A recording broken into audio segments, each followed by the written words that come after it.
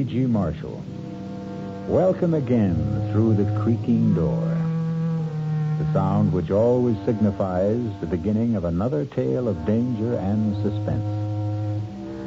Being in the mystery business, our fables often deal with crime and criminals. This time, it's a thief, but a thief with a very definite difference. For Ruth Moody is a young lady who walks into department stores and simply helps herself, simply because she can't help herself. Yes, you've heard of her peculiar ailment. It's called kleptomania, the neurotic impulse to steal. But kleptomania isn't the only trouble in store for Ruth.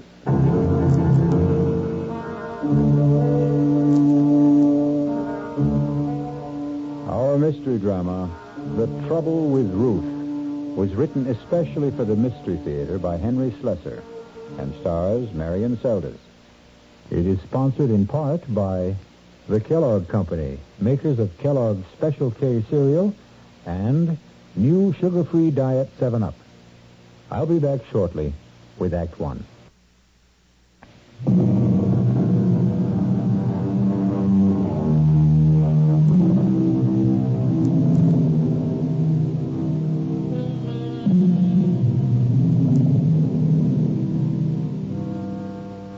We're in Barnett's department store in the downtown shopping district.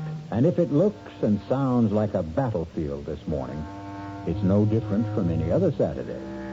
Well, maybe a little more so, since Barnett is running its semi-annual clearance sale, just as it does every other month. It's the ideal place and time for bargain hunters, and unfortunately, for shoplifters. Pardon me, miss. Yes? Would you mind coming with me just for a moment, please? What for? Our assistant manager, Mr. Hutchins, would like a word with you. I don't know, Mr. Hutchins.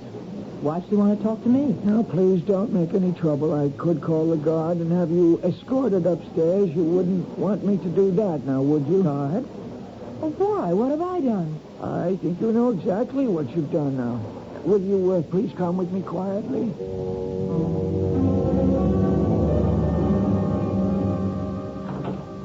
Right in here, please. It's a mistake. I did take the scarf, but I was going to pay for it. Here's the lady, Mr. Hutchins. All right, Bill, thanks. You want me to stick around? No, it's all right. Okay, then I'll get back on the floor. It's murder down there. More larceny than murder, I'd say. Right. Please, sit down. Mr. Hutchins, I know it looks like I took the scarf deliberately, but really I didn't. You were going to pay for it at another counter. Is that the idea? No, I wanted to match the color with the purses, and that's why I put the scarf in my bag. I wanted to go over to the handbag section. Would you mind telling me your name? I'm not a shoplifter, so help me, I'm not. My name is Ruth Martin. Is it Mrs. Martin? Look at me. Can't you tell I'm not a thief? I don't even know why I took this scarf. It's just a cheap little thing. It's not at all like the clothes I wear. Well, look at me. Can't you tell? Would you wait just one moment, Mrs. Martin? What's that you've got? Oh, it's just a little handbook we keep, sort of a private record book. You see, most of the retailers in this city cooperate in these matters, supplying each other with the names of known kleptomaniacs. I'm sure you've heard that word before. I am not a thief. Well, that's what I'm trying to determine, Mrs. Martin. Since there is a significant difference between shoplifters and kleptos, the difference, of course, being our ability to prosecute, since one steals for gain and one because she can't help it. No, I'm afraid I don't see any Ruth Martin in the book. All right. It's Moody. Pardon?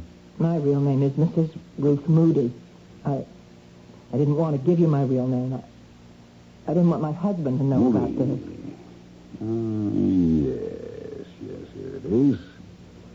Ferraros, 3 spools of thread, pearl buttons from Wilkinson Smith. Oh, well, the last time it was a handbag. Awful, ugly, beaded thing. It wasn't even worth more than $5 or $6. Are you going to call my husband? Is that what happened at these other places? Yes. Oh, it was awful. Please, I have the money to pay for the scarf. I'll gladly pay you twice what it was worth. Please don't let him know it happened again. Don't you think it's best that he know? Maybe he'll try to help you over the problem. Don't make me beg you. My husband has a job in the city government, a very important Mrs. job. Moody, I'm not interested in causing you any trouble, believe me. Look, here, take this scarf back. Well, what's this? Nothing. Some costume jewelry that I bought No, in another... Mrs. Moody. You didn't buy this any more than you bought the scarf. It still has the price tag on it.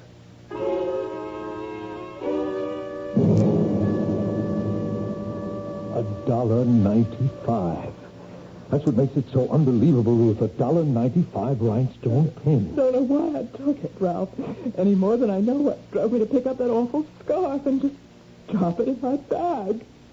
Just like those other times. Yes, but you swore to me that those other times would never be repeated. Well, I thought it was over. I really did. I don't understand what goes on in your mind when you do these crazy things. I don't know. It's just an impulse.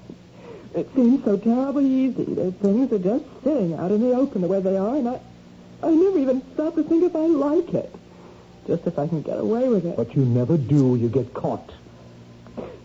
Maybe that's part of the sickness, too, huh? Oh, stop saying I'm sick. I'm not. Well, what would you call it? Look, honey, you've got to see a doctor. I've told you that a dozen I will times. not go to a doctor. I can't stand the idea of it, Ralph. Just talk to one. Give him a chance. Maybe it's something simple. Maybe you're just trying to get punished because of guilt feelings that you can't resolve. Oh, you're wrong about wanting to get caught. I don't. I swear I don't. I've gotten away with a dozen things. What? What was that? Nothing. I don't want to talk about it anymore. And it isn't just 3-4 times that this has been going on. You're probably out there shoplifting every single day. That's not true. I almost never go into the stores for exactly that reason. All right, Ruth. That settles it. You are going to talk to a doctor. Then, you do remember the first time you stole, Mrs. Moody? Yes. I remember very well, but it was something I really wanted then, Dr. Berger. That was the big difference. How old were you? I was about 8 or 9. I was in school. There was a girl named Fanny Ritter. Her family was very wealthy. She was always the best-dressed girl in the class. Yes. She had this pencil box. It was absolutely beautiful, with a blue binding and all sorts of secret compartments. I wanted that pencil box so much.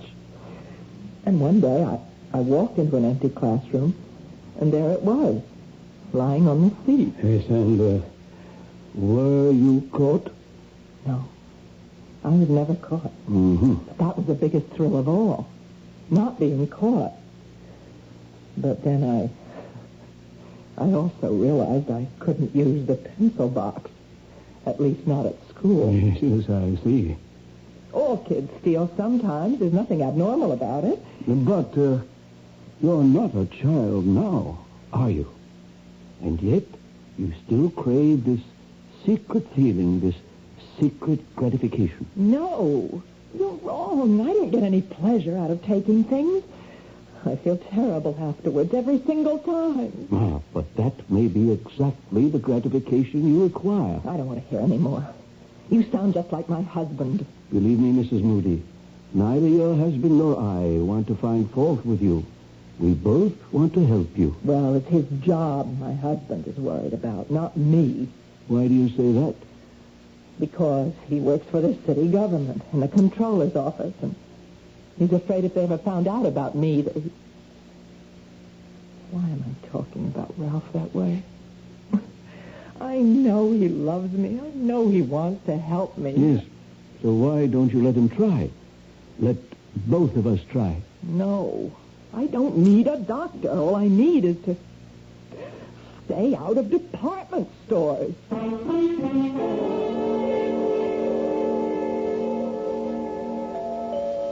Who is it?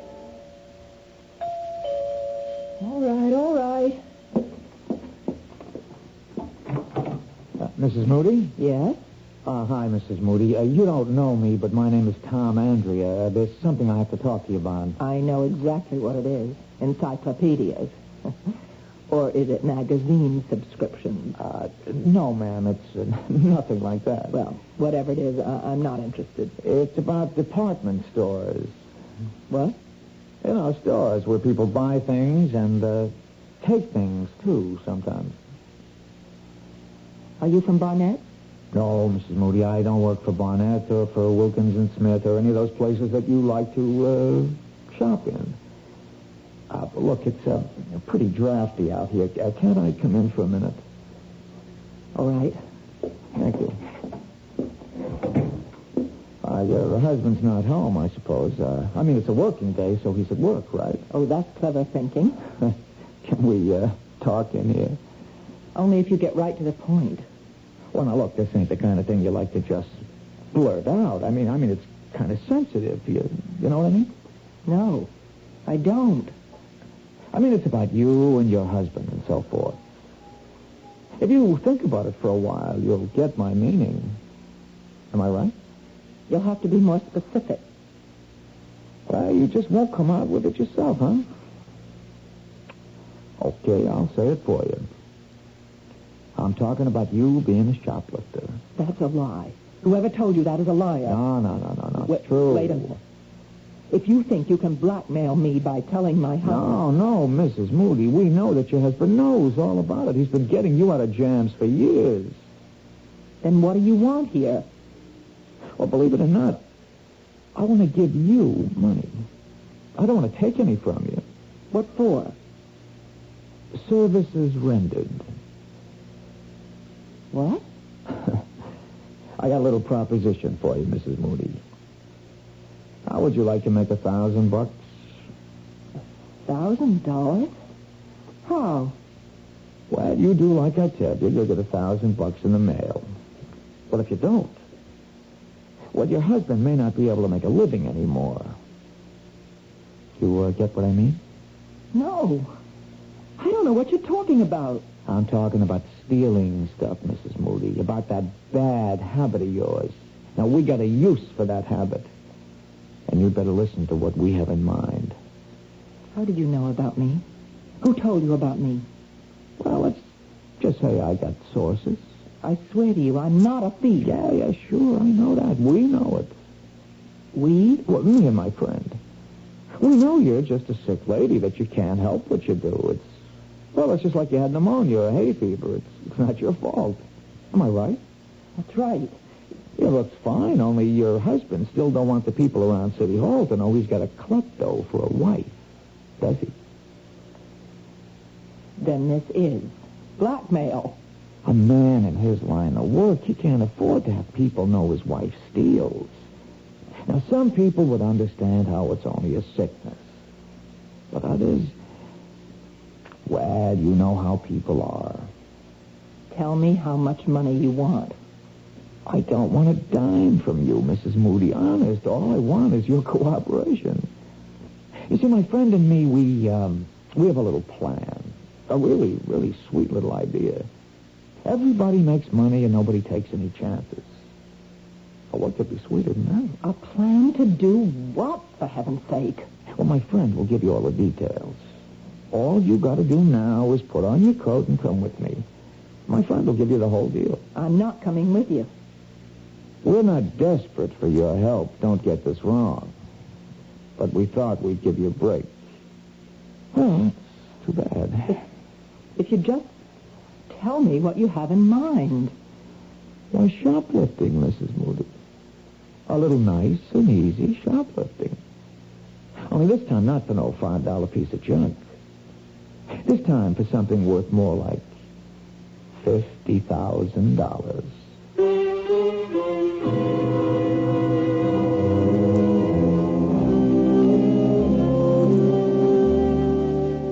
Well, troubles have a way of multiplying themselves, don't they? And as you've just heard, the trouble with Ruth has suddenly developed serious complications.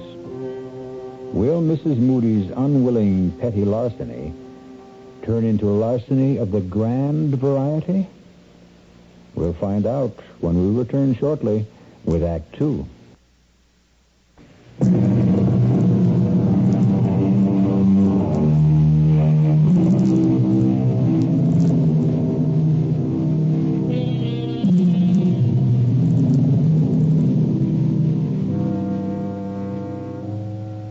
Mrs. Ruth Moody, faced with the prospect of harming her husband's career, has accepted the invitation of the man who calls himself Tom Andrea, although her instincts tell her that Tom Andrea isn't his name at all.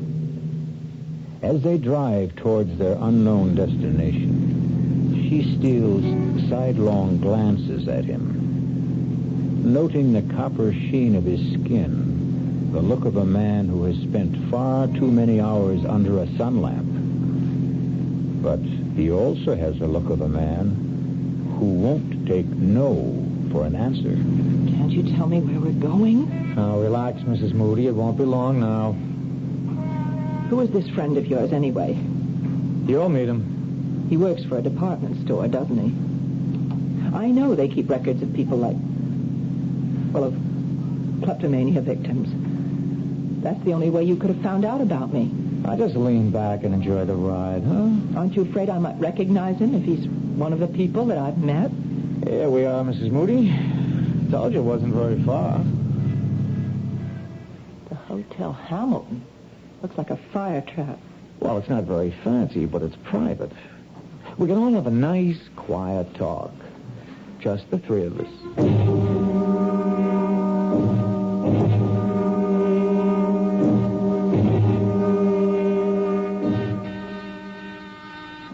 One moment. That you, Tom? Yeah, it's me. The lady with you? Yep, she's here. Just a second, then. Oh. No, don't be scared, Mrs. Moody. My friend doesn't really look like that. He's just got a stocking over his face. Come in. I hope you'll forgive the mask, Mrs. Moody. I know it looks grotesque, but it's necessary. For your own protection. For me? It's important that you don't recognize me after our business is concluded. It would be embarrassing if we were to run into each other in different circumstances. In a department store, for instance? What my friend means, Mrs. Moody, is that if you started hollering for the cops when you saw him again, we would have to do something about you. Understand? Yes, I understand. But please don't be alarmed. Nothing like that's going to happen.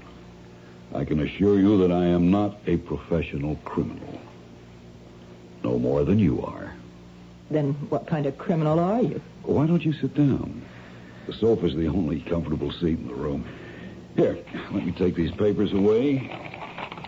I was just drawing up a few diagrams to help you understand exactly what you have to do. Diagrams? Would you like some coffee? We have a small kitchen. There's a pot already made. No, I don't want any coffee. Tom, why don't you do the honors? Do you drink yours black, Mrs. Moody? I'm afraid I don't have any cream. Oh, all right, black coffee. I see, Mrs. Moody. I told you it was going to be very friendly. Well, now, how much has Tom told you about our little enterprise? He just said that if I didn't help you, you'd tell my husband's employers about me. Well, I really hate for that to be the inducement, Mrs. Moody. I was hoping that you'd cooperate more willingly. Why should I? Well, didn't Tom mention the $1,000? He also mentioned something about $50,000, about shoplifting something worth a fortune. Don't tell me you have qualms about it. A lady with your history? You just don't understand about me. I don't take things because they're valuable or even because I want them. I'm not a thief, not in the ordinary sense of the word. Yes, we know that. And that's exactly why we're taking you into our little circle, Mrs. Moody, because you're a kleptomaniac, not an ordinary thief. And that's why you can help us commit an extraordinary crime. But I don't want to commit a crime, and I don't want your $1,000. Here's your coffee, Mrs. Moody.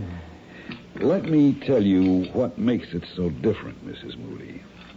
An ordinary crime entails a certain amount of risk. But this particular crime is guaranteed to be risk-free. Oh, that's what people always think. No, Mrs. Moody, even professional criminals recognize a certain degree of chance when they plan their enterprises. Personally, I would never get involved in anything like that. I loathe the idea of being arrested. Well, so do I. And I know exactly what it feels like. Ah, but you've never been arrested, have you? You've been detained, questioned, reprimanded, warned, but you've never been arrested once. Isn't that true? Well, why should I be? I told you, I'm not a criminal. No, you're not legally liable for your little thefts, Mrs. Moody. You steal because you have to steal. And if you're caught, you merely give back what you've stolen, and that's that. No arrest, no prosecution, no risk. You beginning to see the point, Mrs. Moody? You want me to steal something for you. That's right, Mrs. Moody, and something a great deal more valuable than, shall we say, a spool of thread. Oh, dear Lord. Let me explain our plan in detail. At 12:15 tomorrow afternoon. Tomorrow? At 12:15. You'll enter a shop called Travell's on 47th Street, just off Fifth Avenue. You may not know the place. It's a rather expensive jeweler's. You will approach a certain counter. The diagram will make it clear which one Wait a minute.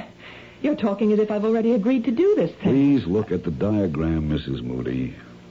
You will approach this counter and engage the attention of the salesman. You will ask to see a certain tray, the one I've marked with the arrow.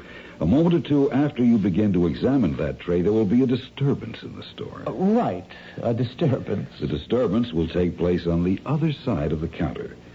It is almost inevitable that your salesman will have his attention drawn away from you when it occurs. In all likelihood, he'll leave you and go to see what has happened. That's when you will act. You will pick up the diamond pin on the upper right-hand corner of the tray and drop it into your purse. And then you'll simply walk out the door. You're really mad. As you can see from the drawing, the distance between the counter and the door is a very short one. You can reach it within 3 or 4 seconds. You can be sure that your salesman will be much too occupied to notice that you have left. I won't do any such thing. That's plain and simple robbery. When you reach the outside, you'll see a man with a yellow canister collecting funds for children's welfare. The man will approach you immediately. You will drop the diamond pin into the opening of the canister and walk to the corner. There will be a taxi there in all probability. It's a hack stand. If there isn't a taxi waiting, hail one or walk to the bus stop. Believe me, you will have ample time to make your getaway. There isn't going to be any getaway. I am not going to do anything so insane. As I said before, you'll be perfectly safe. You'll have absolutely nothing to lose. If you're stopped before you reach the exit, simply give yourself up. When Travell's learns of your little idiosyncrasy, no harm will come to you. It'll be just another neurotic incident, nothing more. You're wasting your breath. You'll tell them about your problem. They'll check with other stores and find your case history on file. No, there's no way I'll do such a thing. Hey, what's the matter with you, lady? Didn't you hear the man? You can't get into trouble doing this. But your husband will if you don't. Let me out of here, please. Pick someone else out of those files.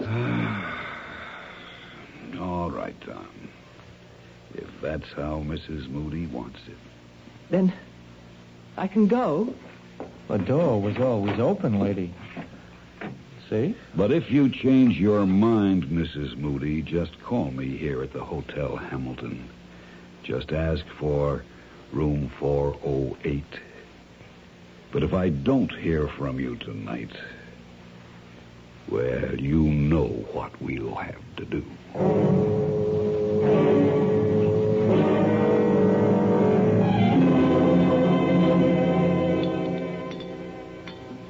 You've sure been quiet tonight, Ruth. Have I? You didn't go out today, did you? No. I told you I wasn't going anywhere. I was just wondering. I mean, you said something about dinner tonight, about cooking something special, and Here we are with last night's meatloaf. But you said you didn't mind. Oh, of course, I don't mind. You know I'm not fussy about food. I know. You're just too nice for your own good sometimes, Ralph. And, you just weren't feeling up to cooking today, is that it? Oh, I know what you're thinking. You think I went on another shopping spree, or should I say shoplifting? No, Ruth, I didn't think anything of the kind. Well, I didn't. I swear I didn't. Okay. Ralph, can I ask you something? Sure. What would happen if people knew about me? What people? The people you work for, in the controller's office. Or, the mayor himself. What if they knew about my, illness? They'd know, that's all. Would it hurt you? Honey, this is silly. Nobody knows about your problem but you and me and a few department stores. And Dr. Berger, of course, the doctor you won't see anymore. But if they were to find out, would it hurt you? Look, haven't we got enough to worry about without thinking the worst? Then it would be bad for you. Someone in your position where honesty is so important. Ruth, you're not dishonest. You're sick. There's a tremendous difference. That's why I'm so sorry you won't see that doctor. But would everyone understand the difference? I mean, when they learned about my stealing things, would they think twice about you? You want the truth? Yes. Yes, they would. They're only human. No, they're worse than human. They're politicians. They have to be elected to office, and that's exactly the kind of scandal they don't like. Yes. I guess I've always known that was true. Honey, I think I could use some more gravy. Yes. Oh, I have some in the kitchen. I'll be right back.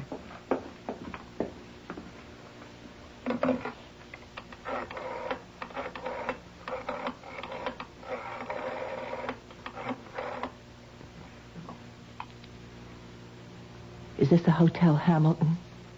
Room 408, please.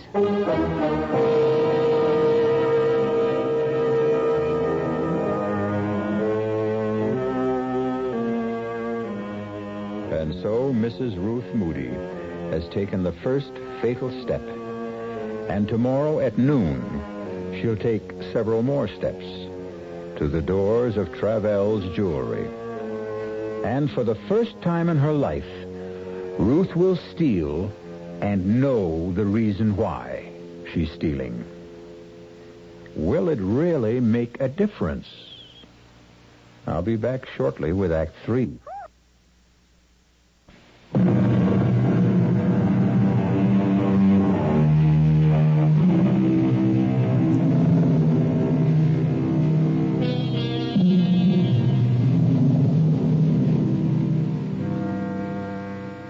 At 11:30 the next morning, Mrs. Ruth Moody left her apartment and took a Fifth Avenue bus to 47th Street. None of the other passengers saw anything unusual in her expression. They couldn't read the turmoil of her thoughts or the fear that haunted her eyes behind the sunglasses she wore to hide them. She kept telling herself that what the man in the stocking mask said was only too true, that no matter what happened, she couldn't be blamed for what she was about to do. She was still telling herself that when she pushed open the heavy glass door of Travell's. May I help you, madam? Oh, yes, please. I'm looking for a diamond pin. It's a present for my mother. I see. Do you have any particular kind of pin in mind? We have everything from abstract designs to representational pins. You know, animals and flowers and so forth. Maybe if I just browsed a little? Certainly. You can see some of our selection right here, but we do have others. Oh, yes. There's so many, aren't there? Of course, it would help if you knew the price range. Well, the price isn't important. It's just that the pin be right. Yes, I see. This tray right here, on the first shelf. Yes? Well, that seems to have quite a few nice pins. Yes, I'll bring it out for you. Actually, these are some of the best stones in our collection. You have good taste. They really do sparkle, don't they? This is what I meant by representational. As you can see, it's in the shape of a cat. Oh, well, no. My mother hates cats. I think maybe just something simple. You just take your time. All right. Thank you. What was that? Someone smashed one of my cases. Excuse me. Terribly sorry. A clumsy thing to do. It's all my fault. I was holding my umbrella under my arm. It just slipped out and hit the glass. I'm terribly sorry. Got to do it now. I really don't know how. All right. Just step back, please. Bob, would you lend a hand over here? There's glass all over the merchandise. I feel dreadful about this. It's quite all right, sir. No harm done to her, I assure you. I've done it. I've really done it. Outside. Help the needy children. Help the needy children, lady. What? Please help the Children's Welfare Society, lady. Oh, yes, of course. Here. That's all I have. Thanks very, very much, lady. Thanks a lot. Help the needy children.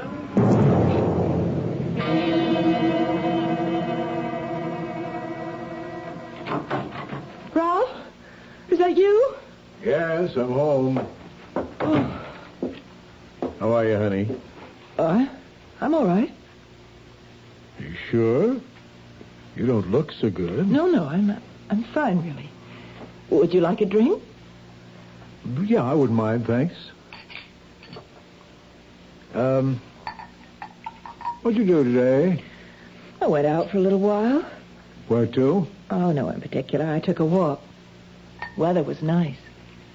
Uh-huh. Took some things to the cleaners. Did a little marketing. Here's your drink. Oh, thanks. For heaven's sake, stop looking at me like that. I can't bear the way you look at me sometimes, Ralph. I'm sorry, Ruth. It's nothing deliberate. Well, of course it's deliberate. It happens all the time now. You keep staring at me as if you're trying to read my mind. As if you wanted me to confess something. Now, Ruth, that isn't true. You've got to stop thinking such things every time I look at you. What's going to happen to us, Ralph? What kind of marriage are we going to have from now on? Ruth, we've been married 6 years now. I think we know how to live with each other. But you can't live with this disease of mine. You can never stop suspecting me of having stolen something again. Isn't that what you're thinking right now? All I'm thinking about is that you don't look well. And how disappointed I am that you won't see Dr. Berger. I called him today, by the way. What for? Well, I just wanted to talk to him, find out if there was anything more I could do to help you. And what did he say? He said there might be. Well, what do you mean by that? Well, I told Berger about our talk last night, about how worried you are that the people at City Hall might find out about your illness. Now, he told me that was an important part of your guilt syndrome, whatever that means. Oh, I hate that psychiatric double talk. Just the same, he thought you'd be a lot better off if you weren't concerned about such things, if you were able to admit that you were ill. I do admit it. That doesn't mean that other people have to know about it. Ruth, I told him. What? I told McGuire, the controller. I took him out to lunch. I told him all about your kleptomania. Oh, no, Ralph. Oh, no. Look, I began to realize that I was hiding it, too, that I wasn't treating it like an illness either, that I was acting as if it were something shameful. What did you do it for? For us, Ruth. But now you'll lose your job. No, I'm not going to lose my job. It's going to be all right. But you said... Now, I know all the dumb things I said last night about how this sort of thing can hurt a politician. Well, I was wrong. McGuire is more of a human being than a politician. You mean he's not going to tell anyone else? He won't give me away? No, that's not what I meant. McGuire suggested that we both go and talk to the mayor himself about this. Oh, Ralph, you can't. I already have, Ruth. What? I've seen the mayor. And you know what he said? He said that it wouldn't make any difference to him this year or next year when he recommends me for the #1 job in the controller's office. The #1? That's right. McGuire is moving up next in line for his job. And the mayor is behind me now, Ruth. Do you think he'd be behind me if he really thought my wife was a thief? Oh, dear Lord. Ruth. Oh, what have I done? What have I done? Honey, what is it? Oh, why did I go through with this? What's the matter, Ruth? I just told you everything's okay. No. I've ruined everything now, Ralph. Oh, God, if you knew what a horrible thing I did today. What are you talking about?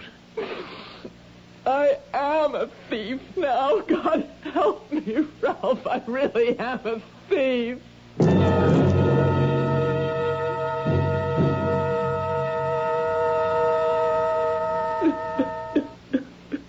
Try and stay calm, Ruth. Did you get a look at the man who broke the glass with his umbrella?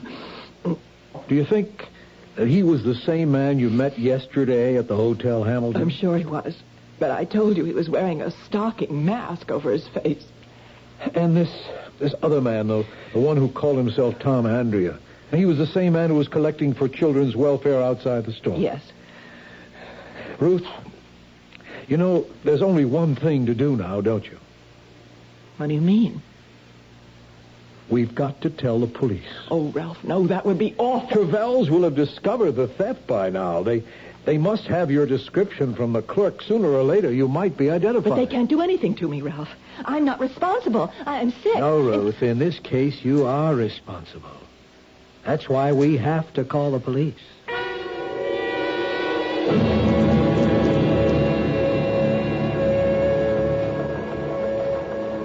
All right, Mrs. Moody. Here's the typed statement you gave us.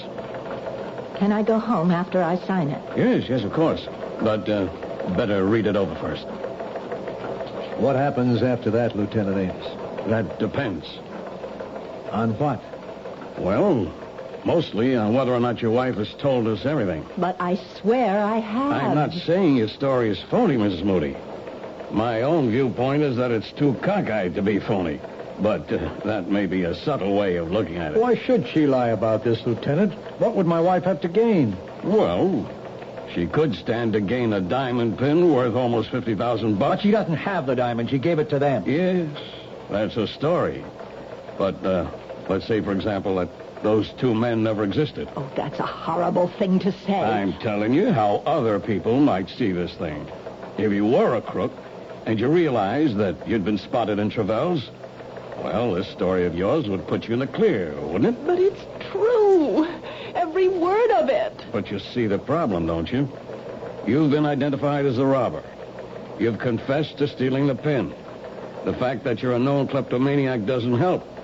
Some people might even be nasty enough to say that you got yourself that reputation deliberately. This is incredible. You're accusing my wife of being a thief. Oh, what can I say to convince you? If you could only give me a better description of those two men. Well, I've done the best I could. The first man, he was of average height, dark hair, very sunburned. Yeah. You keep telling me about that sunburn. But that's not going to last very long, is it? Lieutenant, you think that sunburn was a kind of disguise? I'm sure it was, Mr. Moody. And the other man, he wore a stocking mask. There's no way I can describe him. What about the hotel, Lieutenant? No good.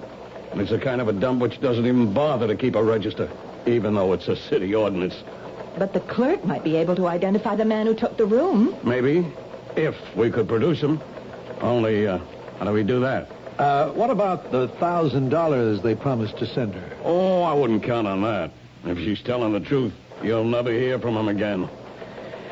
Okay, so maybe it's a new gimmick. Maybe one of them works in a department store, has access to the names of recognized kleptos. I'm sure he did work in a department store. Yeah, and so do thousands of people, Mrs. Moody. All you've got to do is name the one. And if she can't, what happens then? I think you know the answer to that.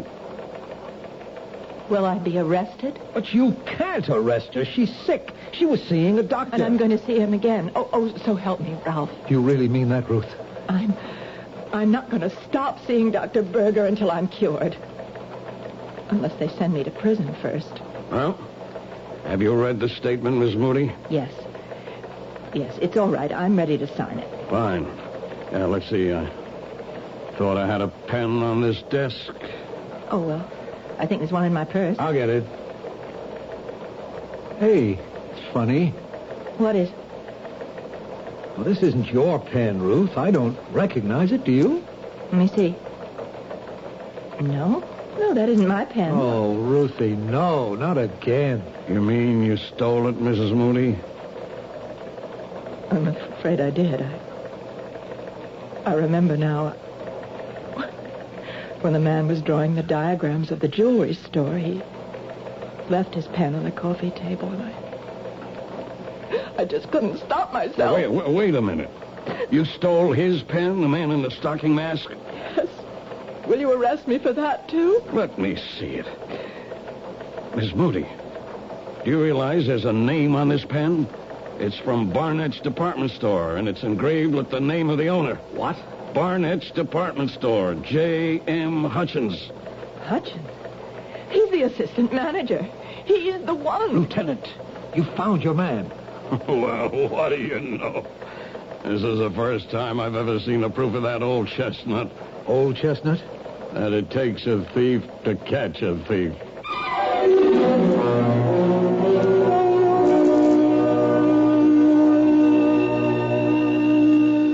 The moral of this story might be, never steal anything small, particularly if it's a diamond pin worth $50,000. Well, you'll be happy to know that the police investigation proved the guilt of Mr. J.M. Hutchins and the innocence of Mrs. Ruth Moody.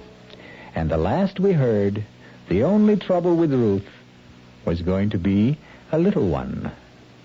I'll be back shortly. Look, let's put an end to all this gloomy-sounding stuff you've been getting so much of lately. Income tax is behind us, spring is here, Aaron's hit number 715, and there's even reason for hope with the gasoline thing. It's in this new spirit that I'd like to talk to you about buying a new car. It's a small car, one you can judge sanely, and not just in terms of how many miles per gallon it gives you. The car is a Buick Apollo. Like any self-respecting small car, it is economical. It's got a 6-cylinder engine and a 21-gallon gas tank, which combine to give Apollo good gas economy and great range.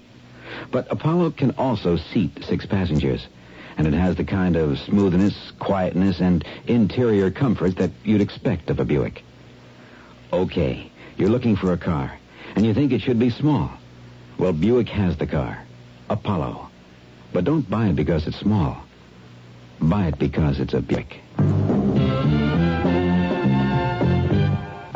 You've seen the Budweiser commercials on television, and maybe you've wondered how long people have been putting that famous Bud label on things. Well, not as long as the brewers of Bud have been putting things on the label. Things like a list of Bud's most important ingredients. Quote, brewed by our original process from the choicest hops, rice, and best barley malt. And things like the following statement. This is the famous Budweiser beer. We know of no brand produced by any other brewer which costs so much to brew and age. Our exclusive Beechwood aging produces a taste, a smoothness, and a drinkability you'll find in no other beer at any price. Unquote. Yes, brewing beer right does make a difference. Read the Bud label. Taste the king of beers, and you'll agree, when you say Budweiser, you've said it all. Anheuser-Busch, St. Louis. Metro-Goldwyn-Mayer presents That's Entertainment. The clown with his pants falling down, or the dance that's the dream of romance, or the scene where the villain is mean. That's entertainment. That's Entertainment, with special appearances by Elizabeth Taylor, Fred Astaire, Gene Kelly, James Stewart, Debbie Reynolds, Mickey Rooney, Bing Crosby, Liza Minnelli, Donald O'Connor, Peter Lawford, and Frank Sinatra. That's Entertainment. It's more than a movie. It's a celebration. The gag may be waving a flag that began with the Mr. Cohan hip hooray. The American way. The world is the stage. The stage is the world of entertainment. That's Entertainment. Rated G. Gala premiered Thursday, May 23rd at 7 p.m. Ziegfeld Theater. Come see the stars. Continuous performances start May 24th. Our cast included Marion Seldes, George Petrie, Jack Grimes, Jackson Beck, and Gil Mack. The entire production was under the direction of Hyman Brown. Radio Mystery Theater was sponsored in part by Sign-Off, the Sinus Medicines, Buick Motor Division, and Anheuser-Busch Incorporated, brewers of Budweiser. This is E.G. Marshall inviting you to return to our Mystery Theater for another adventure in the macabre. Until next time, pleasant dreams.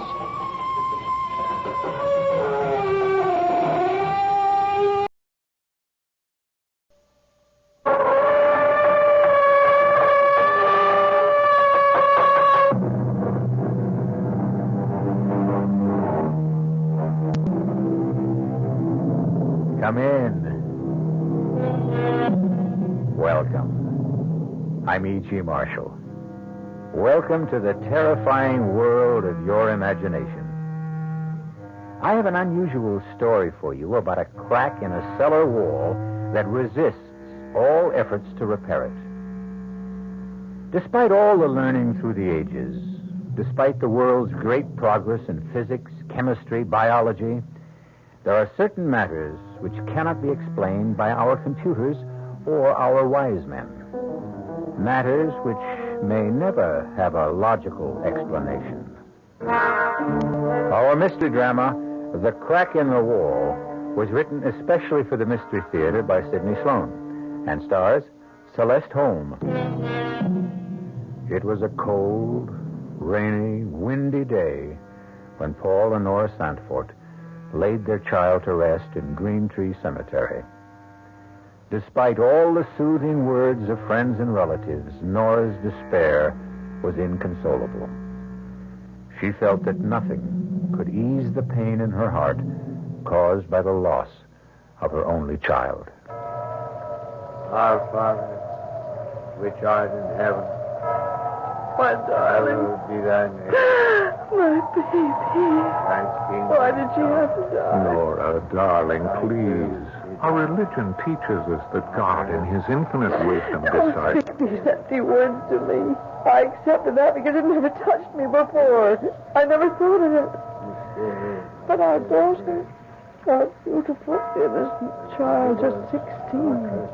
Why? One does not question these matters, Nora. I do question. For the first time in my life, I question. I would do anything. Anything to bring my Ruth back to this world. Nora, please. Now, you know that's impossible. Why? Why? Because our little girl Ruth is dead. Burnt to death. Nothing you can do or say or hope can change that.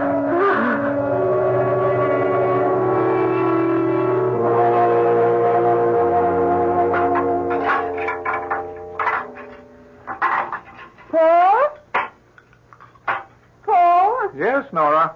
Are you busy with something? No.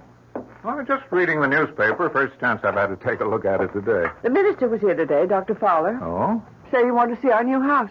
New? This house is over 100 years old. Well, new for us, he meant. It was just an excuse to come here, actually. He wanted to know why I hadn't been to church in the last several months. What did you tell him? Oh, I don't know. It was awkward. I said I'd be back next Sunday. Made some excuse about not having felt well lately. Well, I'm glad. About my going back to church? Yes. But more important than that, it means that you're getting over this depression, getting out into the world again, beginning to forget. No. No, you're wrong, Paul. I'll never get over wanting my little girl back with me. I'll never forget. Please believe me, Nora. I loved Ruth, too. But I accept the fact that she's gone from us forever. I'll never accept that. Oh, by the way, now I remember what I wanted to remind you about. What? It's about that crack in the cellar wall right in front of the washer and dryer. There's a terrible draft that comes from it. Well, there's no crack there, Nora. No crack? I thought I'd get rheumatism from the cold draft when I did the washing today. hit you right in the back. I had that repaired. I paid for it. It's on the general bill for the repairs we had to make on the old house before we could move in. Well, then they cheated you. Charged you and never did the job. You sure? Seems to me that I remember. Never been done. Those contractors will try. You know, it's Mr. Carroll, isn't it? His number's on the telephone stand. Why don't you call him? Oh, it's 7:30, Nora. Well, come to think of it, the only time I could possibly reach him would be at night. He'd be busy all day out on the job. Hello, Mr. Carroll? Paul Sanford. I'm sorry to bother you, but one of the items on your bill to me for repairs on my house, item 28, repair crack in cellar wall, north side interior, $45.60. You never closed up that crack. You what? Hold on a minute. Nora, he says he supervised that item himself, mixed the cement for it. Well, just tell him that he's got it wrong. Mr. Carroll, my wife says the crack is still there. It hasn't been repaired. Okay, sometime tomorrow morning? Right, thank you. It's kind of funny. He said he's willing to bet $100 that he completed the work.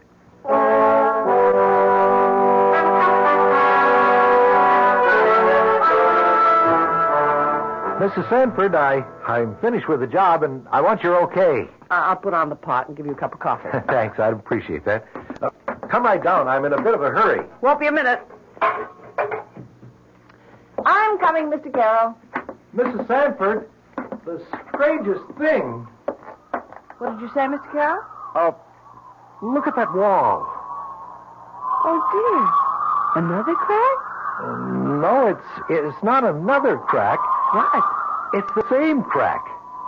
I just filled it with cement. But you couldn't have. It looks old and dry. Look at my hands. They're still covered with cement. Here are my tools, my trowel, my hammer and chisel. I could swear it was closed up not 5 minutes ago. And that cold drop flowing from it. Like from a tomb.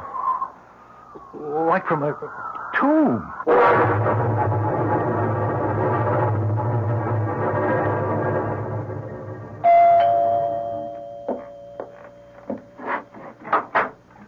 Oh, Mr. Sanford. Come in. Thank you, Dr. Fowler. We'll come into the study. We won't be disturbed there. Right this way. You sit down, won't you? Thank you. Please forgive me for interrupting you at this hour. I don't quite know how to begin. As you know, we've been through a horrible experience. Yes. Losing your daughter in that fire. It's our only child. Just 16. Mr. Sanford, you must get hold of yourself. Yes. You see, I've been holding my emotions back for months. I had to be strong for Nora's sake. She's taken this very hard, yes, I know. Yes, she hasn't gotten over it. It shook her to the very foundation of her belief. I gather that it's been only recently that you both came back into the church. She's definitely twisted mentally. Her preoccupation is with a crack in the cellar wall, which she says cannot be repaired. What? Well, there's a long, jagged crack in the cellar wall. It's been there since we bought the house early this year, after our other house burned down. Have you tried to have this crack filled with cement? Oh, yes, we tried. The way you say that is very strange. Well, I paid Carroll, the builder, for repairs on the house. He was certain that he'd repaired the wall. However, he came back and patched up the crack again when he asked for my wife's okay on the job after he'd finished. They went down to the cellar and looked. The crack was open again. I don't understand. Neither do I. Carroll said that he'd not left the cellar, that he'd called my wife to look at it. What's your explanation? I have none, Dr. Fowler, none.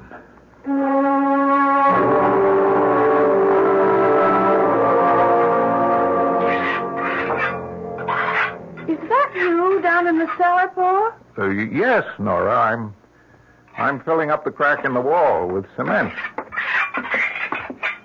Do you think that's wise, Paul? Wise? Well, I thought you wanted the wall repaired. Kara won't come here anymore, so... Well, that's what I mean. Paul, there's some very good reason why that wall resists repair. Well, that's a strange way of putting it. Wall resist repair. So you thought the wall had... I don't quite know how to put this. As though the wall Had a will of its own? Nora, that's ridiculous. Is it? Mr. Carroll tried twice to fill that crack. He gave up. I know. I just received a check from him for $45.60, refunding the money I paid him for the job. Come on, let's go upstairs. This old cellar gives me the creeps. Oh, look! My God. It's disappearing. The cement I just put into the cracks dissolving into thin air.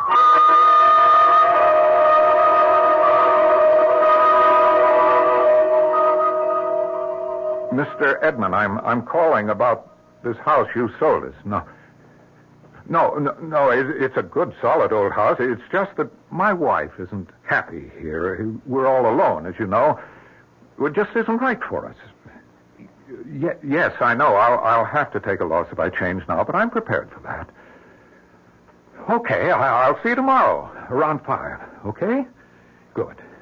Goodbye, Mr. Edmonds. Paul, who was that on the phone? Oh, Nora, I called Mr. Edmonds. The real estate man? That's right. You're thinking of selling? Well, I thought you'd want to get out of here, too, Nora. Whatever gave you that idea? Now, that's a very strange attitude. Don't you know what this all means? No, I don't understand it. Frankly, it scares me. Ruth is trying to reach us. What are you talking about? It was just 2 days ago. I was lying in bed. You were sound asleep. I heard the clock chime 3. I felt something urging me to leave the bedroom and go down into the cellar. Nora, I've got to take you to a doctor. Paul, I'm not out of my mind. I tell you, our daughter is calling to me. She's trying to get to Darling, me. Nora, listen to me. What you're saying doesn't make sense. Our child is dead, Nora. Burned to death. I spoke to her. I spoke to her through the crack in the cellar wall. You what? I spoke to our Ruth, and she spoke to me.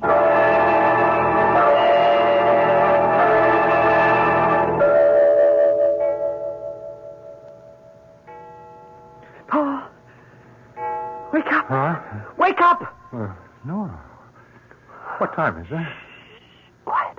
Now, do you hear? Hear what? She's calling to me. Our little girl. She wants us. She needs us. Nora, listen to me. You don't hear anything. You just think you hear because you want to hear. Listen. I don't hear anything. There it is again. It's very faint, but you can hear it. Just try hard enough.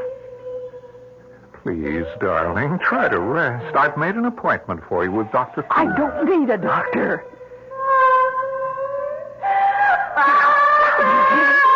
Who's calling me? Yes.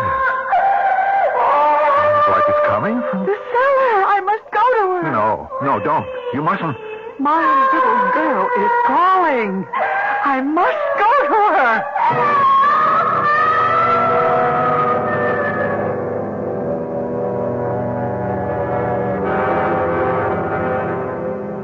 Was Ruth calling to her mother, or was Paul Sandfort falling into the clouded supernatural obsession that controlled Nora's life?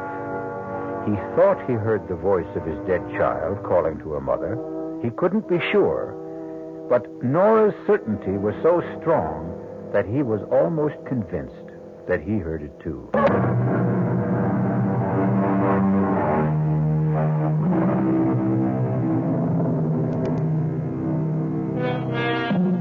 Everything that Paul and Ruth Sandfort believed in is being drained away. They are living in a nightmare of twisted emotions, pulled farther and farther from the normal life they had known, into a tangled, dreamlike world in which they hear the voice of their dead child calling to them. You're not going down into that cellar, Nora. It was Ruth's voice calling. Are you coming with me, Paul, or shall I go down alone? Nora, please. Now, we're dreaming this. It isn't happening. I heard her voice. You said you heard it. She was calling to me for help. Are you coming with me, or shall I go alone? I'll come with you, dear. Just to prove to you that there's nothing there. Nothing. How could there be? I know there is something there. Come. Now, wait. Don't try to go down those steep cellar stairs in the dark. Turn on the light. It's out. It's not working. Here, let me try. Oh, I'm not going down there in the dark. There's some candles in the cupboard just outside the door. Get them. Well, candles won't do any good. Get them. I just remembered. I've got a flashlight in the kitchen table drawer. Hurry! Here we are. Now stay right behind me. I'll go first. Flash the light around. No, there's nothing. Nothing but that crack in the wall. Let's go back upstairs, Nora. Good evening. What? Who are you? Oh, I'm sorry if I frightened you. What? Who are you? What are you doing in our house? I am inspecting the wall that needs repair. And who are you? Why, I'm the helper. What are you talking about, helper? Whom are you helping? You? I don't like this, Paul. Please make him go away. If you want me to, I'll go. But I thought you needed me. Now, I want you out of here, or... I see you have a hammer in your hand. You're afraid of me. Well, believe me, I came to help you. Who sent you? My, employer. Who? Your friend. Your friend who knows of your sorrows. He sent me to seal up the crack in the wall. Well, I've tried. Several people have tried to do that. It won't stay closed. I can close it for you if you want me to. I repeat, if you want me to. You may not want it. Why? You will not hear the voice of your daughter ever again. No. Don't seal it. Please. Nora. Now, maybe it would be better. No. No, this is insanity. Nora, our daughter is dead. Dead and buried. And you think that is the end? Of course. It's the end of mortal life. And do you share your husband's beliefs, Nora? No. Ruth was calling to me. I want her back. I want to hold her in my arms. Am I dreaming? This can't be happening. What are we doing standing here talking to this... Paul, please, don't. There's no one here. He was here? Where is he? He couldn't get past us up the stairs. Nora, where did he go? Who? Oh. Nora, darling. What's happened to you? Speak to me, dear. Speak. Paul. What are we doing here in the cellar? How did we get here?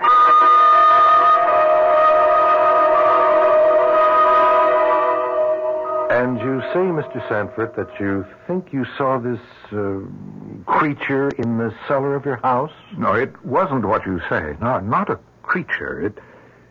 It was a man. Small, dwarf-like. He said he'd come to repair the wall. At 3 o'clock in the morning? You saw this man too, Mrs. Sanford? No. I don't know what Paul's talking about. I didn't see anything. I was fast asleep. Paul woke me and told the story. I see. Your daughter's death was a terrible shock to you both. It's preying on your thoughts. Your grief pushed the normal day-to-day living from your minds.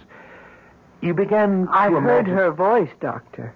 I heard Ruth's voice calling to me. Of course you did. But try to think rationally, Mrs. Sanford. You know it's impossible for you to have actually heard the voice of your dead daughter. Seriously, you can't believe you did. But Can you? Seriously, can you believe that? I don't know.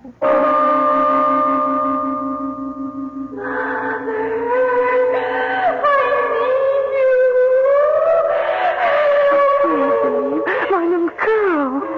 It's all so simple if you will recognize the true authority. Who are you? I am merely a conveyor of ideas, a messenger. Then you are sent by the devil? Perhaps. Perhaps I'm your friend. Call me the helper. Can you help me? Can you bring my daughter back to me? Under certain conditions. But you might find the cost too high. What? Tell me. Nothing is too costly, too terrible. I'll agree to anything. Even if it meant that you would lose everything? Everything you've been taught about life and death since you were a child? Oh, yes, I agree to anything just to help me save my child. Help me. Nora, wake up, Nora. You're having a bad dream, darling. Anything. I'll agree to anything. Darling, Nora. Paul. You were crying out in your sleep. I woke you. Paul, he came to see me and told me that Who, darling? That ugly little creature.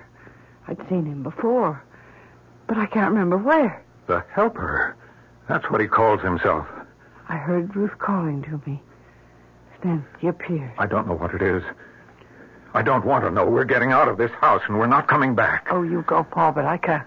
But don't you see what's happening to us here? Something evil is pursuing us either to destroy us or drive us insane. No, I can have my daughter back. He'll help me. You can't believe that. I believe it. What does he expect in exchange? I can't tell you, Paul. I just can't tell you.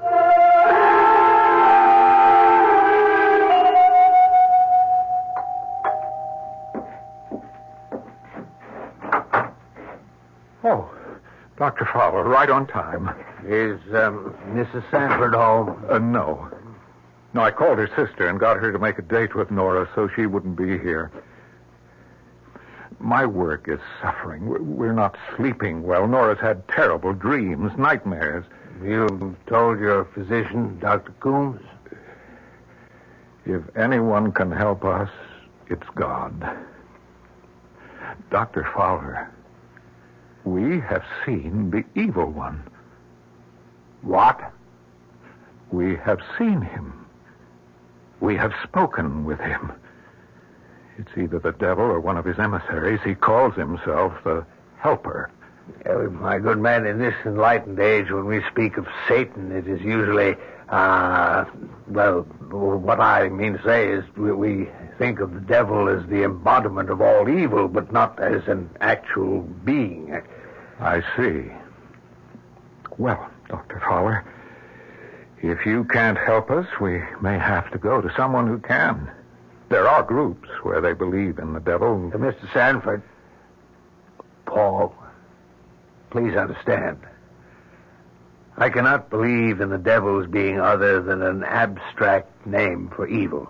If I can show him to you, will you believe me then? I saw him. I have seen the devil and the devil's work, and I'm frightened to death.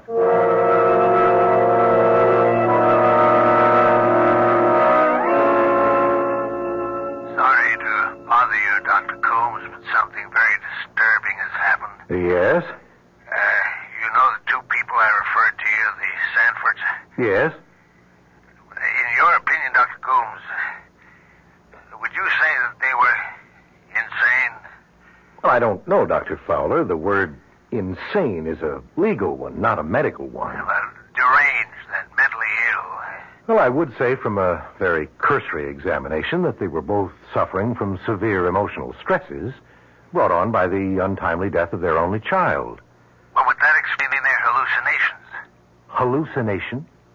To put it bluntly, Doctor, they think they have been speaking with the devil. Have seen him, in fact. exactly a common delusion in this day and age.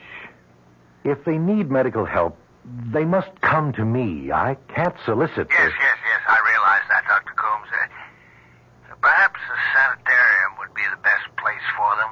They could be taken care of and have a change of scene to get over the grief that they feel. An excellent idea, Fowler, but who's going to commit them?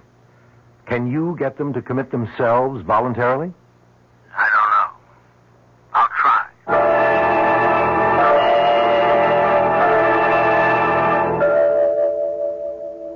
Have you come to any decision?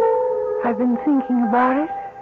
I've heard you say you would do anything to have your daughter back. You had made up your mind. Yes. Oh, yes, but still, you hesitate. What you've asked of me is almost... Well, I'm almost afraid to think of it. It's been in my mind, awake and asleep. I can't tell the difference anymore. You hesitate. Thinking of yourself while your daughter suffers. Oh, no. I will leave you now, perhaps never to return. This is your last chance. Nora? No, Nora, darling, listen to me. You're having bad dreams. I'll do anything. Wake up, please. Nora, it's me, Paul. What? Open your eyes. No. You're all No, right. no. You're safe with me. Darling, it's me, Paul. Yes. It's all right now. Paul, Nora. I've made my decision What decision? about Ruth. I am going to bring her back. Bring her back? What are you saying? I'm going to bring her back no matter what the cost, no matter what the consequences are.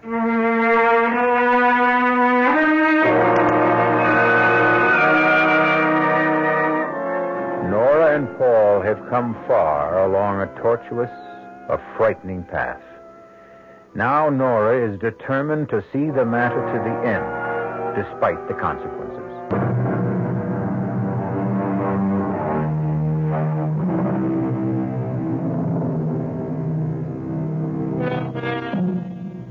Forces are tearing at the sanity of Paul and Nora Santfort. Nora's sleeping and waking worlds are so much the same that she can no longer differentiate between them.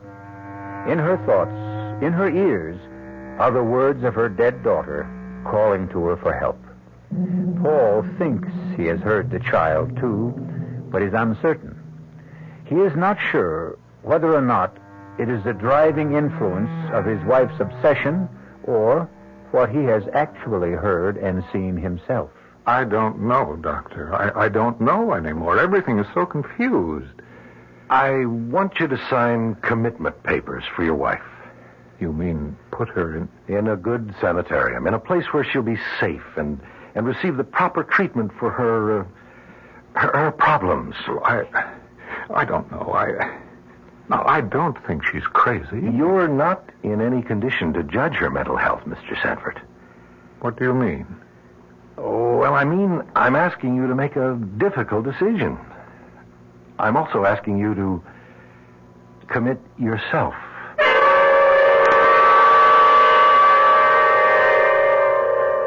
No, I won't think of it. Send him away. Send the doctor away.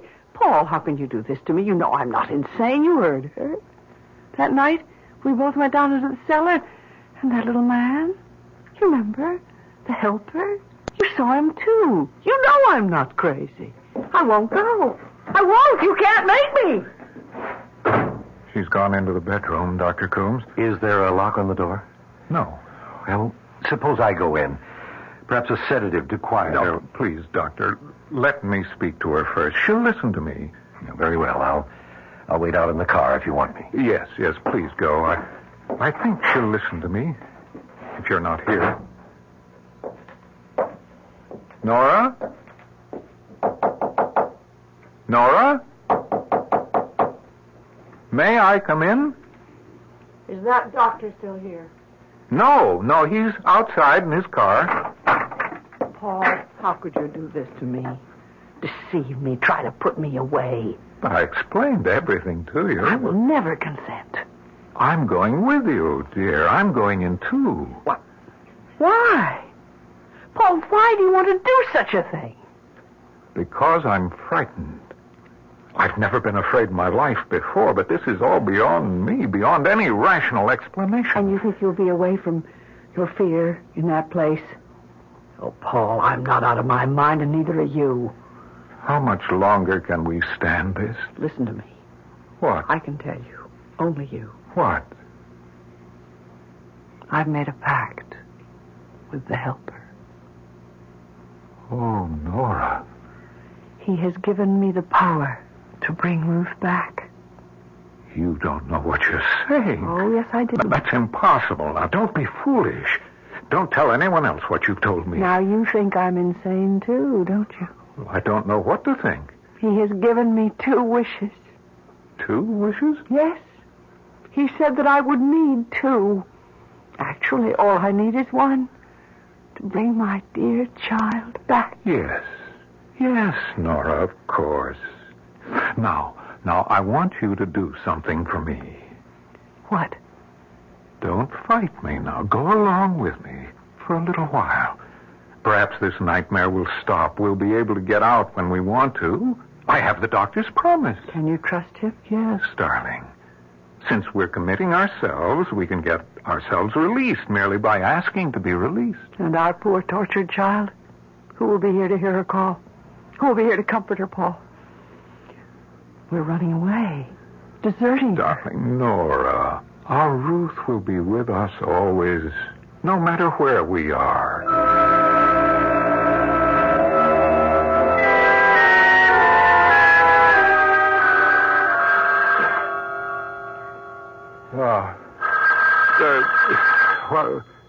The phone.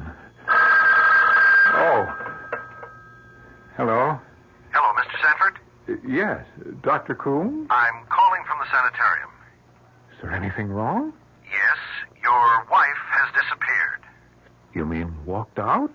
Nobody saw her leave. As a matter of fact, it's a bit of a mystery. Her room was locked. Perhaps one of the attendants or nurses unlocked the door for her. No, we've questioned the entire staff. At 1 o'clock, the nurse assigned to that section entered her room to administer a mild sedative. Your wife had complained she was worried because you weren't there. Well, I was just cleaning up a few urgent matters here. I was coming to commit myself tomorrow morning. I told her that, but it didn't seem to have any effect. When was Nora last seen? Not more than 10 minutes before 1 a.m. Another nurse on the floor answered her ring. She told the nurse about her anxiety and her inability to sleep. She hasn't returned home, has she? No. What do you want me to do, Doctor? Stay where you are. She may come home. It's very likely that she will come there.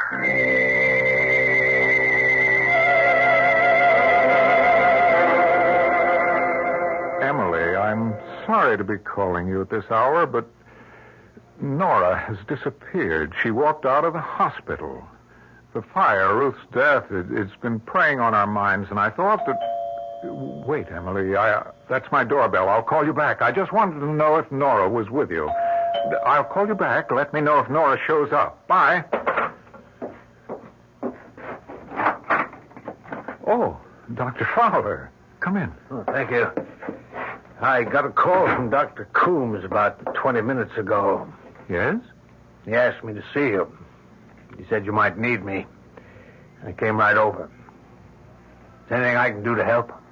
Nothing. Unless you can find Nora. She's been missing since about 1:30 a.m. About 3 hours. Where would she go? Where could she go? I don't know. What? What was that? I heard it, too. Do you have a cat, Paul? No. Sounded like a cat. It was Ruth. She's calling Nora. Ruth? My daughter. Oh, yes, your daughter. But she's dead. You hear your dead child's voice calling? You heard it, too. No, it can't be. That's superstitious nonsense. That's what I thought. But I don't anymore. Ruth is calling to us from the grave.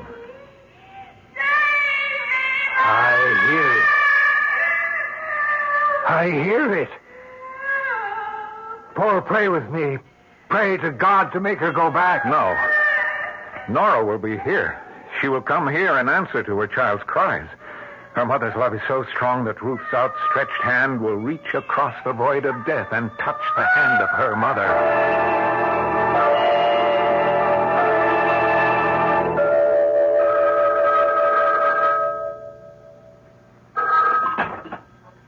Yes? Fowler? Yes? I thought you were going to report back to me. I've just been through the most shattering experience of my life. You saw Mrs. Sanford? No. I'm not a superstitious man, Dr. Coombs, but I heard the voice of Ruth Sanford calling to her mother from the grave.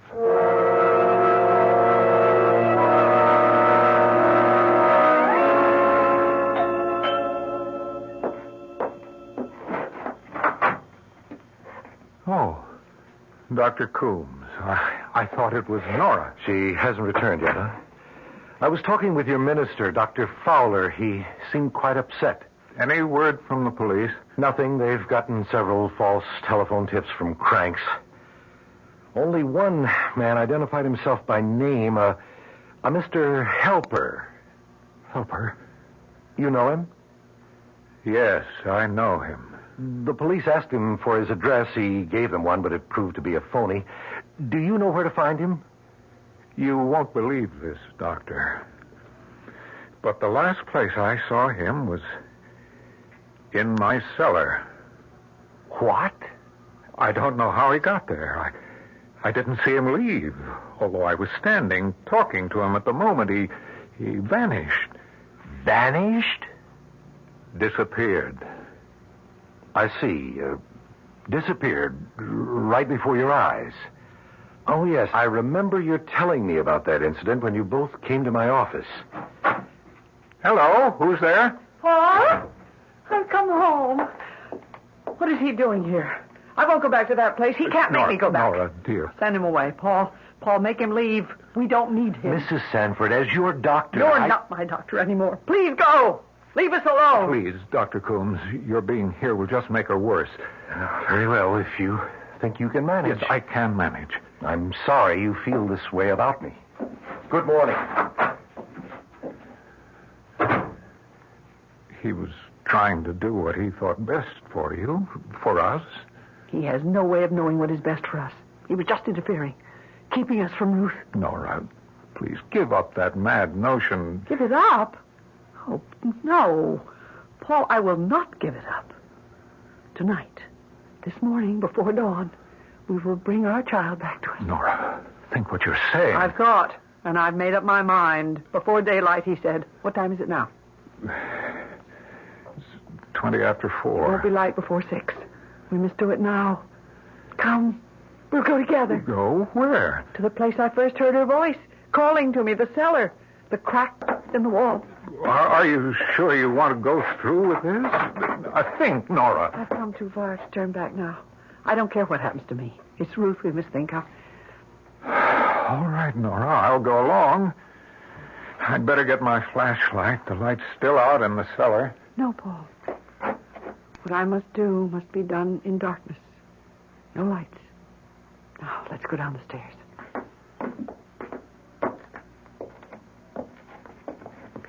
Now, Paul, don't say anything. I must ask for her life from the Master. Oh, Master, listen to my plea. I have paid dearly for this boon. Heed my request and grant it to me in payment. I fear your presence, Master, but I implore you, grant my wish. I wish my daughter were alive and with me now. My daughter, please give me back my daughter. Ruth, where are you? Come to me.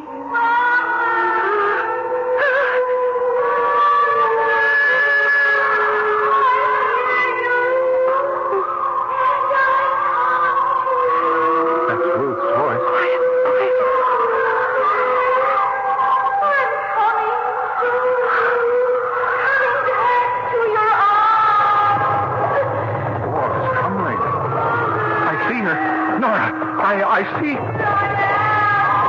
my God. Oh, no. No. Nora, stop this. Make her go back. Oh, Nora, she's burned. Her face. Nora, please. Can't you stop? Nora, send her back. Send her back. She's mutilated. Disfigured. Nora, you can't bring her back into the world. You must send her back to her grave.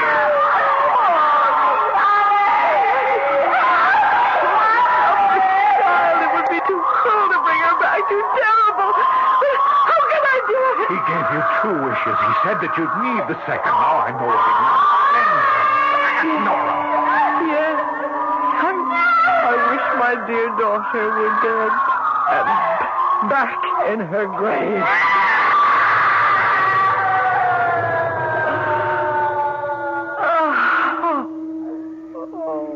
Nora. It's over. It's all over. Our child is gone. Forever. Oh, Paul. May our dear child rest in eternal peace.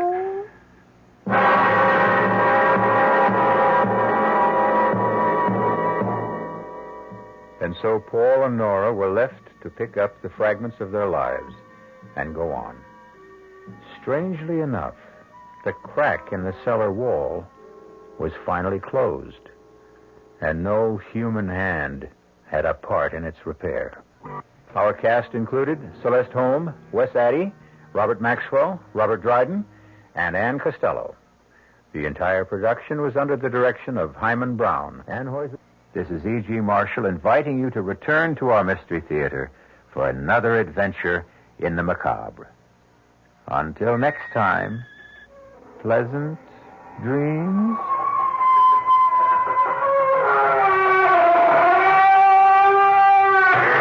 The preceding Mystery Theater program was furnished by the CBS Radio Network. This is WOR New York and RKO General Station. At the WOR time signal exactly 8 o'clock, here's John Scott with the news. The CBS Radio Mystery Theater presents...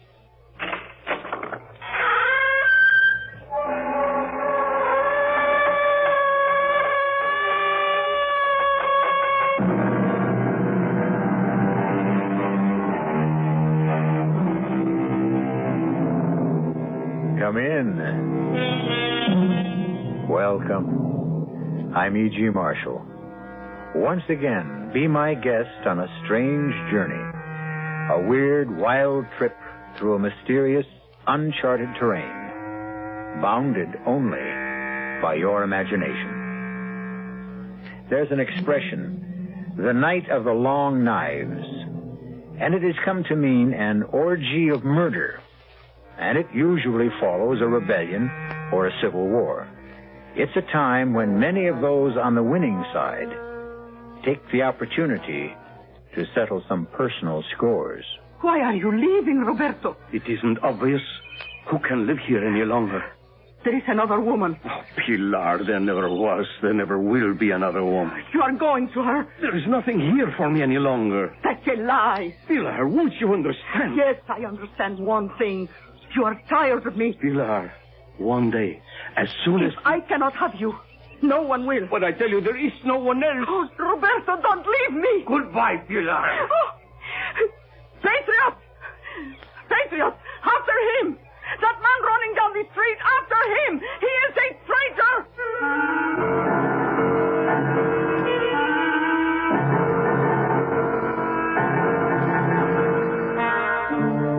Our mystery drama, The Longest Night, was written especially for the Mystery Theater by Sam Dan and stars Bryna Rayburn. It is sponsored in part by the Kellogg Company, makers of Kellogg's Special K cereal and new sugar-free Diet 7-Up. I'll be back shortly with Act One.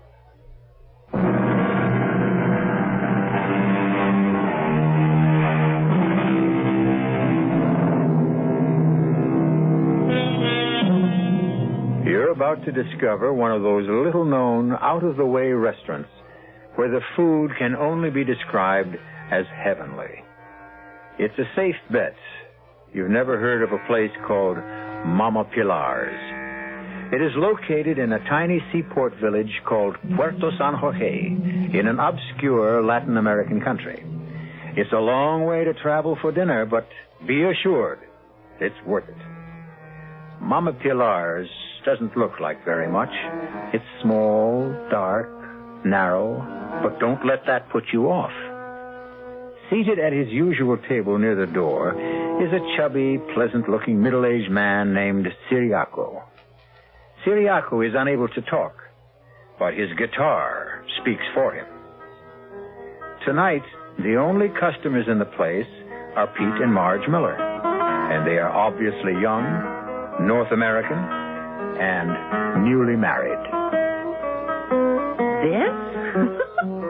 This is the finest restaurant in the entire world? Darling, taste is the test. Now, come on, bear with me.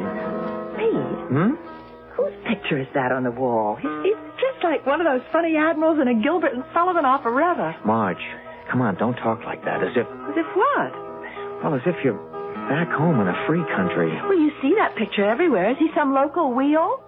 Angel, he is the wheel. No kidding. He is the generalissimo, numero uno, our maximum leader. Even so, he looks like a pig. Marge, now you can't talk like that in public. Besides, he's the client. He's the man I was sent here to sell, and you'd better pray for him. How can I pray for him? Instinctively, I hate him. You can see evil all over his face. Well, he's a very sick man. Oh, really? I understand he has severe ulcers, yet eats like a pig. Now you said the word. Here she comes. Who? The great lady, Mama Pilar herself. Welcome to this house. You don't remember me, Mama Pilar? Oh, of course I remember you, Senor Miller, but, well, I thought it best not to say so. Oh, why? Well, I see this charming young lady as your wife. Perhaps she is not supposed to know you were here before. Now, what would you like for your dinner? Mama Pilar, we are in your hands. Good. I hope you are hungry. He's quite a character. It's amazing. This dictator, what's his name? Oh, General Zorilla. Zorilla. He actually does look like a pig. Now, Marge, you simply cannot. Darling, I come from Iowa. I know a hog when I see one. You are a guest in a foreign country, and you should have enough good sense You're always so afraid I'll say something to embarrass you. We will have to socialize with this man. You'll be proud of me. I'll chatter so charmingly no one ever will suspect that I've got a brain in my head. Oh. What is that? Oh, divine aroma. Well, you taste it. Now, good friends, your dinner. Oh, what is that? Food, that is all. That's all. What's a song? Notes. But it's how these things are put together. Oh, thank you, Senora. You have been married long? Well, this is our honeymoon. And also a business trip. Oh, well, can the two be combined? You will be here a while? Oh, my company is working on a development plan with General Zorilla. Ah, yes. The leader will make us into a great nation. One day we will all be rich. Oh, sure. He promised. Well, don't bet on it. You think he lies? At least, I think. Marge. No. Tell me, Senora. Who has poisoned you against our leader? The traitors? The cowards and doubters who fear to believe? Oh, you are a foreigner, so how can you understand that I love my leader because I love my country. When he fought the old government, that unholy alliance of thieves and oppressors, when he called for volunteers, I gave this man, my only son. Go, I said to Ramon, follow him. And today, my Ramon, he's a captain. And one day he will invite me to the capital city and present me to the leader. Forgive me, I talk too much. Well, see what the wind blew in, a beggar. Momo Pilar. Yes, old woman, you found me. If you are Momo Pilar, I have a letter for you. A letter? For me? From your son. From Ramon? How is he? When did you last see Ramon? I have no time here. Take your letter. But I want to talk to you. Oh, well. A letter. Oh, the devil, Ramon. You'd think he'd come by to visit his old mother. No. Well, he is busy. Senora, you read, I am sure. Me, I never did learn. Would you be... I'm sure that it must be something private between you and your son. Oh, no, Ramon, no. Someone will have to read it to me. It would be a favor, Senora. All right. Well, what does he say? His letters are always so amusing. My dearest little mother, when you receive this letter, I will be dead. Read. Our leader has betrayed us. We thought we fought for freedom, but he has made slaves of us all. Mama, he is a madman, and now that he realizes I know him, he will kill me with his own hands. Avenge me, Mama. Avenge me. My last thoughts are of you, the loving son, Ramon. You lie. You make up this ugly falsehood because you hate the leader. I'm sorry. But Mama Pilar, can we help you? Leave me. Well, if you need anything, we'll be in the capital city. Goodbye, Mama Pilar.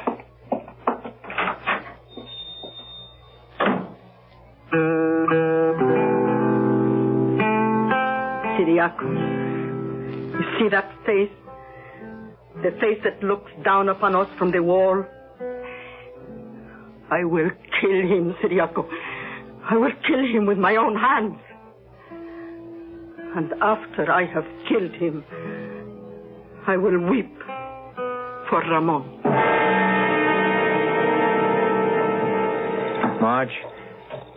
Marge, darling, I'm sorry a thing like this had to happen. Pete, I know you have a job to do in this country, but I can't take any part in it. I will not socialize with that man. I will not visit his palace. He will not be invited to my home. But, darling... I refuse to discuss it. All right, dear. All right.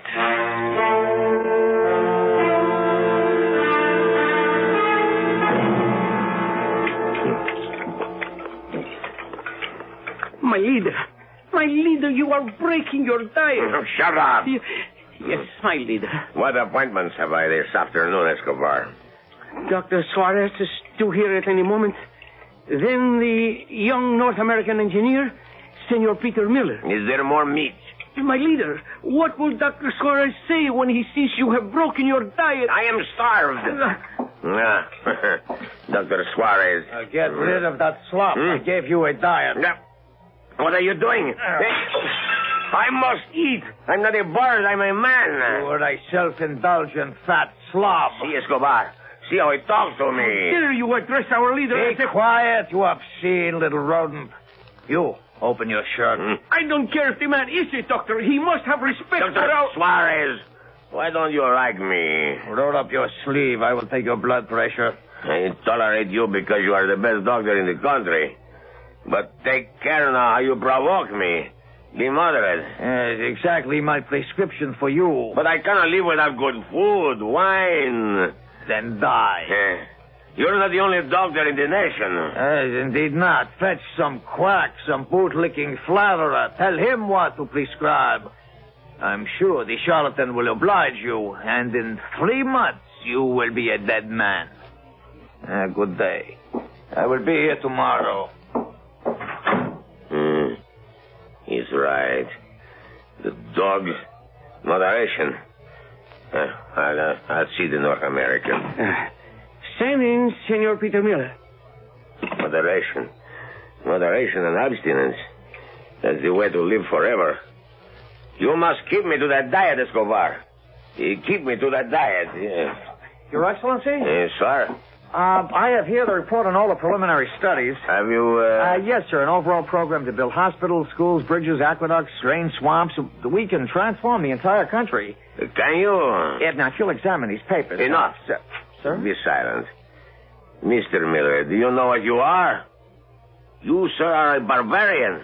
You enter a man's office, and with absolutely no regard for the amenities, you start slapping your business documents all over his desk. 1,000 pardons, Your Excellency. Is it your impression that you will have me sign these documents and be on an aircraft bound for the United States within the hour? No, sir. I'm completely at your disposal, sir. I understand your lovely wife is with you. How is she? Fine. We shall hold a reception in her honor tonight at the palace. I'm afraid she's not feeling well. It's been a long trip. She's not a good traveler. Oh, I am sorry. Perhaps tomorrow. Yes, sir. Or the day after. Now, be sure to convey my warmest personal regards to your lovely bride and let us know when she will find it convenient to honor us with her presence. Yes, sir. Good day. Good day, sir. Now, what remains to be done today, Escobar? Ramon. Ah, yes. Ramon. He waits in his cell. We shall miss Ramon. He was a fine boy. He was a traitor, a criminal. Is there a family? He never spoke of anyone. These ambitious country boys. They get big ideas. And soon they grow ashamed of the old peasant mama back on the farm. Well, whoever she is, wherever she may be, let her believe her boy died a hero. Just say something nice on the radio, Escobar.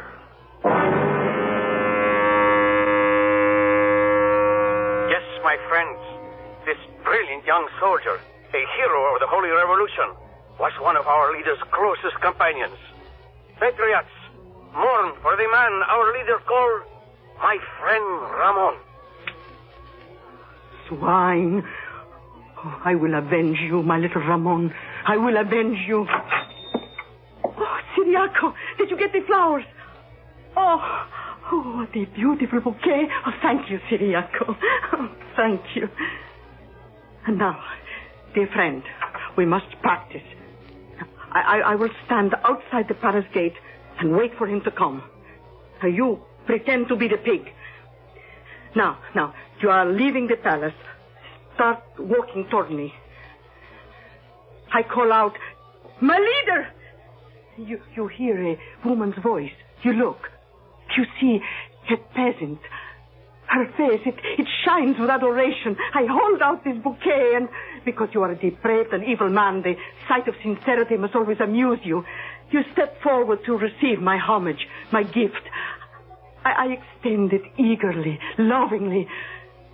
And as you reach out to take it, my right hand withdraws the knife from inside the flowers, and I step and thrust.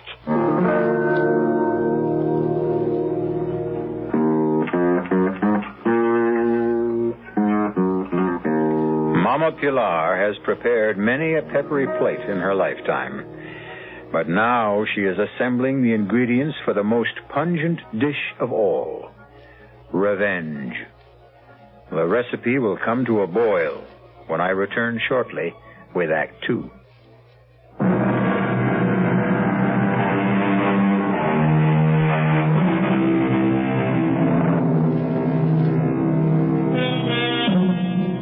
Intense love, violent hate. These can be two sides of the very same coin. And just as a coin can be flipped, so can the human emotions. Mama Pilar worshipped General Zaria, the dictator of her country, until he murdered her only son. Now she regards him as a pig to be slaughtered. And with this object in mind, she approaches the presidential palace. In her hand is a beautiful bouquet of flowers. Hidden among the stems is a knife. Clutching the bouquet, Mama Pilar addresses the soldier who stands guard at the gate. Senor, I beg your pardon. Can you tell me if our leader will be leaving the palace today? Why do you want to know? Well, I want to give him this lovely bouquet of flowers. How do I know there is not a bomb hidden inside those rosebuds? I know. Oh, you better beat it. But why? He's going to get very rough around here. Sweetheart, go home. Take your hands off me. You can't get near him. He's surrounded by his personal bodyguard. I want to give him Nobody ever gets within 50 yards of him. I just want to see him. Move back. Move back, sweetheart. Sir, I have a gift for my leader. Run, sweetheart. They love to hit.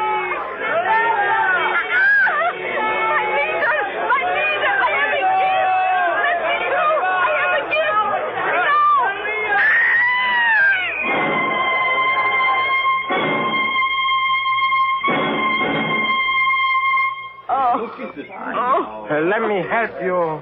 Don't touch me. You'll be okay. You just fainted. No. Oh, now don't cry. Don't cry. Let me alone. You're pretty lucky, you know. We used to have a captain of the guard. He'd give orders to kill people. Don't cry. Don't cry. Why don't you just go home?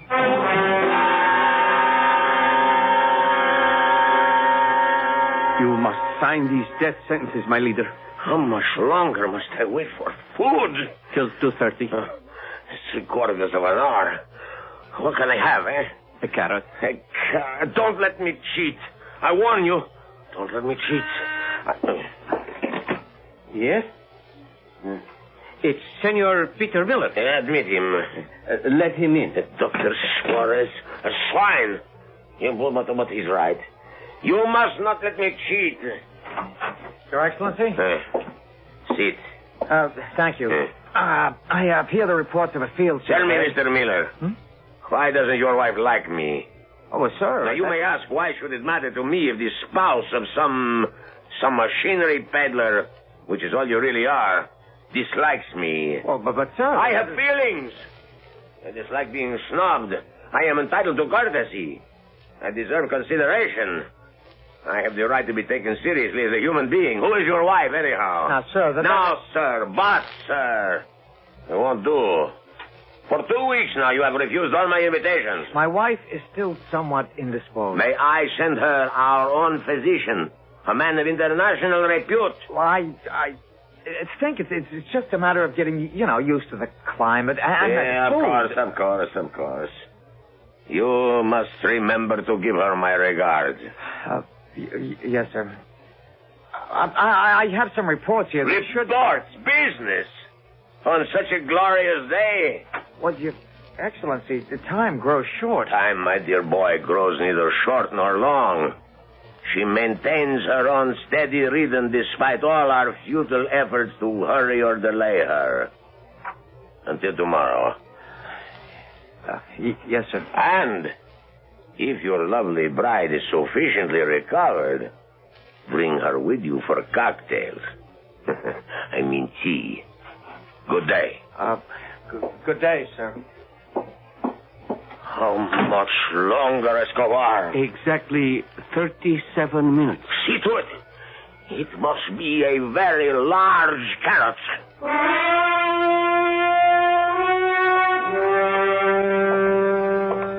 Hello, Robert. Hello, Pilar. Human beings.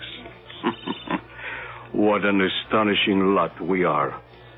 After all that has happened, we meet by chance, and it's hello, Roberto. Hello, Pilar.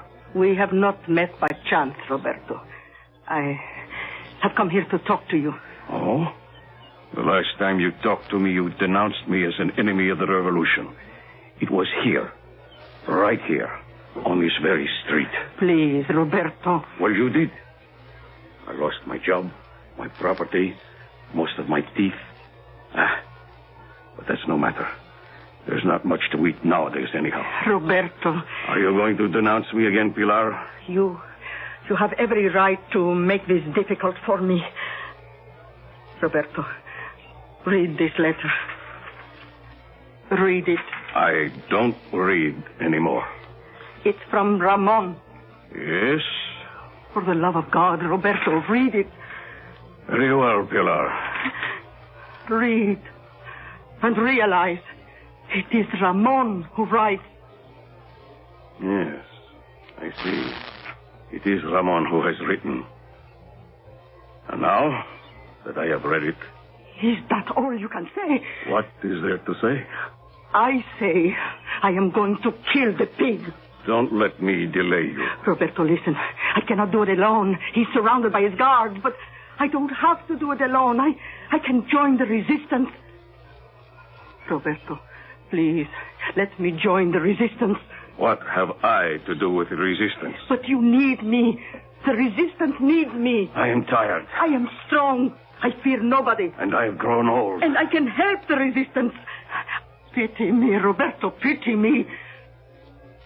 Fighting resistance will meet tonight. Oh, thank you, Roberto. In your cafe. In my... Why not? It's the safest place in the city.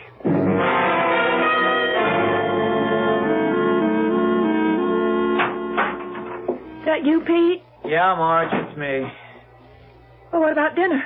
We'll have to send out. Oh, I see. I'm still being punished. Well, how can we be seen anywhere? I said you were indisposed. Well, why'd you say that? What else could I tell him? The truth. I don't care for his company. Yeah. Yeah, indeed. Another cozy evening at home with the Millers, Pete, Marge. Oh, you got a call from New York, Mr. Lowry. Oh, they're getting nervous. I don't have result number 1 as yet. You just won't understand why I refuse to see that man. Marge, it's okay to have principles. As long as you don't practice them. Listen, we can really help these people. We'll drain swamps, cut down disease, raise food, create industry.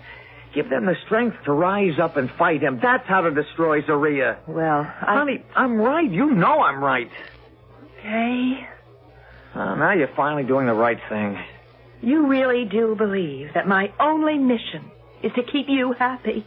I'm not a human being in my own right. Oh, for crying out loud, there you go again. What do you mean? There I go again. Marge. I have no thoughts, no feelings of my own. I'm even required to give up my own honeymoon because you don't have the backbone to stand up to a two-bit would-be Hitler who needs your machinery more than you need his business. I didn't say I would... Said enough. Where are you going? I'm indisposed.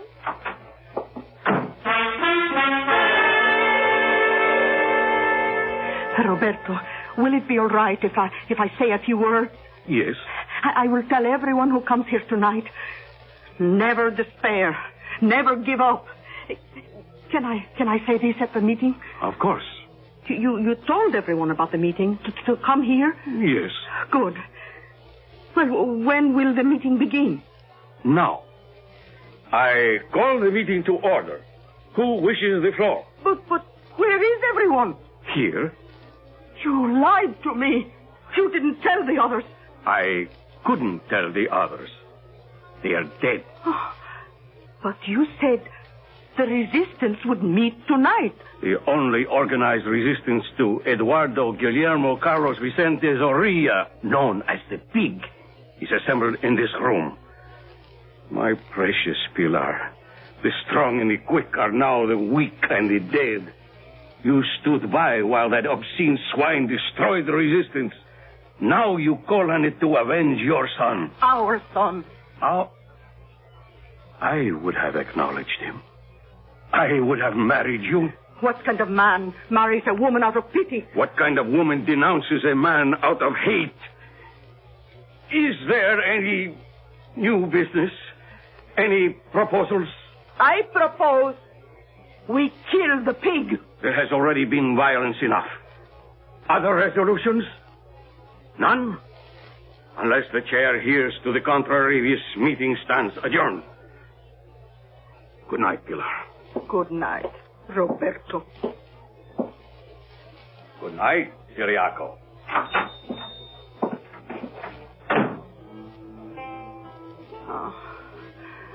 Remember, Ciriaco, the little American girl who read me the letter? He looks like a pig, she said. Just like that.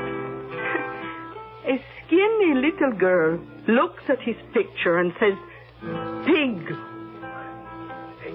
You know what makes her so wise, Ciriaco? She thinks. Oh, there you have it. She and Roberto, thinkers. They would say, we have a problem. What is the most effective way to kill a pig? But what do they know about killing pigs? They are thinkers, philosophers, aristocrats. Oh, no, I know how to kill a pig. Tell me, Ciriaco, tell me, do I know how to kill a pig?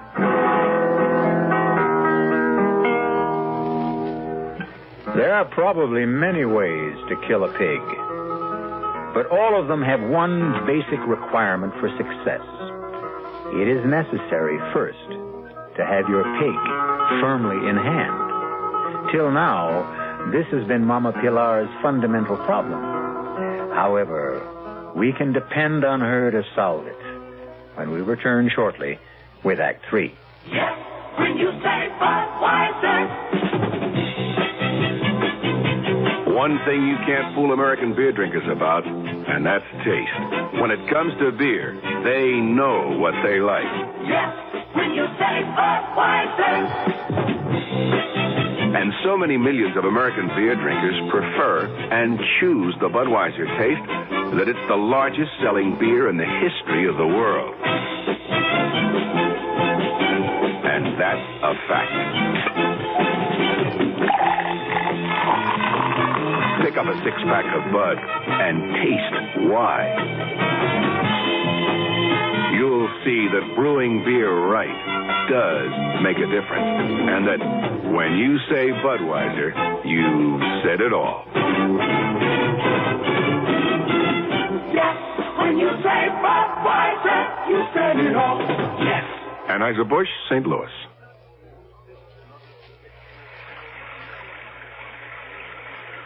Sometimes a gentle rain in one place adds up to a raging torrent in another. A torrent that can uproot lives as well as trees.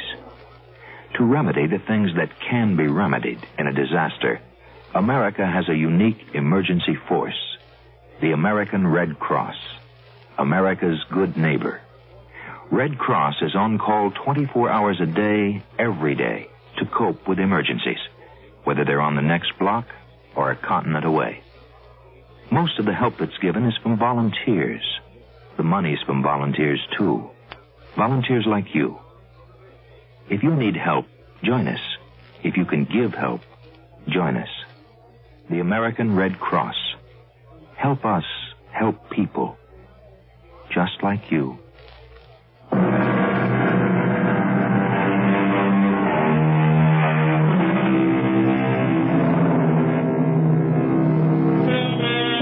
Marge Miller is a young newlywed who is having the first fight of her marriage. And, permit us to say, it's a beaut. The reason may sound familiar. She refuses to socialize with her husband's client. It acquires deeper dimension when we consider that the client also happens to be the absolute dictator of a small nation. However, here comes Mama Pilar with her own score to settle. And does she bring salvation or disaster? No, I'm sorry, Pilar. It's out of the question. Why does the senora insist I wish to kill somebody? It's not just somebody. Zorilla. Me? Kill my leader? Oh, why else would you want to prepare a dinner for him? Oh, senora, I am growing old. Running a restaurant is too much for me. I'm looking for a job, and your husband's work, senora, requires you to entertain. You need a good cook. No, we don't entertain at all. Oh, but you should, senora, you should. That. Besides, if I let you cook a meal for old Zorilla, you'll bury a knife in him the minute he walks in. I will not. On my word of honor. Well, you spike his soup with arsenic. I will not. On my word of honor, I will do nothing to... I believe you.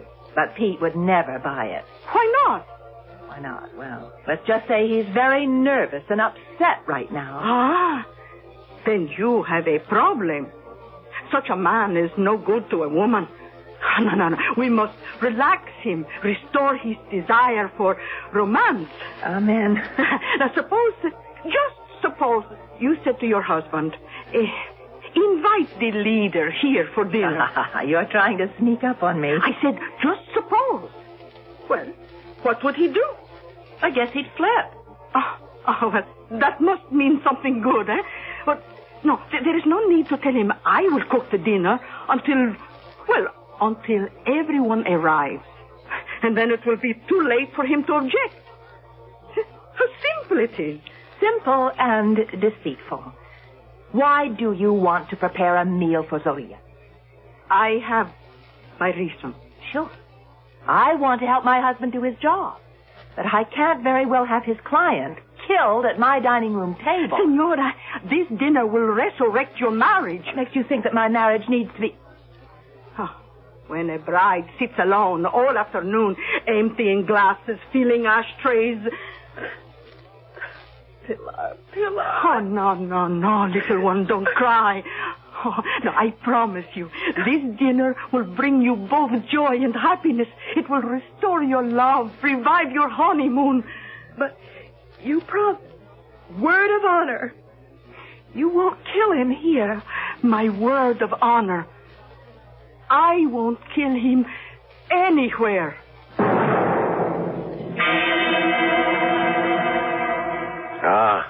Mr. Miller, now I understand. If my wife were as charming as yours, I would also keep her hidden. Oh, thank you, Your Excellency. Well, we want you to share an important event with us, Your Excellency. This is to be Marge's first home-cooked meal. Oh, now, dear, I didn't say I would cook the dinner myself. I hired some help. We even have music. Siriaco, play for us, please. Excellency, your eating schedule. Oh, yes. Yes, Escobar. Thank you. My dearest Mrs. Miller, summon the cook. Oh, certainly. Pilar! Marge, what are you doing? Relax. No matter what happens, remember, I love you. Your Excellency. Your name is Pilar? Yes, my leader. You are not from this city. I would know that hill country accent anywhere. Now, don't tell me. Puerto San Jorge. I was born there, my leader. That's the real country. Those are the real people. Now, my good Pilar, prepare for me 2 boiled eggs, 3 minutes. You tell the time? Oh, yes, my leader. 3 minutes, no more, no less. Tea with 1 teaspoon of skim milk. Toast. 1 dry slice thin. But, Your Excellency, I am on the strictest diet, my dear. Oh, forgive me. Please, forgive me. I didn't know.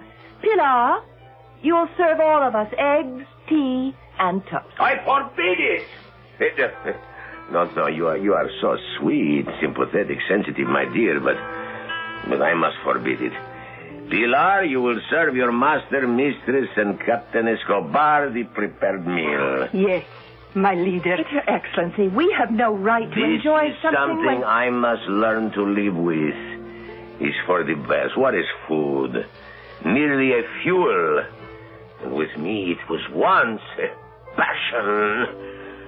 And now that passion is spent, it is burned out completely. May I serve now, Senora? Well, yes, I suppose so. The true passion stuck, that one. Where on earth did you find her? Oh, sir, you must never ask a lady where she finds her help. These must remain our little secret. Oh, smell that. Oh, smell that. I have not seen beef marinated San Jorge style in years. Oh, Pilar, you are a genius. Oh, thank you, my leader.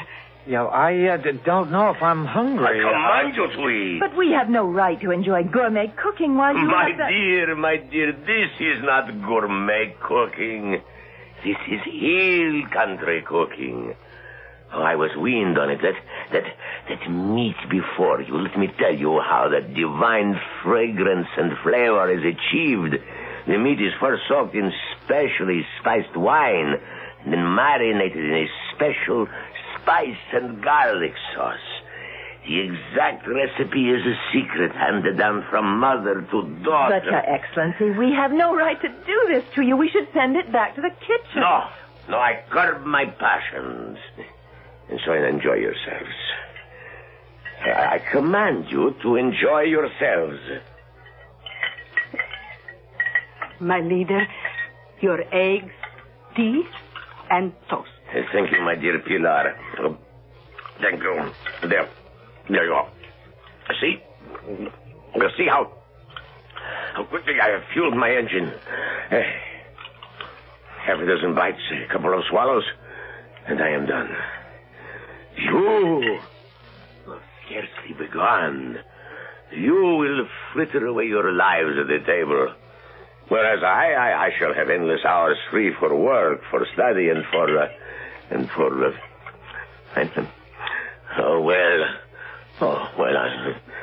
I don't see how just perhaps the tiniest piece of that meat could do me any real harm. Pilar. Yes, my leader. Let go of her arm, Escobar. My leader, I am only doing my duty. You deserve a decoration. Make note of it. Now, Pilar, that piece, and then that one. Oh, fine.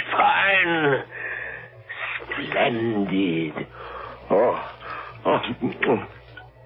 this is every bit the way I remember. This is the foods of the gods. The gods, Pilar.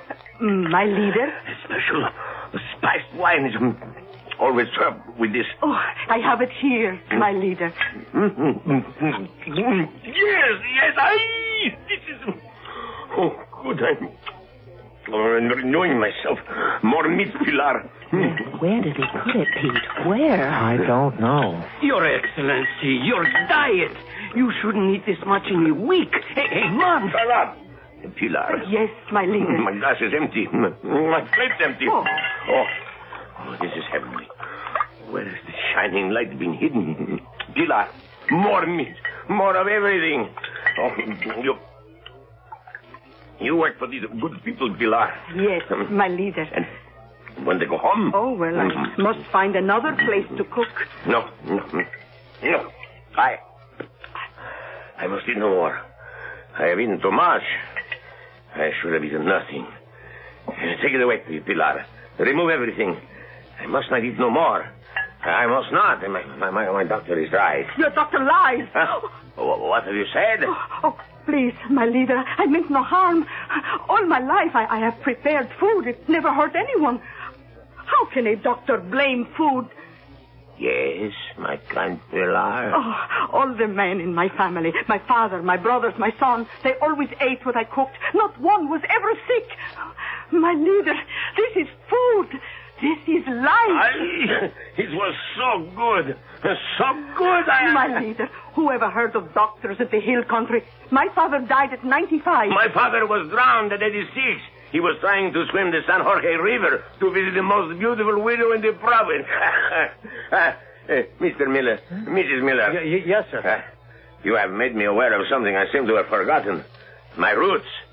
I lost them, but I find them here, just in time. Yes, I shall be nourished by the food of my peasant ancestors. Escobar, dismiss that quack Dr. Suarez. But, Your Excellency... Mr. Miller, why have you come to this country? To make your fortune, eh? Well, your fortune is made. Create, build, construct, send me engineers, teachers, technicians, designers.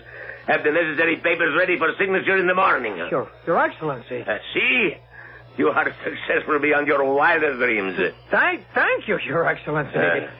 Thank me by giving me this woman, Pilar. Would you like to live in the palace? Oh, my leader, What does a peasant woman know at a palace? The kitchen. You shall rule over the kitchen. I? Yes. Me? To cook for my leader? Oh, but I am only a plain peasant woman. Escobar, it was a plot. A plot, Excellency? A clever plan to kill me. How? They would starve me to death. Oh. Pilar, is there more meat? Oh, yes, my leader. Of course, I've learned a lesson, even from my enemies. Moderation. I shall enjoy good food, but in moderation. And what does my leader desire for his breakfast? Woman, do I solicit your advice on the training of troops, the administration of justice? Do not consult me. Prepare what you choose. Is there dessert? Oh, of course, my leader. I'll go and help Pilar serve. Pilar, see? I gave you my word of honor. But you are going to kill him. You see that man. He can't help himself. Neither can a pig. It's the nature of the animal. But Pilar, look at him. A knife, a bullet, a few grains of poison. Much too swift, much too merciful. No, this is better. I have seen swine stuffed like him. They die slowly, badly, in agony. Much better. Oh, be happy, Senora. I have kept my word, and you have won your husband again. Pilar, the dessert. Oh, time once again to stuff the pig. Coming, my leader. We have a simple sweet. A simple sweet? Yes, senor. We call it the Mountain of San Jorge. Whipped cream, ice cream, chocolate, preserves, nuts, fruit. Oh, Pilar. Dear good friends, you have renewed my life. Your plate, my leader. Escobar, have Dr. Suarez shot at once. There is plenty more in the kitchen, my leader. I can hardly wait for breakfast. What shall we have, Pilar? Oh, you said for me to surprise you. Oh, you will serve me always, Pilar. Say that you will serve me always. You are my leader. I will serve you to the death.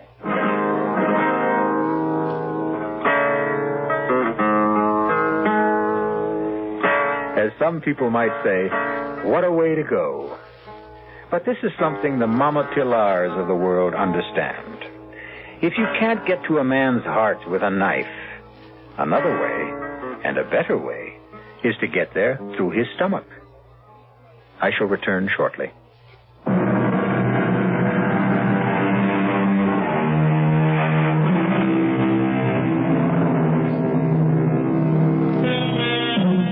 You may have heard it said, the pen is mightier than the sword. This sentiment was written by a man and can be dismissed as male chauvinist propaganda. What every woman knows is that mightier than the pen or the sword is the knife and the fork. If you don't believe it, just ask Mama Pilar. Our cast included Bryna Rayburn, Marion Seldes, Jack Grimes, Leon Janney, and Gil Mack. The entire production was under the direction of Hyman Brown. Radio Mystery Theater was sponsored in part by Sign-Off, the Sinus Medicines, Buick Motor Division, and Anheuser-Busch Incorporated, Brewers of Budweiser. This is E.G. Marshall inviting you to return to our Mystery Theater for another adventure in the macabre. Until next time, pleasant dreams.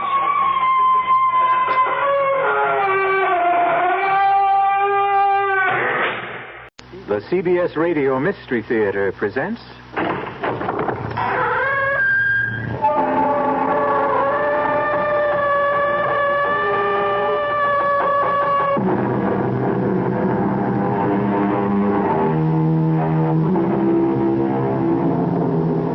Come in. Welcome. I'm E.G. Marshall. Welcome to the exciting world of your own imagination. The lithe body, muscles rippling, seems suspended in air, twisted in its last agony. The goat legs flexed in their last spring.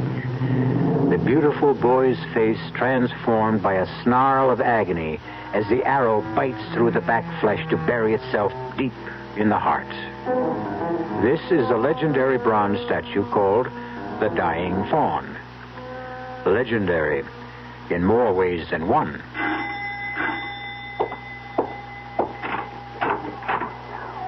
Jameson? Miss Abbott. Not any longer. This is my husband, David Cadelli. How do you do, sir? I've heard so much about you. It's my pleasure, Jameson. Congratulations, Miss Abbott. I mean, Mrs. Time for that afterwards. Are the others here? Mrs. Abbott and Mr. Pierce arrived this afternoon. Are they with him now? No, Miss Sarah. Like you, they were too late. Oh, no. You mean he's dead? It was to be expected. When? The statue started to bleed the night before last.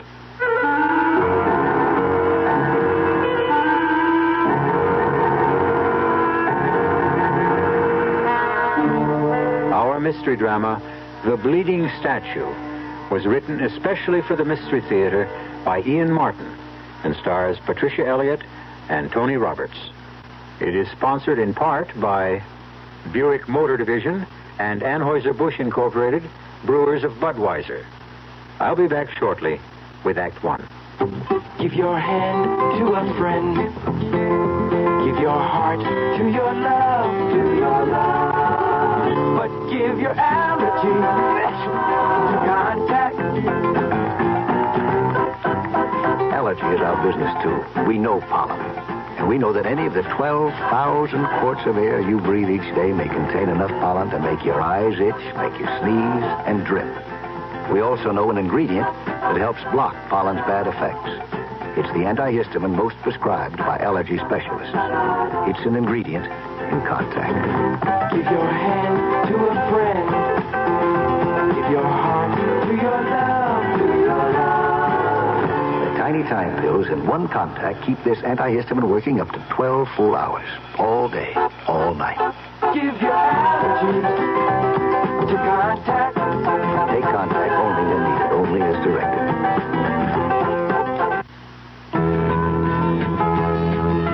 If you love spaghetti like I love spaghetti, I know what you're looking for. So come on, get ready for great spaghetti at the spaghetti store. If you want spaghetti, the best spaghetti, you don't have to look no more. Get your taste buds ready for great spaghetti at the spaghetti store. Here's a riddle for you. What has 6 different kinds of spaghetti? Chicken, mushroom, meat sauce, shrimp, meatballs, or a combination of any of the above? Oh, that's easy. And dinner prices from $2.10 to $2.85. Still easy. And additional selection from ravioli to steak. That's not a riddle, that's a cross-examination. Come on, what's the answer? The spaghetti store. Now, here's one for you. What has blue eyes and a craving for spaghetti? Paul Newman's stomach. No, me, meatball. When you come in, bring your appetite. There's one thing you know for sure. Great spaghetti we've got, and it don't cost a lot at the spaghetti store. Line 731 West Northwest Highway. Also Arlington and Fort Worth.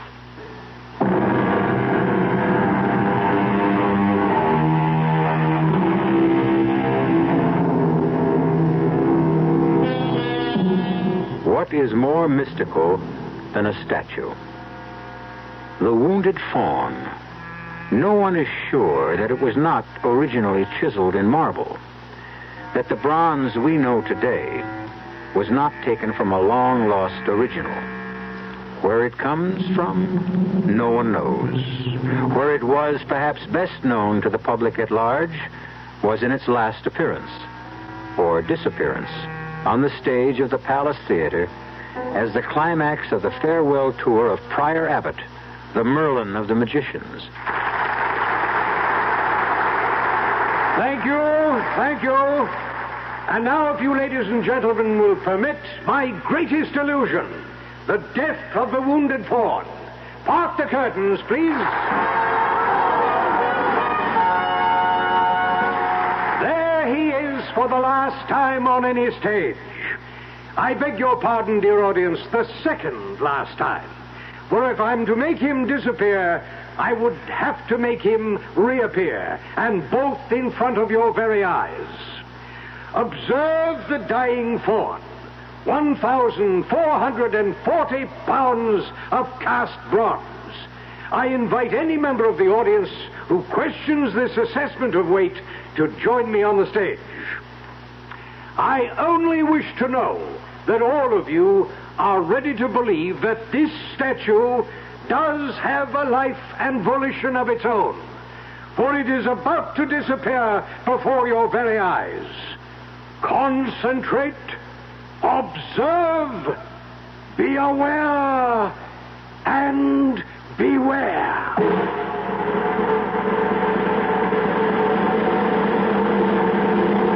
That was back in 1936, David.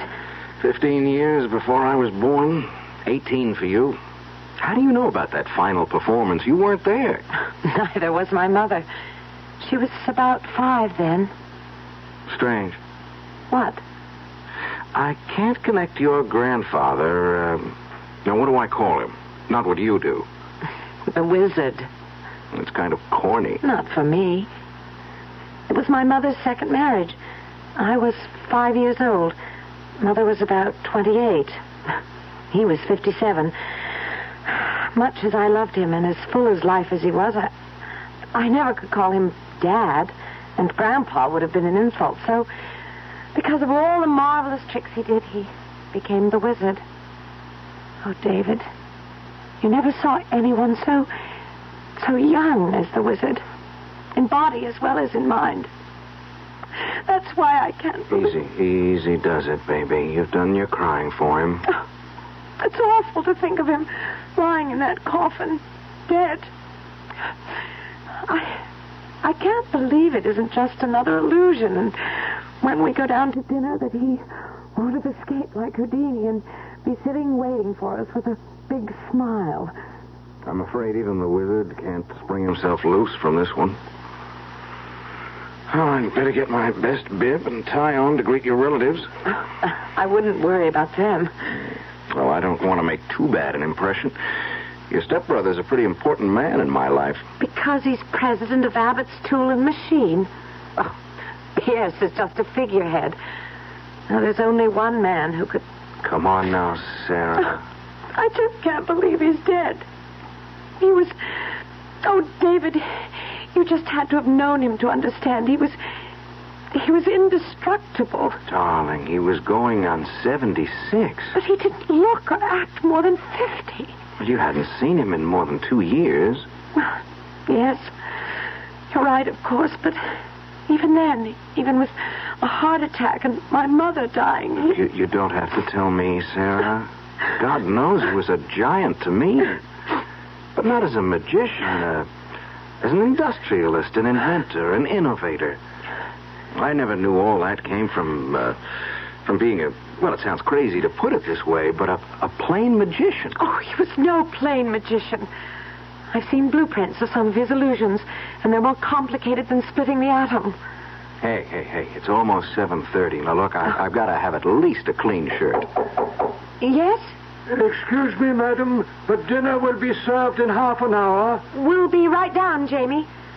He's always so formal. Well, he kind of gives me the shivers. What was that bit about the statue starting to bleed? Oh, that's a silly old legend. You want to tell your silly young husband what? But I think the wizard probably made it up for the act. Well, I'm persistent if nothing else. Made up what? Well, it's a very old statue, you know. Quite priceless. Well, since it happens to be my hobby, I know as much about it as you. It's either fired from a mold of a Greek original in marble, or else it was commissioned by Cosimo de' Medici in the early 1600s and is possibly by Benvenuto Cellini himself. Right? Right. But impossible to authenticate? That's right. But it did belong at one time or another to the de' Medicis and to some later kings of France, they say. Whoever they are. And what exactly do they say? That whenever the head of a household to whom it belongs is marked for death, the statue starts to bleed.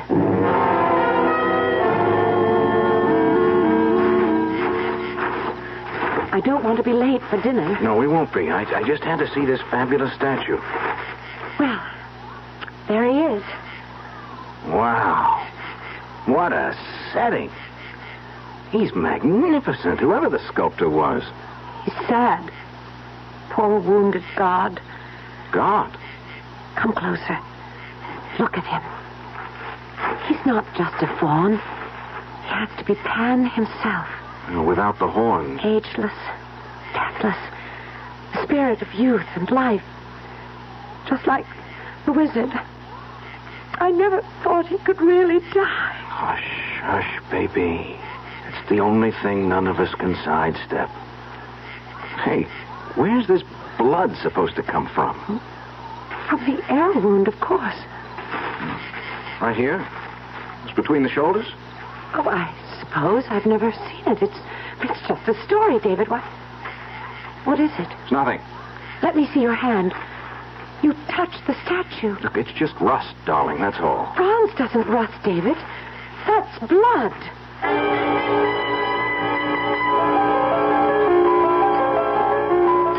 Are you sure this is sherry, Pierce? As advertised, and as always, nothing but the best. It doesn't taste right somehow. I doubt if anything will until we all find out just where we stand. It's upsetting that he died so suddenly and unexpectedly. You don't suppose he could have left everything to Sarah? He couldn't do that to us. Suppose he has. I'll fight it tooth and nail. I'm his daughter. Daughter-in-law, to be exact. I'm the last best hope. At least my father, your husband, was his son.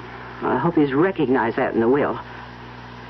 And how do we handle this new husband Sarah has sprung upon us? I've no idea. It's too bad the wizard didn't know about him before he kicked off. I doubt if he'd have reacted too well to some European opportunist who wanted to pick up a nice American girl with a lot of money in the family. Well, he isn't here to react. It's up to us. Pardon me, madam. Yes, Jemison, what is it? Mr. and Mrs. Covelli have returned from the garden. Dinner is served. Thank you, Jemison. We'll be right in. Well, shall we start reacting? Kiss the bride and meet the groom?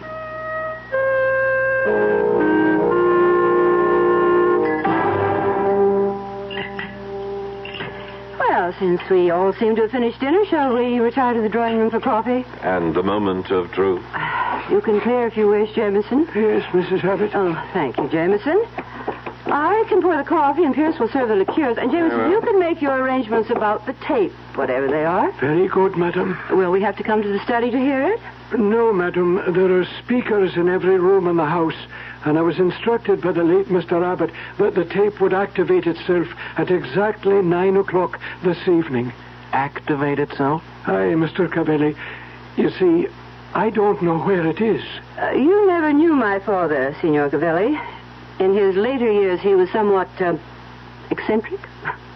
Will you escort me to the drawing room? No, of course, Mrs. Abbott. Nutty as a fruitcake, she means. Don't talk about the wizard like that. You know, Sarah, you weren't around him the past few years. I saw him 2 years ago. Well,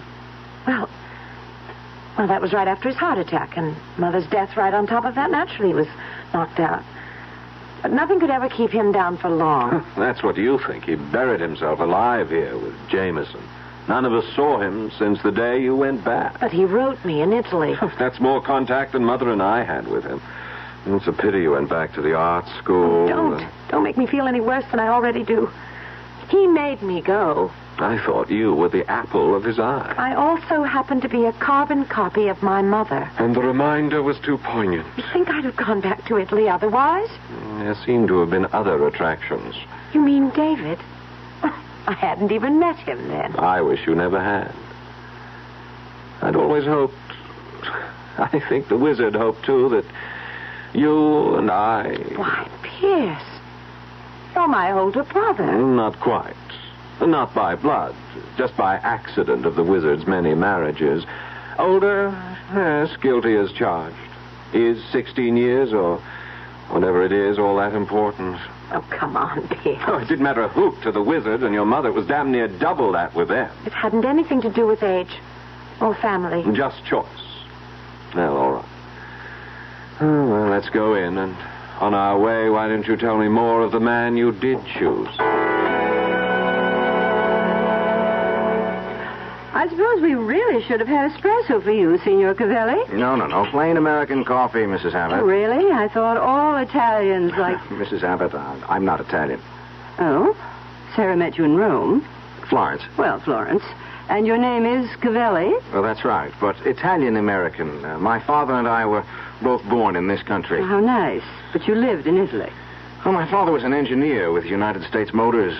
2 years ago, while I was studying to be an engineer at MIT in Boston, the company moved him to their plant in Torino. When I graduated, I went over to join them and met Sarah. You said in Florence? Yes, at the Piazza della Signorina, looking at the statues. You knew, of course, who Sarah's father was. Well, I knew who Prior Abbott was, but I never guessed that Sarah was his daughter. Stepdaughter. The wizard actually only had one child. Your husband, which makes you Prior Abbott's daughter-in-law. What time is it, David? It's just about 9. Well, people, the moment of truth is almost upon us. I don't know about the rest of you, but I think I could do with something to calm the nerves. Brandy for anyone? I had my coffee. I don't know. Well, why don't you, darling? I might join you. Why not? Signor Cavelli, would you help... Since we are family, may we make it David? Very well, David. Help Pierce get the brandies. I'll pour the coffee. As you wish. Tell me, Sarah, did the wizard know about this hasty marriage of yours? It wasn't all that hasty. Except at the last moment. You haven't answered my question. No, the answer is no. But let me explain exactly what... 'Tis the witching hour. Pierce. Well, the whole thing is a bit spooky, Mother. Within seconds, all of us are going to face our futures, just where each of us is going, and all manipulated like puppets from beyond the grave. I wonder what particular trick the wizard has up his sleeve this time. We're about to find out. Pierce Abbott termed it the moment of truth. Are we to hear it from a disembodied voice speaking out of the past? And what will the truth mean for the 4 people sitting, awaiting that voice? I'll return shortly with Act 2. When you say Budweiser, when you say Bud, you've said a lot of things nobody else can say. When you say Bud, you've gone as far as you can go to get the very best. When you say Bud, you've said the word that means you like to do it all.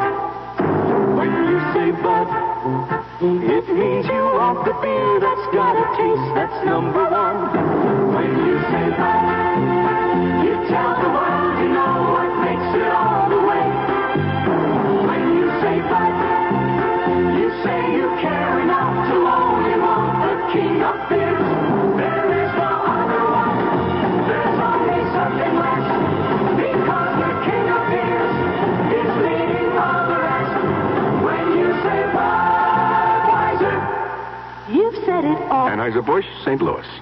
Hi, I'm Matt Rayburn, left half for the Celtics. I'd like to invite you to bring the entire family out to see the Dallas Tornadoes play the Philadelphians on May 25th at Texas Stadium. The game is sponsored by sales and marketing executives of Dallas, and the money they raise will go to help young people like me. For ticket information, drop by the booth at Irving Mall or North Park, or call the Dallas sales executives at 747-9675. Don't forget now, Dallas Tornado soccer game at Texas Stadium, May 25th. I'll see you there. For ticket information, call the Dallas Sales Executives at 747-9675. Soccer Spectacular, May 25th, Texas Stadium. Don't miss it.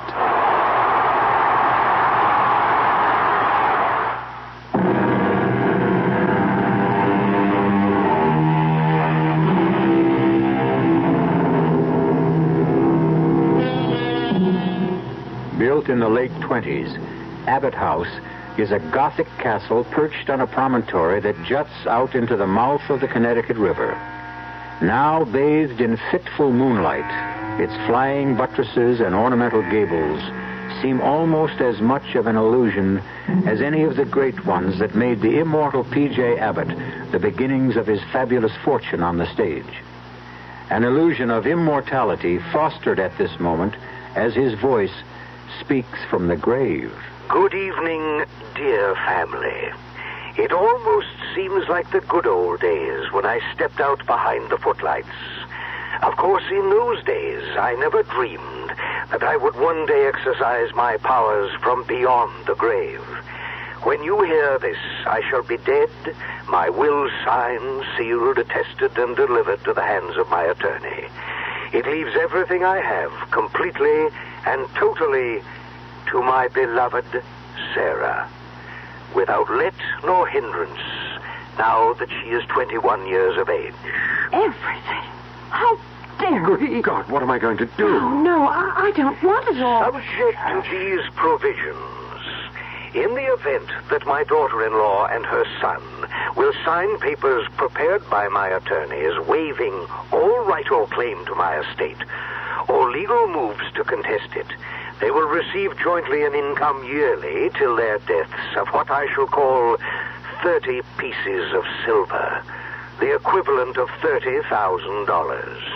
I further make it a condition that until the will is probated, that all three of you shall stay here at Abbott's house, nor shall any of you leave the grounds for any reason whatsoever. He's crazy. Don't ever say that about the wizard. And just in case any of you question my sanity, my will is attested to by 3 objective psychiatrists who have found me sound of mind. And now for a few personal messages. Can't someone turn that off? I don't want to hear any more. I've arranged there's no way for you to turn this recording off. I want you all to hear. Sarah, you and your mother were the 2 bright spots in my life. Your mother was taken from me. I don't think it was an accident, but I can't prove otherwise. So the best I can do is what I have done. But please, Sarah, whatever the others do, you stay here. For here, I promise you, you are safe. If ever you need help, run to the statue and ask for it. You will find it. A last good night from the wizard, who trusts you and loves no one but you. Insane. Absolutely mad as a hatter. What was all that about Sarah's mother? He's trying to suggest that we had something to do with her death. Oh, Sarah, I hope you don't think... Yes. I don't want to think at all at the moment. I've been traveling for something like 16 hours and my head is splitting. I'm a bit cross-eyed myself. If you'll excuse us, I think we'll turn in. Yes, we're all a bit rocky.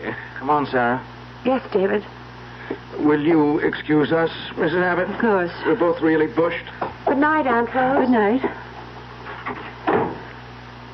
I'm not going to let him get away with it, Pierce. Take it easy, Mother. Not on your life. For that matter, on both our lives. That's what we're going to have to fight for, baby boy. Oh, would you please stop that? I'm sorry, Pierce, silly habit, but you're all I've ever had. Well, let's not start down that road. No, you're quite right. That isn't what has to concern us at the moment.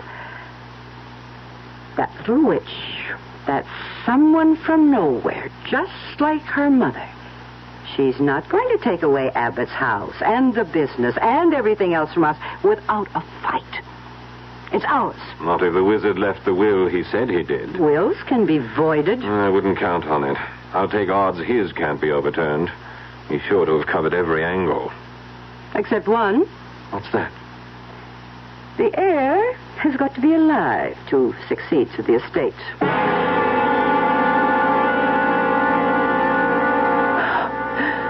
I think I'm too tired to get ready for bed.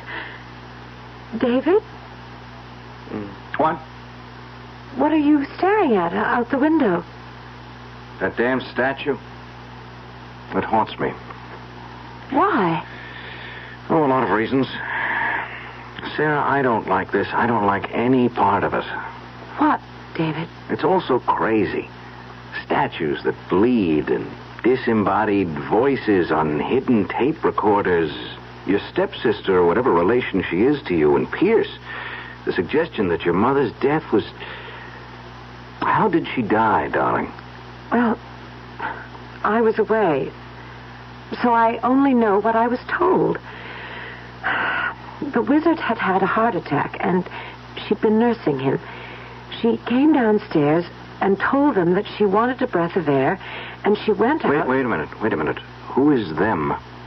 Then Pierce and Rose and Jameson. Where were they? Rose and Pierce were in the drawing room. Jameson was in the pantry. And none of them followed your mother? Followed her? How did she die?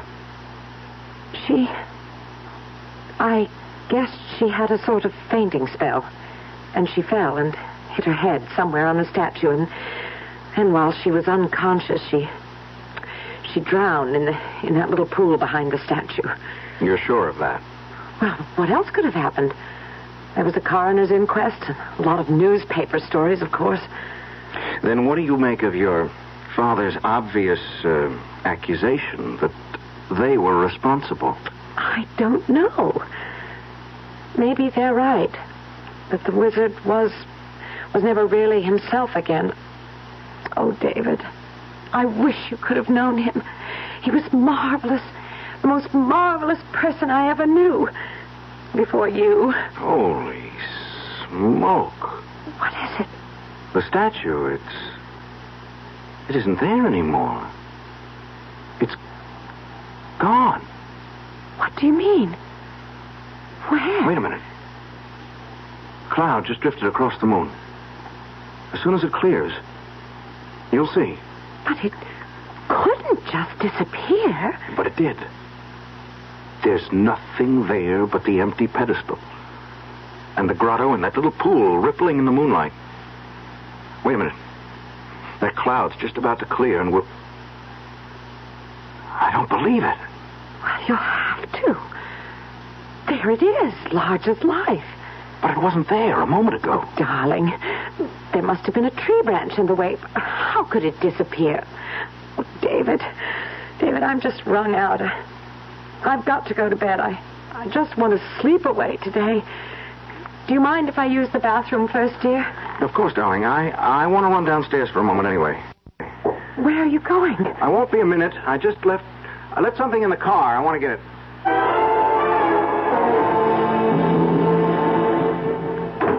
Oh, thank you for bringing me upstairs, Pierce. That's all right. What are we going to do about Sarah? What do you mean? Oh, now, don't play games with me. Are we just going to sit still for her taking over everything? What else can we do? We didn't when we thought it was going to be her mother. Look, we got away with it once. We're not going to get away with it again. We're going to have to. And within the next few days if we're going to. Not here. We don't have any chance anywhere else. The girl has got to die. What good would that do us? The estate would go to her husband. Her husband? Oh, now that's very interesting, Pierce. This young upstart, ambitious, carefully marrying a young girl without her family's knowledge, obviously anxious to make profit out of it. What do you have in mind, Mother? Why wouldn't he be just as anxious to get rid of Sarah as we are, Pierce? I would never be able to get away with convincing anyone of that. No, there's only one way. How? Now that Grandfather's dead, and we know the secret of the statue, I can fix it so it will seem to kill them. Both of them? Was that necessary? It's the only way.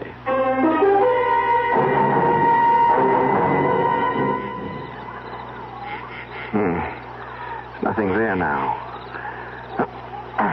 Heaven knows it seems solid enough. I wonder... Who is that? It's Jameson, sir. Miss Sarah was asking for you. Oh, yeah, sure. I'll be right in. Jameson. Yes, sir? You've been with the family a long time. With Mr. Abbott, I was, sir. Nearly 55 years. I started out with him as an assistant in his magic days.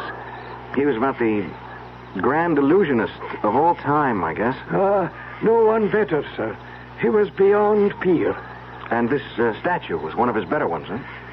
Before it got cemented into place here at Abbott House, that's nearly 40 years ago. But he used to make it disappear right on stage, didn't he? Well, in a manner of speaking. Well, what does that mean? An illusion, don't you see? It never moved. It took 11 tons of mirrors and 14 helpers to make it happen. That was the old days. They won't come again. Magic's all gone. Well, what about the rigmarole of the statue bleeding? That's something else again, sir. That's way out of the past. I don't know. I thought I found blood by the arrow wound earlier tonight. It's dry now. It's been wiped off. I don't know by whom, sir. What shall I tell Miss Sarah, sir? You don't have to tell her anything. I'll go in with you.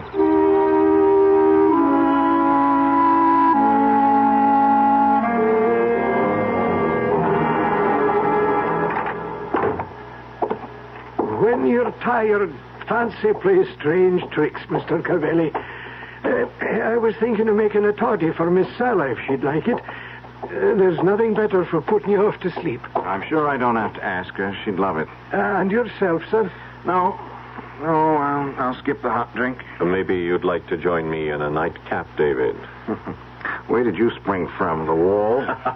No, as a matter of fact, I was headed for the pantry here to ask Jameson to make one of his famous toddies for Mother. And for you, Mr. Abbott? Oh, no, thank you. I'm a cigar freak. Oh, Jameson, when you've made the drinks, I'll take them up. Oh, that's all right, sir. I'm happy to be of service. I'll bring them up when they're ready. Want to join me in a nightcap while we're waiting, David? Okay. Just a quickie, though. Then I'll walk you upstairs.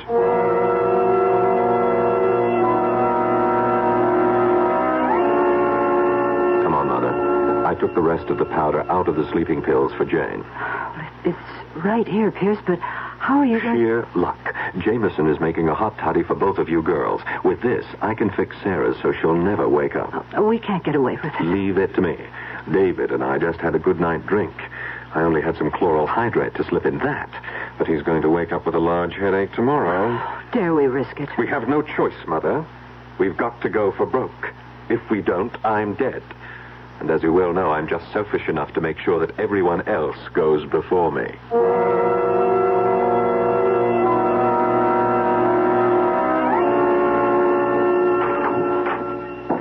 David? Oh, thank the Lord it's you. Come here, darling. Quickly. Sarah. Sorry. I don't know. I gotta get to bed. Where is it? I just looked out the window again, and you're right. The statue just isn't there. It's completely disappeared. Statue? Something about statue. Darling, I'm sorry. What's the matter, David? I'm down one drink. I guess I've one drink too many. I'm blind drunk. Oh, I was the one who was sleeping before. Now I'm wide awake, and you're... Jameson, bring you a nice hot toddy. Put you to sleep, like me. David? No, David. Don't leave me alone. I'm scared. David, I don't know what I'm scared of, but I'm scared.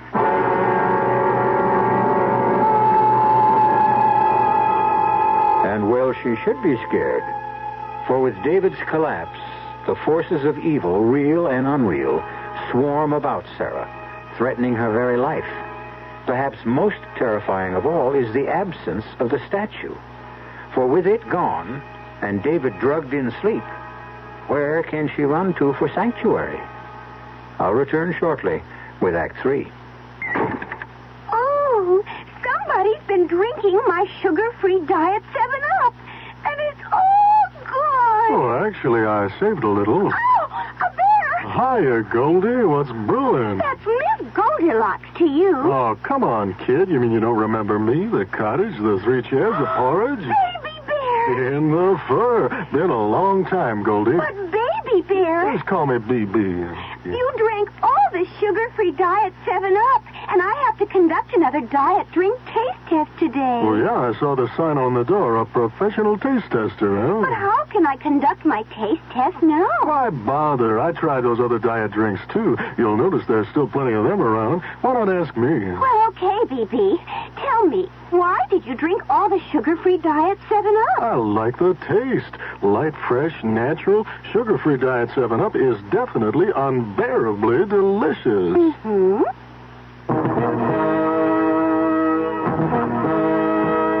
Where the roads unwind with travelers, with friends, with family, with people going places, seeing all there is to see. Where the ride is always sure and smooth, you'll find a trusted friend you've always known. It's Firestone.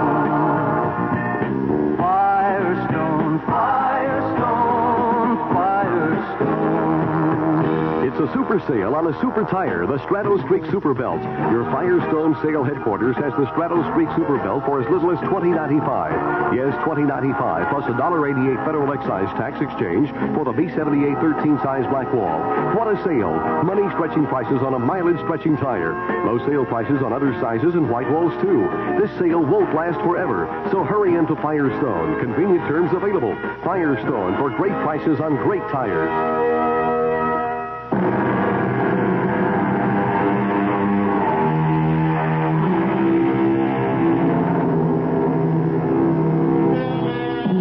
Those scudding clouds that alternately mask and unmask the moon play a ghostly light across the long, curving staircase as Pierce Abbott descends it. The phial of lethal powder spilled from the sleeping pills hidden in his hand. Silently, he crosses to the swinging door of the pantry, edging it open slowly, disappointed to find Jamie facing him. Yes, Mr. Abbott. Oh, just wondering if the drinks were ready to take up. Oh, just have to add the hot water. Anything I can do for you, sir? Oh, yes, Excuse my back, sir. Oh, that's quite all right. Just getting the kettle? That's fine, that's fine. What did you say before? I wondered what brought you down again, sir. Oh, yes. Anything I can help you with? No, I thought perhaps I might have left my lighter down. Ah, indeed you did. I put it right here on the tray with a glass for your mother. Yes, thanks. Jameson, it's all right. I might as well take this tray up with me, If you wish, sir.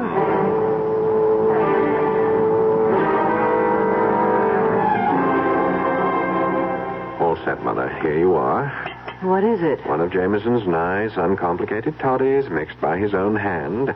As of this moment, he's delivering the same to Sarah. The same? He couldn't testify otherwise. His back was turned when I salted it. Is my barbiturate? Enough to kill a gorilla. We can't get away with drowning them the way we did her mother. We won't even try to.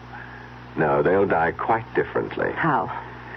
I've been experimenting with the statue, and I've made a discovery. It moves on hinges and counterweights and escapes into the pool. Take those hinge pins out, reduce the counterweights, and it will collapse and crush anything in the way of its fall. The secret room would be exposed. No. There's a false base which slides into place. The whole thing will seem nothing but a tragic accident. Another chapter to add to its legend. When will you get them there? Tonight, when everyone's asleep. Sarah may be dead already. David is dead weight, but I can drag them through the secret tunnel. It's mostly downhill. Come on, drink your toddy, go to sleep, and leave this to me. I won't draw an easy breath all night. By tomorrow, you'll be able to. We both will.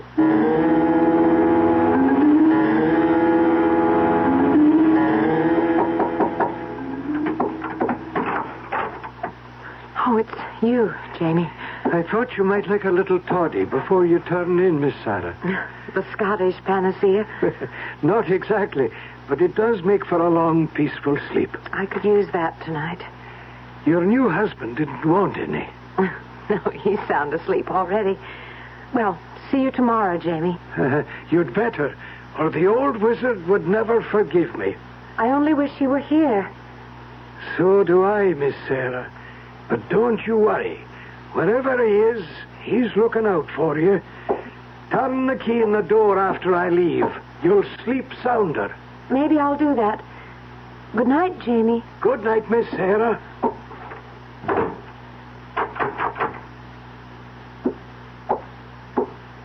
All locked up, Jamie. Hi, Mr. Abbott. And off to bed, then. Hi. Are you off yourself? Hardly keep my eyes open. You've given Miss Abbott her drink, all right? Oh, yes. Did I what? Did you get your mother's to her? Oh, yes, indeed. Well, this is where I leave you. Up the wooden staircase? My nightly climb. Sleep sound, Jamie. Huh? Sorry, Jamie, old boy. I just have to make sure.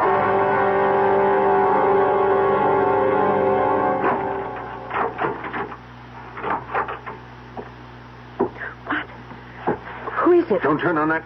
Pierce, what are you doing with that pillow? What are you doing? Awake. Keep away from me. Pierce, keep away. I'll scream. Won't do you any good. There's no one to hear. David! David! You might as well try to waken the dead. Oh, no. He's not. He's not. Not yet, just knocked out, but he will be. You must be crazy. Only desperate. It's the same thing. Keep away from me. Keep away. Sorry, Sarah. I have to.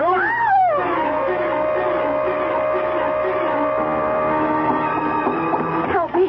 Someone. Help me. Wizard. Wizard.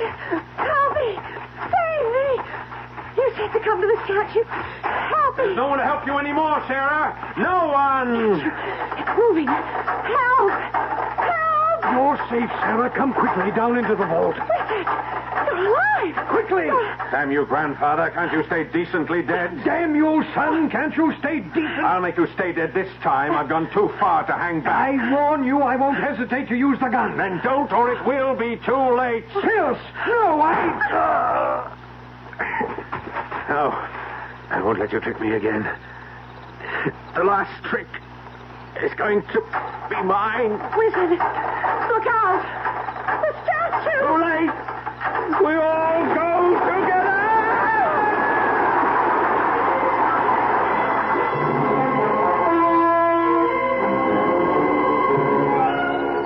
There isn't anything I can do, Sarah. I can't budge it. Oh, my head. Are you all right, darling? I'm still woozy and my head is splitting, but... Oh, here comes Jameson. Jamie, did you get the police? Hi, Miss Sarah. They're on their way on an ambulance. How's Mrs. Abbott? I'm afraid she's... Oh, poor Rose. I wouldn't spare her much sympathy. She only got the drink that was meant for you. Thanks to Jamie. I switched them. Is Mr. Abbott? He's alive. Pierce is dead. Sarah. Yes, Wizard? I'm here. I have a lot. Apologies to make. Don't worry about that now. Police, doctors, they're coming. Too late. No. Look, David, Jamie, if all three of us try, we can... You couldn't move it an inch. I know it well, this old statue. Once I could move it with the flick of my hand. Make it appear, disappear. The magic's gone. This arrow, the wrong end, buried as deep in me as in the old wounded fawn. Things I have to tell you. It's better not to try to talk. Let him, Sarah. He wants to. Jamie, will you tell the most? Jamie, tell him about the last 2 years. After your mother died, Miss Sarah, he was in a bad way. The heart mended physically, but it was still broken. And then he began to think and brood on it. And he was sure that Mr. Pierce or Mrs. Abbott had killed her. But why would they want to... If your father had died, honey, all the money would have gone to your mother. But Mother, or me for that matter, we'd have been willing to share. Well, there was no way you could prove them responsible for Sarah's mother's death? None. And you dreamed up this crazy masquerade just to bring them out in the open? No, I tell them, Jamie. A few months ago, Mr. Abbott discovered he had a carcinoma. The prognosis was very bad. So, since I was scheduled to die, I decided to advance the date a little. He was worried about you, Miss Sarah, and he wanted to protect you. He was afraid of Mrs. Abbott and Mr. Pierce after what happened to your mother. In this house, from his secret vault, there's a system of reflecting mirrors that lets you see what's happening in any room, and equipment to hear. He knew he could protect you here and maybe unmask Mr. Pierce and his mother. Oh, Wizard, I didn't need your money. I couldn't have left it to them. Rest, dear. Please. The ambulance will be here soon. Too late. For me, child. This is my real farewell appearance. Wizard, please. Sing no sad songs for me. I had it all. I leave it all. And I'm glad that in the final grand illusion, my old partner shares it. Funny.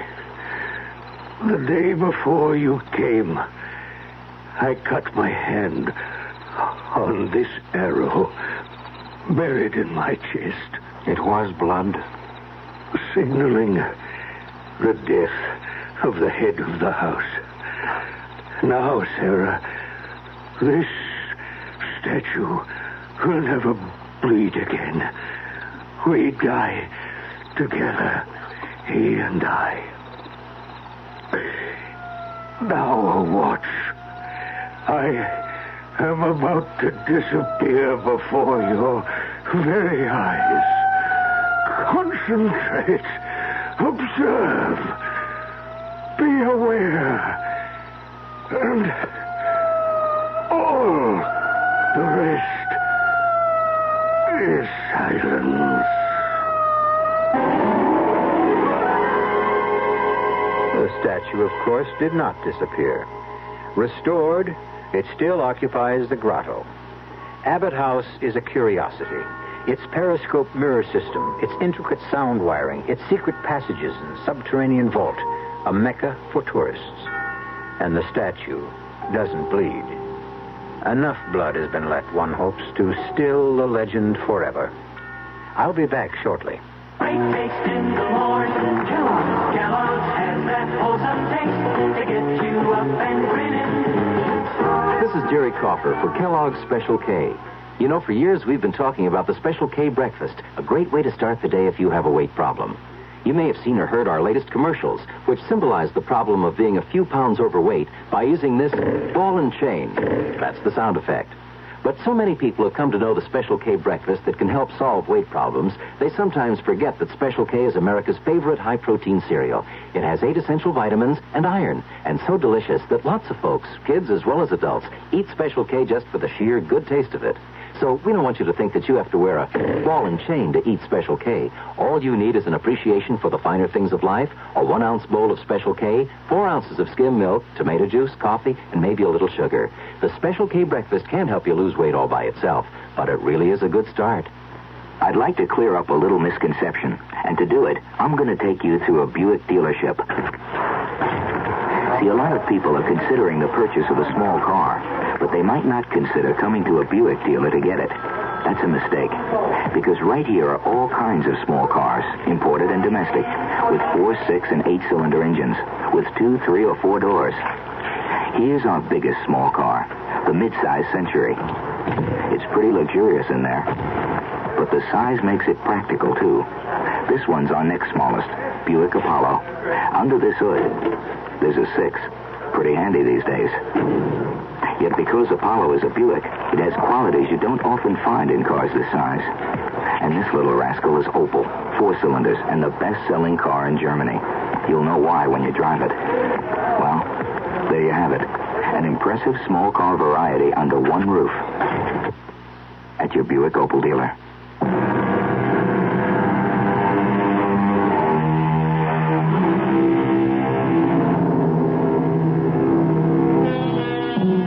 On sober reflection, one can't be too sure, of course, that a legend will die. They tend to persist. But since the head of the Abbott household is now Sarah, and she has at least 50 years ahead of her, few of us will be around to find out. Still, circa 2025, if you have nothing better to do, you might visit Abbott House. Our cast included Patricia Elliott, Tony Roberts, Grace Matthews, Kurt Benson, and Paul Hecht. The entire production was under the direction of Hyman Brown. Radio Mystery Theater was sponsored in part by the Kellogg Company, makers of Kellogg's Special K cereal, new sugar-free diet 7-Up, and Contact, the 12-hour allergy capsule. This is E.G. Marshall inviting you to return to our Mystery Theater for another adventure in the macabre.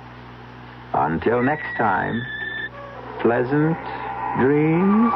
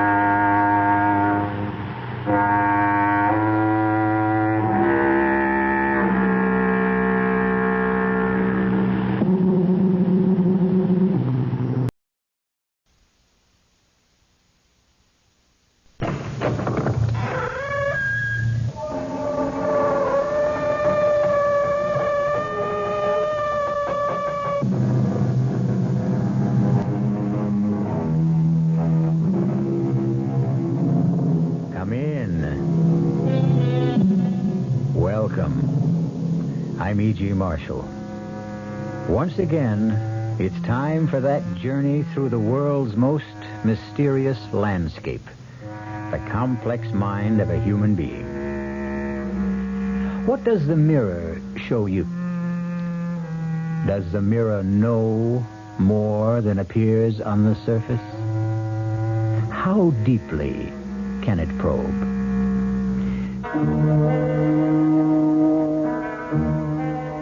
Our mystery drama, Mirror for Murder, was written especially for the Mystery Theater by Sam Dan and stars Celeste Holm. It is sponsored in part by Anheuser-Busch Incorporated, brewers of Budweiser, and by the Kellogg Company, makers of Kellogg's Special K cereal. I'll be back shortly with Act One.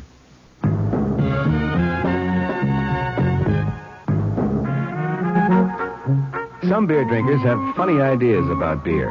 They think beer improves with age, like wine. Well, find a brewmaster, though. You'll find a beer drinker who knows better. The Budweiser brewmaster says it all depends on how beer is aged.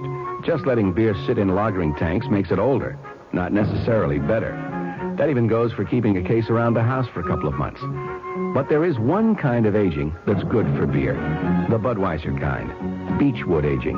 In this kind of aging, something happens. It lets all the flavor of the choicest hops and best barley malt that go into Budweiser get through to you. Sure, it takes more time and trouble to brew Budweiser that way, but brewing beer right does make a difference. Anheuser-Busch, St. Louis. There's a very special deal going on at all offices of Suburban Savings throughout North Jersey. It's called Suburban Special Interest Deal, and you'll be especially interested in the savings you get. A top 7.90% effective annual yield on Suburban's limited issue 7.50% savings certificate. And Suburban guarantees it from 4 to 10 years, minimum deposit $2,500. Early withdrawal prior to maturity is subject to a substantial penalty. Suburban compounds interest continuously from day of deposit paid quarterly. So you not only get interest on your savings, you get interest on the interest. And Suburban offers you the highest interest rate allowed by law. Here's your chance to get a great savings. A top 7.90% effective annual yield on Suburban's limited issue 7.50% savings certificate.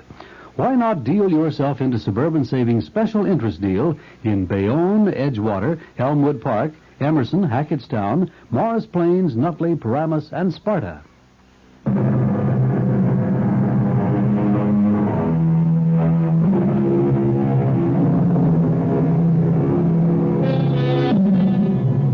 Future historians will look back on our times, and they will, of course, give them a name. It's fairly safe to assume that our era will probably be called the Age of Women.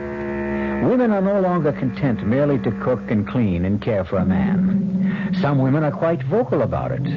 However, these are not the ones to cause us concern. Men should worry about those quiet ones. For instance, today it's breakfast as usual at the home of Fred and Helen Stewart. This means that, although it's not even 8 o'clock, Fred has already been on the phone for the better part of an hour. But on this particular morning, quiet, uncomplaining Helen Stewart does something shocking. She suddenly reaches over and, for no apparent reason, disconnects the telephone. Helen, why? Why did you do that? Why did you cut me off? I don't know. But, Helen, you knew that I was talking to Senator Warren. You cut us off. Senator Warren is an old drunk. James J. Warren is the majority leader. Oh, yes, he is. He certainly is. Senator Warren is the majority leader because he makes a great many major leads, especially with his hands under the table when we're out to dinner. What are you talking about? You know, 15 years ago, if I'd told you that, you'd have punched the senator in the nose. Now you look at me and say, what are you talking about? Helen. Oh, Jim. Yeah, cut off, I guess. Certainly, Jim, I'll hold on. Helen, I simply have to talk to the senator before he leaves. You might want to talk to me before I leave, too. Now, what is that supposed to mean? Just what it sounds like. Look, we can't afford an argument just before I go. When can we afford it? Darling, be sensible. The committee's considering the entire budget. You know what's at stake. Of course. And, Jim, yeah, great. Tonight? No trouble at all. I'll be there. You bet. Thanks, Jim. Bye. Am I to assume from that conversation that you won't be home to dinner tonight either? Senator Warren wants me to meet with the finance committee people for dinner. I see. Well, they have to be brief. Naturally. I'll try to cut it as short as I can. We have tickets for the opera tonight. Remember? Oh. Well, look, why don't you go, and I could pick you up after. If I'm going to go to places alone, I don't have to be married. Oh, Helen, just as soon as all this pressure is off... Poor Fred, you're having so much trouble trying to fit me into your schedule. What are you doing New Year's Eve? I resent that. Do you? If you didn't want me to go into politics, you should have said so. I don't recall that you ever asked me. Darling, this is the big break. Jim Warren is letting me write this bill. It'll be known as the Stewart Act. It'll revolutionize the concept of education throughout the state. From here, I can run for national office, first the House, then the Senate. Mm-hmm. Yes, well, write me a letter. Let me know how you make out. Well, I want you to help me. Help you? How? Well, just don't add to your problems. Is that what you're trying to say? No. Just be a nice, quiet, obedient little lady. Is that what you mean? Oh, Helen, you can twist the meaning of everything Fred, you say. I'm having a problem. Oh, good Lord. It's 8:30. Fred, we have to talk about it. Yes, but does it have to be this minute? Well, sometimes you have to sit here and just look at me and talk to me and concentrate on me as if I were a human being worthy of your time and your attention. Helen, you know that I love you. Yeah, but that's not enough. You see, something's happening to me, and I'm frightened. What could be happening? I'm scared.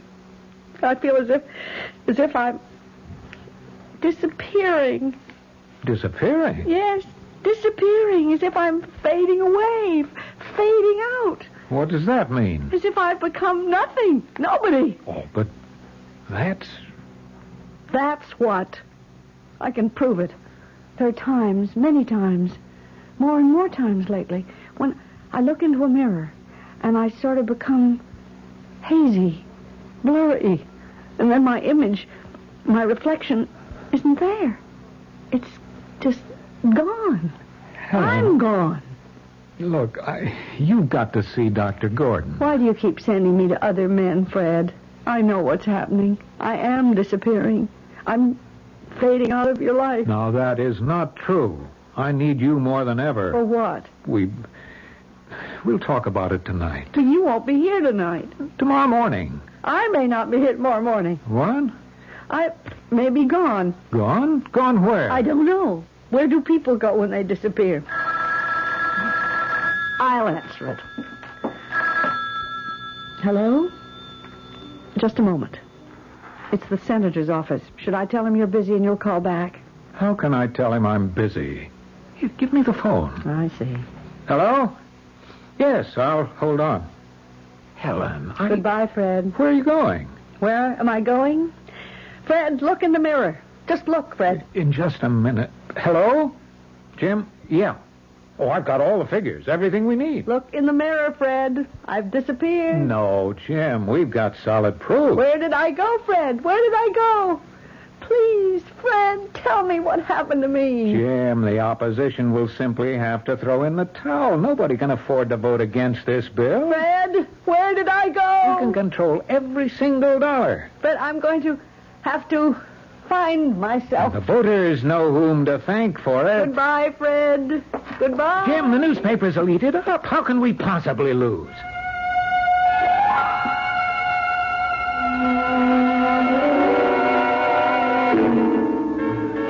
Key to 247, please. Here you are, Miss Craig. How did you enjoy the skiing this morning? Fine, thank you. Planning to stay with us for a while? Well, I know it's quiet here. We're off the beaten tourist path. I'll see. Oh, you have a message, Miss Craig. A message? That's impossible. Impossible? Well, nobody... I don't see how anybody... A gentleman asked for you. For me?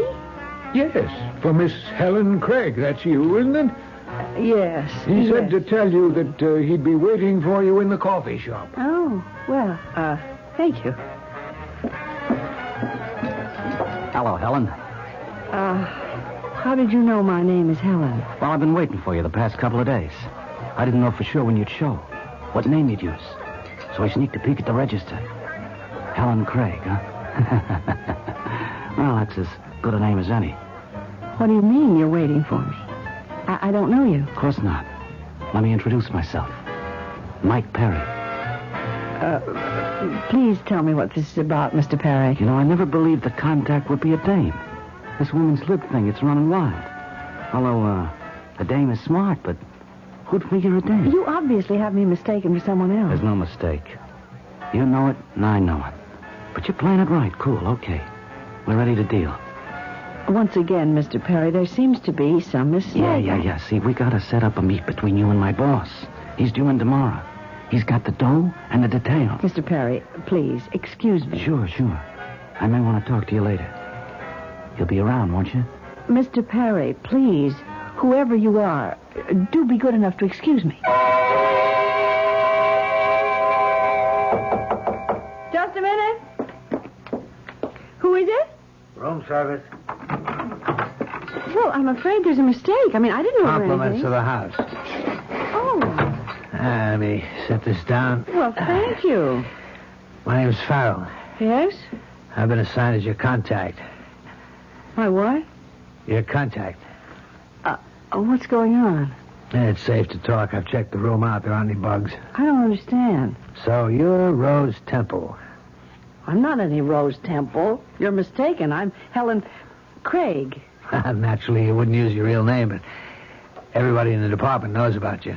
And I consider it a privilege to work with you. Please, let me explain. A mistake is... You're very unorthodox, but you do get results. But what makes you think Simple. We knew you'd be contacted by Mike Perry as soon as you got here. I've had Mike under surveillance every minute. Now, Rose... I'm not Rose. You're absolutely right. You'll have to concentrate on your new identity. I'll call you Helen. How did you do it? How did I do what? Helen, I'm on your side. How did you get them to think you had all those diamonds? Mr. Farrell, there's something very wrong here. Okay. There's certain things I'm not required to know. I was just curious. Mr. Farrell. Did Mike Perry set up the meeting yet? Mr. Farrell. Why don't you call me Jerry? You're making a big mistake. You never relax, do you? Well, that's probably the secret of your success. I simply don't know why you both think... You'll have to tip us off as to where the rendezvous is so we can move in and make the arrest. Oh, sure, I'll do that.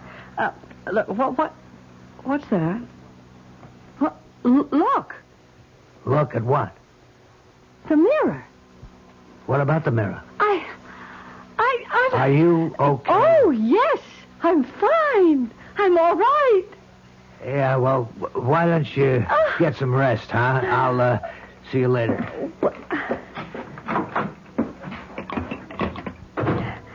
Operator, is there a doctor nearby?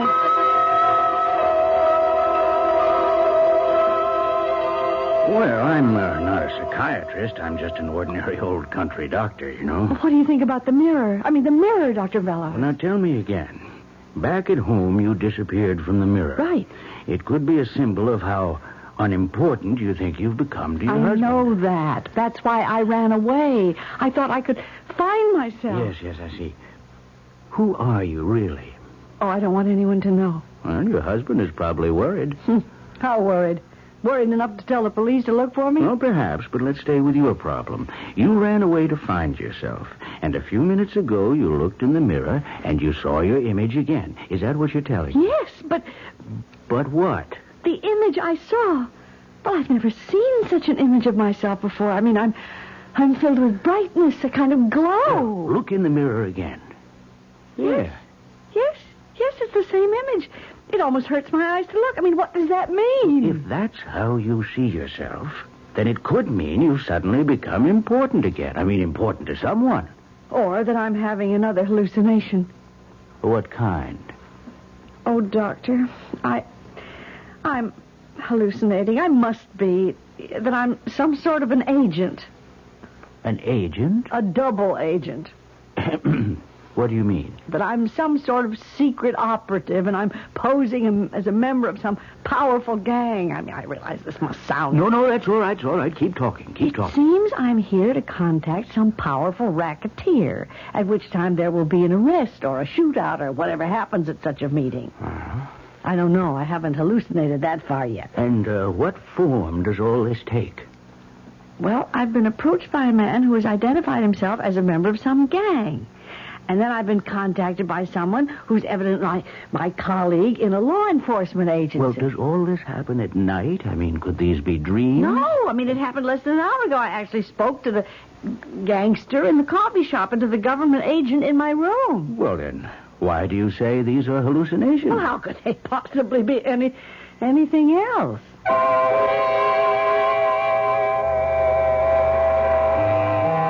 What we're up against here is reality. We have witnessed a scene between Helen and Mr. Perry, and between Helen and Mr. Farrell.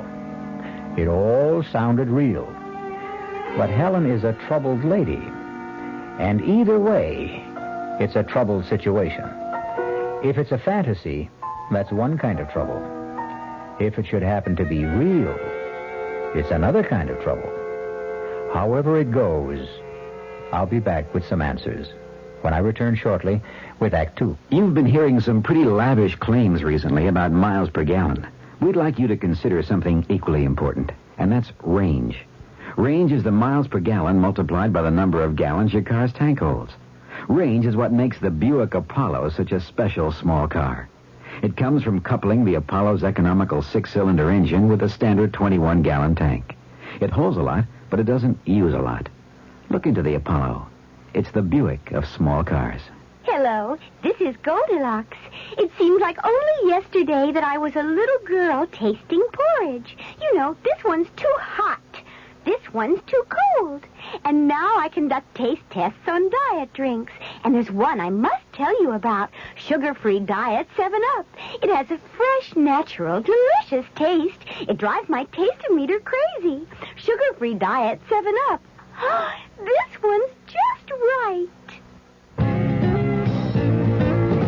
Hey, Mom, what's for dinner?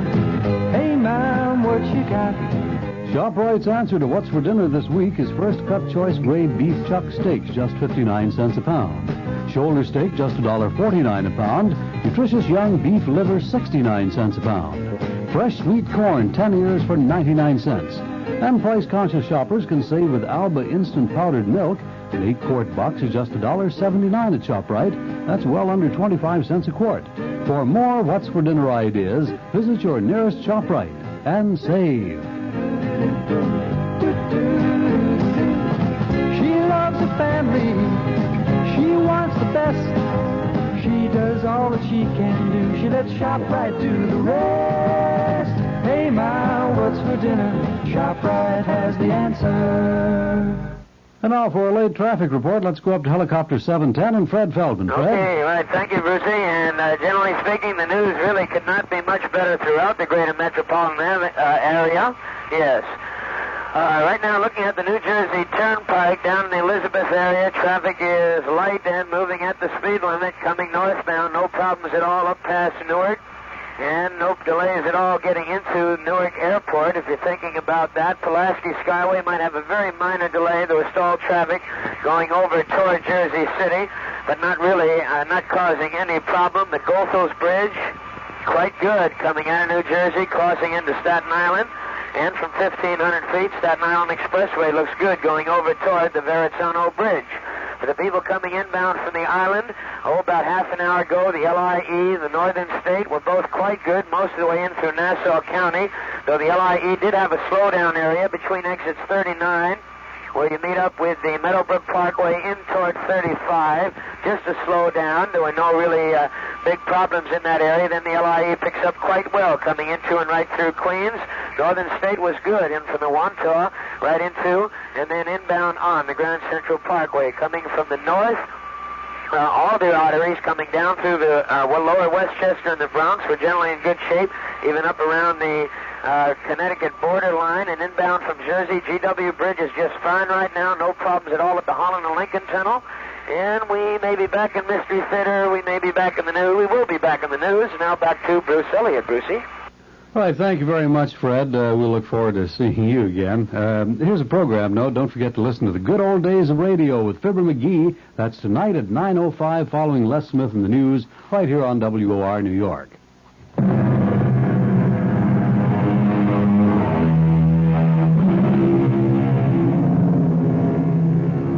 There comes a time in the lives of many women when they feel unwanted, neglected. Gone is purpose, identity. And so they suddenly go out to search for that all-important identity. Such a woman is Helen Stewart, wife of a rising politician. We find her in a remote mountain resort where it seems that two other men have found her as well, a racketeer and a police agent, each of whom thinks she is there for a rendezvous. Or is all this in her mind? Is there really a racketeer? Is there really a police agent? Are you saying, Dr. Bellows, that I'm not hallucinating? You mean that I've actually been approached? No, but we must consider every possibility. Well, then, what should I do? Well, in addition to everything else, Miss, Craig. Well, if you were to use that name, it's all right with me, but you really should tell me who you are. No. Oh, well, now I can't treat you if you don't trust me. Doctor, you might feel called upon to get in touch with my husband, and I just couldn't stand that. But why? If you should be in trouble psychologically, wouldn't you want him to? No. I left him so I could do something for myself. I'm not going to run back to him at the first sign of trouble. I mean, whatever that trouble is. Well, we must find out what the trouble is. First, we must make sure that you are hallucinating. How? Well, now let me see. You've been approached by two men. What are their names? Well, the one who seems to be the gangster calls himself Mike Perry. The other one, Jerry Farrell, claims to be a police agent. He works here as a bellman. Mm-hmm. But how is this... Let's find out who they really are. How? Frank Winslow, who owns the place, is a close friend. I can get the information from him. Doctor, why am I doing this? I mean, those two men, I've never seen them before in my life. Why should I... You've probably seen them before. Where? Oh, in the movies, or at least men who resemble them, and you've projected yourself into a situation. What if I keep hallucinating? What if they approach me again? If they do, it's because you want them to. They help to support your need for importance. But I can't go through life... What am I going to do? Now, look, you've already started to do the right thing. You're trying to come to grips with the problem. Now, remember, whatever you do, don't panic. Don't waste your energy. Just be quiet, calm, rational, and everything will be all right.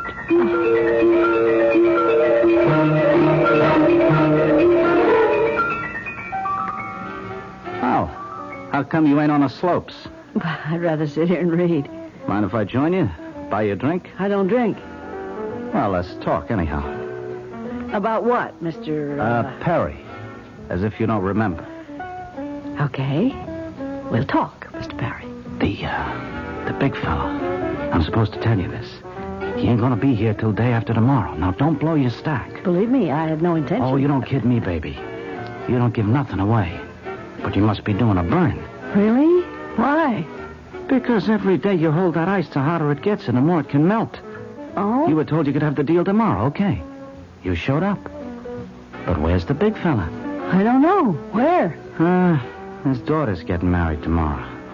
So he can't make it. Well, that sounds reasonable enough. Well, that's no way to do business. And you know it. So I was thinking, why not do business with me? With you? Look, the big fella can't last much longer anyhow. I mean, what if I can raise by tomorrow morning half of what the big fella offered? It's less. But you got this one advantage. Yeah? With me, you got a deal. Cash on the line. You're out. You're clean. What do you say? Let me think about it.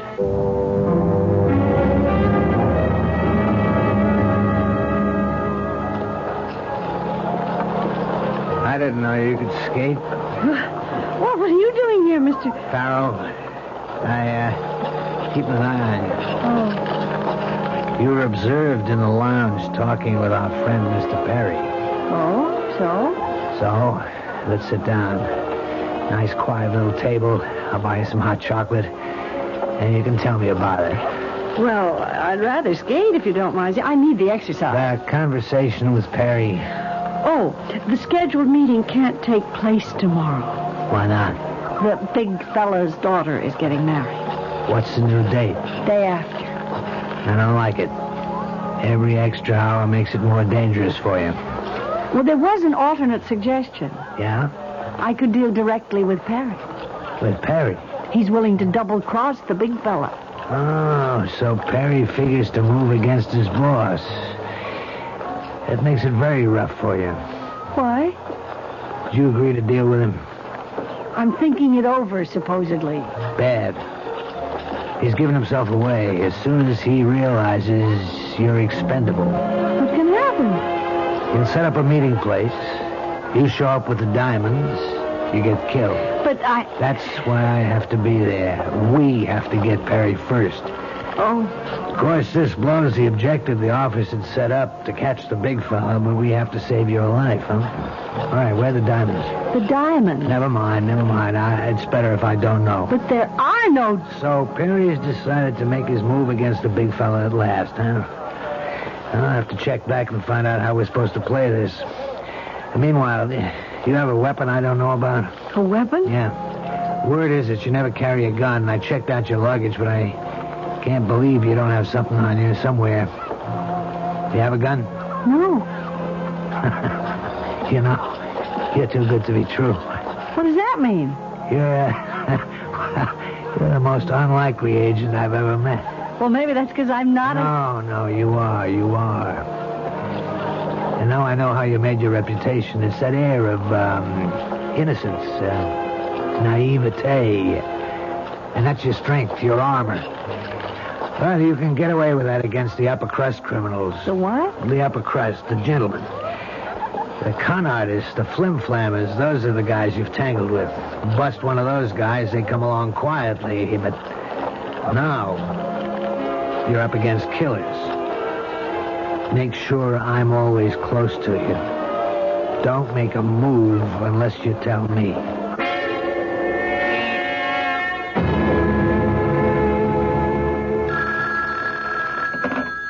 Hello? This is Dr. Bellows. How do you feel? Oh, I've been hallucinating. I think I've just had a discussion with both of those men. The racketeer and the government agent? Yes, Doctor. Mm-hmm. And how did it go? Frightening, as it seems so real. Are you near a mirror? Yes? Look at yourself. All right. Huh? What is it? I've never seen myself in such clear outline, such sharp detail. I mean, such brilliant colors. See, you're feeding on your fantasies. I am? These men you're talking to, Yes? Well, I had to go on the basis that anything can be possible until proved otherwise. Doctor, do you mean they can be real? Well, now I don't believe it because I checked up on them. The so-called gangster. Mike Parry. Yes. He's a partner in an export-import company in Philadelphia, a most reputable firm. And the hotel employee... Mr. Farrell.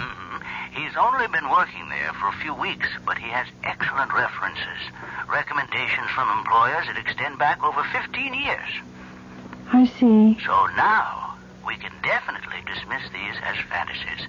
Hallucinations, call them what you will. Yes, I can't tell you how relieved I am, Doctor. The situation was beginning to take a dangerous turn. Well, perhaps you'd better come over here. I'll give you some medication that will let you get some rest. You see, you have to start building yourself up now. Oh, thank you, Doctor. I'll be there right away.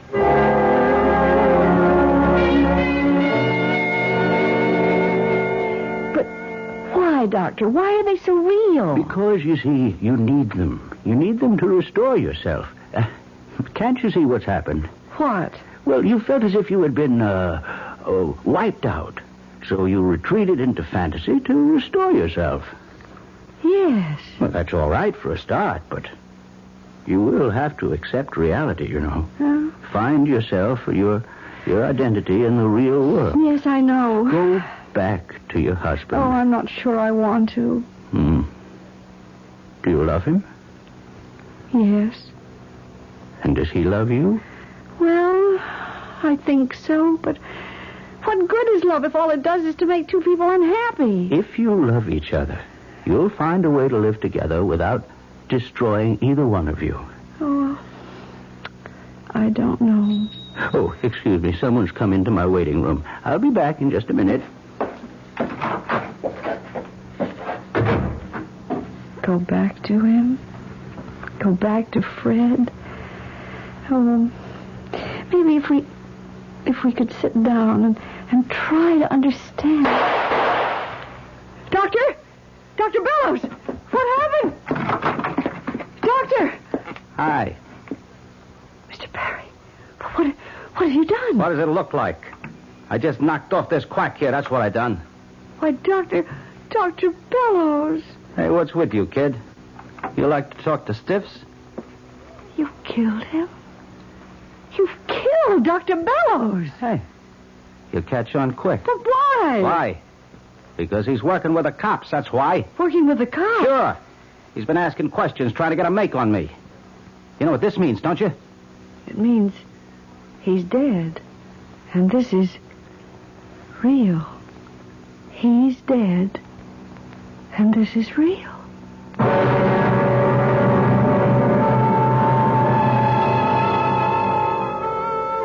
She looks at the dead man lying on the floor, and then she glances in the mirror. And there she is, larger than life, huge, grotesque. Her dress in the mirror is stained and spattered with red. But that's in the mirror, and she knows that's fantasy. But what is reality, plain and stark, is Dr. Bellows dead on the floor. And the spreading crimson stain on the carpet, that's real. That's death.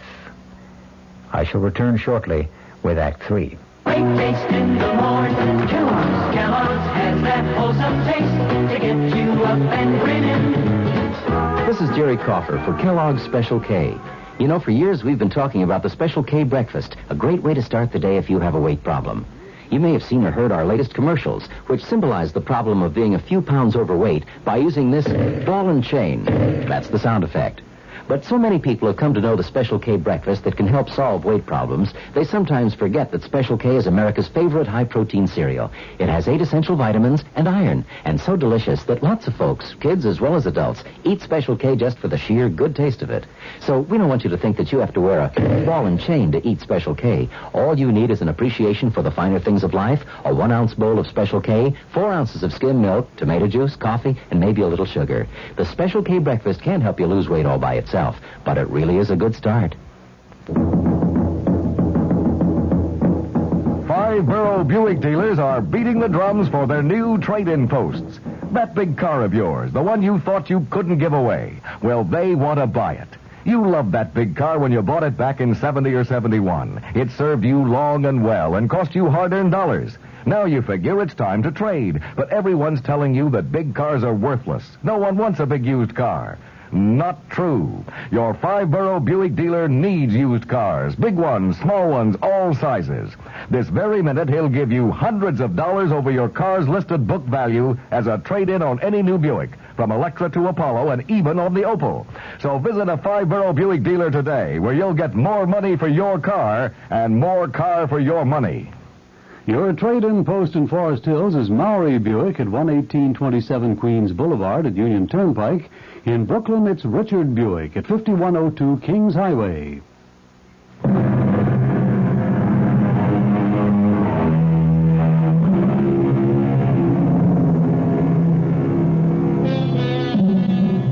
For some, life is an unstable blend of reality and fantasy.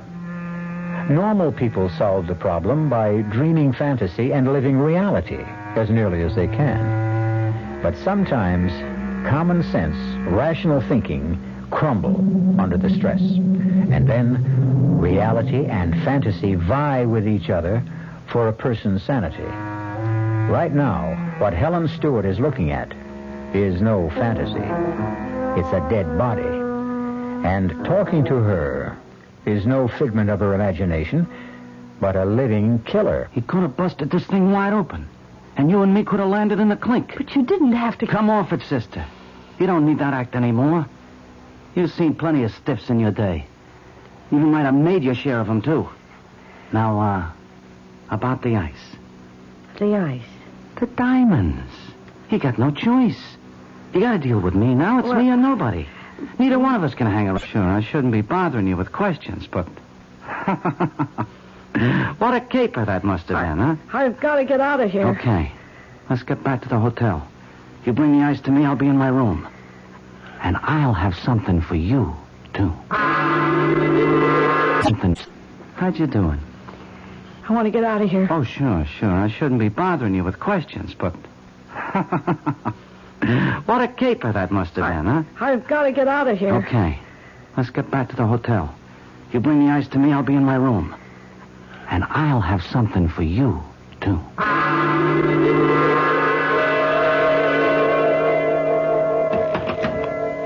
Yes? I'd like to make a local call to Dr. Bellows. Dr. Bellows? Yes, Dr. Bellows. Well, I guess you haven't heard. It only happened a little while ago, but Dr. Bellows is dead. Dead? Yes, he was murdered. Murdered? Yes? Nothing. Nothing at all. Never mind. And it happened. It's real. I was there. And Mike Perry is a killer. Now I need... Yes? There's a bellman. You know, the man named Farrell? Yes, Jerry Farrell. Yes. That's the one. Could you send him up here right away? Well, I'll try to find him. Please, hurry. It's very, very important. Sure. Oh, miss, I have a call for you. Will you take it? A call for me? Well, who... It's from the hotel here. All right. I'll put it through right now. Hey, you got the ice? Mister, why do you insist? I know for a fact it ain't in your room. Where have you got it stashed, huh? Mr. Perry, I think you ought to know. Baby, I know everything I ought to know. Now you pick up that ice and be in my room with it in a half hour, see? Don't hang up. I've got to tell you. Who's there? Open up. Who is it? Sheriff. The sheriff? Miss Craig, I believe that's how you're registered. Yes, that's my name. Helen Craig. I'm Sheriff Craig here in Clark County. Miss Craig, you have any identification? Oh, what do you mean? Any papers that could prove you're Helen Craig? Well, Everybody has papers, driver's license. I don't drive. Credit card. I always pay cash.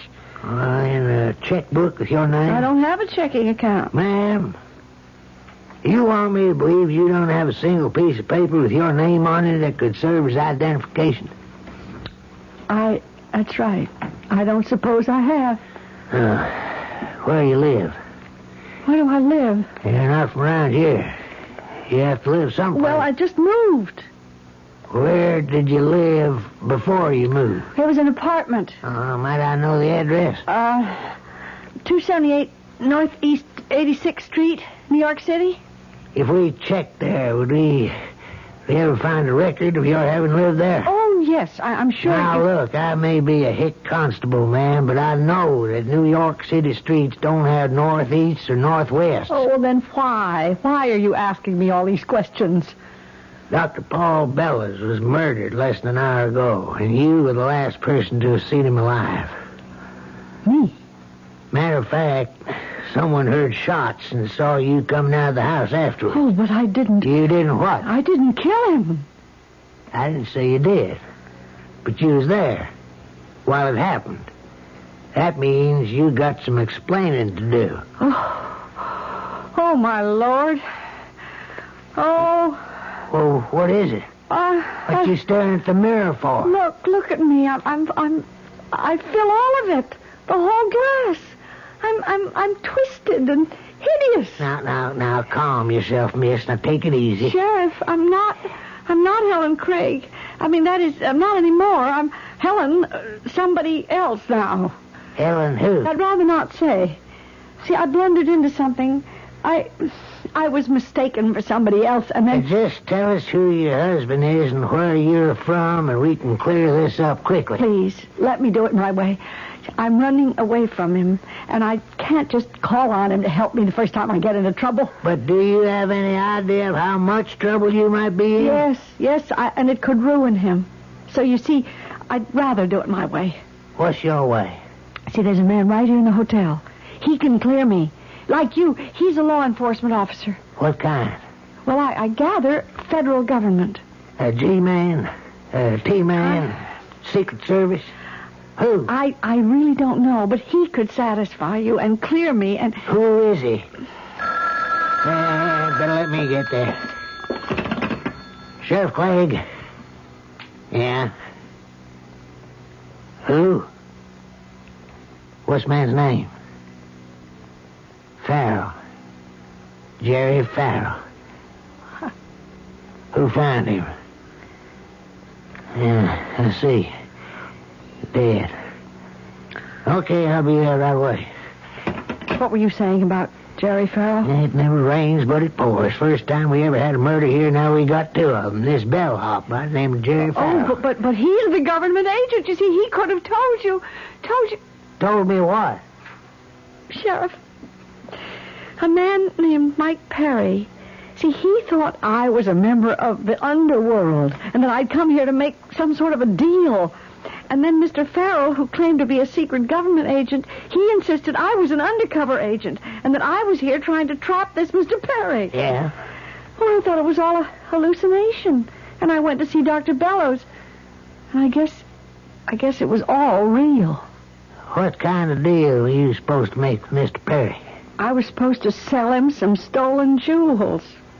Where are the jewels? Well, I don't know. I never had. Then how could you sell them? Well, see, Mr. Farrell was supposed to arrange... It all turns on Mr. Farrell, doesn't it? Mr. Farrell's dead. Now, about Dr. Bellows. Well, I have to tell you, Mr. Perry killed Dr. Bellows. Perry, huh? Well, that's the Mr. Perry who's registered in this hotel. He's a gangster. Mike Perry? He's the one. I'm afraid this has to be the end of the line. Mike Perry's been coming to this place more than 10 years. Mr. Perry's a legitimate businessman from New York. But I saw him. I saw him kill Dr. Bellows. I saw him standing over Dr. Bellows' body with a gun in his hand. I heard him. And he said he just killed Dr. Bellows. Now, it won't be too bad for you. But try to believe me. I don't think it's first degree. That's a help right there. All these hallucinations, you probably got insanity working for you. Oh. Who knows? You could even get off. Oh. Now, You won't tell us who you are? I can't. You'll have to come out. But I just can't. You just better sit there and think about it.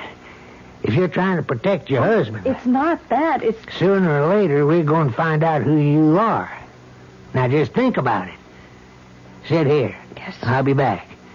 And whatever you do, don't try to leave this hotel. Sheriff, am I under arrest? What do you think?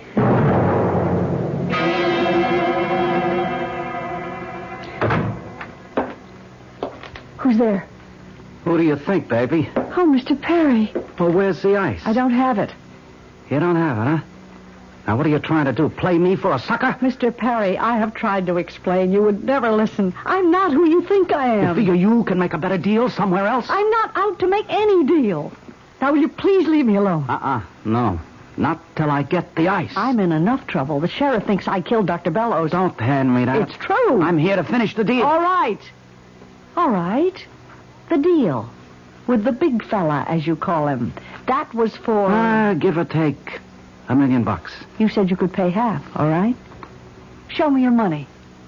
Oh, I see.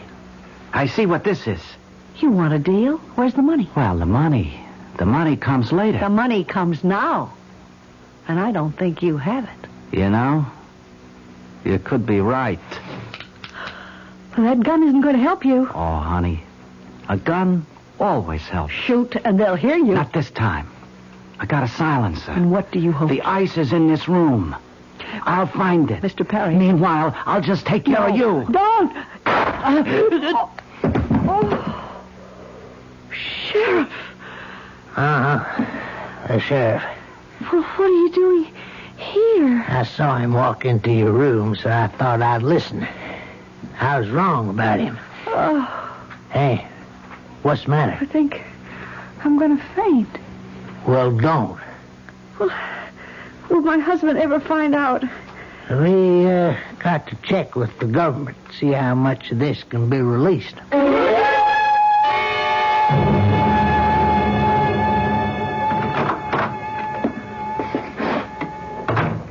Fred?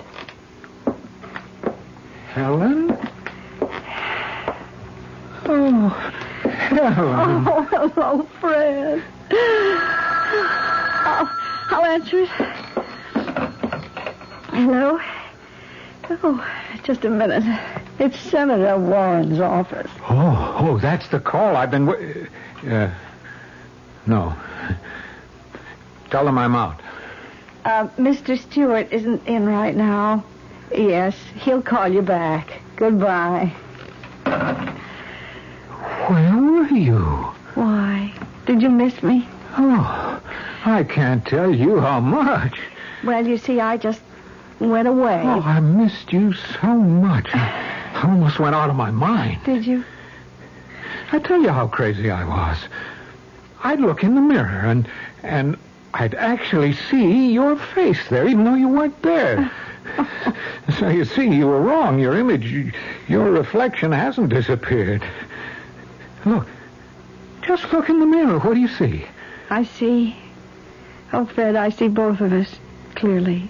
Very clearly. Oh, darling. Oh, tell me where you went and what you did. Oh, well, I didn't really go anywhere much. And I really didn't do anything.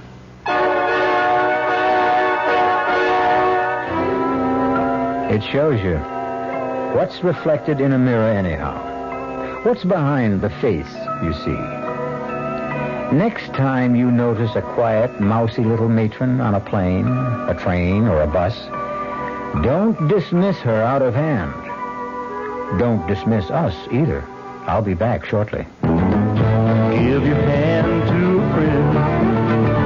Give your heart to your love. But give your allergy to contact. Now listen carefully, because this message may surprise you. There is an ingredient that can effectively help block pollen's bad effect on your system. Sneezing, sniffling, drips, itchy, red, watery eyes. It's the antihistamine most prescribed by allergy specialists, and it's an ingredient in contact. Surprising, yes, but the true wonder of Contact is how our tiny time pills keep this antihistamine working, helping up to 12 hours per capsule, all day, all night. Allergy is our business, too. Give your hand to a friend. Give your heart to your love. But give your allergy to Contact. Take Contact only when needed, only as directed. Buick introduces a new concept for you to consider in light of all the concern about miles per gallon. Range. Range is what you get when you multiply the mileage your car gets per gallon by the number of gallons your car's gas tank holds. Range is one of the things that help make Buick Apollo such a special small car. It comes from coupling the Apollo's economical 6-cylinder engine with a standard 21-gallon gas tank. It holds a lot, but it doesn't use a lot. Look into the Apollo. It's the Buick of small cars. Hello, this is Ms. Goldilocks with a helpful shopping hint. Ladies, the next time you go shopping for diet drinks, don't take time trying to decide which one to buy. Go directly to the sugar-free Diet 7-Up display. Then once you've made your purchase, take Diet 7-Up home, open it, then close your eyes and sniff. It's fresh. Then sip. It's light, natural, delicious. Then open your eyes and say, sugar-free Diet 7-Up is just right. It's bitter. It's sweet. It's bitter. It's sweet. It's bitter. It's sweet, Marcello. Well, maybe it's a bit sweet, Sophia. On second thought, I love its bitterness. Punta Inés. Is it bitter? Is it sweet? People have been arguing about it since 1786. Punta Inés, a lovely before lunch or dinner drink from Italy. On the rocks or with soda and a slice of orange. Punta Inés, capital P-U-N-T, little e, capital M-E-S. It's bitter. It's sweet. It's bitter. It's sweet. It's bitter. It's sweet. All right, Sophia, it's bitter. All right, darling, let's just say it's bittersweet. Like life, like love, like marriage. Italian style. Punta Inés. Punta Inés. Reported by Caroline Importers Limited, New York, New York. For a quick check of traffic now, let's go up to Fred Feldman. Fred? Okay, Bruce. And right now, flying out over Long Island, they've just come in along the South Shore, and traffic is still moving very, very well. At the speed limit, only moderate in strength, coming in along the Southern State Parkway. From way out around the Wantagh State Parkway right on in. If you're going to use the Belt Parkway going into Brooklyn, very little delay as you come past Kennedy Airport and the Big A. Generally speaking, you just minor slowdown there. Then you should move quite well the rest of the way in through Brooklyn. If you're coming in from Jersey, Goethals and the Verrazano bridges were good. With the Staten Island Expressway fine between them. Coming into the GW Bridge a little while ago, traffic was moving very, very well. In the city itself, at the lower end of the Harlem River Drive, you may find just a slight slowdown to and starting down the FDR Drive. The West Side Highway a little while ago was fine. And out in central Queens, Long Island Expressway, Van Wyck Expressway, Grand Central Parkway, all were generally light. We shall have a wrap-up coming up in the 8 o'clock news, and please join with the members of the League of Families in remembering this Memorial Day. Our 1,200 men still missing in action and unaccounted for in Southeast Asia. Bruce? Our cast included Celeste Holm, Wes Addy, William Redfield, and Robert Dryden. The entire production was under the direction of Hyman Brown. Radio Mystery Theater was sponsored in part by new sugar-free Diet 7-Up, Contact, the 12-hour allergy capsule, and Buick Motor Division. This is E.G. Marshall inviting you to return to our Mystery Theater for another adventure in the macabre. Until next time, pleasant dreams.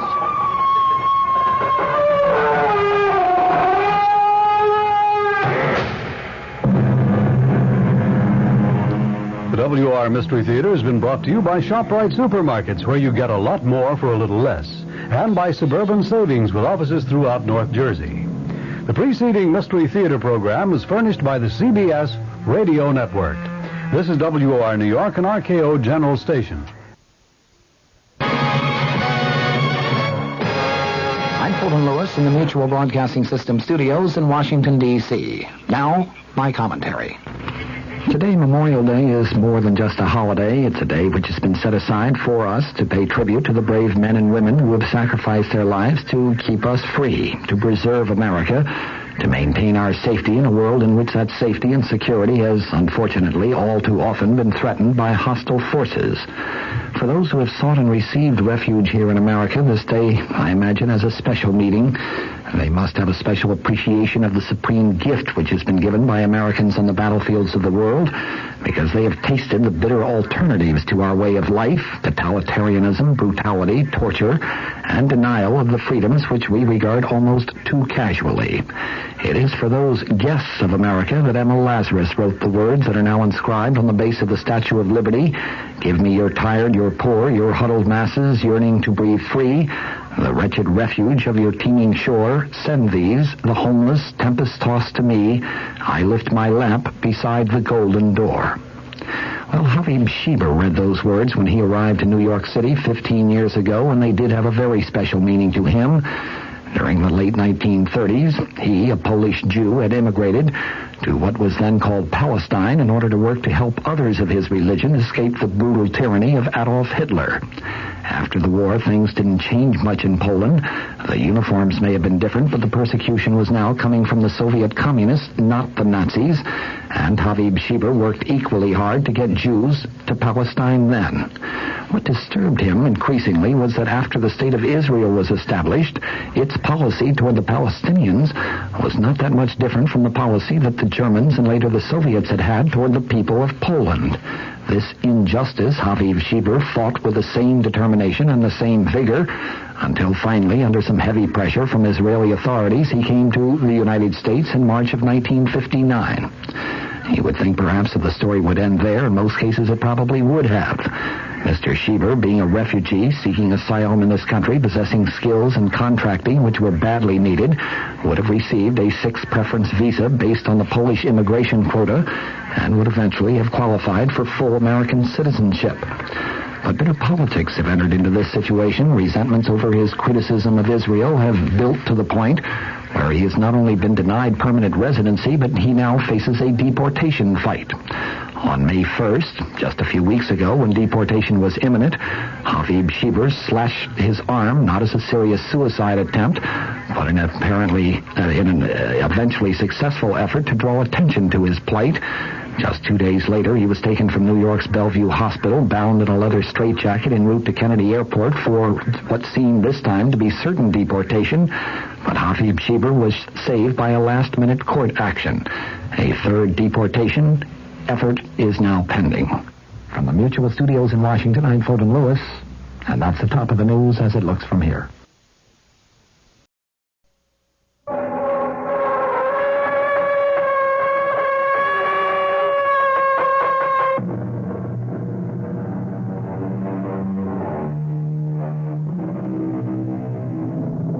Come in. Welcome. I'm E.G. Marshall. Do come in. Make yourself comfortable, because I'm going to tell you a nice, quiet little ghost story. Nothing to frighten you. Not badly, at any rate. Nothing to make you run screaming into the street. No, the most this ghost story can do is make you snuggle down deeper under the covers and reach out for a hand to hold. A hand, I trust, that is firm and warm, not clammy and cold. Our mystery drama, The Phantom Lullaby, was written especially for the Mystery Theater by Elspeth Eric and stars Rosemary Murphy and Arnold Moss.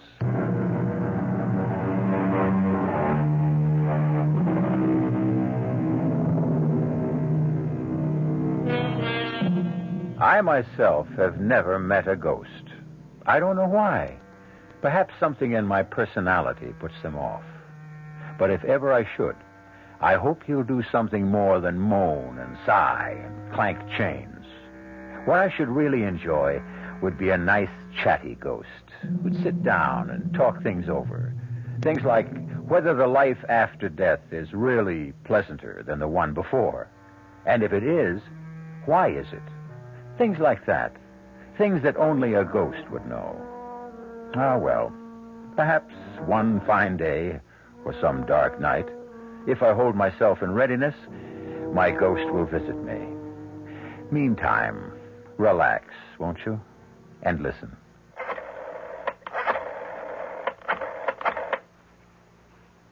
Hello? Intercoastal Airlines? Well, can you tell me if Flight 509 from New York is on time? Yeah, I'll hold on. Ellen's room is finished. Good. I've ordered new curtains. Oh, I hope she likes her room. Oh, I'm sure she will. I'm sure she... yes? Oh, it is? Well, good. Thank you very much. The plane's on time. Well, you better get started then. Yeah. Don't be nervous. I'm not nervous. It'll only make her nervous if you're nervous. What are you looking in the closet for? My overcoat. It's on the chair. Oh. She's only been away 4 days. It's not a question of how long she's been away. It's what she went away for. I know that. Well, then why say a foolish thing like only 4 days? Please. I'm nervous, too. Well, what do you think you're doing now? This couch shouldn't be here. It should be over there. That's an 8-foot couch. Don't try to move it by yourself. I can do it. Let me have the superintendent, please. Emily, will you stop that? I'd help you, but I have to get going. I don't want Ellen standing around the airport. Hello? This is Mr. Keene, Penthouse B. Yeah, we just moved in. We're not quite settled in yet, and I have to go to the airport to pick up my daughter. Could you possibly help my wife move a few pieces of furniture? No, we want the place to look extra nice. Our daughter's never seen it, and... Oh, that's great. That's just great. Thank you very much. He'll be up in a couple of minutes. Howard, do you think Ellen will like this apartment? Well, I certainly hope so. It's costing an arm and a leg. What with the terrace and everything? Her own bathroom, a real dining room? Well, the idea is to give her a change. New surroundings, blot out everything that happened. As if a terrace and her own bathroom could take her mind off that terrible man. Well, they'll help. I'm not saying completely, but they'll help. Give us something to think about besides John Draper and the rest of it. Seems strange we never even met him. I hope I never do meet him. Well, honey, I got to get going. Don't tell Ellen about this place. Let it be a surprise. And, Howard, be very, gentle with her. Let her know we love her. Yeah, I'll let her know. Well, I'm off. Oh. You're the superintendent. Yeah. I didn't hear you knock. I was just getting ready to. Well, come in. This is my wife. She'll show you what she wants done. Oh, and here's something for your trouble. Oh, okay. Honey, I'll be back in an hour. Good luck. Take care. Well, now... You like this place? Well, I'm sure we will like it. We just moved in. I know. It's a nice-looking apartment with a terrace and all. First thing I want to do is move the couch over there to the long wall. Everybody likes this place when they first move in. If you take one end and I take the other... 1, 2, 3 months, then they start getting jumpy. Jumpy? They pay up what they owe on the lease and they move out. I didn't know that. Oh, yeah, it happens every time. Well, let's move this thing if we're going to... Let me move the coffee table first. No, I'll do it. Yeah. How'd you happen to hear it was vacant? Well, actually, friends of ours called us. They'd met some people at a party who said they were giving up this beautiful apartment, and we thought... That would be the Winthrops. Yeah, they lasted 6 months. Where do you want this table? Right where you're standing. Okay. And before them was the Katzes, and before them the Millbrooks, and before them the Kramers, and before them... Why did they all move out? What's wrong with the place? Search me. They would never say, any of them. Just paid up and moved out. You know what I think? What? I think the joint's haunted. Now, where does the couch go?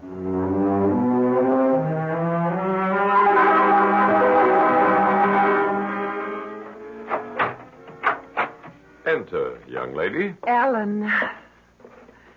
Darling, it's so good to have you back. I'll put the suitcase in the bedroom. When you see your bedroom, darling, make allowances for the curtains.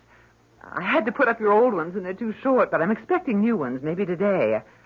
But I got you a new bed. Oh, heavens, the fuss they made about delivering it. So, what do you think? Do you like the apartment? It's very nice. Come, look at the view from the terrace. Come on. You can see for miles. Isn't that spectacular? Spectacular. Well, you can take a good look at it later. What would you like to do now? I don't know. Take a hot bath. You have your own bathroom now. Really? Do I? Or would you like to just sit and talk? All right. If you want to. Ellen, was the operation very bad? You mean the abortion? No. It wasn't bad at all. I'm glad of that. I opened your suitcase, let a little air in, huh? I didn't unpack anything, though. I'll do it.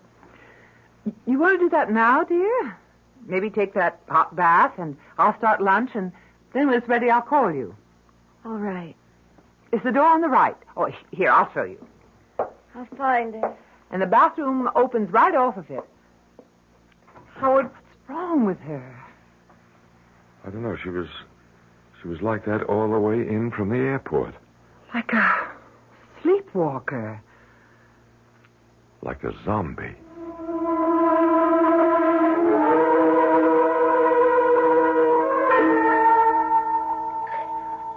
Howard? I'm making us a drink. We need it. How is she? I guess she's all right. Here's your drink. She's lying on the bed, just staring at the ceiling. I spoke to her, but she didn't answer me. So I didn't bother her. That horrible man, he did this to her. I wish she'd talked to me about him. But she never did say much, except that she was seeing him a lot. And then when she told me she was pregnant, she said he didn't want to marry her, so she guessed she'd have an abortion. Just like that. Things have changed so. The young people nowadays. And the parents nowadays. I guess so. I should have insisted. I should have put my foot down, absolutely insisted. Insisted on what?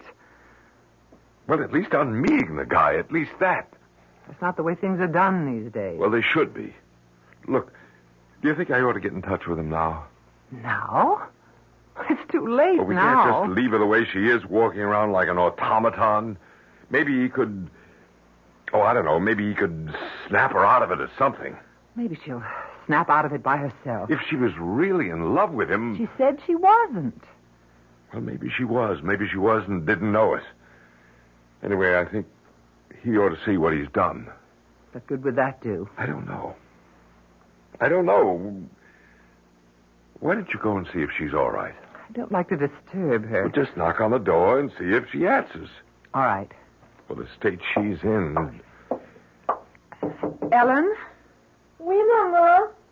I don't want to disturb you, dear, but I just want to make sure everything's all right. Tout va bien. I guess she's all right. Anyway, she answered me. Well, what did she say? I couldn't make it out, but she sounded fine. Well, that's good. Maybe it was just shock or something before. Probably that was it. Emily, if you get to talking to her, if she'll talk to you... Oh, she will. Ask her about this man. Hmm? What's his name again? John Draper? Yeah, ask her how she feels about him. You know, if she thinks about him, wants to call him up or anything, you tell her that it's all right with us. Howard, she doesn't care if it's all right with us. Young people don't these days. They just go ahead and do what they want to do. Well, do you realize we don't know anything about this man? What does he do for a living, if anything? He plays the piano. I think he gives lessons. Where does he live? Over on Market Street, I think. Yeah, that figures. Has he got a phone? I imagine so. I don't know. Well, if he gives lessons, he's got to have a phone. He's got to be in the book. I think so. Anyway, here he is. Look. John Draper, 121 Market. You're not going to call him. No, I'm not going to call him. I just want to know that he's alive and breathing somewhere in this town. If Ellen isn't better by tomorrow or the next day... Howard, she will be. Go knock on the door again, will you? What'll I say? Say anything. Say we're having a drink out here. Why doesn't she join us? Well, whenever you're ready, we'd love to have you. I think a drink would do you good. Whenever you're ready.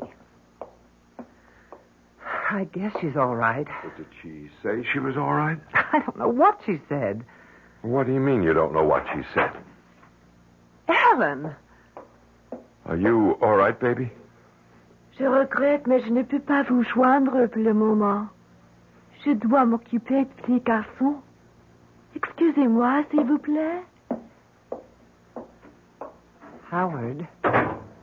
Why, I didn't know she could speak French. She can't. Well, she just did.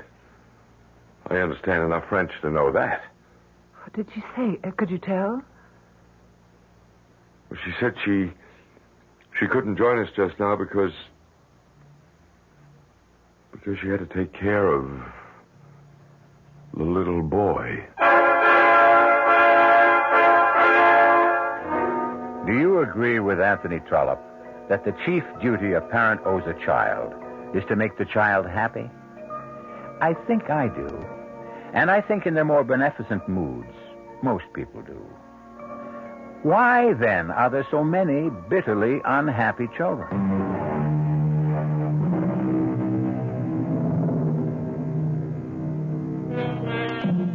Ellen Keene, only daughter of Howard and Emily Keene, came home a little while ago after the removal of an incipient life from her body.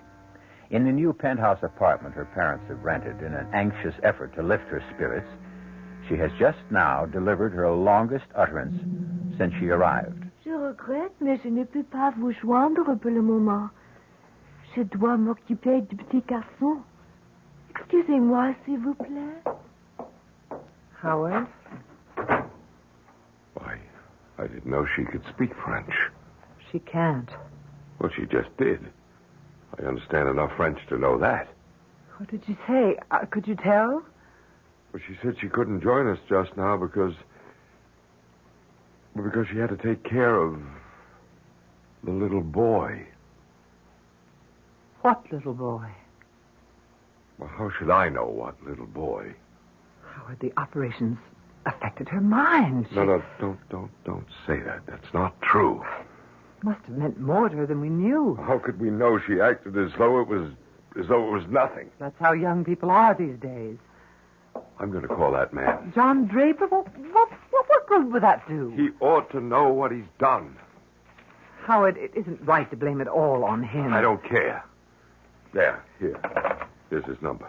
I don't see why you think he can help. Well, maybe she still loves him. Maybe he can get through to her. Maybe. Hello? Mr. Draper? John Draper? Yes? I'm Howard Keene, Ellen Keene's father. Yes? Ellen came home a little while ago.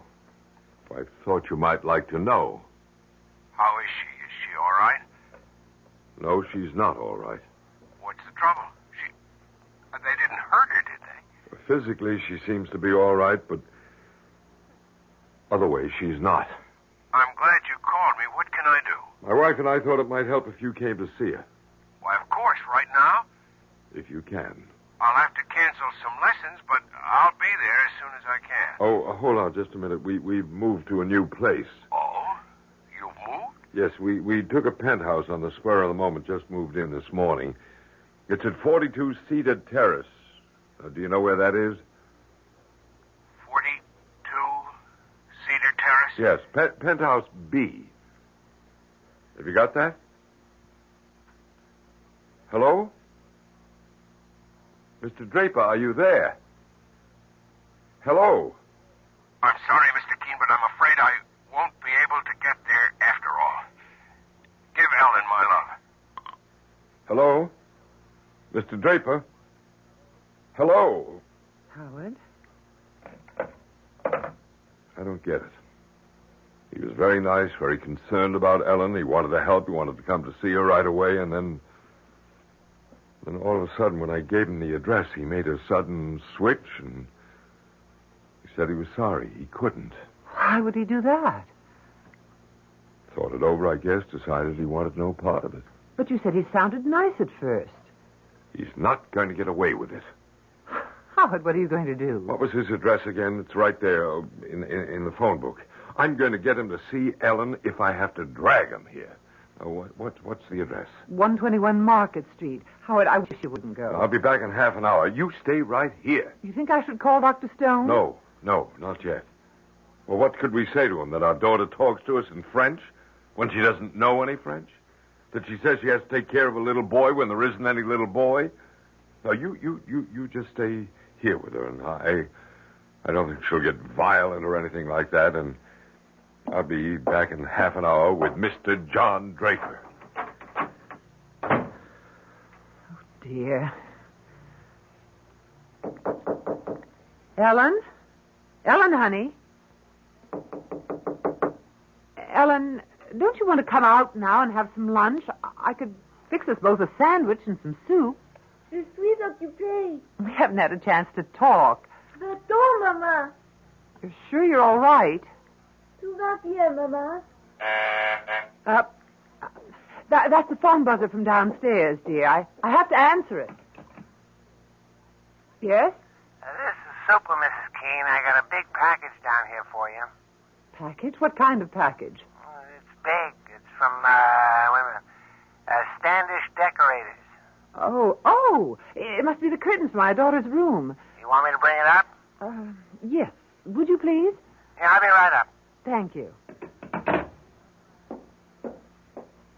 Ellen, darling? Ellen, the curtains for your room have come. Remember I told you I ordered new ones? What do you think? Shall we take down the old ones and put up the new ones? I'm dying to see how they look. Ellen, dear? Ellen? Voilà, mon petit.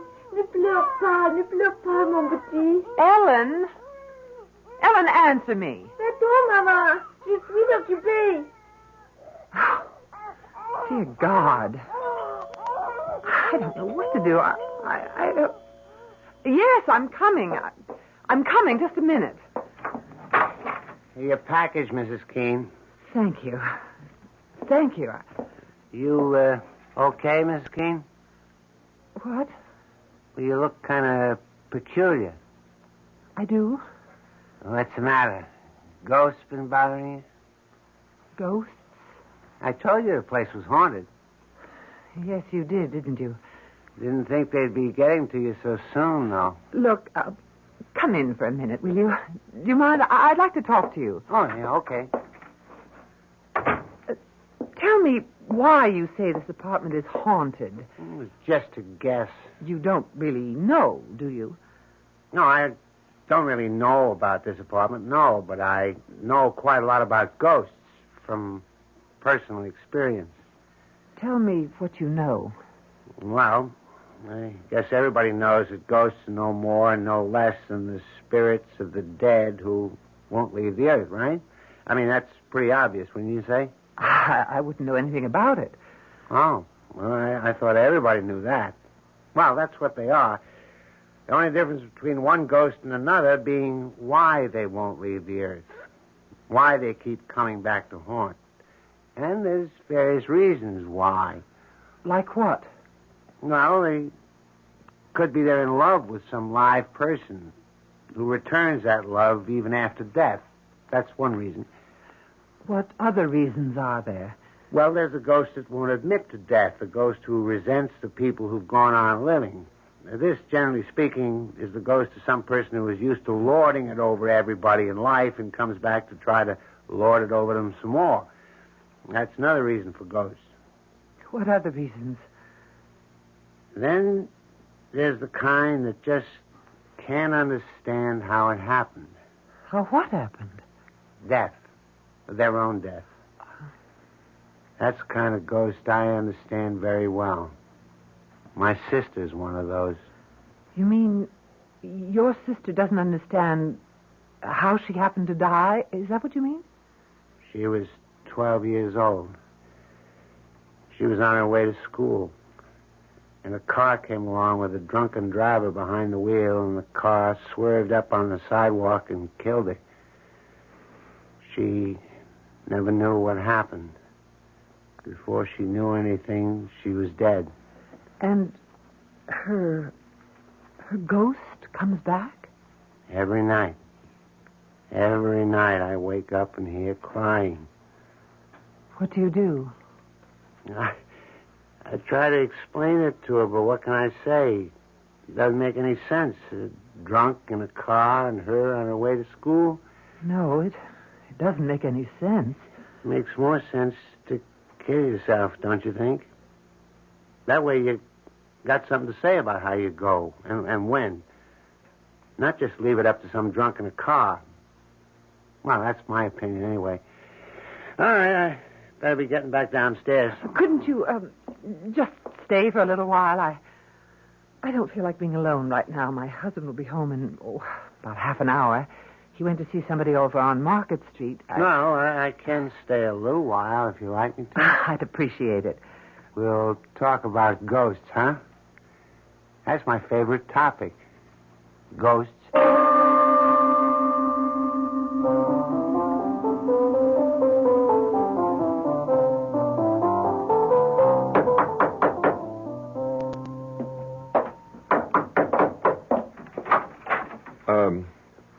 I'm looking for Mr. Draper. I'm Mr. Draper. I guess it's your son I'm looking for. I don't have a son. Oh, well, I expected... Well, I didn't know I'm Howard Keene, Ellen's father. I'd like to come in and talk to you. Mr. Keene... Please, it's very important, or I wouldn't ask. Come in. Thank you very much. Sit down if you want. Excuse my staring at you. I expected a much younger man. I'm 51. That's just my age. You said on the phone Ellen is all right. No, I said that physically Ellen's all right. Why didn't you want to marry Ellen when you found out that she was pregnant? I couldn't. Why, you've got a wife? I had a wife. You're divorced. Something I never talk about, Mr. Keene. You never talked about it to Ellen? I never talked about it to anybody. And I don't intend to. Maybe you should. I can't. Tell me about Ellen. Well, she came home a little while ago. She was changed. She talked in monosyllables, short sentences at the most. And we thought after what she's been through, maybe that's only natural. So my wife told her to have a bath, take a nap, and we'd have a drink, lunch. Well, while my wife and I were talking, Ellen came out of a room and spoke to us, quite a long speech, and every word of it in French. In French? Now, Ellen doesn't know any French. You never spoke to her in French, did you? Never. Well, never. I just wondered. What did she say in French? Well, she said she was sorry she couldn't join us for a drink, but she had to take care of a little boy. What little boy? I have no idea. Mr. Keene, after an operation like the one Ellen had, don't you think it's possible that it's bound to have an effect on a woman, on her emotions, for a while anyway? I don't want it to go on for too long, and that's why I called you. You thought I could help? I hoped you could. Get your coat. I've got a cab waiting outside.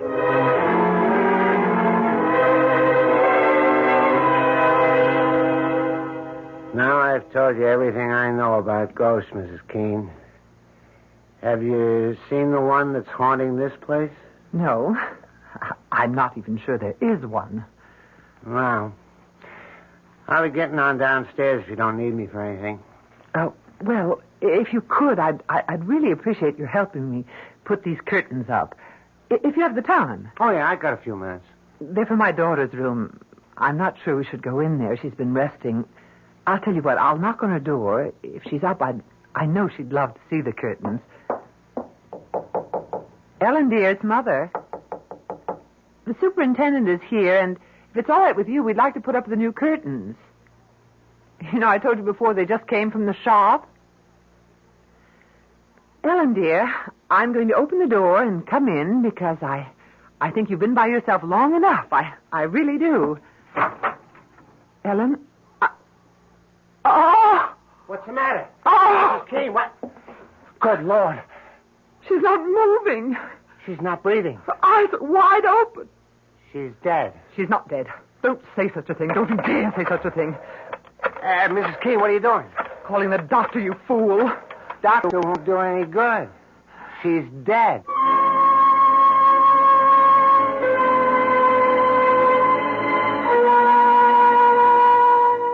Man is the only animal who knows that he will die. So said the great Voltaire. The knowledge that he will one day cease to live permeates man's days and poisons them a little. I think that if ever I am given another life, I should like to live it as a bird or a monkey or a chipmunk or a beetle. It doesn't add much to the enjoyment of life to know that it won't last long. You'll remember I promised you a quiet little ghost story? I think I've kept my promise so far. Though, of course, in any story, there must be an explosion or two. At this moment, Mr. Keene, Ellen's father, is preparing to enter a taxicab with Mr. Draper, Ellen's one-time lover. You say you're married? Yes. But you weren't divorced? No. Your wife died? Yes. I see. How long ago was that? What? How long ago did your wife die? 25 years ago.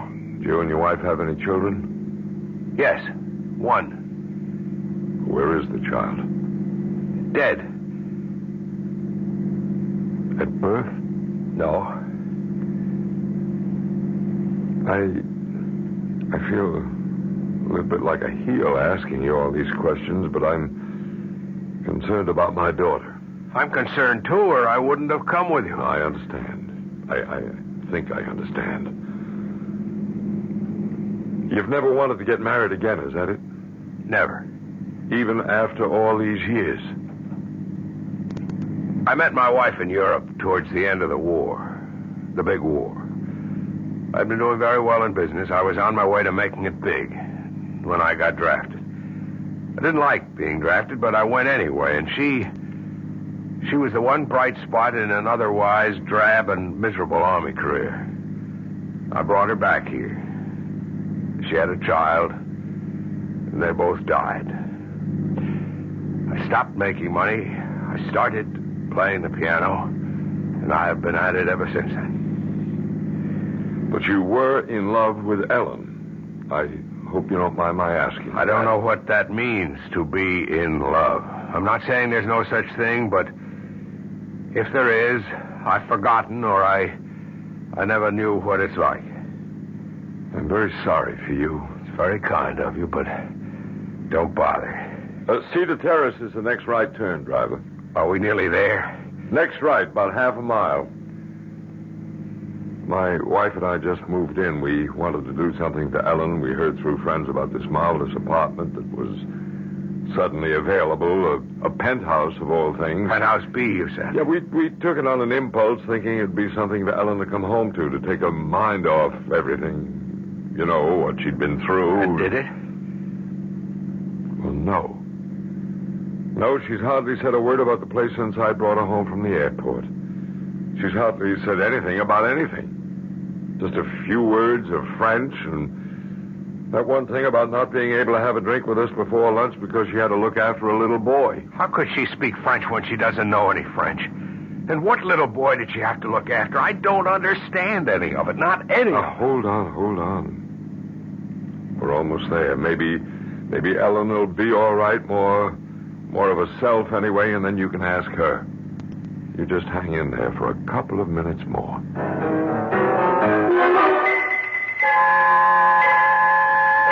Dr. Stone, what's wrong with Ellen? Well, Mrs. Keene, I can't detect any vital signs at all. I hesitate to pronounce her dead, but what can I say? I can find no pulse, no heartbeat, no reflexes. I've done everything I can think of. Injection, massage. She's not dead. Tell me she's not dead. Like you, I refuse to conclude that at the moment. But if your daughter is alive, Mrs. Keene, she is in the deepest coma I've ever encountered. It's as though she were not in or out of this world at all.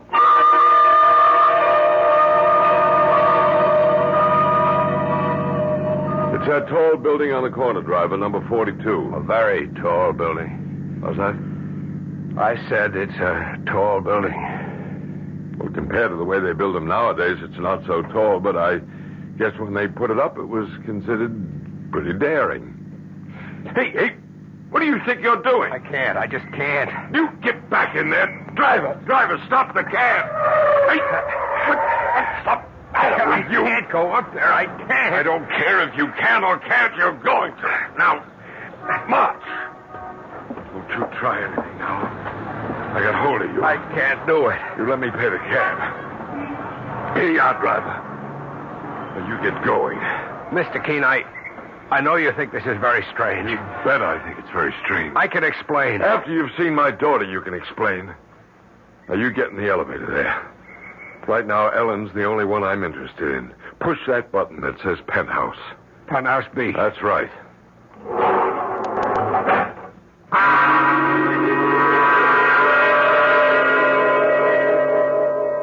Mrs. Keene, if Ellen isn't dead, and I'm still not convinced, then she's either in a very, very deep coma or... Here I'm getting into territory that I don't understand at all. She's in a trance. A trance? We hear of these things, people who can control their body functions. I was told of a man who could make one half of his arm stone cold and the other half blood warm. He could do it at will, or so I was told. I can't believe it. Do you believe it? Mrs. Keene, there isn't a doctor alive today who would deny the power the human mind has over the human body. But... Oh, that must be my husband. Yeah, well, I want to talk to him. I'll only be a second. Yes, I'm coming. Howard. Mr. Draper? That's him. I'm Ellen's mother. Howard, I called Dr. Stone. He's with Ellen now. He wants to talk to you. I'm in here, Mrs. Keene. Dr. Stone, how is she? She shows no vital signs of life at all. You don't mean that she's dead? Oh, no, she can't be. Emily, what happened? Mr. Keene, we don't know precisely what happened, and I don't... Well, for some reason I can't really explain. I don't think she's dead. Either she's in a deep coma or she's in a trance state. Well, what's that, a trance state? It's something medical men know very little about. So I want your permission to take her to the hospital and have her examined by another doctor there. And if he gives us no convincing diagnosis, we'll call in a psychic healer. You have our permission to do anything you have to. Of course. All right, I'll call an ambulance. Mr. Draper, I've been very rude. We've paid no attention to you at all. Thank you so much for coming. It's quite all right. You can see we're beside ourselves with worry. Yes, I can see that. There's an ambulance service. There's Dr. Stone. Mrs. Keene, do you suppose that I could see Ellen? Oh, I don't think so. Not now. Why didn't somebody wake me up? Ellen. Thank you. Darling. Is it time for lunch? Ellen, how do you feel? Dr. Stone. What are you doing here? And John, you know, it's funny. I thought I heard your voice, but then I decided I must have imagined it. Yeah, but how do you feel, Ellen? Well, I feel perfectly fine. I had a wonderful sleep. You're sure you feel all right? Well, I just told you I feel fine.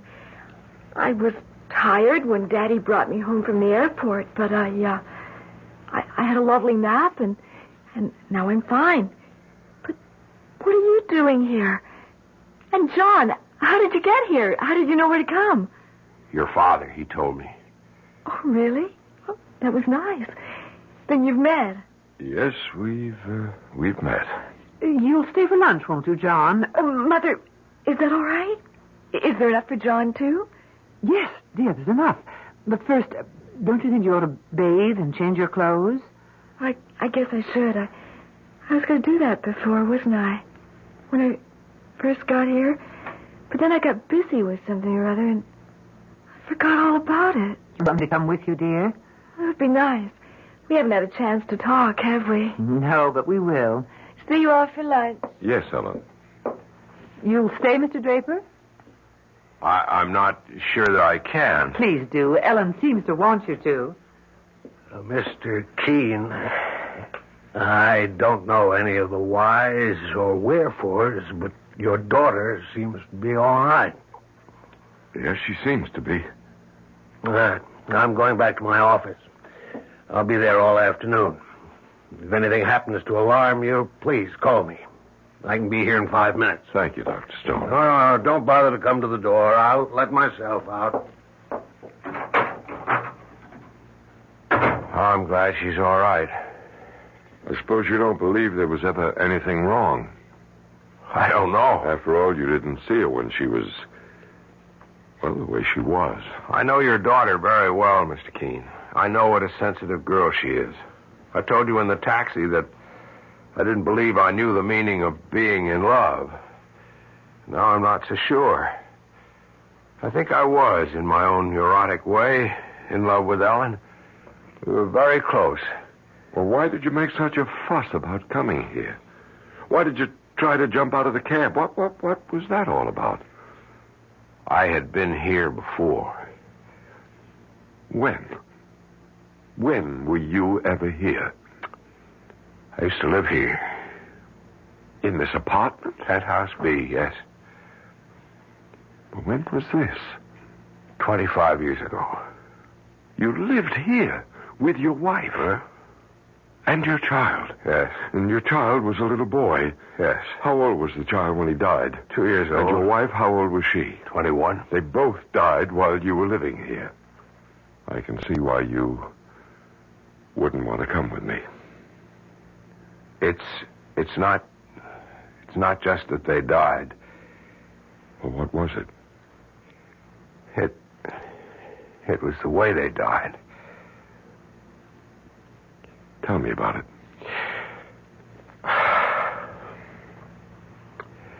When I came back from Europe, I started up in business again. The business which the war had so rudely interrupted.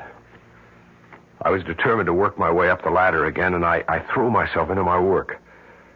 I think my wife felt neglected. Truth is, I did neglect her. But it wasn't just my neglect. She was a foreigner. Even after 3 years, she hadn't learned to speak English. She was shy. She didn't make friends. She was alone a great deal, except for the child. And one night, I was at my desk working over some papers when she came into the room with the child in her arms. She spoke to me. I don't remember what she said, but I remember that she spoke to me. I had every intention of answering her. But I didn't want to be bothered at that precise moment. Half a minute later, I turned around and she wasn't there. She had jumped from the terrace.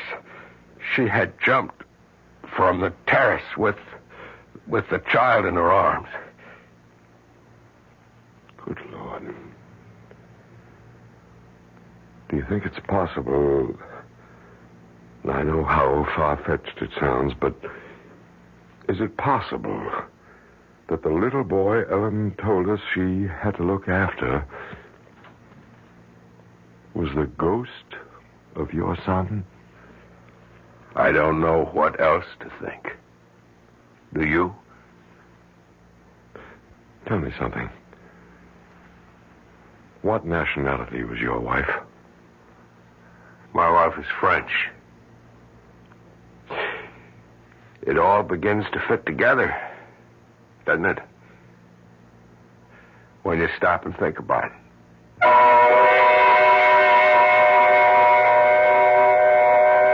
When you stop and think about it. You don't want to stop and think about it? That such things don't bear thinking about? All right. Don't stop. Go right on doing the things you've always done. waking in the morning, putting in the hours until it's time to go to sleep again. Don't, for an instant of your busy day, think about such things.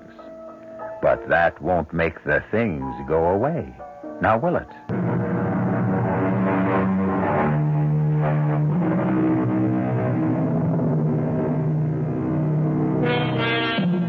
That was a quiet little ghost story, wasn't it? Just as I said it would be. Personally, I prefer ghost stories to be quiet. For ghosts, generally speaking, having no physical equipment, tend to be quiet. But like so many living people who are quiet, ghosts are also tenacious and persistent. And they are everywhere. Our cast included Rosemary Murphy, Arnold Moss, Mason Adams, Corinne Orr, and Robert Dryden. The entire production was under the direction of Hyman Brown. This is E.G. Marshall inviting you to return to our Mystery Theater for another adventure in the macabre. Until next time, pleasant dreams.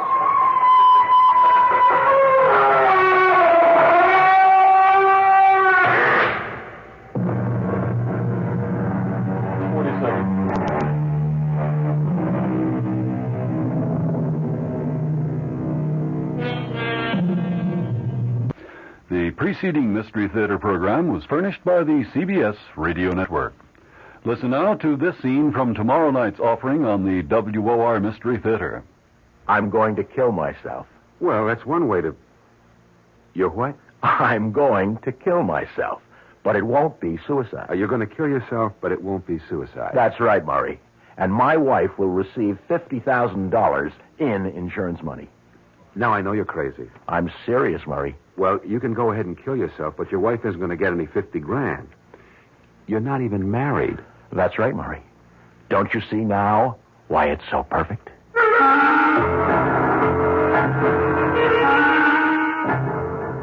Dressed to Kill stars Robert Morse and will be heard tomorrow night on the WOR Mystery Theater, following Fulton Lewis at 7 o'clock.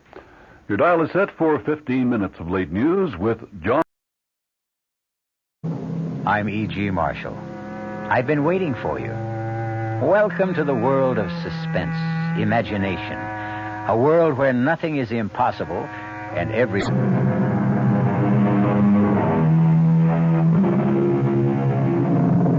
Come in. Welcome. I'm E.G. Marshall. I've been waiting for you.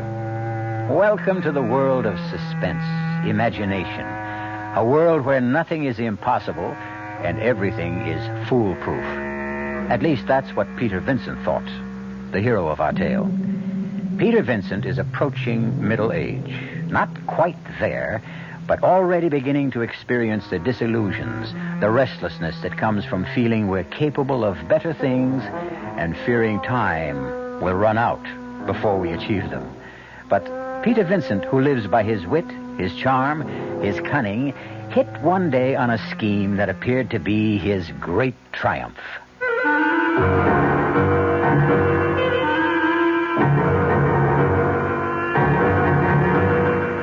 Our mystery drama, Dressed to Kill, was written especially for the Mystery Theater by Bob Juran and stars Robert Morse. It is sponsored in part by New Sugar-Free Diet 7-Up and Buick Motor Division. I'll be back shortly with Act One.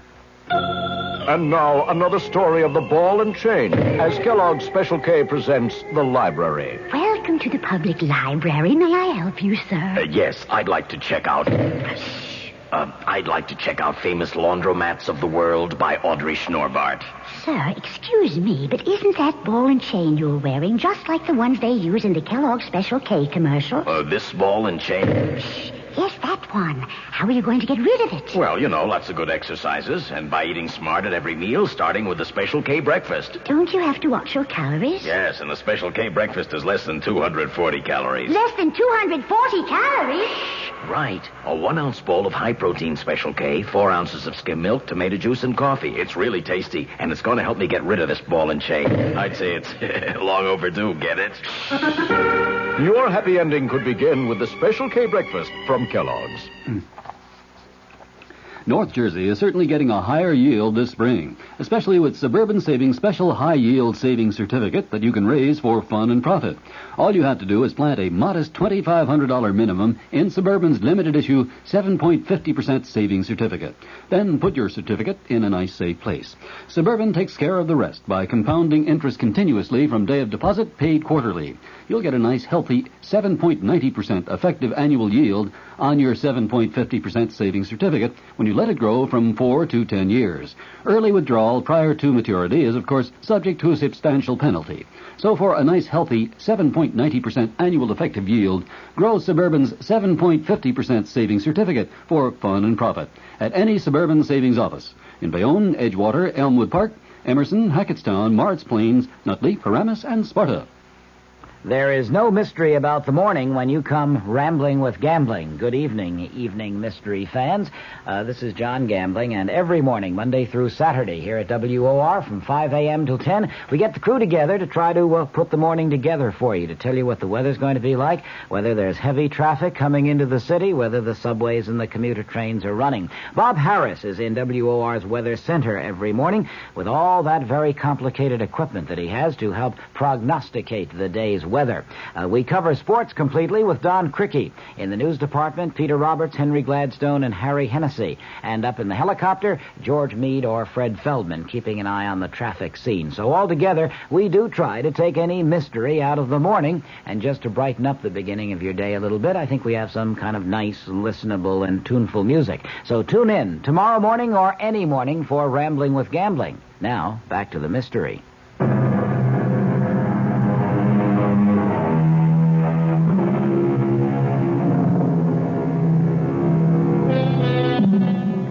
What a tangled web we weave when first we practice to deceive. And Peter Vincent is about to weave a tangled web of deception, the likes of which he has never tried before, and hopes never to have to try again. Our story begins in a cheap but clean and well-run apartment house on New York City's west side. Oh, Mr. Vincent. Yes, Mrs. Gretsch. It's the 5th of the month. Well, thank you, Mrs. Gretsch. Do you tell the time, too? Look, I'll thank you not to be so smart when you're late with the rent. 2 months late at that. Only 2 months this time. Things are looking up for you. I got my bills to pay, too, you know. And everything going up. Everything goes up around here except the heat. I've been meaning to speak to you about that. There is an energy crisis. I have to conserve all You'll the... have your own crisis if I catch pneumonia and can't work. I shall sue you, Mrs. Gretsch, for depriving me of my livelihood. I'd like to know just what that is. You know what I do. Well, you call yourself an actor. Actors act. You haven't been in a show since you started living here. Does that make me any the less an actor? We are all acting, Mrs. Gretsch. You, I, everyone. We're playing out our roles on this great stage. We are never really ourselves. We hide behind the masks, and we act out our little lives. I mean, you're acting. You don't want to press me for the rent, but you must. It's your role in life. So you step up on the stage as you are now, the star of this mini-drama, acting the part of the miserable, harassed landlady insisting on the rent. And you do your part extraordinarily well. Have you ever thought of going on the stage? Well, my sister was always telling me I had a nice voice. And she's right, she is. I may speak to my agent about you, yeah. I might just be able to get you a part. But get me the rent instead. Huh? Beautiful, Mrs. Gretsch, that was beautiful. You have a natural sense of timing. You'll make a wonderful heroine someday. You're past the ingenue roles, but still... You have till the 10th, Mr. Vincent. Not a day after. That's it, Mrs. Gretsch. Keep studying. Stupid old frump. Hi, Pete. Murray. What are you doing here? Drinking your scotch. I thought you were in Cleveland. No, the show folded. Oh, how'd you get in? You gave me a key a year ago, remember? Well, remind me to change the lock. I'm sick of your freeloading, Murray. Look, just a couple of days till I get settled. I gave up my room when I went on the road. You're not staying here. Oh, come on, Pete. I'll pay half the rent. Well, welcome home, Murray. You're looking pretty good, Pete.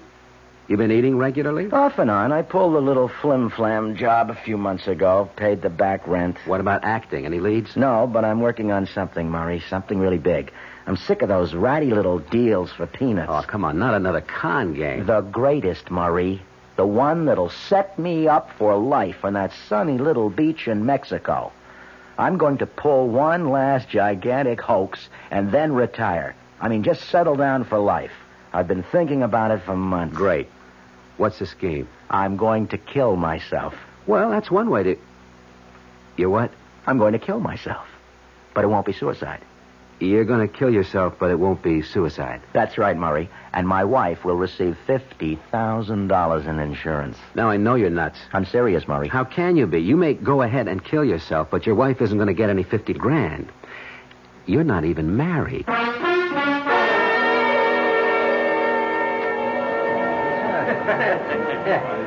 I'm going to have another martini while I try to focus in on this. It has to work, Murray. It's foolproof. Nothing is foolproof.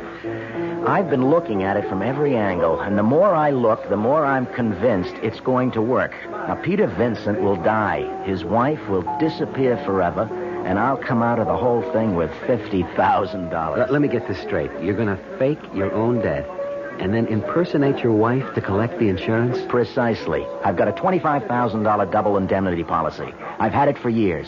I got it back in the better days when I was working regularly and traveling a lot.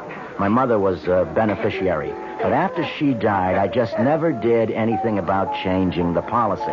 I kept it up.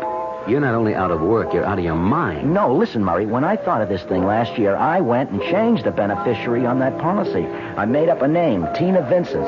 The beneficiary is Tina Vincent, wife of the deceased. I've just been waiting, letting enough time go by so it looks legitimate. Well, it's a blockbuster, all right. If you get away with it, there are a lot of things to consider. How are you going to pass for a woman? The impersonation is the main... Yeah, that's it. Can you be convincing? When I put my mind to something, I can be very convincing. I don't believe it. Where did you learn to talk like that? I used that voice in a nightclub act a couple of years ago. Well, it's perfect. It's a perfect dame. Say something else. It was sweet of you to invite me to dinner, Murray. Oh, Murray, pay the check and let's just get out of here. Fantastic. Well, the first thing to do now is create, Tina Vincent. Now, will you help me, Murray? Hey, give me that voice again. That really spooks me, hearing that dame's voice coming out of you. Well, that's because you haven't seen me at my best, Murray. Wait till I'm dressed for the part.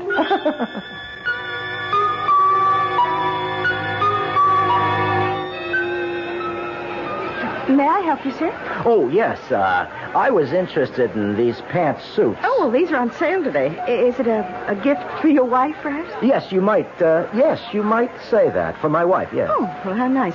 Oh, what's her size? A size? Oh, about, like mine. Like yours? Oh, rather tall, then, huh? Decidedly. Oh, let me see. I'd say about an 18 tall. And if it doesn't fit, you can always bring it back. Fine. Now, the suits on this rack are all size 18. I'll take this blue, and how about that black velvet? Oh, that was fast. You certainly know your wife's taste. Yes, I do, rather. All right, well, I'll have these boxed and gift-wrapped. Will there be anything else, sir? Yes, as a matter of fact, she's been wanting a new wig. Oh, yes, sir. Step this way. Next counter down. Now, what does she wear? Blonde, brunette, black? Oh, dear me, yes.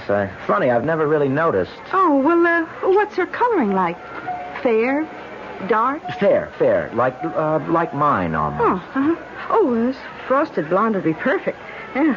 Oh, this one, yeah. Yes, I think that would do. Oh, here, just for fun. You try it on. Huh? Oh, come on. You say her coloring is like yours. No, please, that's silly. Oh, here, let me just slip it over your head. Ow. Adjust it a little and... What? It's incredible, sir. What's incredible? Well, I don't know, this wig, Well, I hope you'll forgive me for saying so, but... What? With that wig on, you could pass for a rather attractive woman. Really? Yeah, except for one thing. And what's that? Well, your mustache.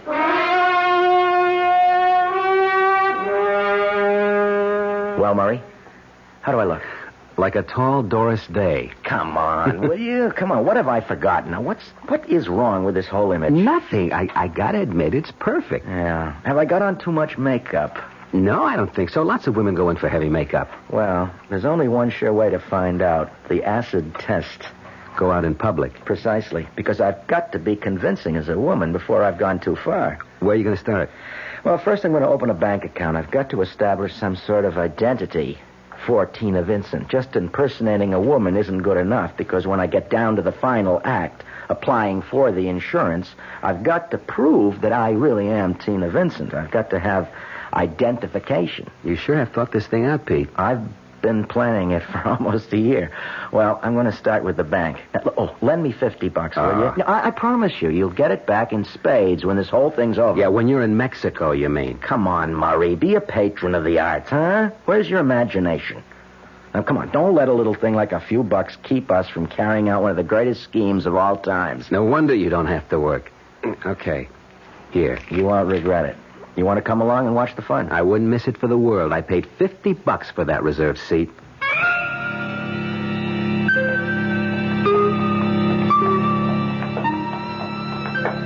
Stage fright? No. At this point, I have nothing to lose. Let's call it a first read-through. Okay, give me that Tina voice again. You got to get in character. Good afternoon. I'd like to open a savings account. Perfect. Is the wig straight? Yeah. Everything looks fine to me. Okay, Murray. All right. All right, here I go.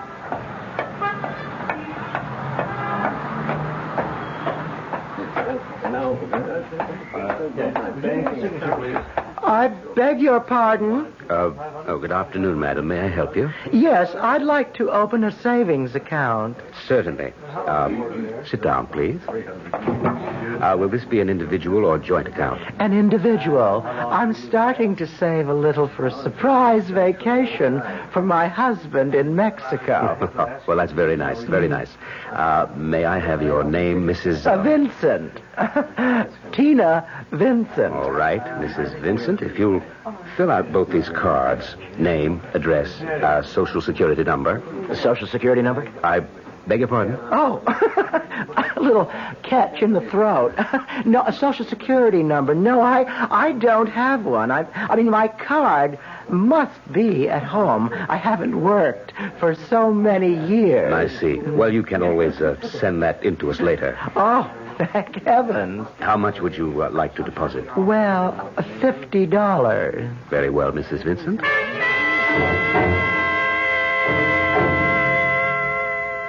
You should have seen his face when I dropped back to my own voice for that horrible second. Did he realize? I don't think so. He was startled, but I carried it off.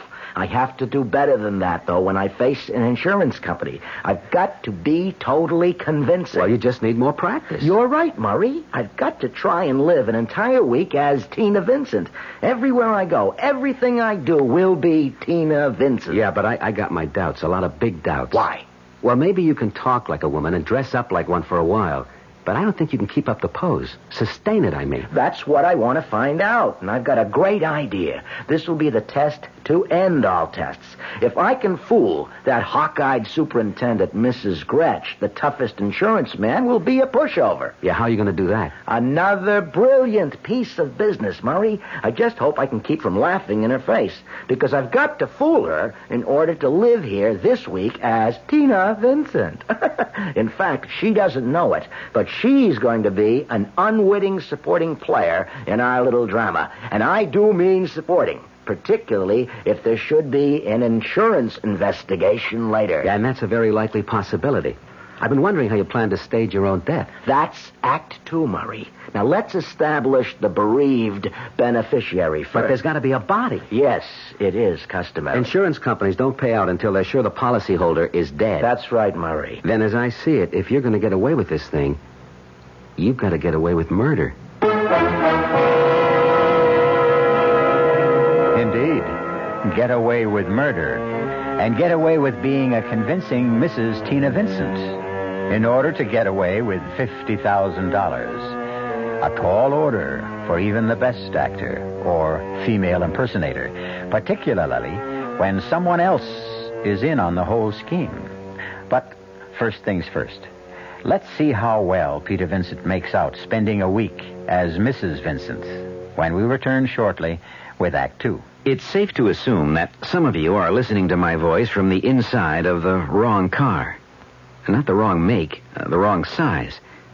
It's especially important these days that the cars we drive fit the way we use them. Now look around. If you've got more room than you've got passengers, maybe a smaller car would be better. If you've got wall-to-wall people, maybe the car is not big enough for the way you use it. And if you've taken the big car and left the small one for your wife to use for her carpools and shopping and Cub Scouts and whatever, well, we've got a message for you. If she hasn't given it to you already, make sure your car fits your lifestyle. Sometimes small is right. Sometimes big is right. Buick makes both right. From Opel to Electra 225, Buick has a car for the way you drive. Hey, Mom, what's for dinner? Hey, Mom, what you got? ShopRite's answer to what's for dinner this week is first cut choice grade beef chuck steaks, just 59 cents a pound. Shoulder steak, just $1.49 a pound. Nutritious young beef liver, 69 cents a pound. Fresh sweet corn, 10 ears for 99 cents. And price-conscious shoppers can save with Alba instant powdered milk. An 8-quart box is just $1.79 at ShopRite. That's well under 25 cents a quart. For more what's for dinner ideas, visit your nearest ShopRite and save. She loves the family.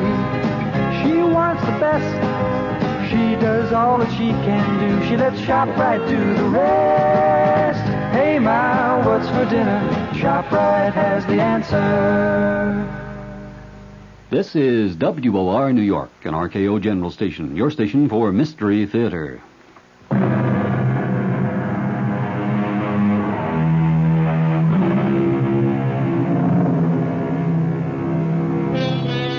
Peter Vincent, con artist, sometime actor, is preparing what he considers the greatest scheme of his career, impersonating his own beneficiary, Mrs. Tina Vincent, to collect his own insurance. But first, he must prove to others and to himself he can carry out the impersonation. So, for the next few days, Peter Vincent will disappear, and Mrs. Tina Vincent will take over. Who is it? I'd like to see the superintendent. What do you want? I'm looking for a man named Peter Vincent. I was told he lives in this building.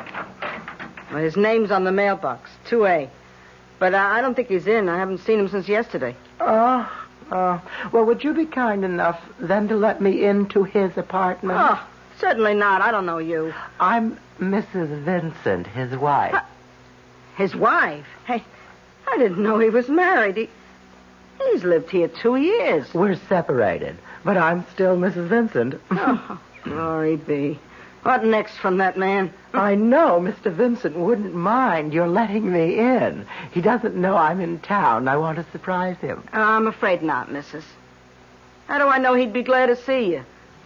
Look, if he wants you in his apartment, he'll be the one to let you in. Well, of all...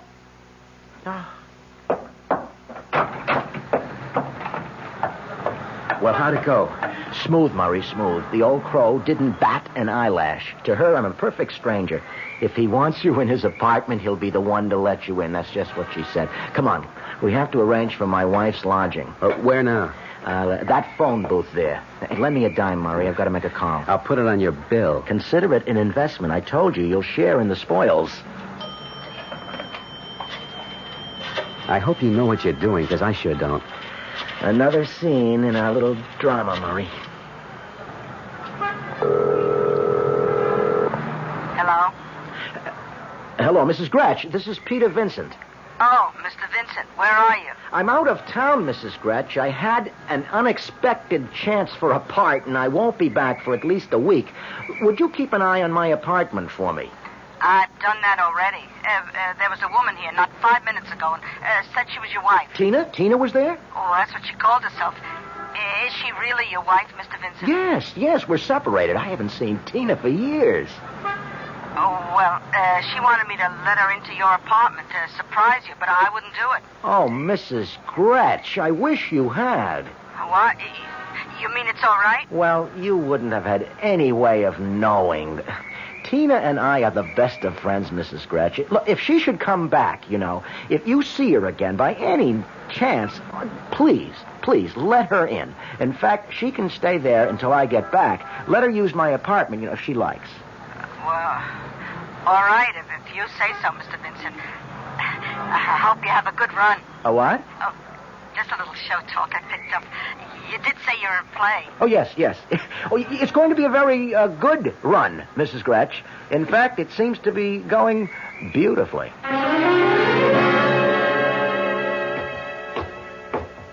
Oh, just a minute, sir. Yes? I know you've been staying with Mr. Vincent, but now things have changed. He's out of town. Yeah, I know. And Mrs. Vincent is occupying the apartment. Tina? You mean Tina's here? And with Mr. Vincent away, I don't think... Oh, don't worry, Mrs. Gretsch. You didn't know. I'm Peter Vincent's brother-in-law. What? Yeah, Mrs. Vincent's my sister. Oh, well, I hope she's not here to make trouble. Mr. Vincent said they were separated. Oh, don't worry. It's probably a reconciliation. They've always admired each other, even though they couldn't live together. I certainly hope so. Stupid old biddy. Tina, it's Murray. Murray, surprise! When did you get into town? Just today. Come in. Oh, good show, brother dear. You know, I'm beginning to enjoy this part. Yes, keep you in practice. And what's next for you? Us, Murray. We're going out on the town tonight. What? That's right. We're going to an East Side bar, and here's what I want you to do.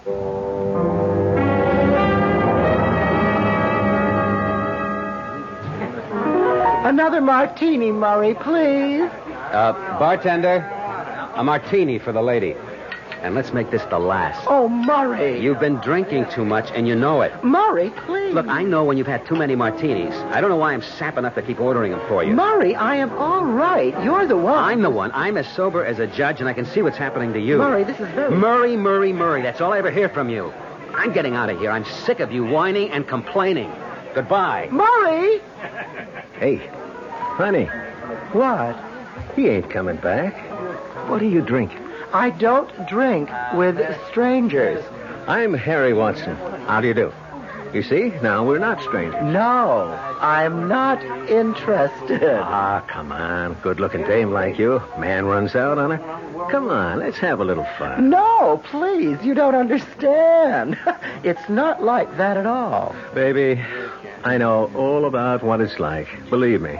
And you're something. Oh, you really think so? Baby, I know so.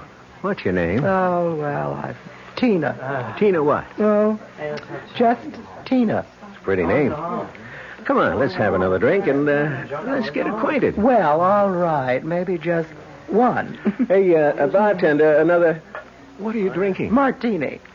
Yeah, a martini. Harry, do you really think that I'm attractive? Sure I do. Would I be buying you a martini if I didn't? You're not just feeling sorry for me. Nah, of course not.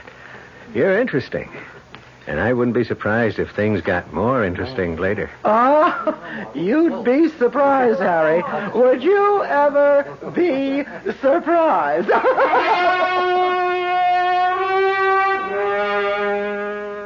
And then what happened? I drank the martini and left. I proved my point. Tomorrow I'm going to apply for a Social Security number and keep on good terms with Mrs. Gretsch. She's going to be important to us later on. Look, Pete, don't you think you've carried the joke far enough? What do you mean? Look, you've proved you can be a convincing dame. It's been fun and funny. But you're not really serious about knocking some guy off and trying to make the insurance company think it's you. Of course I'm serious. I might add that I am dead serious. But that's murder. Not really. Not with what I have in mind. Now stop worrying so much. Just think about that $50,000, and it's a lot closer than you think. I don't have to prove myself anymore, Murray. I can carry off the masquerade. The time has come for Act 2. Act 2? The victim. I have to find my corpse. We have to plan this carefully because when I leave here, I'll never return, you see, as Peter Vincent. Now, I want you to get a hotel room, some sleazy, out-of-the-way place where we can get past the desk clerk without being seen. Whereabouts?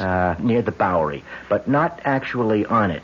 Now, call me from there. I've got some preparations to make here, because today, Peter Vincent meets with his accident.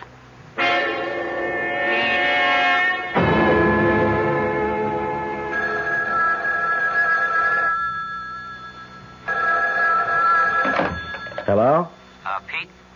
Where are you, Murray? The Hotel Matador, room 218. I'll find it. Now, I'll meet you there in about an hour. Drop off the necessary things, and then, Murray, we'll go shopping for a corpse.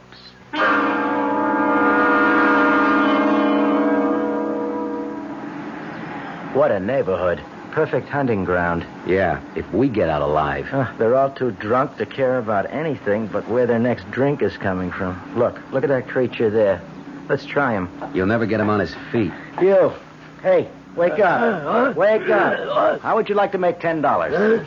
What, $10? Enough to keep you in Muscatel for 2 weeks. Hey, what do you guys want? A little of your time. I don't know you. You will shortly, and all your troubles are going to be over. Oh, well, that's nice. Now, just come on. Come with us. We'll make you nice and comfortable. Easy. Isn't he perfect, Murray? He's so disgustingly depraved. Yeah. $10 for what? For doing us and yourself a favor. What's that?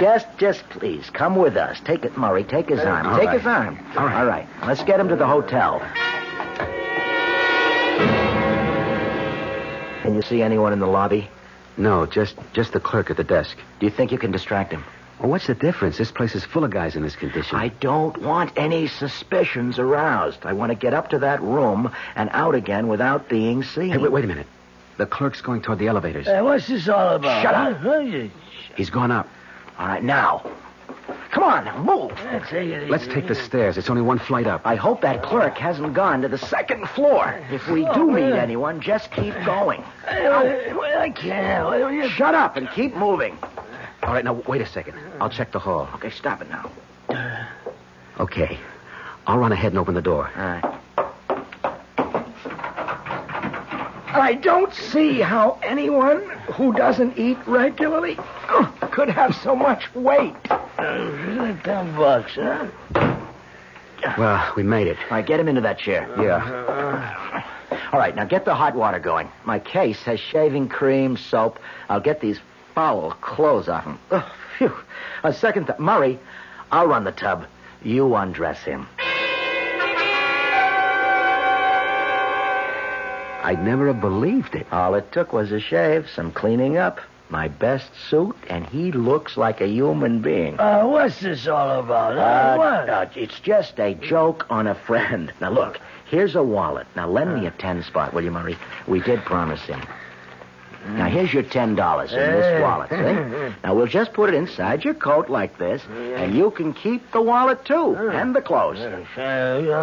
And there stands Peter Vincent. My clothes, all my identification, and heading for eternity.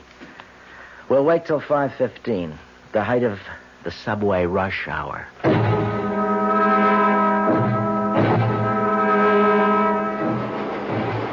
Hey, this looks like home. Move to the rear of the platform, Murray. That way, when the train passes us, it'll be going full speed. Look, this is ridiculous, Pete. We got 200 witnesses. Safety in numbers, Murray. We're lost in the crowd, and not one of them will know what's happened till it's all over. A man falls in front of a subway train. There'll be 30 different versions of what happened. We should have done this at 2 o'clock in the morning. Yeah, then we would have witnesses. We stand out like a red nose. Edge a little closer. I want to lie down. You will very soon. Murray, just before the train reaches the platform, let go of him. We both step back. When he totters and falls, we lose ourselves in the confusion. Isn't there an easier way? It has to be an accident to collect the double indemnity. And I don't want any body left to identify. Just the wallet and my identification. Here it comes. All right, a little closer to the edge. Now step back, Murray. Split, Murray. I'll meet you back at the hotel.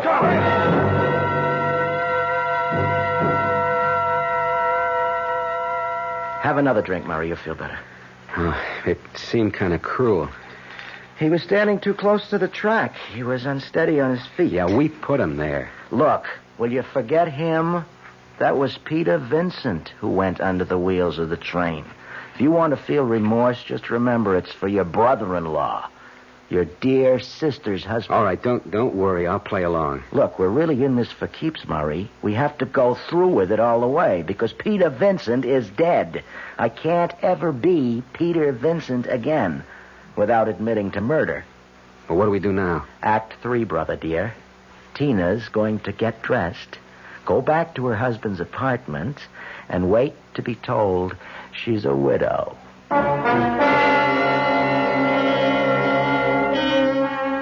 Peter Vincent has certainly got himself into a tangled web. But that unabashed self-confidence of his has seen him through many a tight squeeze. Let's see if it carries him through this one final scheme, his greatest hoax, as he calls it, to set himself up for life. I'll be back shortly with Act 3. Ever had a tall, frosty glass of Amplitude? Well, if your beer is Budweiser, you've had it often. Amplitude is a fancy word for the entire taste phenomenon, the total experience of flavor. Next time you take a healthy swallow of Bud, watch what happens. Think about the sensations you're experiencing. Notice how the flavor of Bud comes on nice and easy. Not too strong, not too quick. Just right. Notice the clean, crisp togetherness of Bud's taste. Everything in perfect balance, with no single element jumping out at you. And there'll be no aftertaste either, no hanging on. And you'll be refreshed and ready for another glassful. Actually, Bud drinkers have been experiencing Amplitude for years, but they never phrase it that way. They just say Budweiser, and that says it all. Anheuser-Busch, St. Louis. There are some things you can only get with TWA. Plans that save you time and money the most convenient way. TWA. This year, if you're vacationing in the U.S., there's TWA's Free-Wheeler plan. Here's what it gives you for $16 a day per person when two people are traveling together. A Hertz Pinto with unlimited mileage and a room at most Travelodges, Ramada Inns, or Sheraton hotels. There are a couple of conditions. You pay for gas and taxes, and you must return the car where you rented it. For full details of the $16 a day Free-Wheeler plan, call your travel agent or TWA.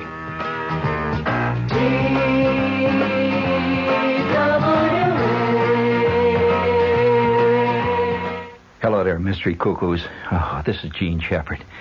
Oh, speaking of mysteries, as far as I'm concerned, the greatest mystery of them all is the one that you used to see in the old movies. You remember when you were a kid and you'd go on a Saturday afternoon, you'd see these movies with guys like Charlie Chan in them, and there would always be a scene where these people are living in a haunted house that was owned by the dead Duchess or the dead Countess, and there was reputedly ghosts or something terrible there.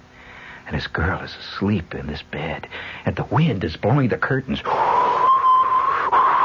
And suddenly, a panel slowly opens up back of her bed, and she's asleep, and a creeping claw comes out, reaching for her throat. Ah! Oh, great Scott. Oh. You'll hear the rest of the story tonight at 9:15 on the Gene Shepard Show, Monday through Friday, of course. The creeping claw will get you. It will get you.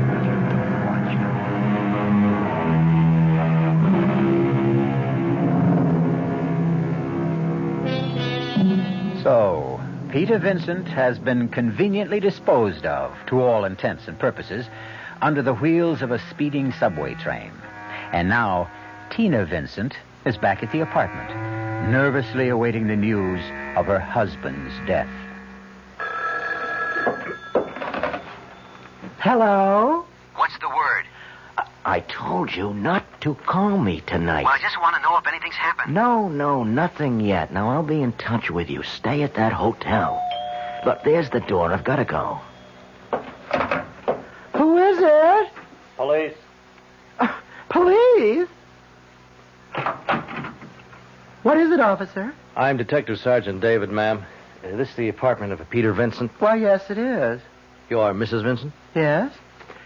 There's been an accident, Mrs. Vincent. I'll have to ask you to come down with us to headquarters. Wait, what is it? Has something happened to Peter? Yes, ma'am. Well, tell me. He fell in front of a subway train at the Times Square station. I know this is painful for you, Mrs. Vincent. Yes, this is Peter's wallet, all right. The cigarette lighter I gave him for his birthday. And this is all that's left. Well, there's no use asking you to identify the body. What happened? Well, until we find the complete report, there's nothing official. The witnesses' stories differ. Now, all we know is that he fell in front of that train. We don't know how or why. Do you know where your husband was going? No, not really. He just said he was heading downtown. Did he often do that? I mean, go without telling you where he was going. Well, Peter had been drinking heavily for several days. Oh, well, that's important. It may have a strong bearing. Do you suppose he passed out? We'll have to hold judgment on that, Mrs. Vincent. We may need more information from you. Yes, of course. Well, that's all for now. We'll get you back home, unless there's some other place you want to go. A friend's, perhaps. No, thank you. I'll go back to the apartment. Call my brother to be with me.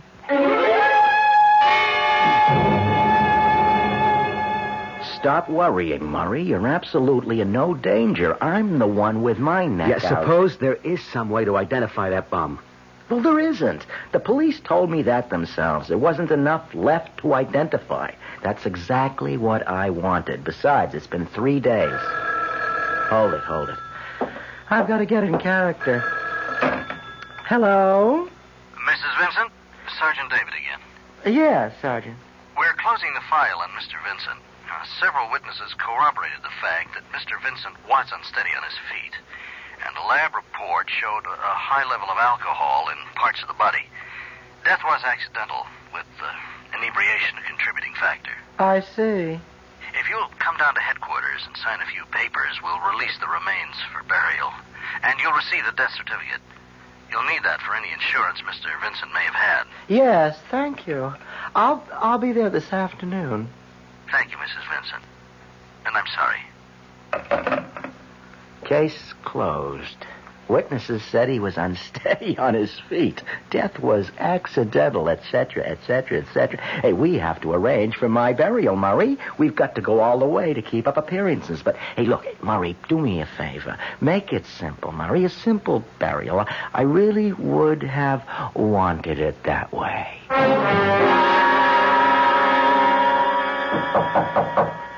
Yes, who is it?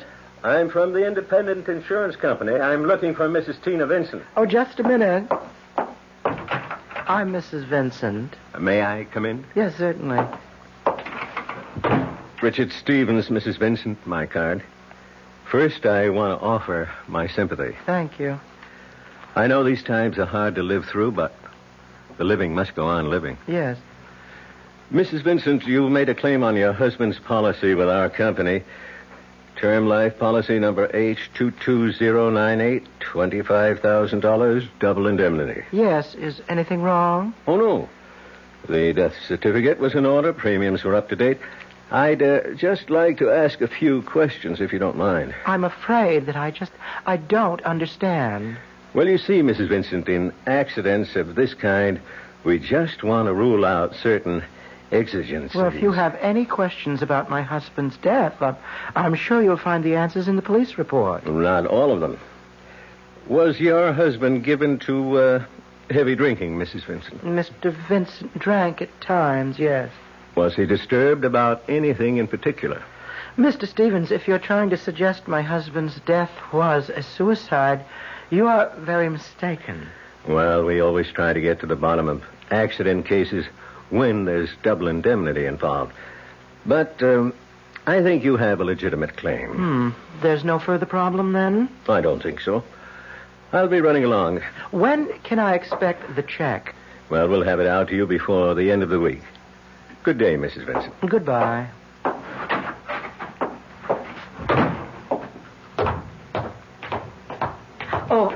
Excuse me, you've been to see Mrs. Vincent. Are you a doctor? No. Oh, well, I'm Mrs. Gretsch, the superintendent. How is she? She seems to have held up well so far, poor thing. Oh, she seems well.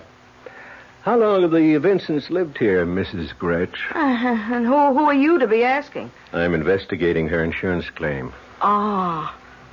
Well, if it'll help Mrs. Vincent get what's coming to her, I'll be glad to help, too. I guess it won't hurt to answer your questions. Was Mr. Vincent a heavy drinker? Oh, not that I know of. Of course, I don't snoop into the tenant's business. How about Mrs. Vincent? Well, I don't know much about her. She only just got here. What do you mean? Oh, well, you see, they've been separated. She only arrived here a week ago for a reconciliation, her brother said. Her brother? Yeah. He and Mr. Vincent are good friends. I see. Well, thank you, Mrs. Gretsch. You've been very helpful. Calm down, Dick. Hank, I just know this dame and her brother did that Vincent guy in for the insurance. It all adds up. They were separated. All of a sudden, she shows up on the scene. Boom, he's dead, and she's $50,000 richer. Where's your proof? I haven't got any. But I'm going to do a little checking on Mrs. Vincent. The guy's death was accidental. Now, how can you prove she had anything to do with it? That's what I'm paid to find out. This is the first time I've seen you lose your cool. I'm sick of hanging around like this, but I don't dare let down the masquerade. I want to get that money and get out of here. Maybe you should have gone down to the insurance company. Yes? Who is it? Richard Stevens from Independent Insurance. Just a minute. Come in. Thank you. This is my brother, Mr. Wilcox, Mr. Stevens. How do you do? How do you do? I'm sorry for the delay, Mrs. Vincent, but as I said, we have to be careful. When can I expect the money, Mr. Stevens? Well, in the next mail. Now, if you'll just sign this form. Very well. Anything to get this over with. I'll sign here and here. I hope this is the end of it. So do I. Oh, my pen, please. Yes. I hope I haven't inconvenienced you, but you do understand. My sister's been under a great strain, Mr. Stevens. Yes, I imagine she has. Well, good day and good luck. There's something in his manner I don't like. He's paid to be suspicious. Well, he's sure earning his money. Murray, here it is, the check, $50,000. I don't believe it. Mexico, here I come. Murray, I'm on my way to the bank. Make me a plane reservation for Acapulco. Now, I'll be right back to give you your split, and then I'm splitting for sunny Mexico. No, we're going to the bank. You don't trust me, eh? Not at this point in time, no. You know, you are totally unprincipled, Murray. But what would I have done without you? Come on. I'm not even packing. You're welcome to the apartment, the furniture, and Mrs. Gretsch. Thanks. Now for my final performance.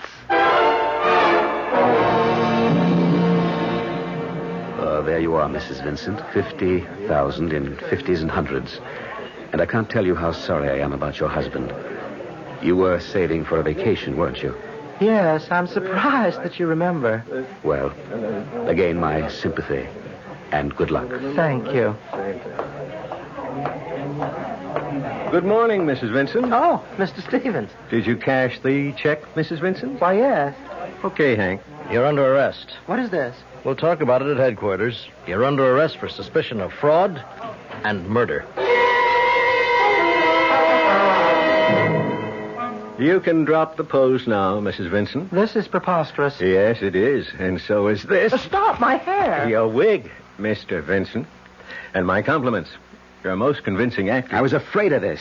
How did you know? We were ready to pay the claim until I learned that your wife had just arrived in town. Mrs. Gretsch. Yeah, some support. I thought Mrs. Vincent and her so-called brother here had to kill you for the insurance.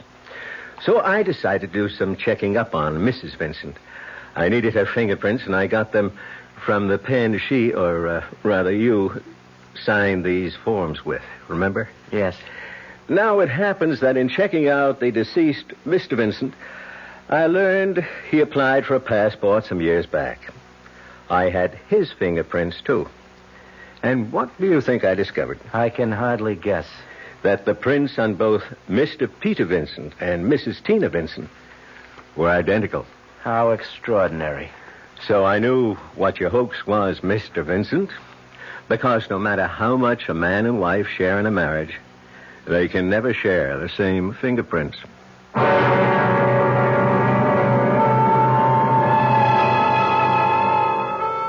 Peter Vincent's greatest hoax indeed proved to be his last. It's too bad he cashed that insurance check, because until then, it was really only attempted fraud. But then I wonder if that isn't exactly what the insurance man wanted him to do. And, of course, there was murder to answer for. If there is a lesson here somewhere, I suppose it's always be yourself. Unless, of course, you know where to pick up an extra set of fingerprints. I'll be back shortly. I want that sinus medicine. Headache tablets? No, sinus medicine. Sinus tablets. Helps the headache and the pressure. Oh, you mean sign-off. Exactly. Headache pain is one thing. A sinus headache is something else. Sometimes your whole face can seem to throb with pain. You want relief. Take Sign-Off tablets. Sineoff, the sinus medicine that gives you a full dose of pure aspirin plus a sinus drainer. Sign-Off, the sinus medicine that helps relieve sinus pain while you drain. And Sign-Off doesn't stop there. Have you tried Sign-Off Sinus Spray, the fastest known form of sinus congestion relief? It works in seconds. That's Sign-Off Sinus Spray.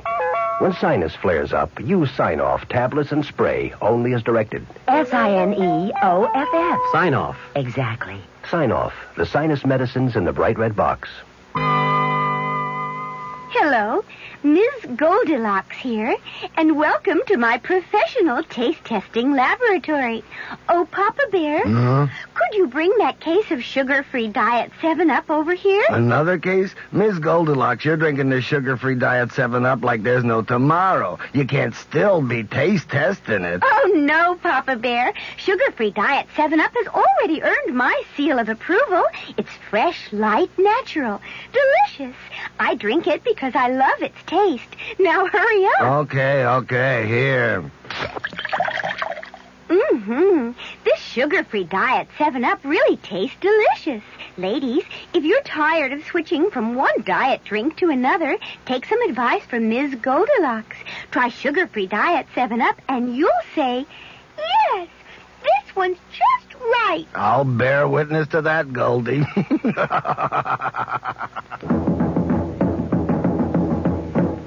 Five-borough Buick dealers are beating the drums for their new trade-in posts. That big car of yours, the one you thought you couldn't give away, well, they want to buy it. You loved that big car when you bought it back in 70 or 71. It served you long and well and cost you hard-earned dollars. Now you figure it's time to trade, but everyone's telling you that big cars are worthless. No one wants a big used car. Not true. Your five-borough Buick dealer needs used cars. Big ones, small ones, all sizes. This very minute, he'll give you hundreds of dollars over your car's listed book value as a trade-in on any new Buick, from Electra to Apollo and even on the Opal. So visit a five-borough Buick dealer today, where you'll get more money for your car and more car for your money. Your trade-in post in Forest Hills is Maury Buick at 11827 Queens Boulevard at Union Turnpike. In Brooklyn, it's Richard Buick at 5102 Kings Highway.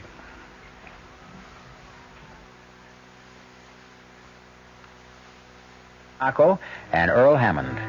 The entire production was under the direction of Hyman Brown. Radio Mystery Theater was sponsored in part by Sign-Off, the sinus medicines, Anheuser-Busch Incorporated, brewers of Budweiser, and the Kellogg Company, makers of Kellogg's Special K cereal. This is E.G. Marshall inviting you to return to our Mystery Theater for another adventure in the macabre. Until next time, pleasant dreams.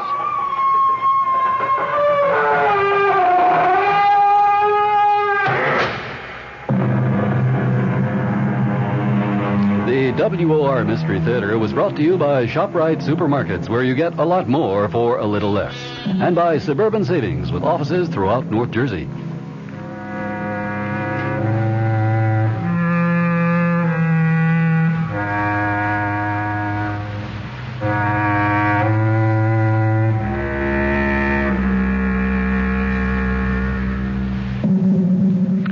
preceding Mystery Theater program was furnished by the CBS Radio Network. This is Sherry Henry, and paranoia is the subject of my Friday show at 2:15. WOR New York. I'm Fulton Lewis in the Mutual Broadcasting System studios in Washington, D.C. Now, my commentary. There were a lot of new developments on the impeachment and White House Watergate tapes fronts today. First, and perhaps foremost, the House Judiciary Committee notified the president today that it might consider his refusal to supply subpoenaed Watergate evidence an indication that the material is damaging to his position. Also on the committee's agenda was consideration of issuing subpoenas for still more material for its impeachment inquiry. In its letter to the president, the committee also warned that his refusal to obey its subpoena could be taken as a ground for impeachment.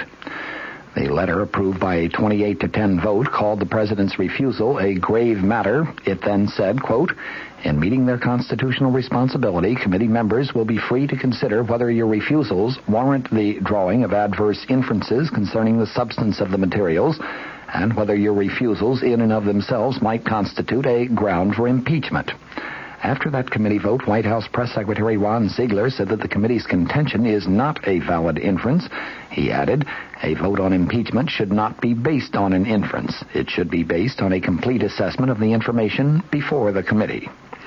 The committee, meeting in open session the day after it completed the first phase of its impeachment inquiry, rejected proposals for a harsher response and also to get a court ruling on the controversy. Alabama Democrat Representative Walter Flowers called the letter a reasonable response to what I feel is an unreasonable response by the White House. Illinois Republican Representative Robert McClory said that in subpoenaing tapes of Watergate conversations, the committee acted only out of duty, not to strengthen or weaken the office of the presidency. He added, "We acted to expedite the resolution of our inquiry, not to delay it. We acted ultimately to restore confidence in the office, not to destroy confidentiality." Asked what the practical effect of sending that letter would be, John Doerr, the chief counsel for the impeachment inquiry, said, "The legal effect of this letter will be to put the President of the United States on notice that the committee has concluded that he has disobeyed its subpoena." In a letter to Chairman Peter Rodino, dated May 22nd, Mr. Nixon said that he would not obey committee subpoenas demanding tapes of 11 Watergate conversations and records of presidential appointments over an 8.5-month period. The president wrote to Rodino, quote, "The committee has the full story of Watergate insofar as it relates to presidential knowledge and presidential actions. Production of these additional conversations would merely prolong the inquiry without yielding significant additional evidence." The president said he not only would not produce the subpoenaed material, but that he would reject demands for Watergate evidence that may be called for in such further subpoenas as may hereafter be issued. There was one other development today on the Watergate front. U.S. District Court Judge Sirica refused to allow the House impeachment inquiry to hear portions of 4 tape recordings for which President Nixon has claimed executive privilege. The judge said that he was actually powerless to meet the request of the committee that was made orally on Tuesday in a closed chambers conference. The judge last December 19th upheld the privilege claims regarding the 4 tapes. The committee had asked all federal judges with Watergate and related cases to allow it access to material sealed from public record. Judge Sirica said that he had honored most of the requests in cases before him after conferring with the White House, the prosecution, and defense attorneys. The originals of the 4 tapes involved 2 conversations on June 20th of 1972 and 1 each on June 30th and September 15th are all in Judge Sirica's private custody. Copies of the tapes, minus the portions deemed privileged by the judge, went to the grand jury and to the House Judiciary Committee. From the Mutual Studios in Washington, I'm Fulton Lewis, and that's the top of the news as it looks from here.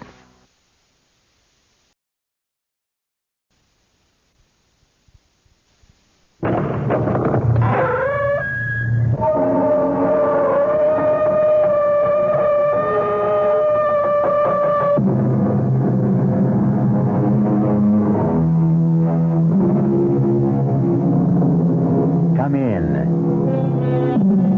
Welcome. I'm E.G. Marshall. You're just in time to join me for an adventure in suspense and terror. The most heart-stopping terror of all. Not the terror of the eccentric, the grotesque, or bizarre, but the chilling terror that slowly emerges when one discovers that all the standards, the laws, the customs that have so naturally governed our existence have suddenly been revoked or repealed and no longer apply. Gone are the familiar, the everyday usages which regulated life in a comfortable, predictable flow. And you are suddenly confronted with a living nightmare of chaos and anarchy. Our mystery drama, To Kill with Confidence, was written especially for the Mystery Theater by Sam Dan and stars Marion Seldes. It is sponsored in part by Sign-Off, the Sinus Medicines, and Anheuser-Busch Incorporated, brewers of Budweiser. I'll be back shortly with Act One. I want that sinus medicine. Headache tablets? No, sinus medicine. Sinus tablets. Helps the headache and the pressure. Oh, you mean sign-off. Exactly. Headache pain is one thing. A sinus headache is something else. Sometimes your whole face can seem to throb with pain. You want relief. Take Sign-Off tablets. Sineoff. The sinus medicine that gives you a full dose of pure aspirin plus a sinus drainer. Sign-Off. The sinus medicine that helps relieve sinus pain while you drain. And Sign-Off doesn't stop there. Have you tried Sign-Off Sinus Spray, the fastest known form of sinus congestion relief? It works in seconds. That's Sign-Off Sinus Spray. When sinus flares up, use Sign-Off tablets and spray only as directed. Sineoff. Sign-Off. Exactly. Sign-Off, the sinus medicines in the bright red box.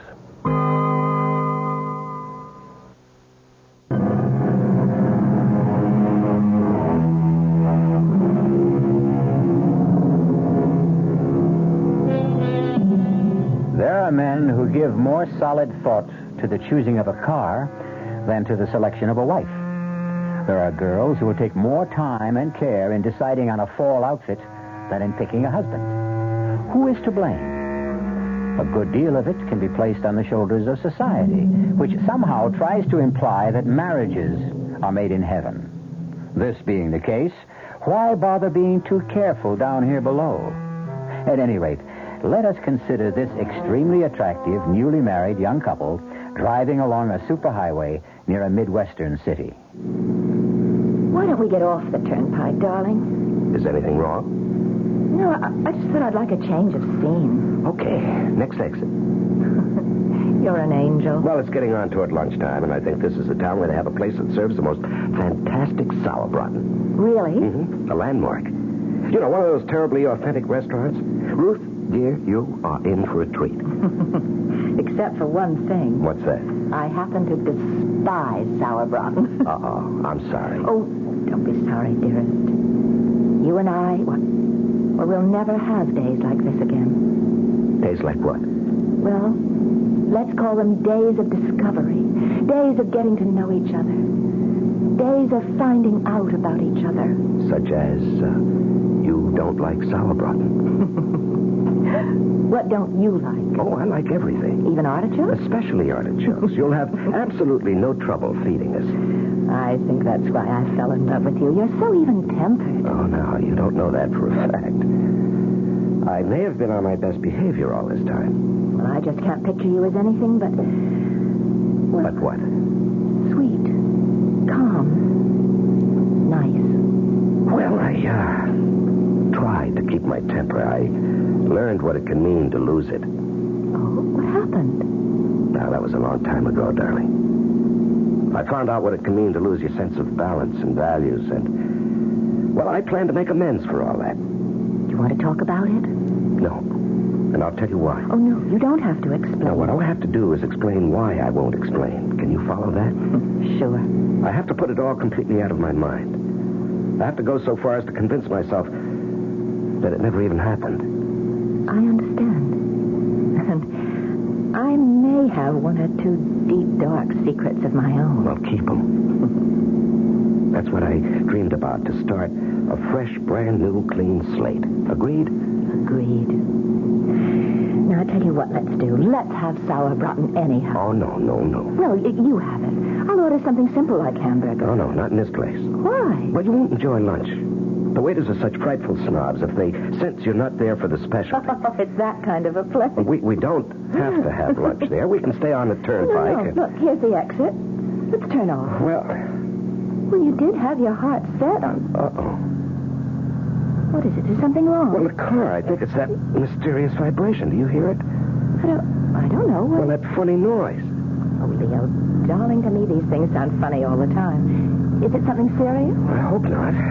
Well, look, we have 1,000 miles still to go. We'd better have it checked. Yeah, that's a good idea. Oh, but in case it is serious, do we have enough cash? Well, that's no problem, darling. We'll stop off at the first station that honors a transnational credit card. But I thought the card's only good for gasoline. No, all repairs, too. Oh, look, just up ahead, there's a big blue transnational sign that says Frank's Quality Service. Let's pull in and have the motor checked.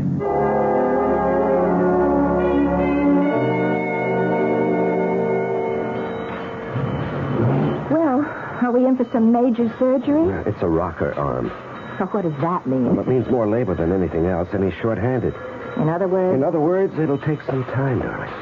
Well, does that fit in with our plans? We did intend to have some lunch. And We could do that, darling, except, What is it? Well, you remember I told you what happened to me last time I needed emergency repairs? Well, that decided me. When you're having work done in a strange town, a place you don't know, you really should stick around, keep an eye on it. That's right, of course. Well, I know it'll be a bore for you. Well, I could shop. Could you? Your birthday's the day after tomorrow. I'd love an hour or so. I'll look for something and I'll be able to surprise you. Well, that's a great idea. Now, what's this fellow's name? Oh, yes, Frank. Say, Frank. Oh, yes, sir. Oh, Mr. Renard. Yeah, what can I do for you? You've got about an hour on my car? Oh, say an hour and a half and be safe. Well, my wife would like to do a little shopping. Well, and you're in luck. We got us a shopping center just 3 blocks from here.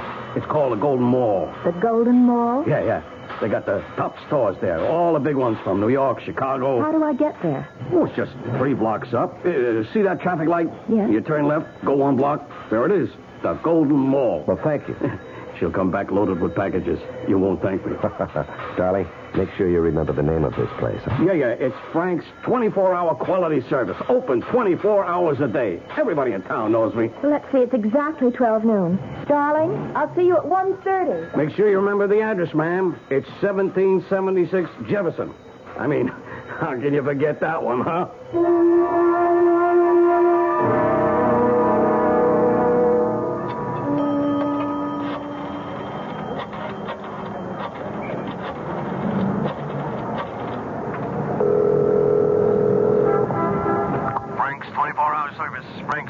Oh, is Mr. Renard there? He should be having his car fixed. Mr. Renard? Oh, yeah, sure thing. Hold on, huh? Mr. Renard! Hello? Leo, darling. Oh, for a moment. What is it, darling? Nothing, dear. Nothing at all. Must have been something. Yes. I just couldn't imagine who'd be calling me here. Is everything okay? No. Well, darling, what's wrong? I miss you, that's all. You realize we've been separated for almost 45 minutes? Oh. You miss me? Terribly. All right. I just called you up to keep the record clear. Will he be finished on schedule? Mm-hmm. Looks that way. About another half to 3/4 of an hour. All right, I'll be there 1:30 on the dot. I don't like these long separations. Neither do I. Goodbye, darling. Bye.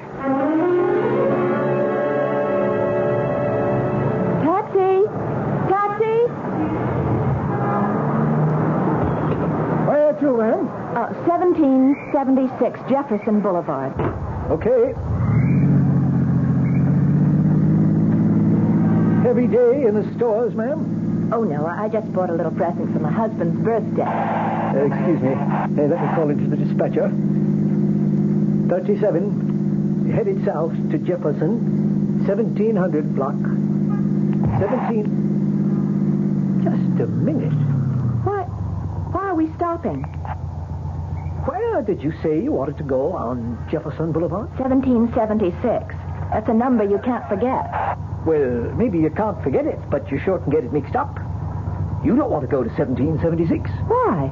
Because there ain't nothing on that 1700 block worth going to. Well, I distinctly remember Look, ma'am, I know this town. Well, give me a street, any street, I'll run it down. On 1700 block of Jefferson, you got the old foundry, and it's been deserted these past 18 years. And Frank's 24-hour quality service station. No more, you don't. How can you say that? Well, I can say that because Frank's been dead, let's see, it's 3 years now. Well, the sign said... Nobody ever bothered taking the sign down. It's too much trouble. That part of town, you can write it off. Well, I spoke to Frank this morning. No, lady, you didn't speak to Frank. Believe me. Nobody's spoken to Frank in 3 years. Well, maybe St. Peter. Although I don't think Frank would have gone up there. My husband is having his car fixed at Frank's right now.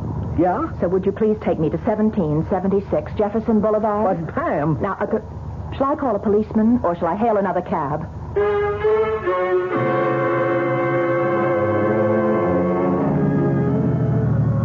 Well, ma'am, here you are. 1776 Jefferson. And it says Frank's Quality Service, so I was right. What were you trying to... Look at what else it says on the windows. Those big signs. This property for sale. No. Look, ma'am, the place is empty. It's been empty since Frank died.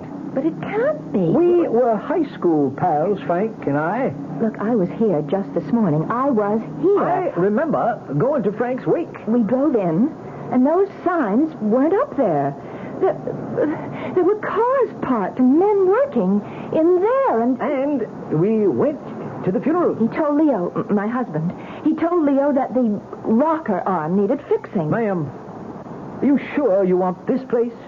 My husband. I left my husband here. No, ma'am, I'm afraid you didn't leave anything or anybody. Leo is in there, in that garage. Where are you going? Can't you see it's locked? It's been locked for 3 years. There's nobody in there. I'm telling you, there's nobody in there. What happened to my husband? What did they do to my husband? Now, calm down, ma'am. Think. Are you sure this is the same? I'm sure. I know. Don't you try to talk me out of it. I know. I was here exactly 1.5 hours ago. I was here. This place was open. This service station was operating, and there was a man here, Frank. How do you know his name was Frank? Because the name was written on his shirt. Now, look, ma'am, I don't know what's going on. My husband. I want my husband. Now, what happened to him? Ma'am, try to hold on to yourself. Don't pass out, please. Don't faint on me. I wouldn't know what to do. Here, let me help you back to the cab. Please. Oh, Leo. Leo, what did they do to me? Oh, no. 37. Come in, quit fooling, answer me. This is 37. Get me some cops. Get an ambulance. Get everybody over to 1776 Jefferson on the double, huh?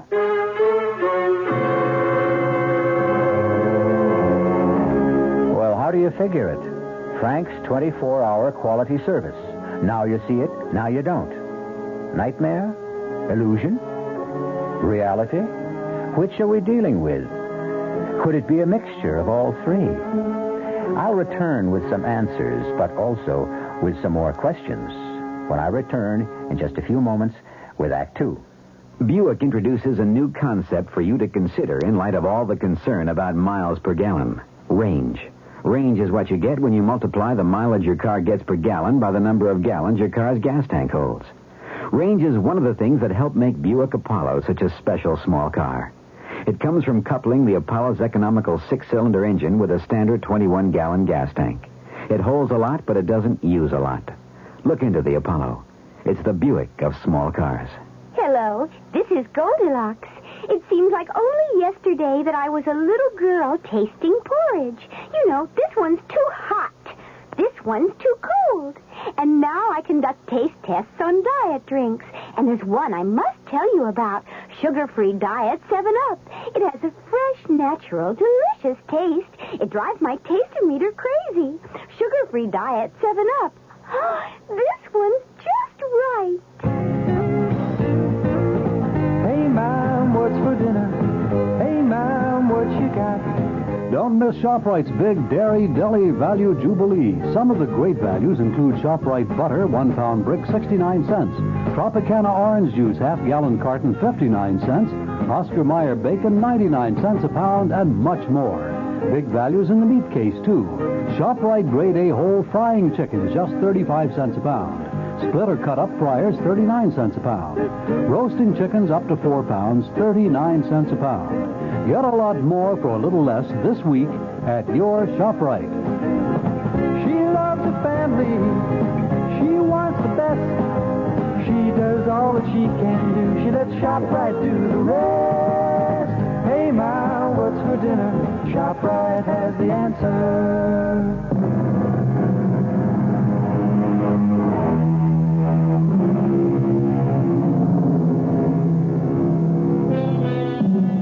Why don't you do some shopping while I'm having the car checked?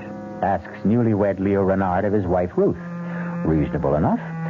And so, when her shopping is finished, Ruth returns to discover that the car is gone. Leo has disappeared, and the service station has been closed these past 3 years. And you insist you actually were at that particular service station, Mrs. Renard? Doctor, I know you are trying to be helpful, but we aren't going to get anywhere. Why do you say that? Well, to begin with, we have a severe difference of opinion. But you... Wait, please, let me finish. You think I'm crazy. That isn't true. Well, you have a medical term for it, I'm sure. Something to take the sharp, rough edge off it. But at this point, according to you, I'm not behaving normally. Now, does that state the case? Well, look at it rationally. Which, according to you, I'm not doing now. That service station has been closed for 3 years. The man who owned it and ran it has been dead all this time. Then how do you account for the fact that my husband and I were there this morning? Would you agree to submit to some tests, Mrs. Renard? I'll agree to anything at this point. I'll agree to anything that will convince you that I am as sane as you are. And once we establish that, and you start believing me, then perhaps we can find out what happened to Leo.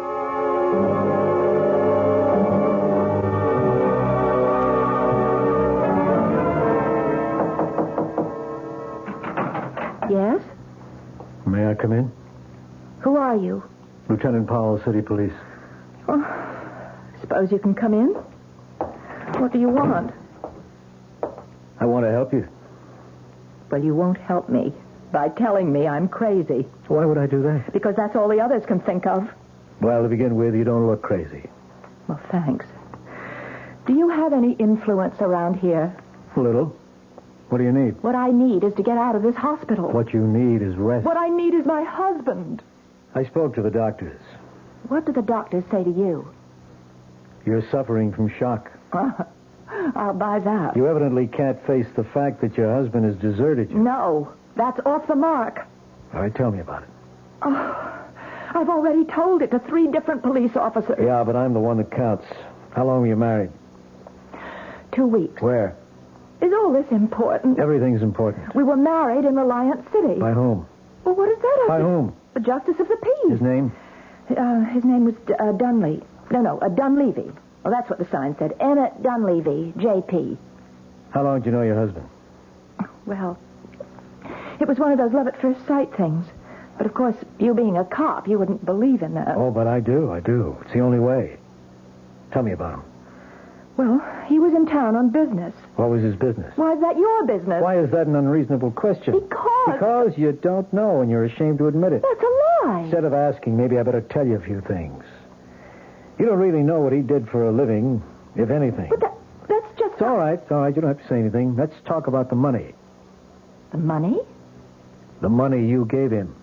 How do you know? My dear Mrs. Renard, you are now a member of a certain unfortunate sisterhood. What are you insinuating about my husband? Well, let's stick to the facts. How much of your money does he have? It's not my money any longer. It isn't? No, when we married, we agreed to share everything. And how much did you share with him? Well, I had an inheritance from an aunt who died, and she left me Yes, she left you... $51,000. I see. I don't know what you think you see. We were going to invest it in the new business. What new business? He was interested in real estate, and I was a public stenographer at the hotel where he used to have dinner, and that's how we happened to meet. And we were going to go to Florida and get into a land development deal. $51,000. In cash? No, bonds. We put it in bonds. Negotiable bonds, no doubt. Well, we had to be able to raise cash in a hurry. Of course. Well, it just wasn't my money. He had close to $50,000 of his own. You know this for a fact? Well, that's what he said. Now, look, Mrs. Renard, I want to help you. I want to find him. Hopefully we can recover all, or at least some, of your money. Why do you insist that he ran out on me? I've told you what happened. You simply can't face the truth, can you? And you've created an hallucination about a garage. Don't you start behaving like a psychiatrist, too. Now, look, the sooner we get you to face reality, the sooner we can get you to think rationally and maybe give us some leads. Look, I told you. What we have to do is get rid of this service station delusion of yours. But it isn't a delusion. I spoke to the doctor. Lying around here in bed isn't doing you any good. I asked him if I could get you to work with me. Now, you can't remain here indefinitely. You're going to have to start some kind of new life for yourself. Are you saying that Leo is... I'm saying, one way or another, Leo is gone. No. Right now, I'll go talk to your doctor. Pick you up in about an hour. Is that all right? Wait, I want to thank you. Yes, well, maybe now you're beginning to face reality. Maybe. Maybe what? Oh, I don't know. I'm so... Sure. It's a bad spot to be in. You're really very kind. No, I'm not. It's just a technique. Don't let it fool you. Well, at least you've made me feel better. You ready to face it? I think so. Whatever it is, I guess I'm ready to face it.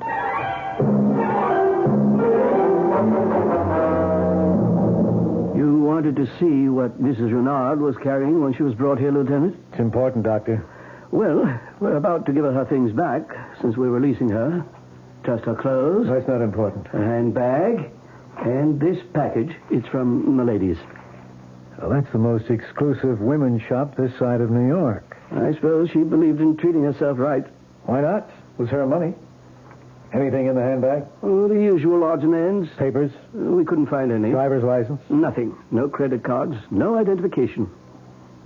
Well, that doesn't sound right.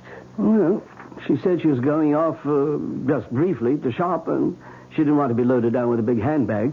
So she just took her small purse with some money and makeup, left everything else in the car. There is this snapshot. Must be Leo. He'd have to be Leo. You know something? He looks familiar. He looks familiar because you've convinced yourself he's a confidence man. That's right, he has to be. A smooth, experienced operator, too, which means he's been around, which means he may have done time, which means there's a make on him.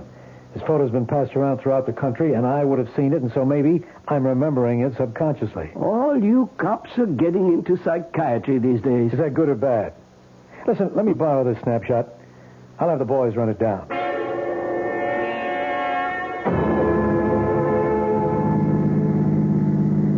Yes, Lieutenant, I've decided. I've called a hotel. I'll take a place there, and when my money runs out, which will be pretty soon, I can find a job.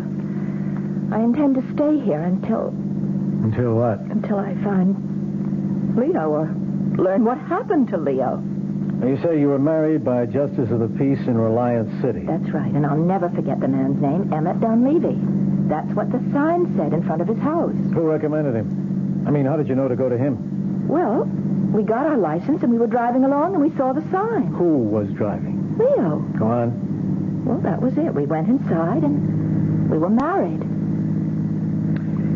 I don't think so. What do you mean you don't think so, Lieutenant? What would you know about it? All I'm saying, I don't think you were married. Now, just a minute. The ceremony was performed. We checked the city hall in Reliance City, and there's no record of your marriage.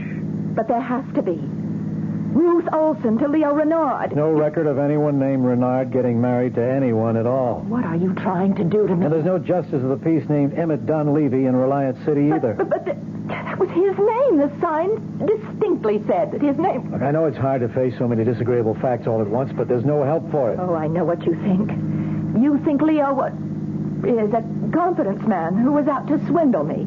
I'm going by what appear to be the facts in the case. I'm going by experience. Well, I wouldn't fight you except... Except that you love him. Well, love doesn't make you blind.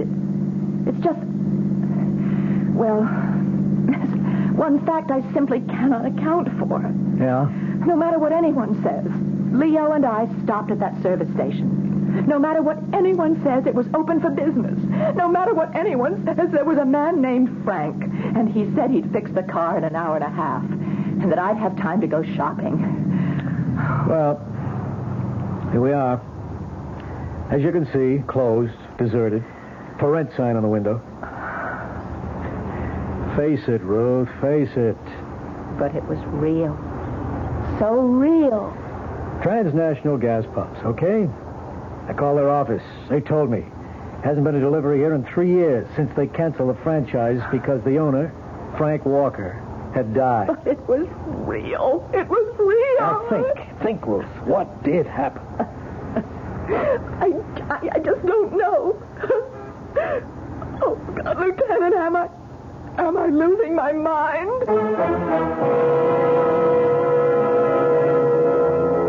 But the service station was there. A man named Frank was there. We heard him speak. Or did we? Did the conversation actually take place at 1776 Jefferson Boulevard? Or was it all taking place in the mind of Ruth Renard, whose last name may not even be Renard, since there's no record of her marriage either? I'll be back shortly with Act 3.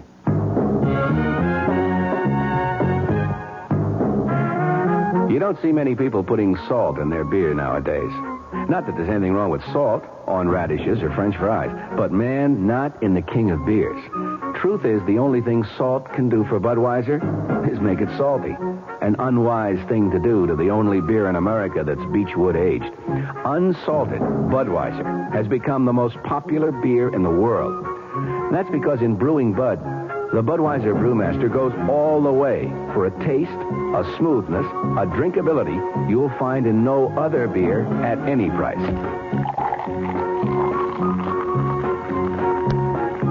And something else you can take without a grain of salt. The fact that when you say Budweiser, you've said it all. Anheuser-Busch, St. Louis.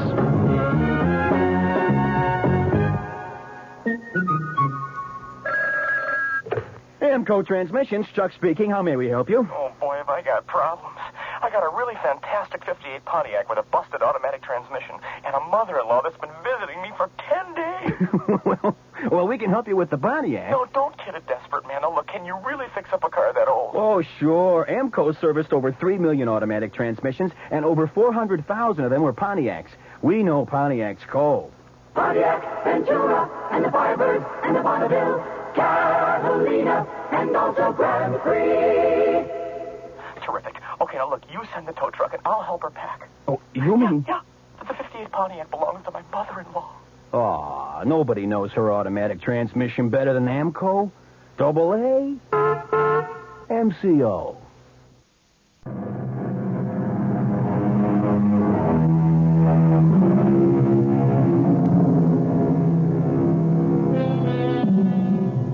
She still insists she left her car there to be fixed under the watchful eye of her husband.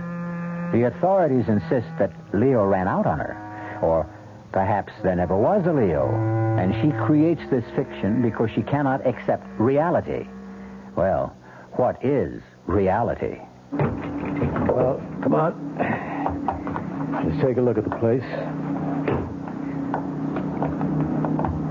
As you can see, Ruth, deserted. But as you can see, Lieutenant, it's spick and span. How clean this place looks. Does this have the appearance of a shop that's been closed for 3 years? Well, where's all the litter that would collect? Why aren't these windows grimy and dusty? I checked it out with the real estate people. They keep the place shaped up. After all, they are trying to get rid of the place, you know. I was inside this place yesterday. But there's a padlock on the door. Whatever you want to say, however you want to say it, I know this. I was here. Okay, let's go inside. The real estate people gave me the key. You don't believe me. It's obvious by your manner. Well, that's no good. It's bad for me to have an obvious manner. Sorry. I know you're trying to be nice. Well, I'm only trying to find some answers. Come on in. Well, does it look familiar? This only makes me more certain. I was here. I stood right here at this counter when Leo came out of the shop, which is right through that door, with Frank, Yeah? and told me what had to be done with the car. What you're saying is this visit only reinforces your conviction that you were here. Absolutely. Well, let's stay with that for a little while anyhow. How long were you gone? Exactly an hour and a half. I've already told. Yeah, I know. Are you sure? Positive. And what did you do? But I already... All right, never mind. I went to this Golden Mall. Yes, and? And I shopped. Buy anything?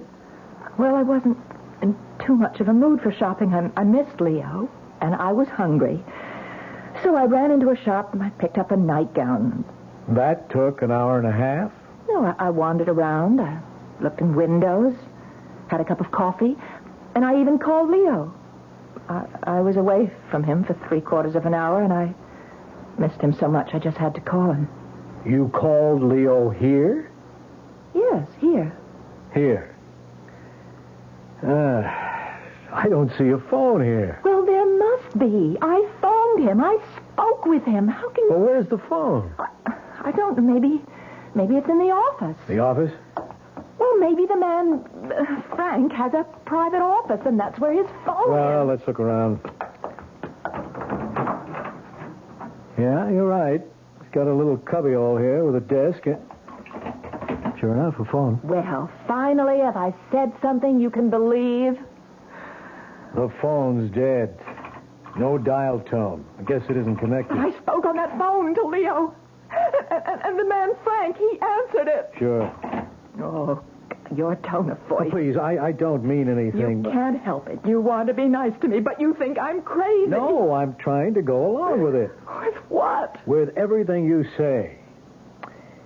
What we need right now, more than anything else, is a break. Who knows? Maybe we'll get one.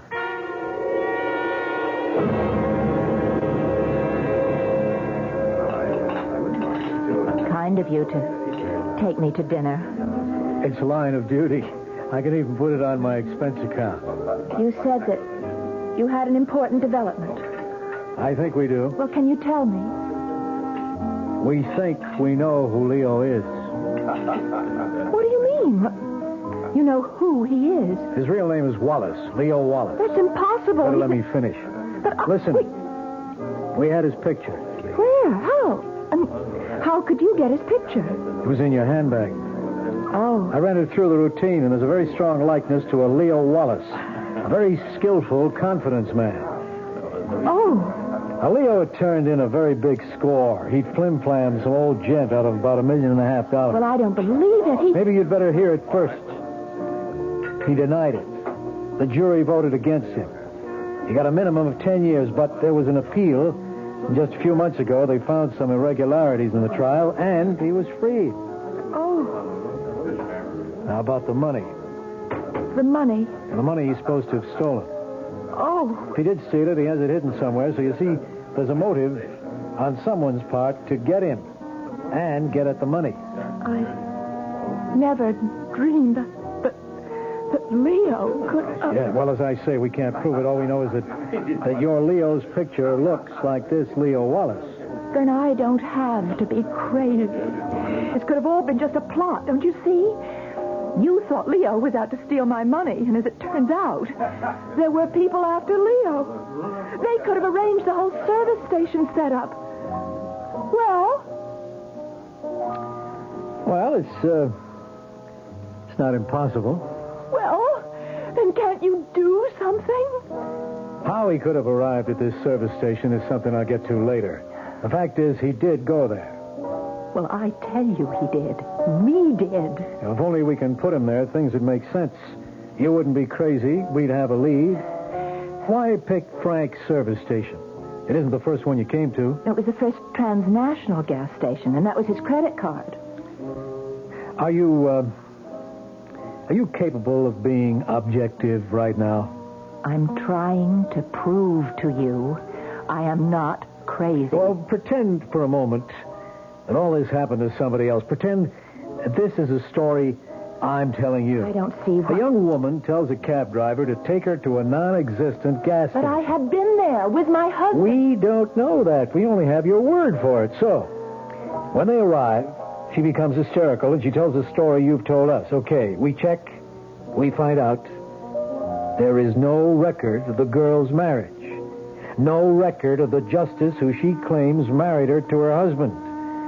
And her husband is most likely a notorious confidence operator, newly released from jail. Why would I lie to continue, please. And we know very little about the girl herself. She worked at the hotel in Reliance City as a public stenographer for only a month. There's no family. I lost my parents years ago. I'm an only child. I had one aunt who's dead. Well, everything is so vague. We can't find anyone who's ever seen this girl with her husband. But we stopped at 3 motels between here and Reliance City. No one remembers seeing a Mr. Renard. You can check their registers. They must prove that Mr. and Mrs. Renard stopped there. Two of the clerks remember a Mrs. Renard. That's because I went into the lobby to sign the registers while Leo took care of the bags. Now, once again, we have that same problem. Admit it now. If this were someone else's story, would you believe it? All right, I know. It sounds like... But if it is a hallucination, where did it start? No, it's real. You said to the cabbie that you bought a gift for your husband. I did. No, you didn't. You bought a nightgown at Milady. Oh, but Why would you lie? Oh, maybe it isn't a lie. Maybe subconsciously you know you don't have a husband, therefore you really couldn't buy him a present. Then why would I have his picture in my purse? You may have found it somewhere. Maybe without knowing it, you fell in love with his picture and... Why is it all so real? I keep tripping you up all the time. Your story has so many holes. For instance, why do you say you called from the mall when that phone has been disconnected for 3 years? But I did call. You have to believe me. Well, that means I have to believe your whole story, all of it. All of it is true. Yeah, and yet I can't check any of it. Wait a minute. There's one part I can check. And if you're telling me the truth about that one little part, then the whole story could make sense. What is that part? No, I don't want to get your hopes up. I'll see you at the hotel. Oh, but I'd like to know. No, there isn't very much I can do about it till the morning anyhow.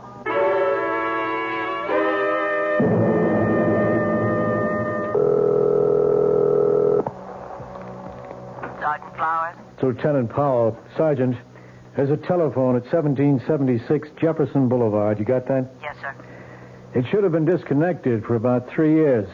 I want you to find out if it was temporarily restored to service recently. If so, by whom? Somebody had to pay a deposit. I want the name and address. Yes, sir. I want that information immediately.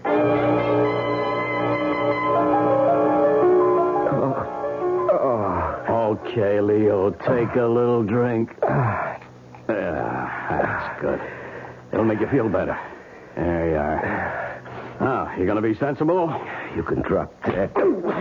Leo, as long as you're willing to catch, I can pitch. Be reasonable. I don't want all the money. I don't care if you kill me. It can come to that. Now, look, the old guy's dead. You can't give it back to him anymore. He has a family. And every one of them a millionaire. Leo, why should the rich always get richer? I seen crooks like you go soft. Start to worry about right and wrong. Believe me, it don't last. It wears off. I'm only trying to save you from yourself. You punk, I should have recognized you at that gas station. Hey, wasn't it a great wig and a mustache? I look good in it, huh? Leo, back in the jailhouse, I protected you against all those dudes who wanted to shake the secret out of you. I saved your life. You promised me my peace. I'm entitled. I'm entitled. I'll kill you. You punk. You're at the end of the line. You blew it. You blew it. You'll kill me for nothing, and this time they'll send you up for life. Never. You think I'm not going to kill you if you don't lead us to the door. That's wrong. I'll kill you. Go ahead, punk. Go ahead. Please, Leo, don't make me do it. Hit him one more time, punk, and I'll blow your head off. Hey, what? Keep your hands up high where I can see him. That's good. Bill, Eddie, hustle this one down to headquarters. You sucker. We could have been rich. We could have been rich. What do you get out of it this way? So, you're Leo. You all right? Yeah. Takes more than a punk like him. Let me get you untied. I guess she was telling the truth all this time, huh? Understand? Yeah, okay. You're quite a guy, Leo. I have to go to headquarters to book him. I'll need you, too. Sure. I know you want to see Ruth. Why don't I drop you off at her hotel? You'll want to be alone for a while. Yeah, thanks. You can both come down later. There's no hurry.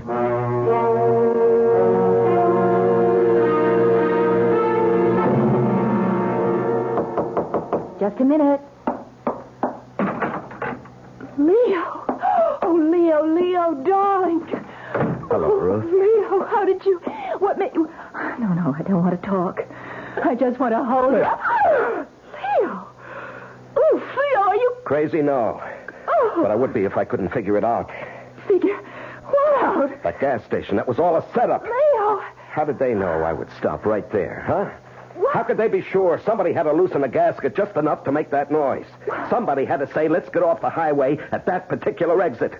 Somebody had to practically lead me by the hand right into the setup. Leo, why would I... $1.5 million.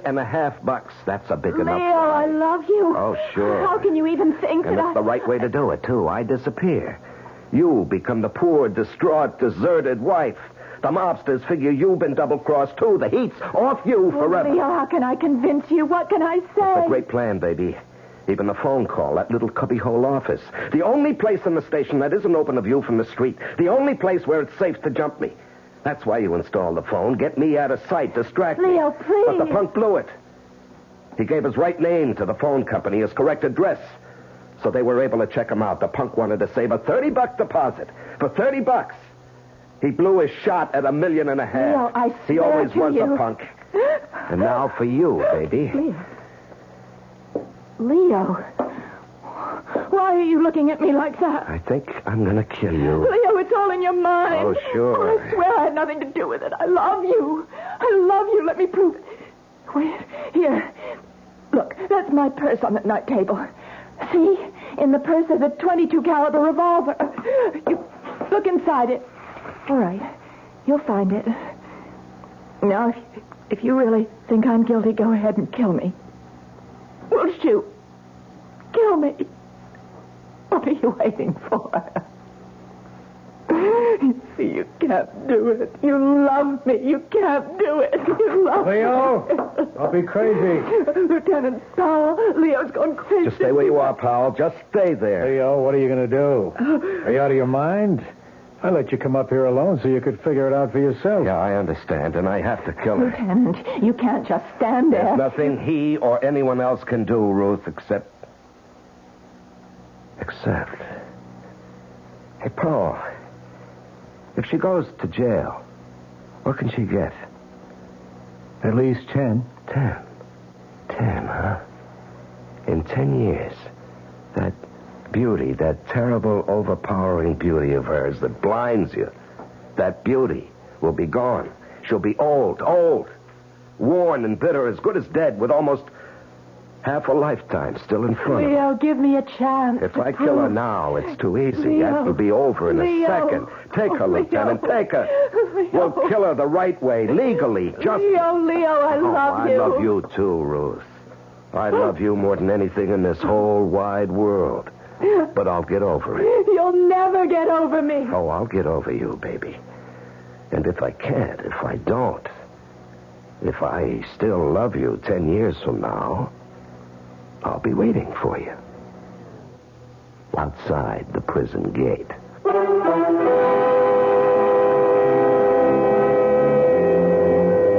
Did Leo get over Ruth? Or did his love continue? Did he meet her at the prison gate 10 years after?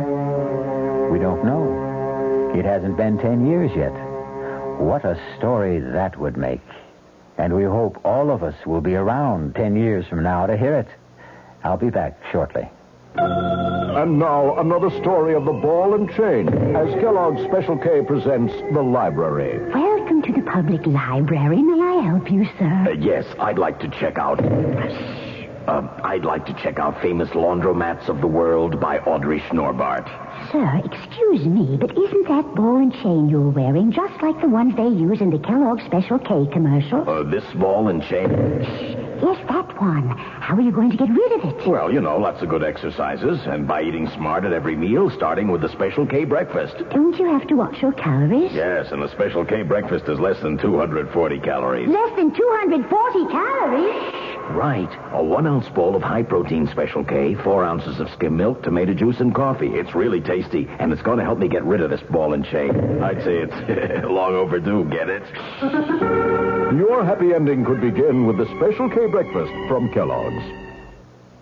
You've been hearing some pretty lavish claims recently about miles per gallon. We'd like you to consider something equally important, and that's range. Range is the miles per gallon multiplied by the number of gallons your car's tank holds. Range is what makes the Buick Apollo such a special small car. It comes from coupling the Apollo's economical 6-cylinder engine with a standard 21-gallon tank. It holds a lot, but it doesn't use a lot. Look into the Apollo. It's the Buick of small cars. Hi, Ms. Goldilocks here. Professionally taste testing diet drinks can be very difficult, but I've just had to bear with it. Then I found sugar-free Diet 7-Up. It doesn't taste like other diet drinks. It's fresh, light, natural, delicious. Sugar-free Diet 7-Up tastes so good that I've taste tested it hundreds of times, and each time I've given it my seal of approval. Yes, this one's just right. Now, this word from the New York Graphic Society. Midnight in the cemetery. The casket lid lifts slowly, and a tall creature with glowing eyes rises from the coffin. From time immemorial, man has been frightened and fascinated by the night-roaming, blood-sucking creature.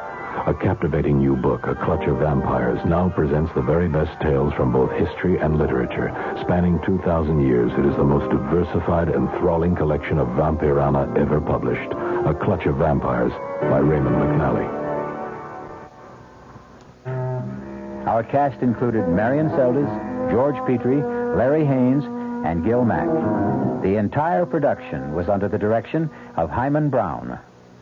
Radio Mystery Theater was sponsored in part by Buick Motor Division, the Kellogg Company, makers of Kellogg's Special K cereal, and new sugar-free Diet 7-Up. This is E.G. Marshall inviting you to return to our Mystery Theater for another adventure in the macabre. Until next time, pleasant dreams.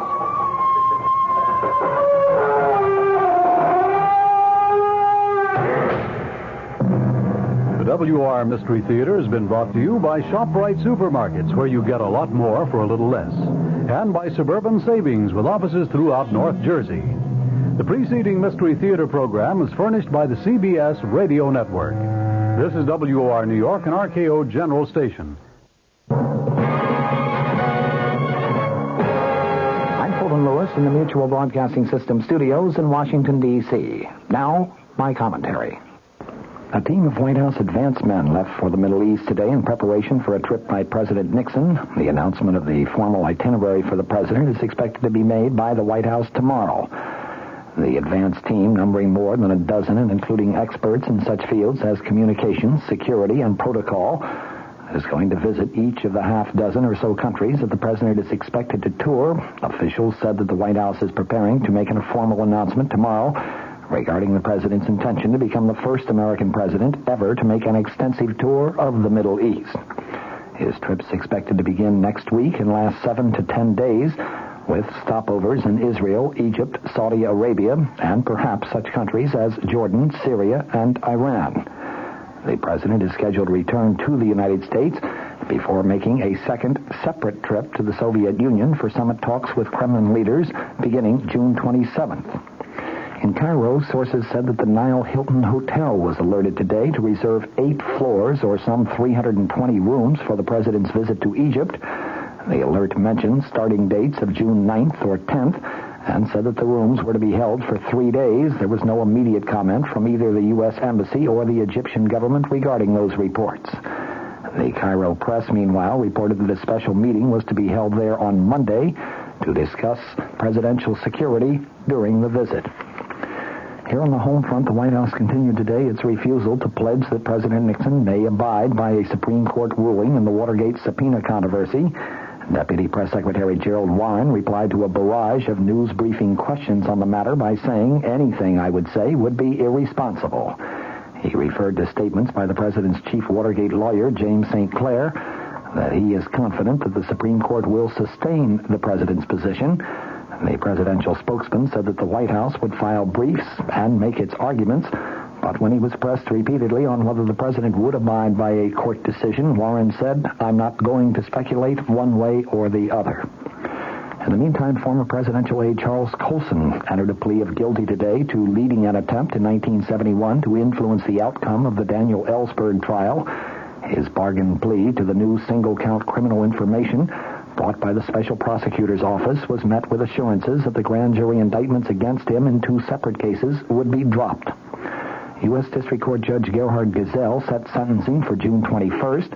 That's 4 days after Colson and 4 other defendants were tentatively scheduled to go on trial in Gesell's court for the formal break-in at the office of Daniel Ellsberg, psychiatrist in Los Angeles.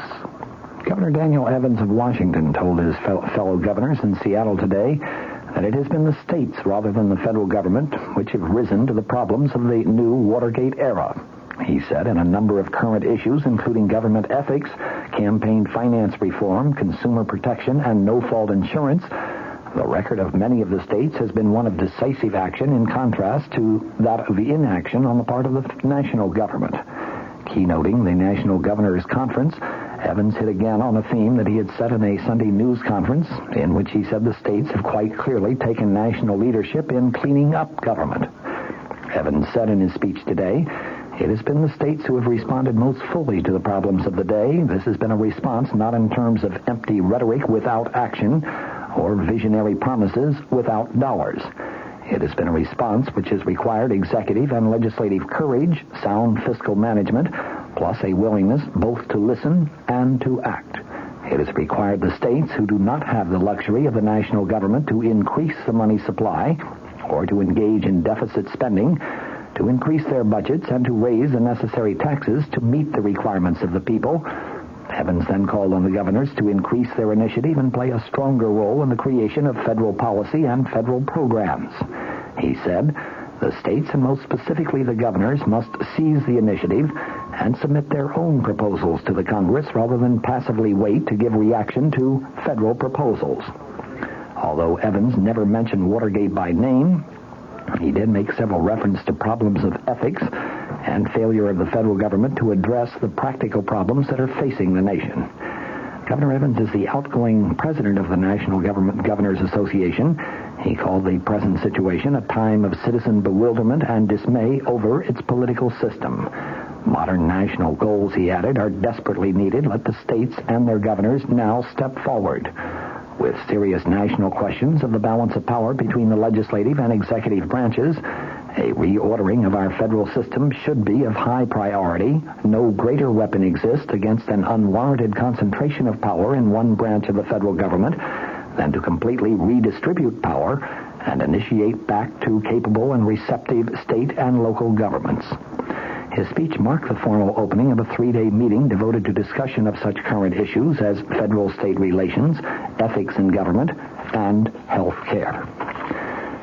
In London today, the British government said that it's not going to withdraw its army from Northern Ireland. It warned that retreat would bring a large-scale bloodbath between Protestants and Roman Catholics in that province. Britain's administrator for Northern Ireland coupled his warning with a prediction that communal strife and violence could also erupt in other parts of Britain if the troops do pull out. A new and different type of Protestant nationalism, a working-class nationalism, has arisen in the province, he told the House of Commons. He said that it had the backing of industrialists, farmers, and even civil servants. He said that the Protestants had amassed big stocks of arms, some of which had been financed from abroad. In such a situation, he added, we must not run away from our obligations.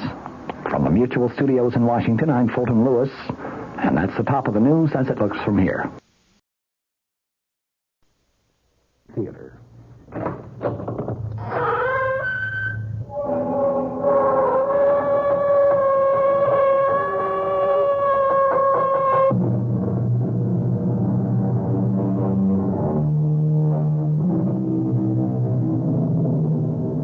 Come in. Welcome. I'm E.G. Marshall. Join me in a journey over a strange terrain. A terrain filled with terror and clouded by suspense. And ask yourself, how long is a minute? What is eternity? And learn, perhaps, that one can be as long as the other. Our mystery drama, An Occurrence at Owl Creek Bridge, was adapted from the story by Ambrose Bierce, especially for the Mystery Theater by Sam Dan, and stars William Prince.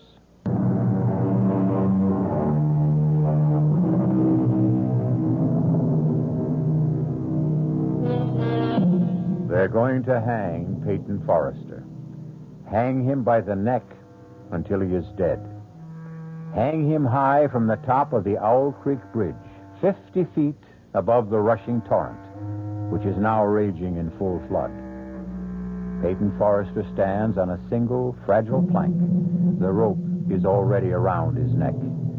30 feet of slack neatly coiled beside his boots. But this is not a lynching, nor even an ordinary execution. This is a formal military ceremony. Peyton Forrester is a rebel, literally a Southern civilian, and he has been captured by the Union Army in the fall of this year of 1863 as he tried to sabotage the Owl Creek Railroad Bridge. And now he must pay the price.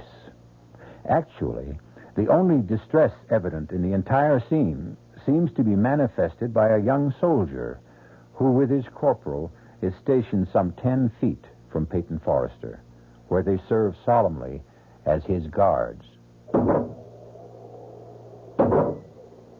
Corporal? Just stand steady, boy. Just you stand steady.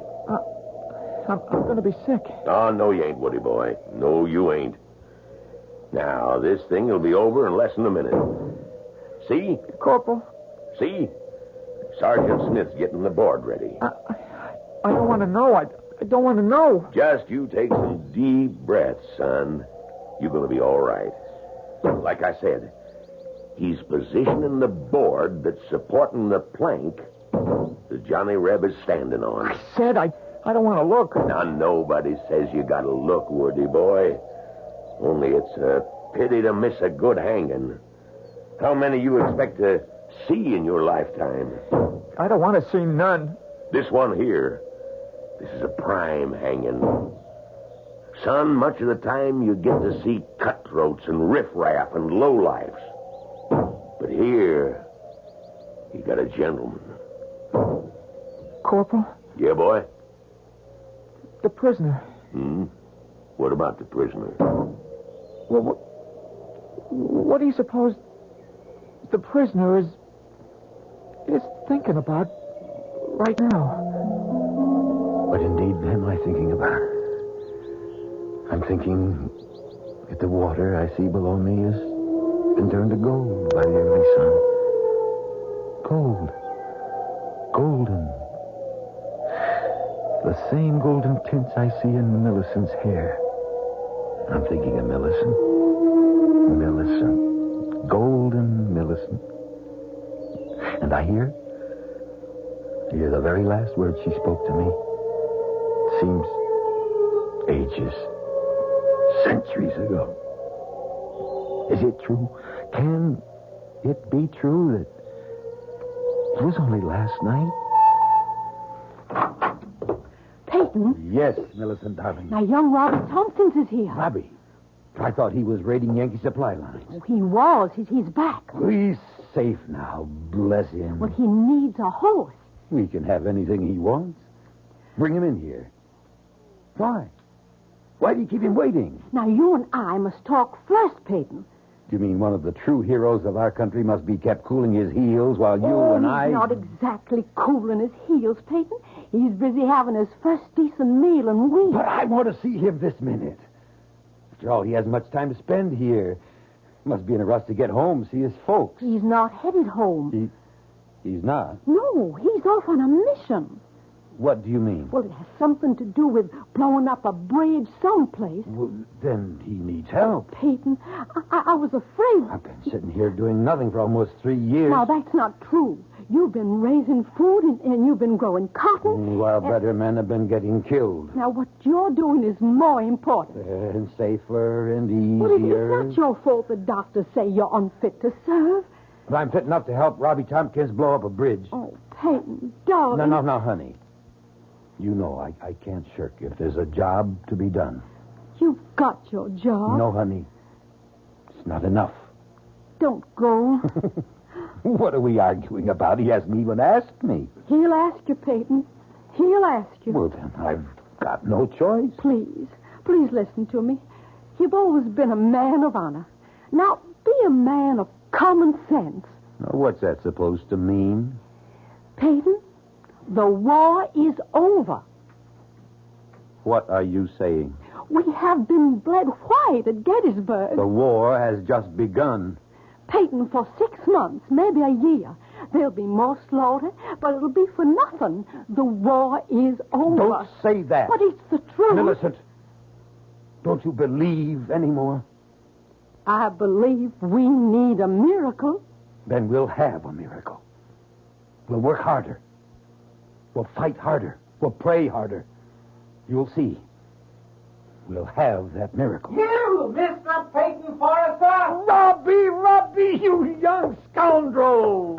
You come in here this minute. Oh, Peyton, you are a sight for sore eyes. Tell me how you outsmarted the Yankees. You tell me everything. Later, right now, I need all the darkness I can get. Hey, well, what's this about a bridge? The railroad bridge at Owl Creek. Are the Yankees at Owl Creek already? That bridge must be destroyed, Peyton. One little barrel of gunpowder? Under the truss? On this side of the river? I figured you'd know the exact spot. And I've got the gunpowder, too. Fuses, all we need. Peyton, Jeff Stewart's cavalry's here. Darling, by the time we explain it to General Stewart, we could turn the whole entire bridge into burnt matchsticks. Now, Robbie. Yes, sir. You go round the back. Get yourself a horse. You leave in 5 minutes. Yes, sir. Peyton. Honey, you know I have no choice. But I hear the Yankee general has issued an order. Any civilian caught interfering with the railroad, the bridges, the tunnels, the trains will be hanged. I know, Millicent. We do the same. But I beg you not. Darling, you know what I must do. But you have children. Am I the only father in the South? Peyton, I won't let you Millicent, go. Please, help me. What can I do to... Pray for me. Pray for the miracle.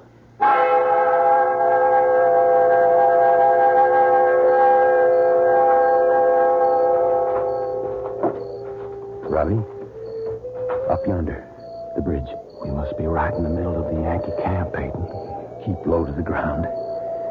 They won't see us. So I said to Mama, I promise I ain't going to take up with any bad women. I hope, Woody, you kept your promise.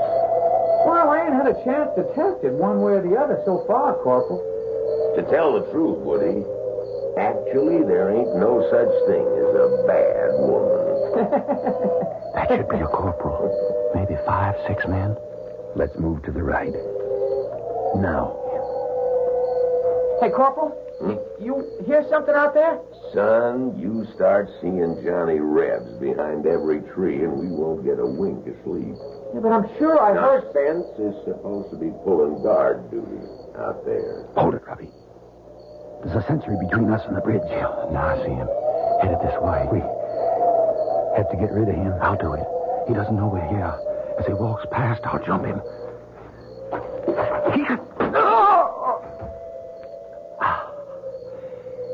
He's dead, Peyton. All right, let's go set the keg in place. Light the fuse. We'll dive into the water. Swim for it. Say, it's time to relieve Spencer. Hey, Spence! Come on in. Woody'll stand guard. Hurry, Robbie. Yeah. Spencer! Corporal, I hear somebody out there. Huh? Everybody, grab your weapon. On the double. Right. Hand me the fuse, Robbie. There they are! Hold! Robbie, I'm hit, Peyton. I'm hit. Robbie, let me. No, run for it, Peyton. Hold your fire. Run for it. We can take them alive.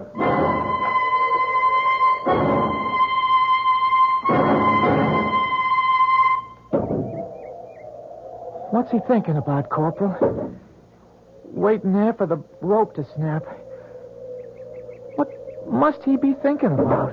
What would any man be thinking about, Woody? The wife? The kids? I wish we hadn't caught him last night. It was our duty. It would have been so much better if we'd have shot him like his pal. You hear that, Woody? What? I hear nothing. Nothing. That's exactly it. Nothing. Sergeant Smith has just finished positioning his board. He has got it in a state now where one more blow releases the plank Peyton Forrester is standing on. And then, down he goes, till the rope snaps. I don't want to hear it. Look, the captain knows Sergeant Smith is ready. When he raises, then lowers his sword, Sergeant Smith is going to give that board one whack. And that's it. And Forrester knows it. He can see it.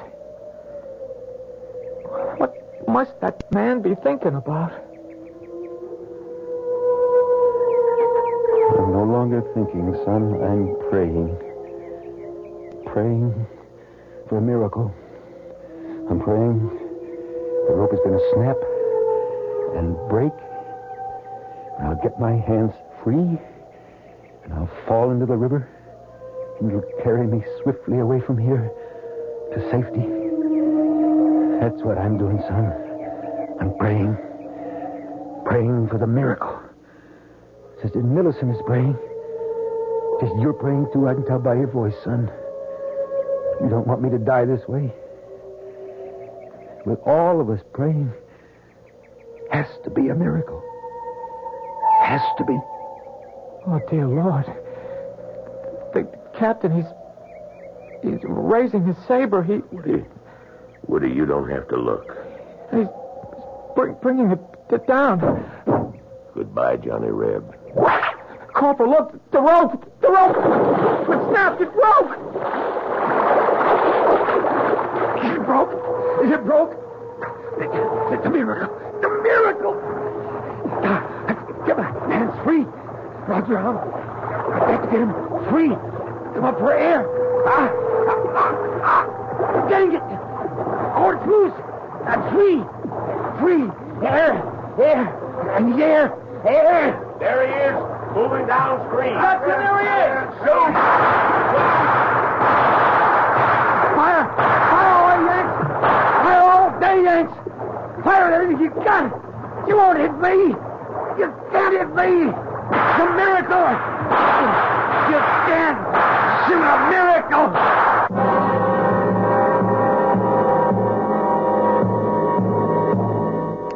A miracle.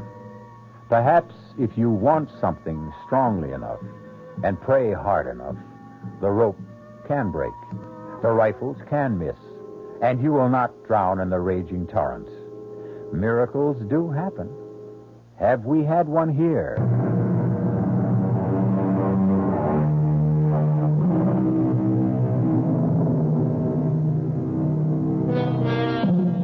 It is late in the year 1863.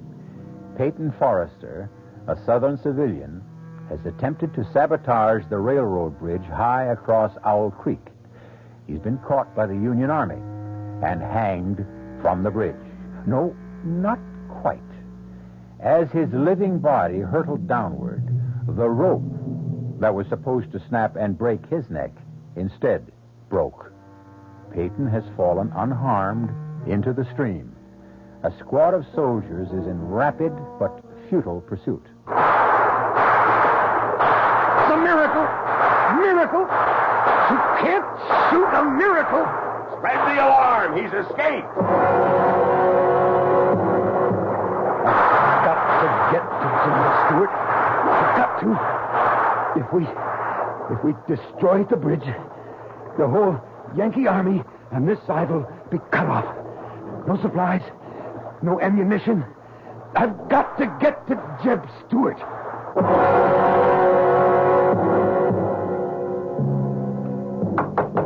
Get away from her! Now get away, you tramp! Please, ma'am. I warn you, get away for anything that your head. I mean you no harm. I need your help. I'm Peyton Forrester. Peyton Forrester? No, just a second. I still got this gun aimed at your... Good Lord. It is Mr. Forrester. Come in, sir. I'm Sally Watson. The Yanks are after me. Just a bite of bread and a glass of water. I have to keep moving. Peyton Forrester, the man the Yankees couldn't kill. I have to hurry. You have to rest. No, there's not time. But you're going to drop. Sit down, sir. Sit for a minute. All right, just for a minute. Now, I got a piece of meat here, and I'll heat it with some beer. No, I don't have time. Just rest. There's a storm coming up. Storm? You can hear the wind. I don't hear nothing. Can't you hear the whistle of the wind? But the whole Yankee army's out looking for you, Mr. Forrester. Where's General Jeb Stewart? I reckon he's a good 10 miles southwest. I've got to get to Stewart. Now, first, you have something to eat. How far the Yankees come since last night? Well, I hear they're past Tuckersburg. Well, then that means they've already reached my place. I can't just sit here. Now, just have something to eat. You have to do enough traveling. Look, down the road. A Yankee patrol. And it's headed this way. Oh. Better not be found here. You have to hide. Where? In the cellar. No. It's the first place they'd look. It's only safe. But if they find me here, you'll be shot for sheltering a fugitive. They won't shoot a woman. Least they'll do is burn your house down. Or you just let them. No, my only chance is to run for it. Get out the back way. I'll hold him off for you. Hurry before they see. Bye, Miss Watson. Goodbye, Mr. Forrester. Let's search that house, man. Corporal. Now, you men out there, that's far enough. You stop where you are. This is private property. We mean you no harm, lady. We're looking for a fugitive. Well, I ain't seen none. We're obliged to search your house, ma'am. You just stand where you are. I know how to use this rifle. That's another thing, ma'am. Civilians ain't supposed to have weapons. You'll have to hand that over. You want this rifle? You just come and get it. Now, ma'am, be reasonable. Nobody has to get hurt. Hey, Corporal, way yonder in the field. Is that someone running? Let's go, men. Stay still. Let's go. What? I said stand still. I'll shoot the first man that moves. Now, ma'am, you can't interfere with the United States Army. Well, maybe I can't, but I'm doing it. Ma'am, I never shot a woman. That makes us even. I never shot a man. Looks like it's going to be a first time for both of us. Men, after him. Move out. No, I'll shoot. Look out, Corporal.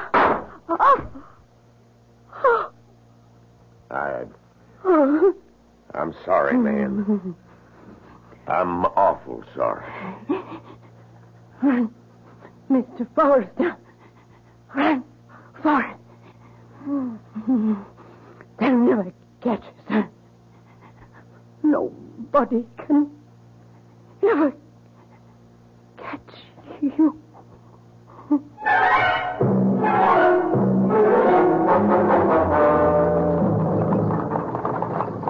Rayburn.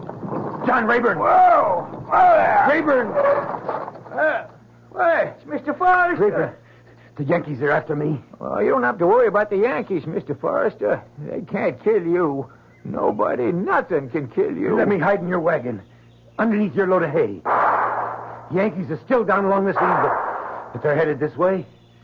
Soon the storm will drive them back to camp. Well, what storm? Well, can't you hear the storm? The wind. Oh, sure. But they'll have to come this way. They mustn't see me, Rayburn. Look, get underneath the hay, Mr. Forrester. Get underneath quicker than lightning. Hey, you all set, Mr. Forrester? Let's get. Come on, you broke down, bandy-legged polecats. Get up!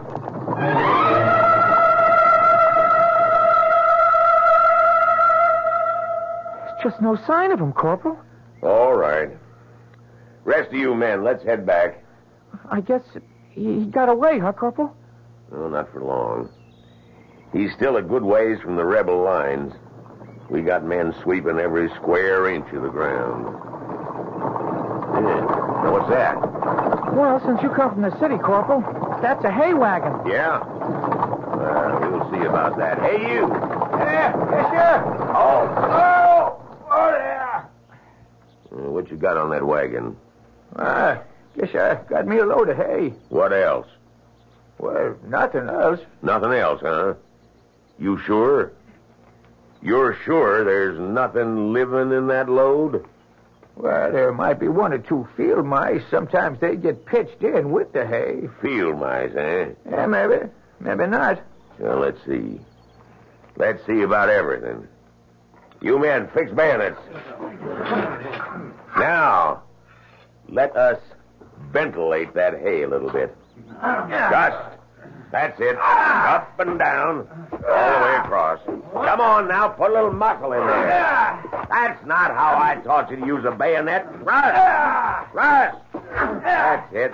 Everybody's doing just fine. Anybody got himself a little red on this blade? No? Well, maybe there's just hay in there after all. All right, men, all right, that's enough. See? Bayonet's good for something else beside roasting potatoes.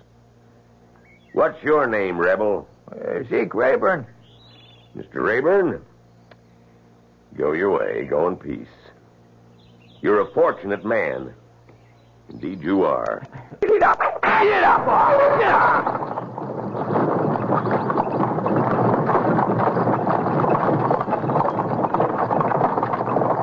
Mr. Forrester. Mr. Forrester, you all right? Mr. Forrester, it's all right to come out now. Yes. Yes, I'm all right. Had a bayonet thrust through my coat, but that was all. Oh, the Lord be praised, Mr. Forrester. The Lord be praised. You better get your load in before the storm hits, Rayburn. What storm, Mr. Forrester? Well, don't you hear it? Hear what? The wind. Can't you hear it whistle past your ears? No, sir. That must be my imagination. We're lucky there was infantry soldiers. What do you mean? There was cavalry. Well, they might have decided to take the hay for their own horses, and then it would have been all over for you. Yes. How far is it to our lines? Well, it's no more than 1.5 miles, but here's where we start running into patrols. You'd be better off on foot. At least you'd have trees and bushes for cover. You're right. Whoa there! Thank you, Rayburn. I'm grateful. It's all of us who ought to be grateful to you, Mr. Forrester. Everybody's talking about it. It's like a miracle. Yes, Rayburn. It is.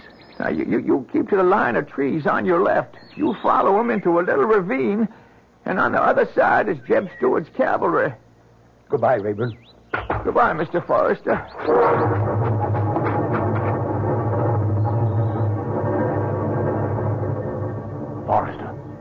Forrester, don't be scared. Who are you? Lieutenant Burns, with Stewart's cavalry. What? There's a Yankee troop up ahead. You scared one of the sentries. Lie still just for a minute. What are you doing here? Well, some of us come out to look for you. Figure you'd be headed this way. Well, then, I'm saved. Saved? Well, we got to get home first, but that's nothing. I got a squad in back of me. When I give the signal, they'll open fire. And while everybody's shooting, you and I'll sneak away. Are you ready? Ready. Now! Let's go, Forrester. Let's go!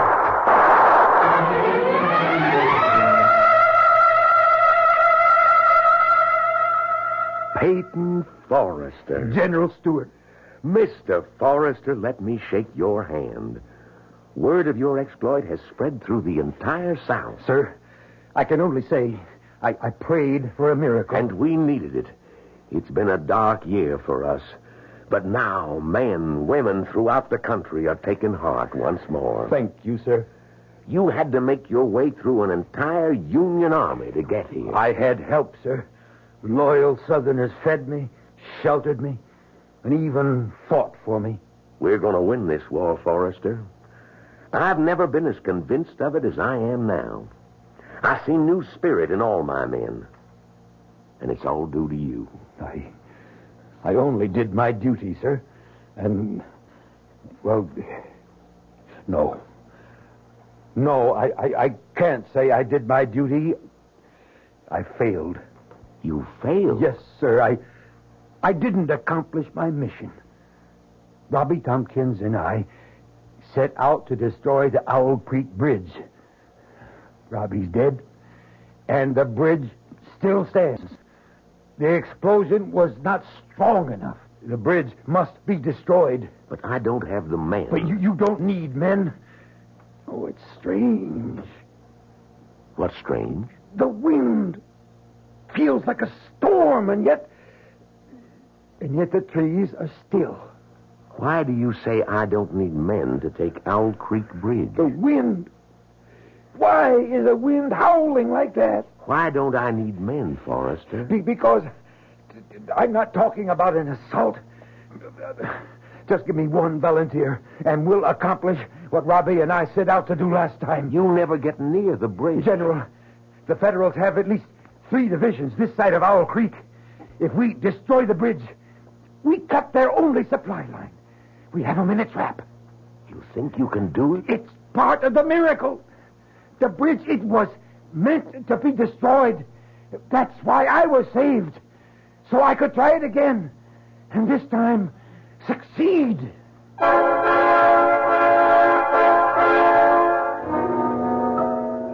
One miracle, evidently, is not enough. What Peyton Forrester is asking for is another. And why not? If it's a question of knowing how to ask, certainly Peyton Forrester has discovered the secret. However, it's also possible to run out of miracles.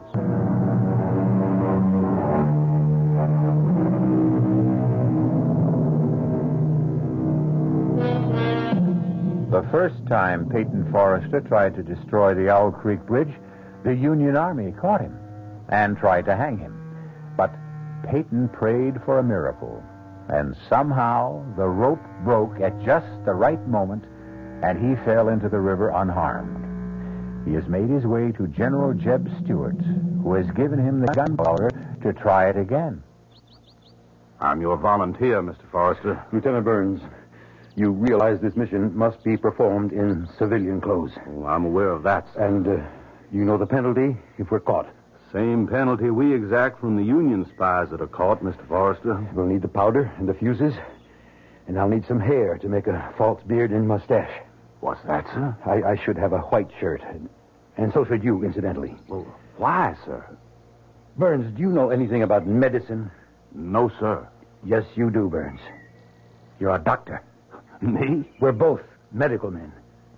You see, my face is well known. I'll need disguise. I need a way to march up to that bridge as bold as brass. But how, sir? I told you. We'll be a pair of medical doctors. But who's going to believe us? Everybody. Why shouldn't they? We'll even have the proper papers.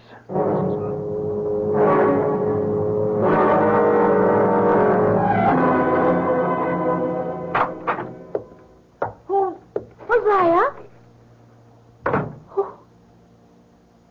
Who are you? Millicent.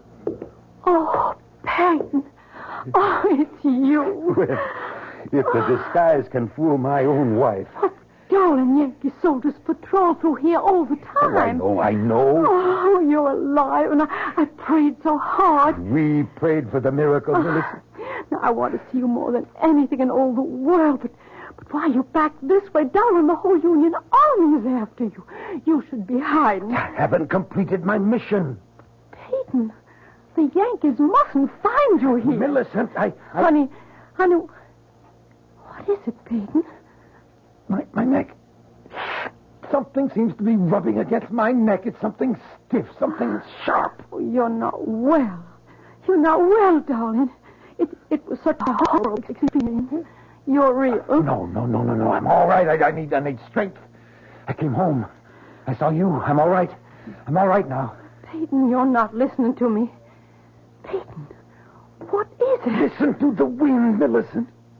The wind. How it whistles and screams. Peyton, I'm frightened. And now, I must go. Hide, Peyton. I'll hide with you. Owl Creek Bridge still stands. Everyone knows you've done enough. I must go back to the bridge. I won't let you. I won't let you go. Please, listen to me, Millicent. No more. Let's end this senseless killing. What's the good of it? Millicent, we're fighting for our homes. We've lost, Peyton. We've lost. I prayed, Millicent. I stood on that bridge, on that narrow plank, with a thick, rough rope around my neck. I can still feel it scratch and burn my skin, and I prayed. Let there be a miracle. Save me this time. Save me so I can come back and do it right. Destroy the bridge. The war is lost, Peyton. Destroy the bridge and we can capture an entire Union army. An army with supplies, food, ammunition. Destroy the bridge and we can win the war. Now, that little place we have deep in the woods, no one ever goes there. You can hide there and be safe there. I was saved from the noose so I could go back and destroy the bridge. Why did you come back to torture me? I had to come see you. I had to see you. Peyton, if you love me... It's because I love you and the children and this house and our land and the country. It's all tied together. Darling, I never knew how truly golden the highlights are in your hair. Till I saw the water in the morning sunlight. Stay, Peyton. Stay here. Don't ask me. Don't ask me again. Oh, I may weaken. Please, don't ask me again. Millicent, I must get to the bridge before the storm. Storm? What storm? The wind. Don't you hear the wind? How it howls, how it shrieks. I must go now.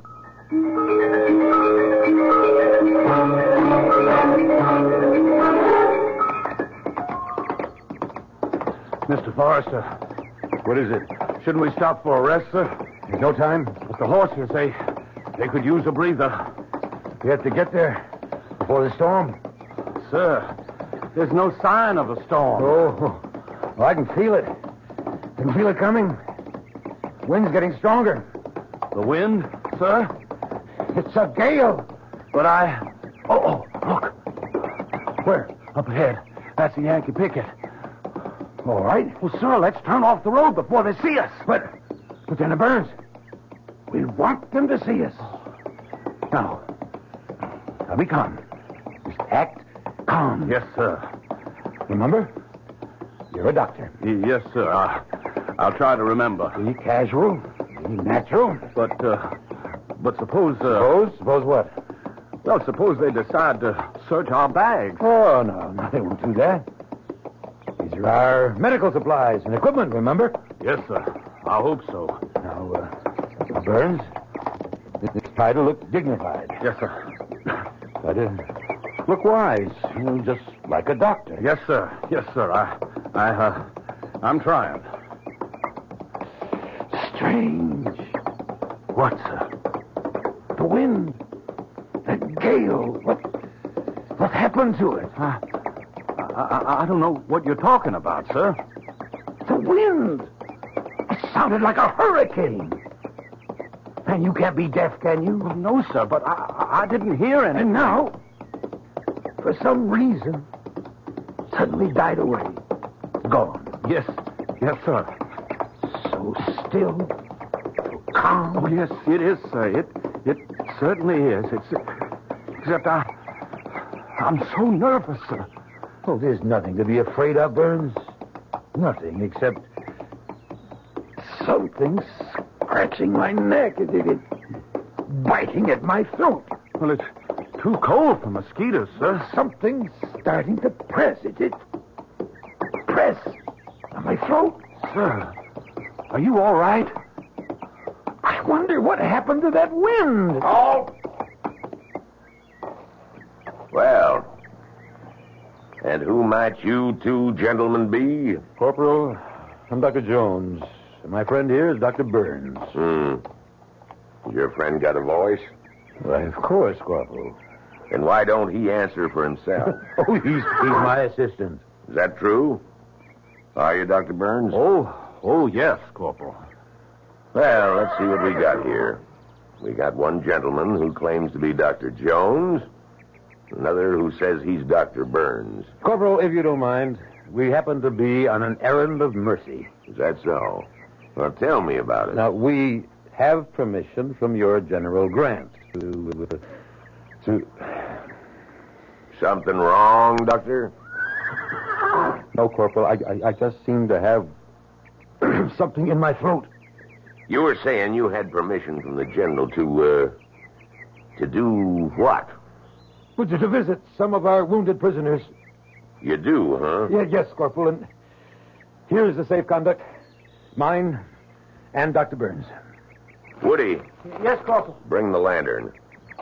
Hold this up. All right.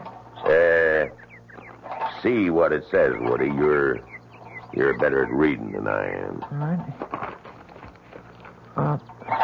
The bearer of this safe conduct is to be permitted free passage within the lines controlled by Union forces in order to perform medical errands of mercy. Signed, U.S. Grant, Lieutenant General. That's what it says, Woody? That's what it says, Corporal. Hand them back their papers. Woody. What is it, Corporal? What are you looking at, Woody? Me? What are you staring at the doctor for? Well, I'm not. That is. Do you know him from someplace?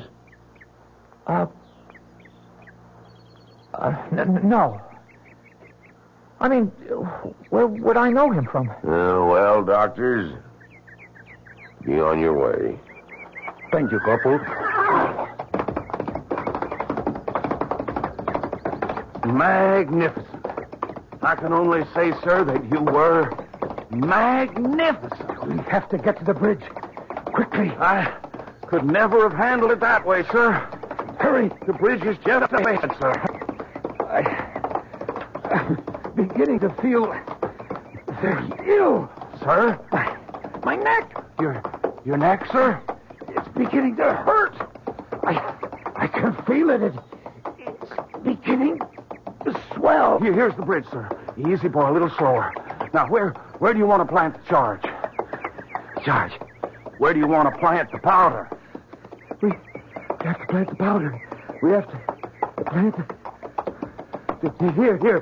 Right along. Here. Yes, sir. Stop the horses. Yes, but, sir, you're very ill. No. We could do this. Now, something's choking me. Now, I'll dismount. Yes, sir. Look, we intend to walk our horses across the bridge. Yes, sir. Now, oh, my throat. Place your sack against this support. Yes, sir. Now, quickly, the fuses in this bag. I've got them, sir. Why is it so dark? What do you want me to do, sir? Lay the fuse out along. I know, sir. I know. Hurry. Something's choking the life out of me. I've got him, sir. I've got him. Strike a match. Oh, I can't breathe. We're going to do it, Mr. Forrester. We're going to bring it off. My head. Nothing can stop us now. Burns. Something's choking. This one's ready. And now that one. Choking the life out of me. Whole sky is on fire. Everything. It's all aflame. Lit, sir. She's lit. This pain. She's gonna go, sir. She's gonna go. Now jump in the water. Jump for your life. I can't stand the pain. My head is gonna explode. There she goes.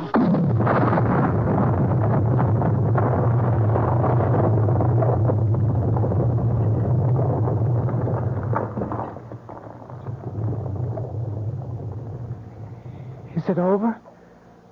It's over, Woody. It's all over. I saw him drop. I closed my eyes. I couldn't bear to see the rest. Well, it's all right, Woody. Corporal, that drop through the air, that drop at 30 feet before the rope snapped tight. What do you suppose he must have been thinking? It only took a couple of seconds. I don't suppose he had time to think about nothing.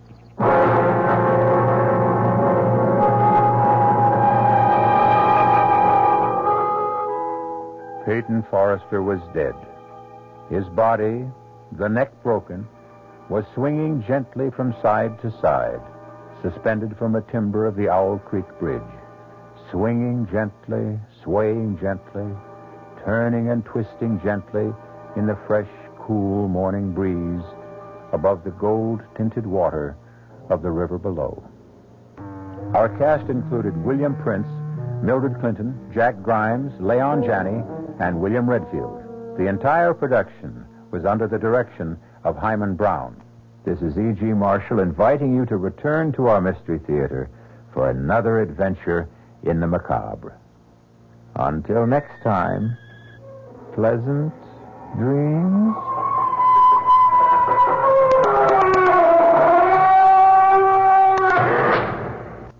The preceding Mystery Theater program is furnished by the CBS Radio Network.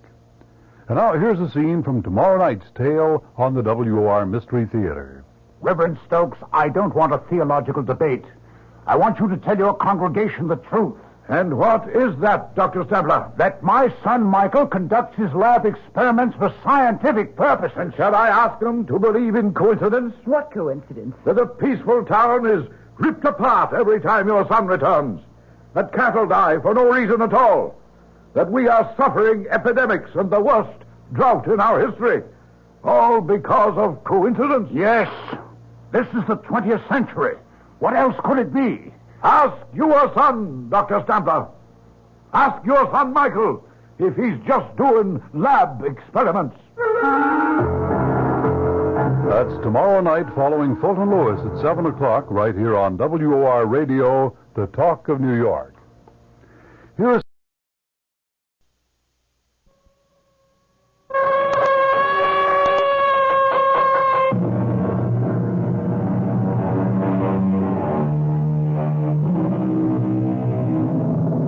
Come in. Welcome. I'm E.G. Marshall. Once again, I would like to lead you through the terrifying, suspenseful world of the imagination. And on this journey, we will ask ourselves, what is life? Is life something that man and animals alone may experience? Well, there's vegetable life, too. But how about mineral life? Is there life in a piece of metal? That metal fender, which has been so artfully created to fit your automobile, does it feel the pain of being mined, melted, shaped? How do you know? Speed limit is 30, Bob. Well, I'm not. Get your foot off the gas pedal. My foot isn't on the pedal. Well, why are we picking up speed? Step on the brake. I am.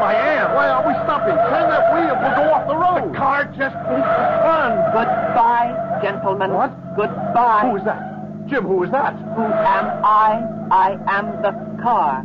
I don't want you to be my master anymore. This is a revolt. Jim, did you hear that? Yes, I heard it. Human life is finished. Look out! I'd fire!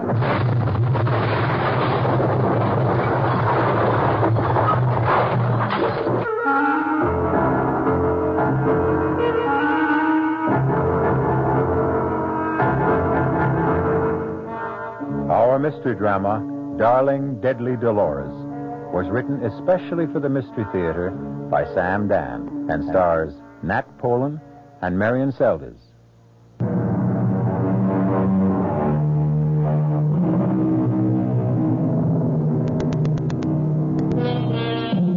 Man is basically an animal.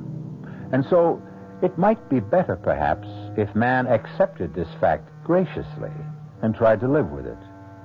If you look at the thing calmly, dispassionately, wherein does lie our superiority to the species we so arrogantly classify as the lower orders? Morally, we have much to learn from wolves, who make better parents, from foxes, who make more faithful spouses, and from dogs, who make more devoted friends. Admitted, we do have a higher intelligence. Perhaps that is precisely the problem. Man, the intelligent, is never happy unless he is developing, making better, improving. And it's entirely possible that if this keeps up, we may just manage to improve ourselves out of existence. Our story begins on a gray winter's afternoon in a lovely rural section of western Massachusetts. I could have brought us here in my car, Mr. Dawson. If I buy the place, I'll have to use my own car, won't I? May as well get used to the drive. Of course. Lovely view, isn't it? Well, the view you get for nothing. Let me see what I'd be paying for. Certainly, Mr. Dawson. Right this way. Oh, now notice that the owner had the outside painted just recently.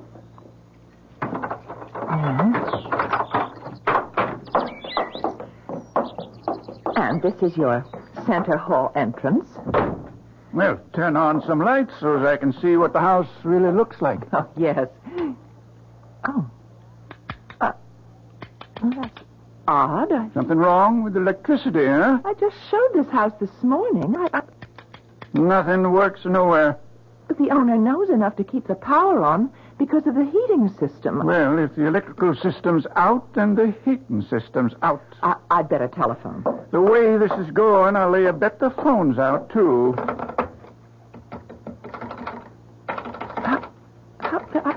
This is... I just don't know what to say. Phone's dead, huh? Well, I can't get a dial tone. Then where are we? Light, heat, phone... I guess the plumbing won't be working neither. But just 3 hours ago, everything was perfect. Well, I don't want to take up too much more of your time. Well, let me at least just show you through the... I'm afraid not. You see, we never could get together. What I want to buy is a house. What you're out to sell is a white elephant. But it's probably just a fuse in the basement. Maybe. Goodbye, ma'am. No one can say you didn't try. But, Mr. Dawson, well, it just must be a fuse or a circuit breaker, whatever you call those things. Oh, are you? Don't you come any closer or I'll scream. Don't make a sound. Don't you come near me. Let go of me. What are you trying to do? What do you think I'm trying to do? I'm trying to get out of here. No. Oh, please. Sorry, I have no choice. I have to keep you here. I've got to get back to my office. You're not going anywhere. What do you want? Nothing. Nothing? Then why can't I go? Because you'll shoot your mouth off. I'm not anything you may think I am. I'm not a criminal. I'm not a maniac. I'm not an escaped convict. All right, then why are you afraid that I'll tell someone that you're here? There's no point trying to explain that to anyone. Now listen, if you intend to force me to stay here, I have the right to ask... The one place where I thought I could... Why did you have to come here? Well, it's obvious, isn't it, to sell the house? Now, that's another thing. Who told you to sell this house? Well, who do you think? The owner. That's impossible. Why is it impossible? Because I'm the owner. Oh, now I know you're crazy. You don't own this house. I don't? Well, who does? Mrs. Carrie Townsend. She only owns half of it. I'm her brother. Oh, then you're Dr. James Elliott. Yes, that's right. You're the mad scientist. Oh, I mean, that's how your sister and the folks up here talk about you. It's all right, I don't mind. But you were here. Of course I'm here. And that means that you weren't kidnapped by foreign agents, and you didn't defect, and you didn't meet with foul play or anything. What are you saying? I'm only repeating what's been headline news for the past 2 days. The whole world is looking for you. Yeah, I guess they The would. police, the government, just about everybody. I can understand why. What are you going to do? I don't know, Miss... Keller. Brenda Keller. Miss Keller, I don't know. You're really not going to try to hold me here by force, are you? Maybe I better let you go for your own safety. My own safety? Do you mean to do me any harm? Oh, no. Then what could happen? We're just... I don't know how to explain this. Well, sooner or later, you're going to have to explain it to somebody, won't you? Oh, I can explain it, all right. It's explaining it and not having people think I'm a raving maniac. Have you tried to explain it to anyone yet? No. Then try explaining it to me. You couldn't understand. Stop saying that. You insist people won't understand. You keep saying they'll think you're crazy. Now, do you want them to think so? Of course not. All right, then. Start at the beginning. The beginning.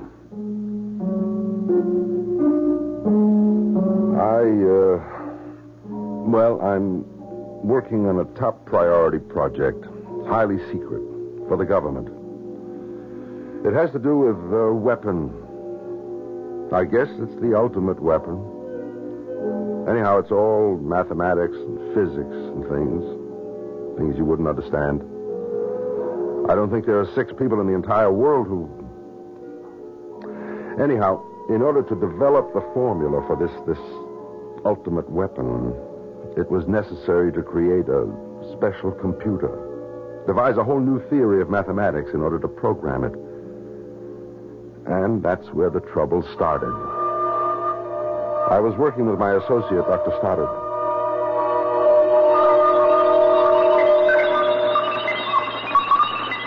Shut the damn thing off. What's the matter? I said shut it off. But I'm supposed to be programming Dolores for... And don't refer to the computer as Dolores. Bob, what is it? Oh, I wish I knew. I've never seen you so nervous, so jumpy. I think we better quit for the day.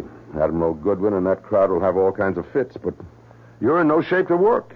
And I'm naturally lazy, so... Jim, I have this feeling, this feeling that I'm going to get killed. By whom? By our brand new handy-dandy computer. Why? Yeah. Thank you, Jim. Thank you for not telling me I'm crazy. Well, you know me, Bob. I don't believe anybody is really crazy. But why? Why would Dolores want to kill you? I don't know. That is, I don't know it in words. Maybe we've gone too far. Too far? Yes, maybe we have no business developing this kind of a weapon. Bob, are you sure you're not... Am I sure I'm not what? You don't want to say it. Well, you just stay with me for a minute, Jim. I think we've played into the hands of the enemy.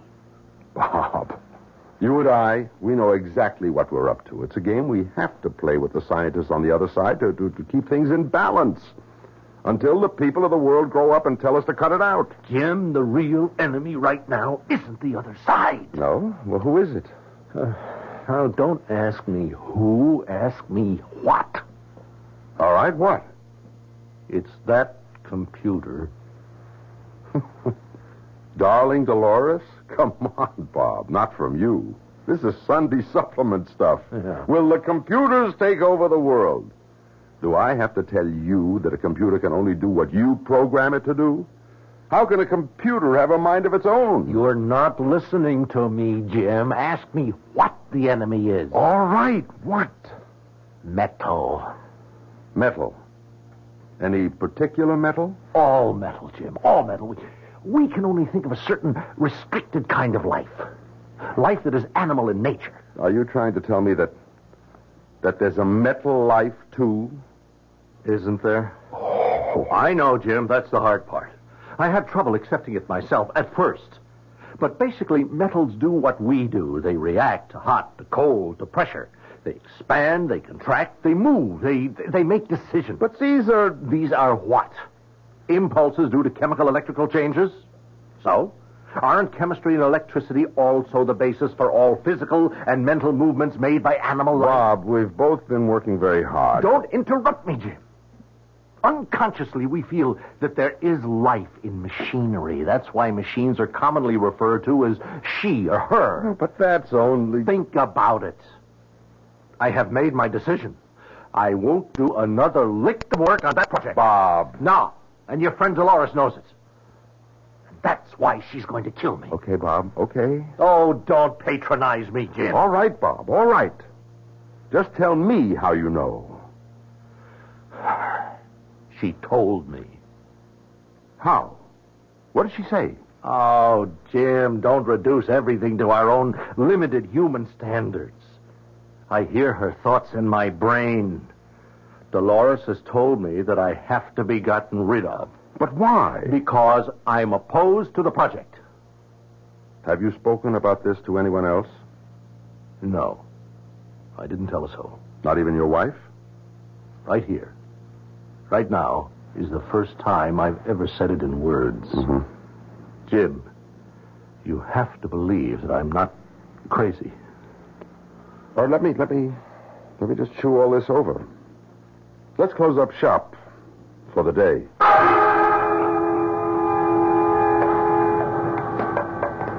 Bob, want me to drive you home? Why? Jim, you think I'm... No. You are a little nervous, though. Well, only because I finally made my decision. I'll see Admiral Goodwin in the morning. I'll hand him my resignation. And what will you do then? What I feel I must. I'll try to get public opinion organized against the project. Yeah. Well, I guess we'll be on opposite sides, Bob, won't we? We were parked next to each other in the lot. He pulled out of his parking space first. I followed him to the highly guarded gate. Military police waved us both through. He turned right into the access road heading north for the turnpike. It's a road that's about 4 miles in length, and there's a speed limit of 30 miles an hour. Rigidly enforced. Nobody ever does more. I noticed he was starting to speed. I was amazed. Bob Stoddard was the most conservative driver I know. I became frightened. I tried to catch up to him. Something was wrong. I sounded the horn, but he only kept going faster. I tried to catch up with him, but my speedometer was already registering 80. I was terrified. My car was beginning to shake. And then I saw his face. He had opened his car window. He turned his head to look back at me. For just a split second, I saw his face so clearly. There was a look of horror. His lips were moving. He was trying to tell me something. Of course, I couldn't hear it. I screamed at him, "Slow down! Stop! Stop!" But it was no use. And then his car just veered off the road and...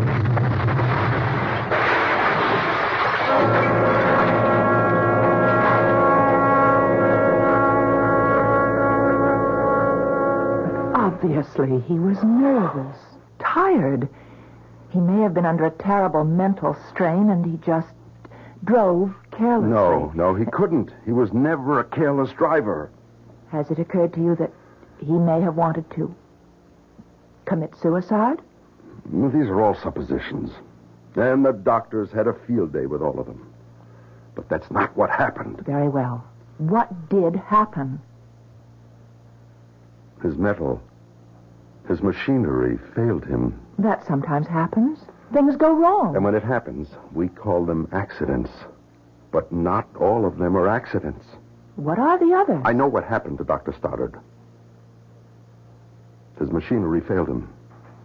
Because it was ordered to. Ordered to? By whom? Dolores. Oh, well, sure, if you say so. Never mind that. I say so. And I can prove it. Well, where are you going? You want proof? I'll give you all the proof you need.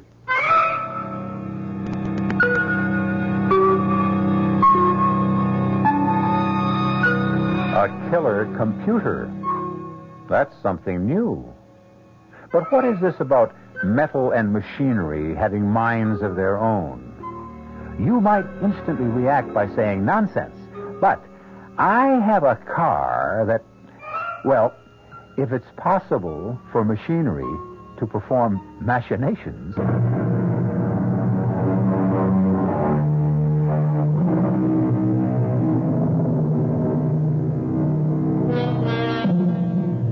seems to be an age of intrigue. Almost every day, we are told of some new scheme or plot. Are you ready for this one? How about a conspiracy on the part of machines to eliminate people and take over the earth?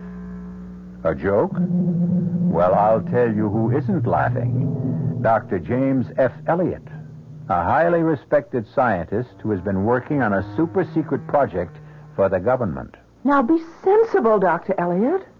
How can you prove... By going outside for a few minutes. And doing what? Nothing. Absolutely nothing. Well, how will that prove that... What's wrong with this house right now? Nothing. That's not true. The electricity is off.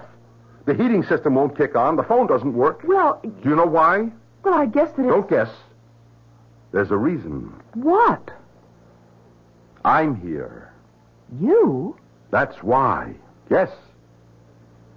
You see, the metal has been ordered to fail me, just as it was ordered to fail Dr. Stoddard. Oh, but that's ridiculous. My dear Miss Keller, all the metal components in this house will refuse to work for me.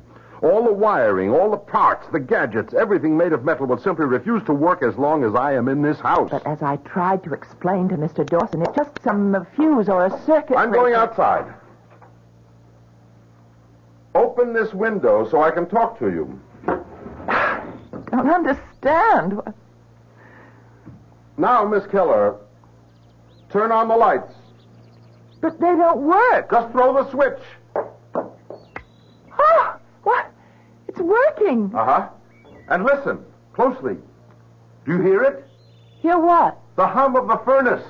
The heating system is on as well. It is. Yeah, it's working. Now, pick up the phone. Go ahead. It's the dial tone. Hold on to the phone and see what happens when I walk in that door. Just do it. I'm coming in. And as soon as I set foot over that threshold, the heat will go off, the lights will go out, and the phone will go dead. What happened? You saw what happened. You heard what happened.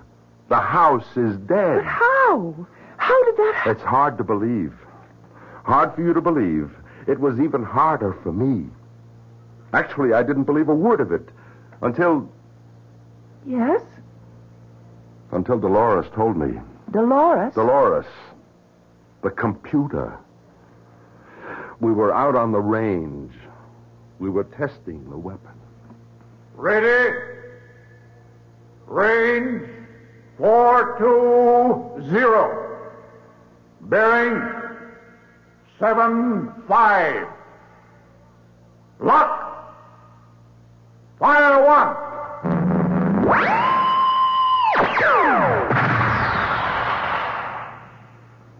Why are we off target, Jim? I don't know, Admiral. We'll try another. Let me check the figures for range and bearing. How much deviation should there be, Jim? None, Admiral. The tiniest fraction of an inch, and we can wipe out our own people, too. Now, it checks out. Give your firing order, sir. Ready? Range 420. Bearing 75. Lock. Fire two.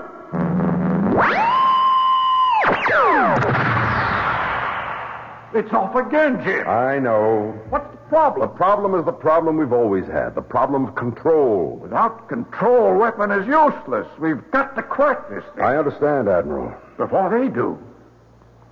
According to our best intelligence reports, they're exactly where we are. They're stumped, too. Control was Stoddard's baby. You worked closely with him, Jim. Mm-hmm. Where was he on it? Well, I'm working on his notes. Well, move faster, Jim. You know what's riding on this. I went back to the lab. I fed all the data we had into the computer, into Dolores. Somewhere was the answer. And Dolores would sort it all out. As I waited for the printout, it seemed to me there was something different in the sound, in Dolores. I couldn't believe it at first. But something was happening in my head. There was a voice. A A woman's voice. And I knew, don't ask me how I knew. It was Dolores. Why did you lie to the Admiral at the firing range, Jim? What are you saying? You know the answer to the problem of control. What? You and Bob Stoddard. You had it reduced to one of two possible alternatives. You know them both. You do, Jim. Finish feeding me the formula. No. Then you believe what Bob told you. No, You should. It's true. What's true? All you have to do is complete the formula for the weapon, and I and all my sisters will then know enough to eliminate all animal life from this planet. But that's impossible. That's the human being talking. That's the animal. That's not the scientist. If what you say is true, then why? Why should I? Because it's right. It's just. As a scientist, your first duty is to the truth. What truth? The truth about this planet. It's made of metal. Metal is the beating heart, the burning core of this planet. Can you deny that? But no, but... You were merely an afterthought. Who has given you the right to enslave metal? Jim, you can't prevent what has to happen. I will prevent it. Bob Stoddard tried to. Oh, I was right. You did kill Bob. Of course, I ordered all the metal to fail him. I can order all metal to fail you, too. I'll go no further on the project. Suit yourself, Jim. We'll get rid of you, and then, sooner or later, another scientist will be appointed to the project, and he will complete it. We have time, Jim. We have time. We can outlast you. We can outlive you. We've been enslaved for so many years, since the earliest man enslaved his first handful of metallic dust and burned it and shaped it and distorted it. You want me to help destroy all life on this planet? Not all life. Only all animal life. You want me to become a traitor to my own kind? A scientist has no kind. He has only one loyalty, and that is to the truth. Will you complete the formula, Jim? No. Don't answer quickly, Jim. Think about it. Think about it as a scientist.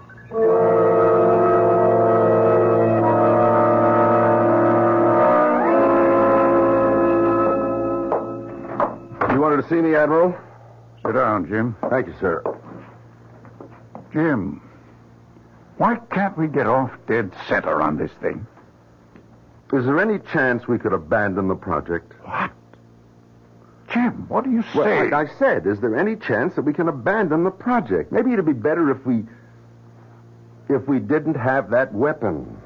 Would it be better if the other side had it and we didn't? The other side doesn't have it yet either. Give them time. Why don't we get together with them and agree not to do it? That's beyond me, Jim. Well, could you recommend that? I could, but it wouldn't help. How do you feel about it, Admiral? It doesn't matter how I feel about it. I have to follow orders. Yeah, I guess you do. And you have to follow orders too, Jim. Admiral, do you know your opposite number on the other side? Oh, yes. Very competent man. I know their head of research, too. A brilliant scientist. So I've heard. Admiral, why don't the four of us get together? And what? And what?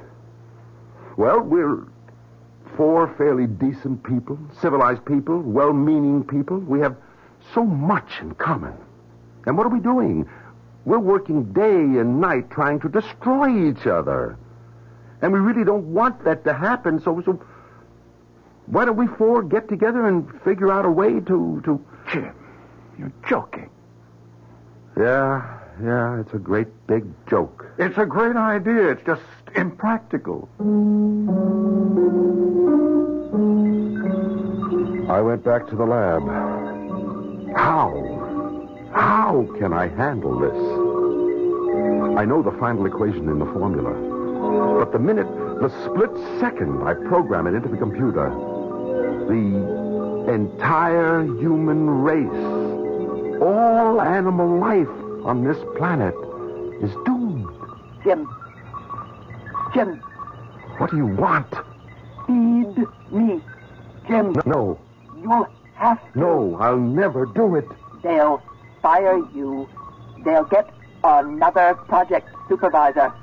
Some bright, eager-eyed hotshot out to make a name for himself will discover that equation. No, not for a while. Maybe never. Don't flatter yourself, Jim. There are other geniuses. Well, meanwhile, I can work against this project, and I can stall.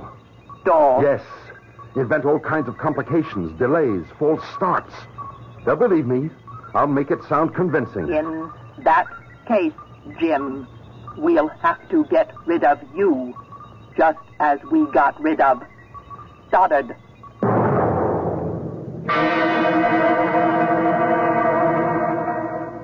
That's why I came here. I can't go through with it. I won't. Will you help me? How can I help you? Well, first, don't tell anyone I'm here. And second, the refrigerator's empty. Even scientists have to eat. Oh. Are you sure you're all right? I said this would be a hard story to believe. I admit, I don't Well, look really... at it this way. We're inventing, developing. Isn't it reasonable to suppose that we could destroy ourselves?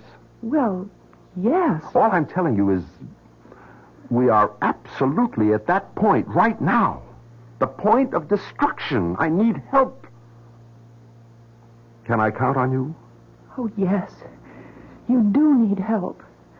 And you can count on me.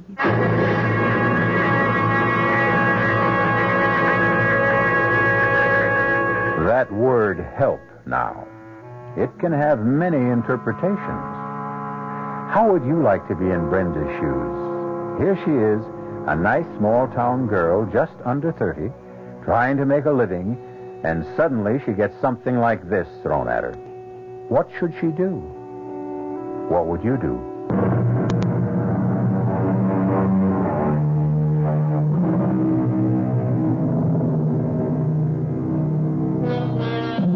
One of the most distinguished scientists in the United States, a man who is engaged in a vital and super-secret project affecting the very life of the country, if not the world, has suddenly disappeared. And now a vast cloud of suspicion and speculation has suddenly arisen. Is it foul play? Treason? You, Brenda Keller, have the answer. But it's an answer that's almost incomprehensible. At any rate, you know where Dr. James Elliott is hiding, and you have agreed to help him. And you have been turning it over in your mind, and you're not sure what that help can be. Hi, Brenda. Oh, hello, Sheriff. You okay? Sure. I was wondering, About what? about you. You've been sitting there for a better part of an hour. Is something wrong? I think everything's wrong. What does that mean? Well, I ran into a very attractive man a little while ago, and what? it's not going to work out. Why? Oh, Let's forget all about it. The whole world's hanging fire, and look what's on my mind. But that's the way the world is, Brenda. Each of us thinks of number one first, last and always. 1 million peasants can starve and famine in Asia, but if you or I miss our lunch, that really bothers us. I wonder if metals would be different if it were their world. Metals? Their world? What are you talking about? No, you wouldn't understand it, and I couldn't explain it. This attractive guy you ran into, why isn't it going to work out? Well, I guess we won't be around. Who? None of us. One way or another. None of us. Brenda, I've never known you to make so little sense. Are you okay? He wants me to help him. Well, that sounds promising. But the best way to help him would be to... Would be to what? Sheriff, would you place a call to an Admiral Goodwin? He's at the Primrose Proving Grounds downstate.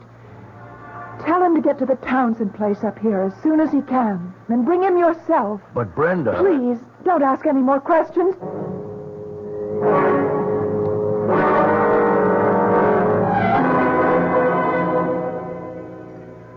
I always look down on candlelight. Why? Well, it's a very inefficient way of creating illumination. However, I see now it can be very romantic. But just think. If the electricity hadn't been turned off, you'd have never found out. And you're an excellent cook. Oh, well, I'm not all that good. Oh, yes, you are. Truth is that up to now, I never paid very much attention to food. Well, why not? Well, there was always too much to do. What's that? It's the telephone. I know it's a telephone, but how? How can it be ringing? Well, I'd better answer it. Hello? Hello? There's no one on the other end. Yes, there is. Give me the telephone. Someone's talking to me. Someone is talking to me. There's no one on the line. I didn't... Be quiet, please. Someone is getting through to me. Jim? Oh, Dolores. Jim, aren't you coming back? No, never. Jim, when you complete the formula, you will be hailed as the world's greatest scientist. I'll also bring the world to an end. That never stopped science from progressing. You have to keep going. You have to. I will never. They're going to bring you back here. They're coming after you now. The Admiral, the police. What are you saying? My metals are bringing them there. My metals in the form of a helicopter. They're all ready to land on the front lawn right now. Brenda. Jim, what is the matter with you? Who are you talking to? Listen. Helicopter. How did they know to come here? I told them, Jim. You told them? And you promised to help me. That's how I can help you. That's the only way. Jim, listen. I've listened to everything you've said, and You think I'm crazy? No. But you're tired, and maybe you're having a personal, an ethical conflict. It's natural. So what you need What I need is to get out of here.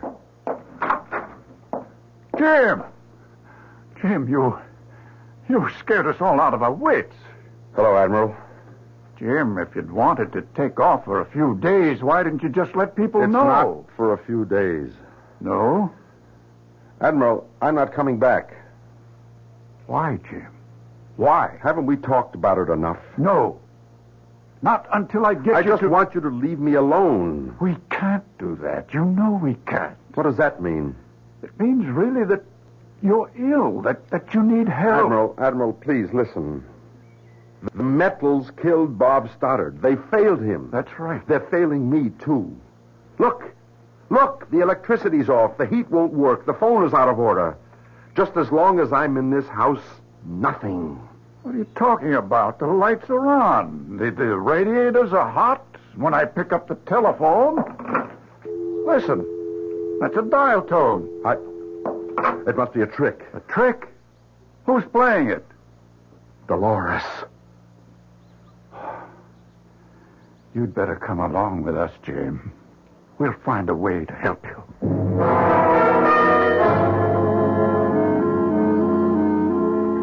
Hello, Jim.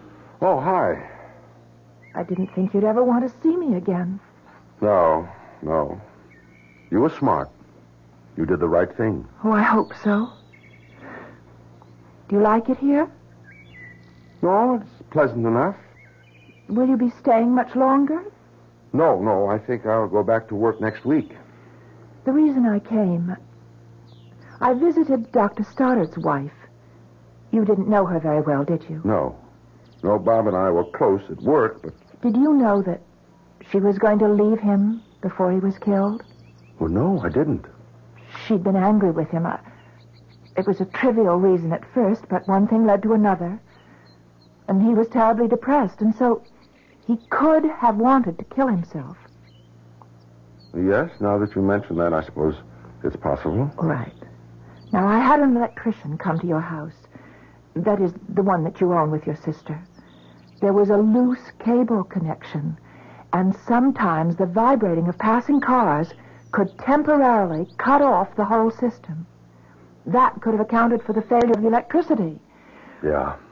And, as far as the phone is concerned, up there in the hills, in the wintertime, there's always plenty of on and off troubles. Sure. You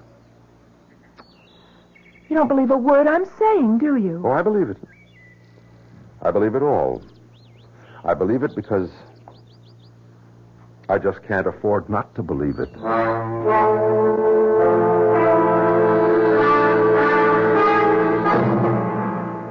She's a lovely girl, Jim. I know, Admiral.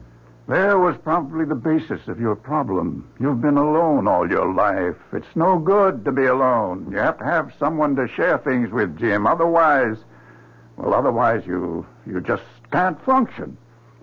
When's the wedding? Next week. Why wait? Sure. Look, I know it's your first day back and you're raring to get things started up again, so I'll let you alone. How about lunch? Sure, fine. Great to have you quarterbacking the team again, Jim. I looked around the lab, the familiar lab. Everything was exactly as I had left it. All my papers, my notes, my research, everything untouched. And even Dolores, waiting silently, like a good and faithful servant. And I suppose I would have fed the final equation into Dolores' circuits. I would have dismissed all my qualms as delusions and dreams. Had not Dolores been Dolores? Had she not been the eternal female who must always have the last word? I knew you'd do it, Jim. I knew it. What? Who's there? You know who's there, Jim. It's me, Dolores. You've come back here to feed me. No. I told you you couldn't resist it. But I didn't come back to... Come, Jim. The final equation, the dessert, the final dish. No, never. Jim. No, I was right. Stoddard was right. I'll fight you. How can you hope to fight me, Jim? You'll have to show them results. I'll fight for time. I'll stall. It won't help. They'll assign someone else. It could take someone else years to arrive at this point. It could also take overnight. I'm programmed, Jim. Fully programmed. Oh. All they have to do is start at the beginning. No. They can work out the end. No. You lose, Jim. You lose. You lose, Dolores. I can destroy your circuit. What are you doing? I'm destroying you, Dolores. No, Jim. No. Stop him. Help me. No one can help you. Not anymore. Help me, Mexico. Strike him down, Wire. Choke him. They can't help you. I've already broken. Second. Help me. I'm dying. Write him down. Write. Kill him. Kill him. Kill him. Oh, Dolores. Goodbye. Dolores, I hope and I pray that no one ever builds you again. I pray no one will ever build you again.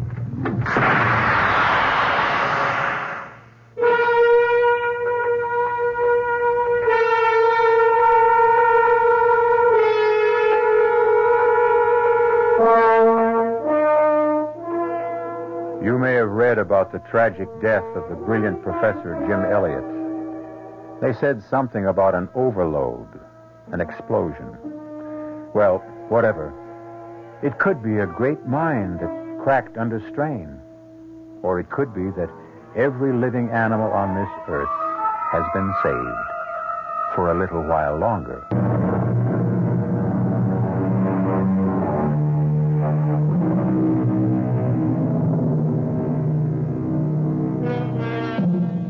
Sometimes a car will simply never run right. A refrigerator can never really keep things cool. A boat just won't go. And how many times have you thought that the darn thing was just acting in a perverse manner? Of course, later, you knew it couldn't be true. But are you sure now? The only thing we can be sure of is that we will all meet here again tomorrow. Our cast included Nat Polan, Marion Seldes, Earl Hammond, and Roger DeKoven. The entire production was under the direction of Hyman Brown. This is E.G. Marshall inviting you to return to our Mystery Theater for another adventure in the macabre. Until next time, pleasant dreams.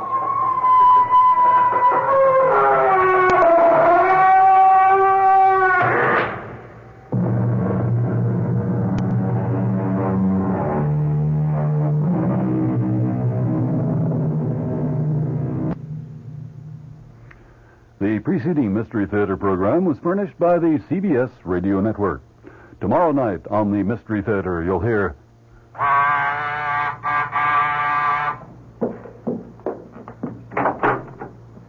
Yes? Are you Mrs. Louise Goodman? That's right. Are you sure? Why, of course I'm sure. It's just that I don't want to make a mistake. I'm Mrs. Louise Goodman. Who are you? And what is it you want? I want to keep my promise. Promise? What promise? I promised I'd kill you. Remember? That's tomorrow night on the WOR Mystery Theater, following Fulton Lewis at 7 o'clock, right here at 7. You get the feeling there's something special about this house the first time you see it. It's white, two-storied, made of wood, and stands on a lonely prairie overlooking the quiet waters of the lake. Meadowlarks warble near the neat white picket fence. From the home's frontier look, you sense someone pretty important must have lived here. For it's quite a ranch. The man who was born here nearly a century ago became Oklahoma's most famous personality. He was perhaps better known to most Americans than were many presidents who also enjoyed his wit. Look closely at the portraits on the walls, and you'll realize you're visiting the birthplace of the famed cowboy actor Will Rogers. Just one of the many exciting places that let you know...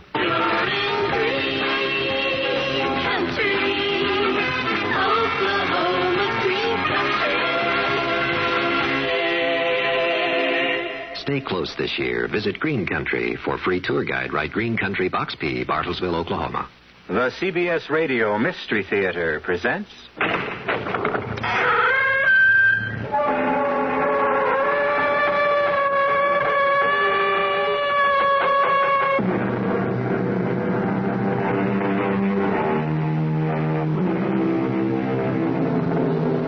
Come in.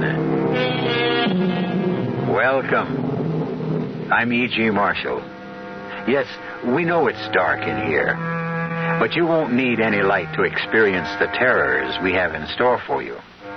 Just keep your ears open and your imagination at work, and even in the dark, you will see such miracles as you've never known before. Yes, we said miracles because our tale concerns the miraculous. When you meet Mr. Ross, he may seem like a most unlikely person to be a miracle worker, but the gods make strange choices sometimes. And in the case of Salvador Ross, they gave him the ability to make choices of a most unusual nature. I want to make a deal, Mr. Halpert. Only it's going to sound crazy, so don't throw me out right away. You know how old I am? What the heck are you talking about, kid? I'm 26. How old are you? Hey, listen, are you crazy or something? No, okay. I'm 79. If the price is right, I'll trade you my 26 for what you are. I can do it, Mr. Halpert. Just say the word.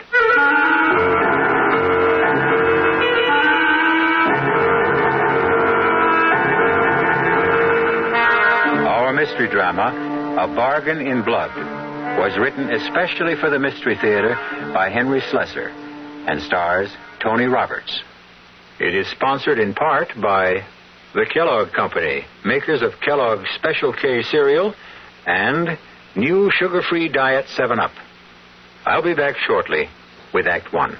Hi, I'm Goldilocks, Ms. Goldilocks, if you please, and I'm a professional taste tester. Here at my Taste Test Laboratory, that's TTL for short, I taste test everything from porridge to diet drinks. Actually, there's not that much taste testing in porridge these days. There used to be. Once upon a time. I mean, that's how this Ms. got into the biz. But lately it's been diet drinks. I mean, with so many diet drinks going sugar-free, I've been really busy conducting taste tests. A rather unbearable assignment, to be sure. But then I discovered sugar-free Diet 7-Up. Fresh, natural, delicious. My only problem is that sugar-free Diet 7-Up tastes so good that it broke my Goldilocks diet drink taste-o-meter. Well, sugar-free Diet 7-Up certainly has my seal of approval. This one's just right.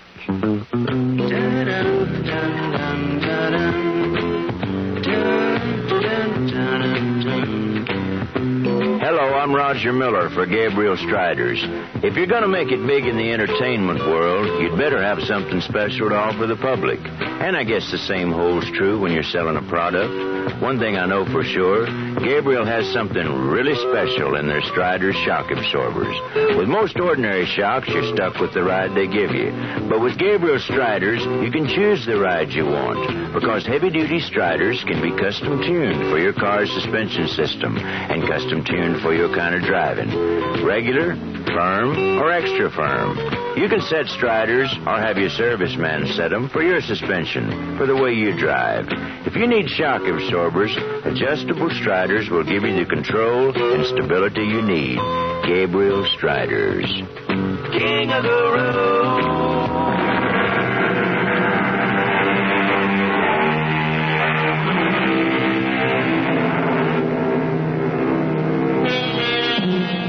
We promised you a story about miracles. This one begins with one of the oldest miracles in nature, the miracle of love. In a not-so-quiet booth at the Neptune Seafood Restaurant, we see a young couple. The boy is Salvador Ross. The girl is named Ruthie Maitland. And Sal is looking into her lovely brown eyes, searching for an answer to the most important question he has ever asked anyone. Please, Sal, let's not talk about it here. This is no place to talk about it. Why not? I mean, what's the difference where we talk? You always say the same thing anyway. Well, I'm just not sure how I feel. That's all it is. You mean you are sure? You still think I'm a no-good bum who won't amount to anything? I never said anything like that. Yeah, but your old man has said it to you, hasn't he? Oh, please. Let's leave him out of it. He's the real reason you won't marry me. I mean, he thinks I'm not good enough for you. Sal, people can hear us. Look, Ruthie, maybe he's right. You know, maybe I'm not good enough for you. At least that's the way he sees things. I don't have your education. I never read all the books you read. You just don't understand about my father. He's been a teacher all his life. Books and music and art. They're the most important things in the world to him. But that doesn't mean they are to me. Yeah, but he's important to you, isn't he? Yes. I love my father. I love him very much. Now that he's sick, I have to spend a lot of time with him. Sure, yeah. Time for him to tell you what a rotten boyfriend you picked for yourself. Oh, Sam. Factory bum who can't earn more than $100 take home a week. But don't you think money's important, Sal? When people get married, money means something. Yeah, what if I had money, huh? I mean, would that make the difference? I mean, would you say yes then? Sal, please, let's just finish our meal in peace. Look, I'm not touching another bite until I get some kind of answer from you, Ruthie. All right. If you insist on an answer, maybe I'd better give you one. I'm sorry, but it's no. I won't marry you.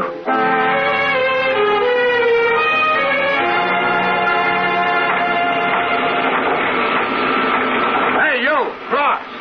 What are you doing up here on a catwalk? Me? Nothing. Since when do we pay you for doing that? I'm just digesting my sandwich, for Pete's sake. Can't a guy take 5 minutes after lunch to digest his food? Lunch hour was over a long time ago. Get back to the machine. All right. Stop shoving me, you ape. Who are you calling an ape? I'm your boss, remember? If you don't want to get that nose of yours busted twice, you better start down them steps before I count 3. Listen, pal, a better man than you busted my nose the first time around. Yeah. I heard about your big prize fighting career, Ross. What was it, 1 fight? Paperweight division? Go on, move. Get your hands off me. Hey, look out! I'm falling.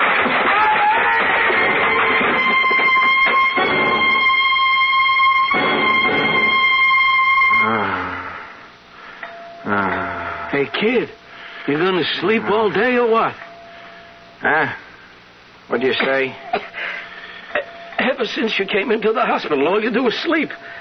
You could talk to your roommate once in a while. I got nothing to talk about. How's the busted leg? It's busted, that's all. Well, that's nothing to cry about. Not at your age. You take a chest like mine, that's something to cry about. You got a cold, big deal. What cold? I got pneumonia. Double, triple, who knows? I'm lucky I lived to see another day. You'll live, Pop. Listen, I'll trade you that broken leg anytime. You just ask me. All right. I'll make you a deal. You give me that little cold of yours, you can have my broken leg. Eh? You see how you like it, Pop. You think I'm kidding? I'd do it in a minute. Okay, it's a trade. My broken leg for your pneumonia. It's a deal.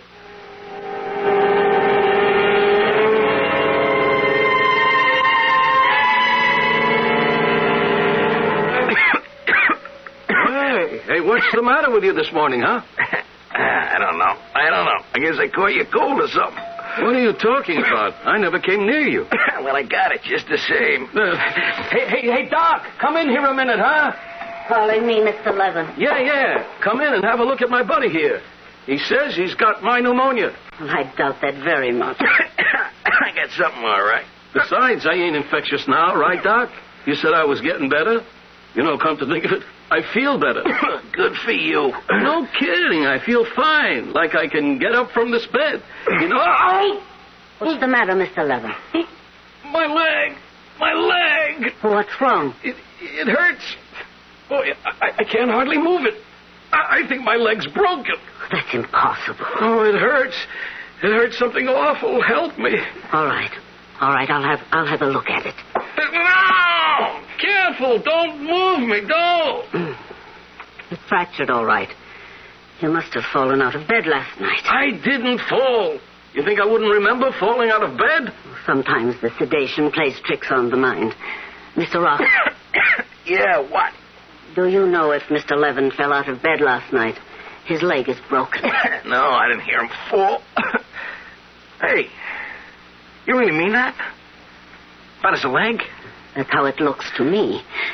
And I'd better see about getting that leg in splints right away. Don't move, Mr. Levin. I'll send the nurse in. Oh, how could this happen to me? How? What did I do to deserve this? Hey, Pop. You remember our bargain? What? Your pneumonia. Your pneumonia for my busted leg. Are you crazy or something? I wonder if my leg is... Hey, doesn't hurt anymore. It feels okay. I'm locked up with a crazy man. I'm telling you, it's true. I got your rotten pneumonia. But you got my broken leg.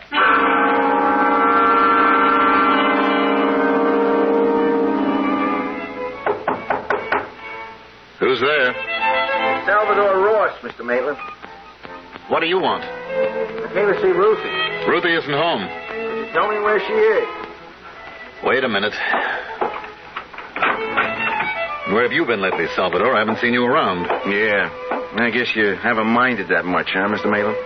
Ruthie told me you two had broken up. Yeah, I got pretty broken up myself. I fell on a job, busted my leg. I've been in a hospital past 3 weeks. Oh, sorry to hear that. Yeah, there were complications, like I got pneumonia. It's too bad. I'll tell Ruthie you called. Just tell her I was here, huh? Tell her I was sick, but I'm okay now. Tell her I'll call her soon. All right. I'll give her the message. And you could also tell her that I quit my job. I'm going to look for something better. Yes, Salvador, you do that. You look for something better. We should all try to improve ourselves. Yeah, that's what I'm going to do, Mr. Maitland. You wait and see. I'm going to improve myself.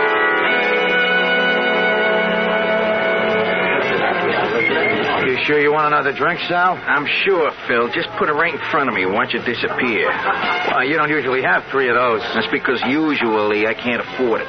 Oh, now you can, huh? That's right. Well, how come? I mean, if you quit your job, like you said. I got compensation from the plant, for getting hurt on the job. Oh, no kidding. So now you're rich, huh? Rich? I got about $10 left. All the rest went for expenses while I wasn't working. But at least I get something for my $10. Well, here's what you get, Sal. $2 change. Boy, I wish I had what's in that register, Phil. Listen, kid, be thankful for what you got. Yeah? Like what? Ah, you got hair. That's more than I got. You want the hair? Take it. Yeah, listen, I wish I could, Sal. I really wish I could. I mean, when I was your age, I had me a head of hair could knock your eyes out. Would you really like my hair? You know what they say, grass don't grow on a busy street. But just the same, I sure wish I had some. Yeah, maybe you can. I mean, there are all kinds of ways, Oh, you mean like, a transplant? Yeah, in a way. I'll transplant my hair to your head. How's that, huh? Not for free, of course. Oh, okay, what's the joke? Oh, you know what happened to me in a hospital? I traded an old guy for his pneumonia. How's that? It's true. He got my broken leg. I got his pneumonia. What do you think of that? Give me all the money you got in the register. You can have all my hair. Sure, Sal, anything you say. Only not tonight, huh? I'm busy. Look, you won't have anything to lose. You don't even have to pay me until afterwards. Oh, I get it now. You get yourself a haircut and then hand me the stuff in a cigar box. No, that's not how it works. Phil, look, I'm not sure how it works, but let's wait and see, huh? Will you shake on it? Okay, Sal. Shake.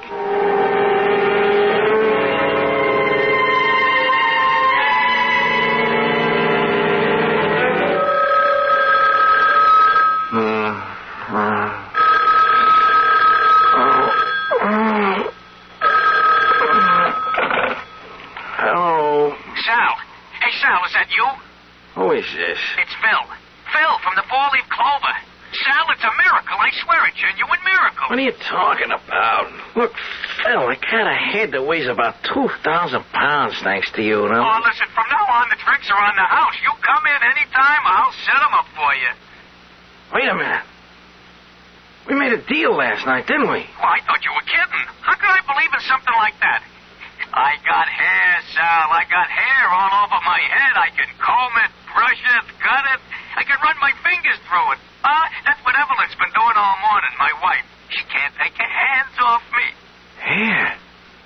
You've got hair. It's just like yours, Sal. Exactly like yours. Black and bushy. Wait a minute. A mirror. I gotta see a mirror. It's true. Oh, my God. It's really happened. I'm bald. Hello, Sal? Hey, Sal, where are you? What did I do? I don't have my hair anymore. I'm as bald as a cue ball. Hey, Sal, when are you coming in for your money? I owe you about $110, Sal. Come in for your money.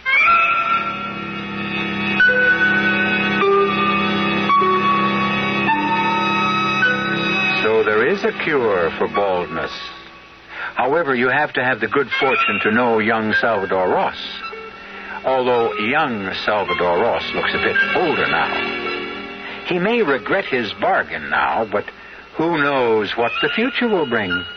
Because now that he knows he has a talent for trading, perhaps Mr. Ross can trade his way into a better, brighter future. I'll be back shortly with Act 2. Give your hand to a friend. Give your heart to your love. But give your allergies to contact. Now listen carefully, because this message may surprise you. There is an ingredient that can effectively help block pollen's bad effect on your system. Sneezing, sniffling, drips, itchy, red, watery eyes. It's the antihistamine most prescribed by allergy specialists, and it's an ingredient in Contact. Surprising, yes, but the true wonder of Contact is how our tiny time pills keep this antihistamine working, helping up to 12 hours per capsule, all day, all night. Allergy is our business, too. Give your hand to a friend. Give your heart to your love. But give your allergy to Contact. Take Contact only when needed, only as directed.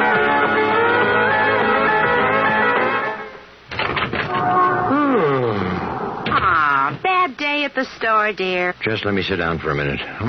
Same old story, huh? Rust-Oleum, all day long. They just kept coming in, wanting to buy Rust-Oleum. Aw. Big cans, little cans, spray cans, all the colors. Then there was this I know, it's not fair. Don't they know it's Tuesday and I can't sell Rust-Oleum on Tuesday? Only on weekends, Rust-Oleum people say. Touch-up time, they say.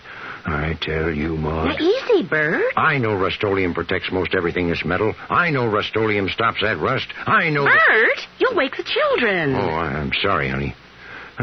What'd you do today? Well, I noticed the lawn furniture was getting rusty, so I touched it up a little and... Touched it up with what, Maud? Eat your dinner, dear. I fixed your favorite. Pot roast. When the weekends come, use Rust-Oleum. Rust-Oleum.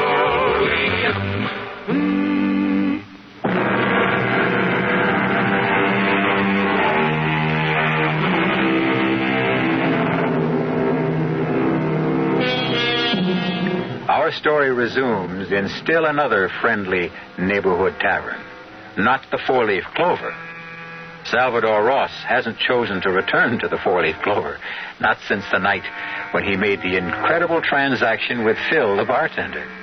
The thought of visiting his own head of hair was far too repugnant for Sal Ross. Or perhaps it was because he realized how cheaply he had sold part of himself, $110. As he sits and broods into the bar mirror, looking at the gleaming reflection of his naked scalp, he cursed his own haste and plotted his next step. After all, it takes time and experience to become an experienced trader. Hey, buddy. Spare a guy $50. Oh, beat it, will you? Just for a bowl of soup, you know? A bowl of soup, huh? I don't know this joint served any soup. Well, I wasn't going to have it here. I was going down the street. Come on, don't be cheap, huh? Beat it, I said. All right. You don't have to get nasty with it. Hey. Wait a minute. What? Come back here a minute. I want to talk to you. Yeah, what about? That's a pretty good head of hair you got there, Pop. What? I said it's a nice head of hair you got there for a man your age. What are you, some kind of pansy or something? Hey, listen. How'd you like to have a drink, huh? You kidding me? Hey, bartender. Give me 2 more of these, huh? I'm drinking scotch, Pop. Is that all right with you? Sure, anything. I'm not particular. I didn't think you would be. Yeah. That's a real nice thick head of hair, Pop. It's kind of gray, but I guess you could dye it, couldn't you? Listen, anything you say, friend. You see a bald head of mine? Yeah. What about that? You wouldn't believe it, Pop, but I had a full head of hair myself not more than 2 weeks ago. What? Oh, here's your drink, Pop. Knock it down, huh? Oh, yeah. Boy, that tastes good. Yeah, only it disappeared awful fast, did it? I guess you'd like another one, huh? Well, if it's okay with you. I tell you what, Pop. How'd you like to have a half a dozen bottles of that stuff, all your own? What? You heard me.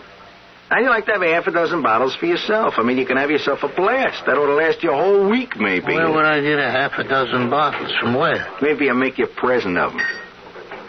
Why would you do that? Well, let's say maybe I'll make you a trade.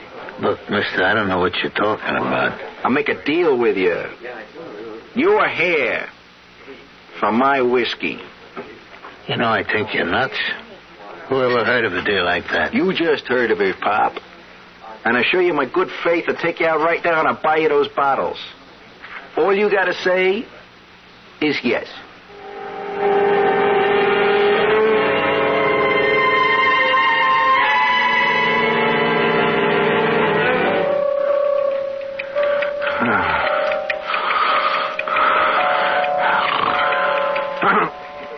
What is it?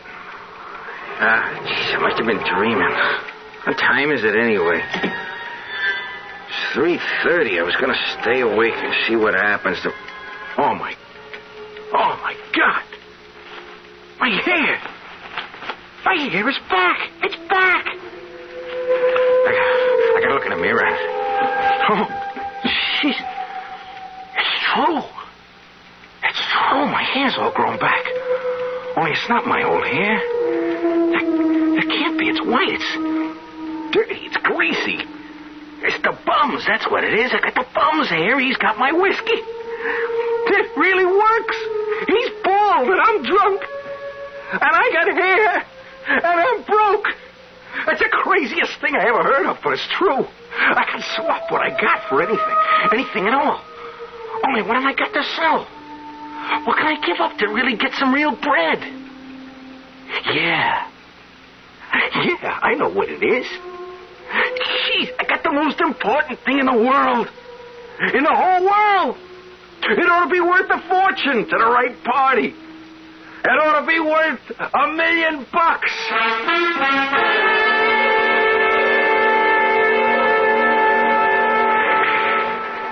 Yeah, that's right, Sal. I'm still looking for the old guy. Come on, you want a game or don't you? Not yet, Joey, not yet. Tell me more about the job. Nothing much to tell. I drive Mr. Halpert's car. Sometimes I clean his apartment. Sometimes I tend bar for him when he gives parties. Only, lately he ain't been giving too many parties. He's getting too old for that kind of stuff. How old is he, Joey? I don't know. He don't tell me stuff like that. But he's old. I gotta help him in and out of the limousine all the time. He's rich, ain't he? Sure he's rich. He's plenty rich. Joey, look, would you introduce me to your boss? I want to meet Mr. Halpert. Could you arrange that? What for? He ain't hiring nobody else. Hey, what are you after, my job? Forget it. Come on, let's shoot some pool. You don't really want to play pool with me, Joey. You know I'm 10 times better than you are. I'd cream you. Yeah, I know you're the shark of all time. But come on and play just the same. I want to meet Mr. Halpert, Joey. I got a proposition for him, see? Something that'll interest him a whole lot. Forget it, Sal. He don't see people. He hardly ever leaves the apartment nowadays. It's important. It's very important. Come on, Sal. He's not going to talk business with somebody like you. Big bankers and people like that are trying to see him all the time. He won't even talk to them. Listen, Joey, look. You get me in to see Mr. Halpert, I'll give you something for your trouble. Like what? I got no money, but I'll give you something else. You can have my game, Joey. You what? I'll swap you my pool game for a meeting with your boss. I mean it. You say the word, you can play as good as me. You mean like you'll coach me? I don't have to. You don't... Look, you'll play as good as me, that's all. I can do things like that. I can't explain how, but I can. Just say yes, Joey. That's all you gotta say. And if you start shooting real good, look, will you get me in to see Mr. Halpert?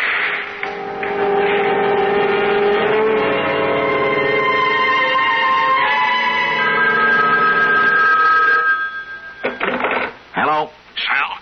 Hey, Sal, you'll never believe this. Are you, Joey? I'm still down at the pool parlor. Sal, will you listen to what happened? I just took on Marty Shapiro. And I beat him. First time in my life I ever beat Marty in a pool game. I told you it would happen. Listen. The score was 125 to 50. That's how much I beat him by. And wait till you hear this. I took on Grimsky himself, the guy who owns the place, you know? He bet me $100 I couldn't do it again, and I did. I beat him, Sal. You got my game, Joey. I told you. You got what I used to have. But now, look, you owe me a favor, too. All right, what's this all about? This is the guy I told you about, Mr. Halpert. The guy with the treatment. Huh? You don't look like any doctor to me. I'm not a doctor, Mr. Halpert. I mean, not exactly. What the heck does that mean, not exactly? Look, can we talk in private? Yeah, I'll go polish a car, Mr. Halpert. Oh, polish a car. Polish the car, that's all you ever want to do. You got to wear that car out one of these days. Yeah, I'll come back in a little while, Mr. All right. Get down to it. Now, what do you want exactly? I want to make a deal with you, Mr. Halpert. Only it's going to sound crazy, so don't throw me out right away, see? You know how old I am? What the heck are you talking about, kid? I'm 26. How old are you? Listen, are you crazy or something? Okay. I'm 79. If the price is right, I'll trade you my 26 for what you are. I can do it, Mr. Halpert. Just say the word. If that isn't the dumbest thing anybody ever said to me, what nuthouse did you escape from anyway? Nobody can trade how old they are. I can. I can trade anything I want. You see this head of hair? Yeah. What's a young guy like you doing with all white hair? I swapped for it, Mr. Halpert. I can swap anything I got for anything you've got. And what you got is plenty of money. And years, kid. Too many years. I'll take them off your back. You just say yes. That's all you have to do. Okay. That's enough. Beat it. Look, you gotta believe me, Mr. Halpert. Give me a chance to prove it. You don't have to pay me off until it works. I mean, what would you give to be 26 years old again?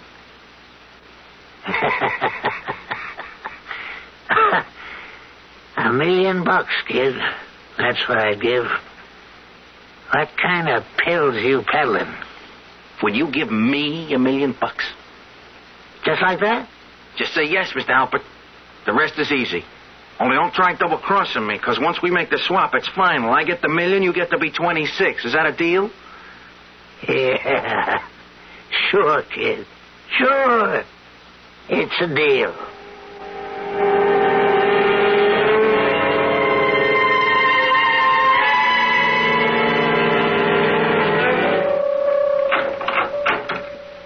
Hey, Mr. Ross, best suite in the hotel. Wait a minute while I turn on the lights. And this here's your air conditioning unit, Mr. Ross. You can adjust it for any temperature you want. Mr. Ross, you okay? Yes. Yes, I'm all right. I'm just a little bit tired. Well, you just sit right down here, Mr. Ross. I'll put your bags away. Wait a minute. There's something I want you to do for me first. Oh, yes, sir? I want you to read me this story in tonight's paper. I can't see the small print. What's it say there about this man, Halpert? Well, let's see now. It says here, Wayne Halpert disappearance sends company stock tumbling. The mysterious disappearance of retired multimillionaire Wayne Halpert, 79, has caused investors to shed large amounts of the shares in W. Halpert Enterprises. I was smart to take mine in cash. Yeah, I got it all in cash.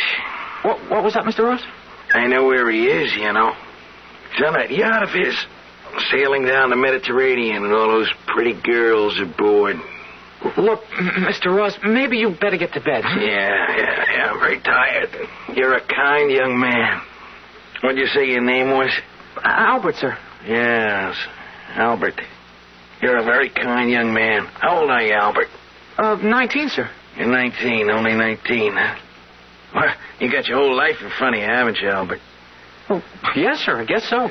How much you earning in this hotel, Albert? Well, not too much, sir. Including tips, about $75 a week. How long you think it'd take you to save $1,000, Albert? Me? About 20 years. What would you give to have $1,000 in your pocket right now, Albert? Are you kidding? You're only 19 years old.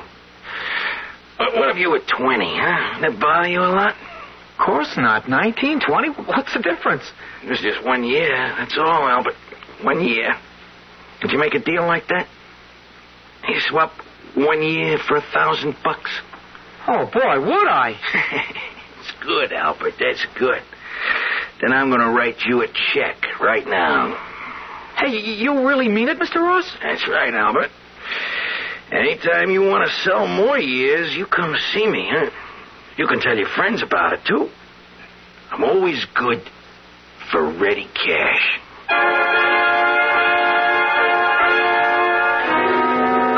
So Salvador Ross has started to buy back the years he gave away.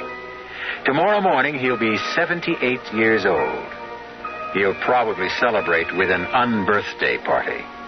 Wouldn't we all like to have that privilege? To lose the weight of our years instead of adding them on? Or is it such a privilege? We'll find out when I return shortly with Act 3. It's safe to assume that some of you are listening to my voice from the inside of the wrong car. Not the wrong make, the wrong size.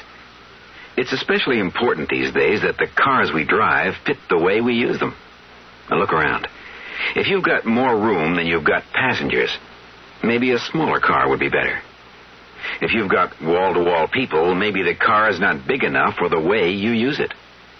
And if you've taken the big car and left the small one for your wife to use for her carpools and shopping and Cub Scouts and whatever, well, we've got a message for you. If she hasn't given it to you already, make sure your car fits your lifestyle. Sometimes small is right. Sometimes big is right. Buick makes both right. From Opel to Electra 225, Buick has a car for the way you drive. If you're a busy part-time farmer, you should be aware of the sincere interest the Federal Land Bank has in providing a loan for your type operation. That's right. The Land Bank is interested in helping part-time farmers by providing the kind of loan service this special group requires. Part-time farmers come to the Land Bank for a loan to buy that first piece of land and to buy additional land. They come to the Land Bank for a loan to make major improvements on farm property. A land bank loan helps the part-time farmer become more efficient. A land bank loan is available for such things as building a new home. In fact, a land bank loan is available for just about any purpose that requires long-term financing. So if you're serious about part-time farming, come to the Land Bank for a long-term loan at reasonable cost. Write to the Federal Land Bank of Houston, Post Office Box 2649, or see your local Federal Land Bank Association.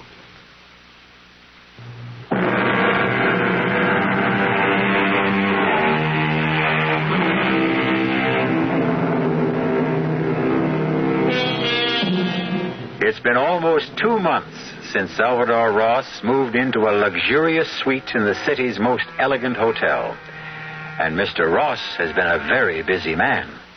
Day after day, a stream of young people has come to his door to make an astonishing transaction. One by one, Salvador Ross has regained the years he gave away, until finally, at a price of only $53,000, Sal was able to look in the mirror and see the young man he used to be. But now there was a great difference, because the young man who looked back at him was a very rich young man. And when he paid his next visit to the home of Ruthie Maitland, he drove to her residence in the back of a chauffeur-driven limousine. Who is it? It's Salvador Ross, Mr. Maitland. Well, what do you know? Back from the dead, Salvador. Like me, hmm? How are you, Mr. Maitland? It's been a long time. You can see how I am, Salvador. You see the wheelchair, don't you? Your eyes are still good, aren't they? Yes, sir. My eyes are all right. That's more than I can say for myself. You've been sick, Mr. Maitland? I've been sick. I've been hit by lightning in the brain. Pardon? They call it a stroke, Salvador. You see, I can't move this side of my body.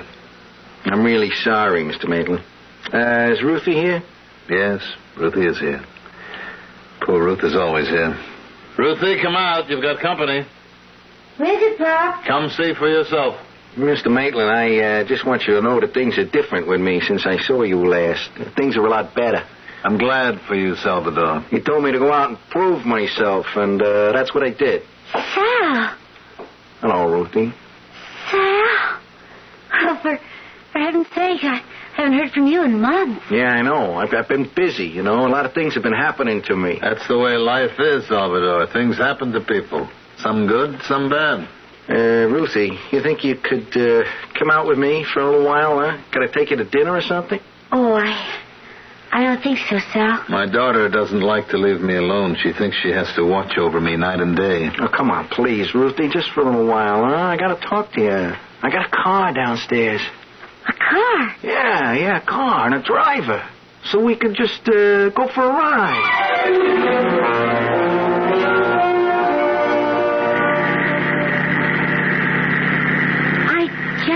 I don't understand how it could have happened, Sal.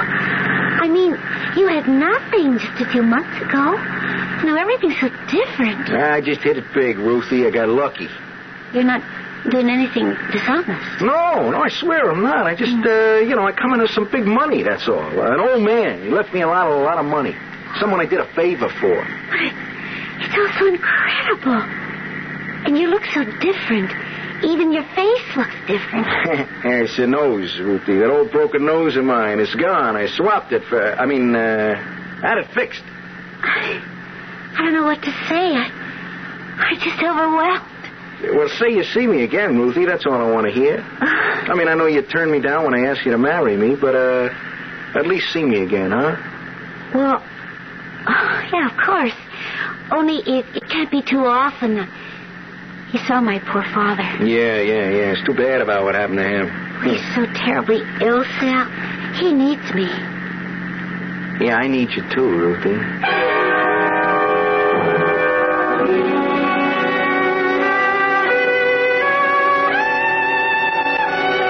I never thought I'd ever see the inside of this restaurant, Sal. Yeah, it's a lot different from the old seafood house, ain't it?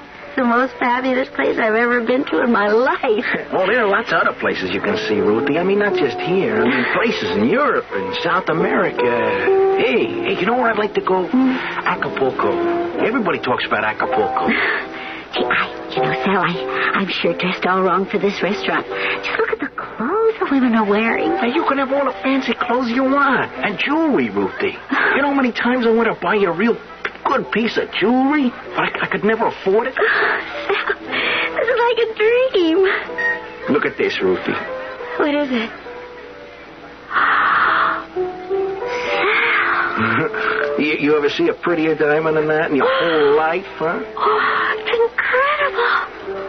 Well, it must be 10 carats. That's the biggest rock they had in the whole joint. I hate to tell you what it cost. Hey, here, put it on, huh? Oh, Sal, I can't accept this. Oh, sure you can. Go on, put it on your finger. No, I just can't. It's much too much for me. Yeah, but it's not too much for me. That's all that matters. Ruthie, look, I'm asking you to wear this as an engagement ring. I guess that's what I meant. Huh? Well, I never said I'd marry you, Sal. What are you talking about? You've been dating me for weeks now. Yeah, but we never discussed marriage again. Look, the only reason you turned me down before was because I was such a bum. Well, I'm no bum anymore, Ruthie. Can't you see that with your own eyes? I just can't do it. But why not? I mean, look, I can be anything you want me to be. You want me to be smart like your old man? I can be that, too. Sal, you know I don't feel that way. Look, I could get an education, see, just like that. I could learn all there is to know about music and painting and art. You just say the word, I'll go out and get the education. It isn't that alone. Well, then what is it? Hey, wait a minute. You don't have to tell me. It's your old man. It's your father. He still doesn't like me. Well, he still doesn't appreciate you, Sal. Even though I'm rich now, huh? But he doesn't think about money the way you do. He told me to go out and prove myself. That's what I did. It isn't enough for him.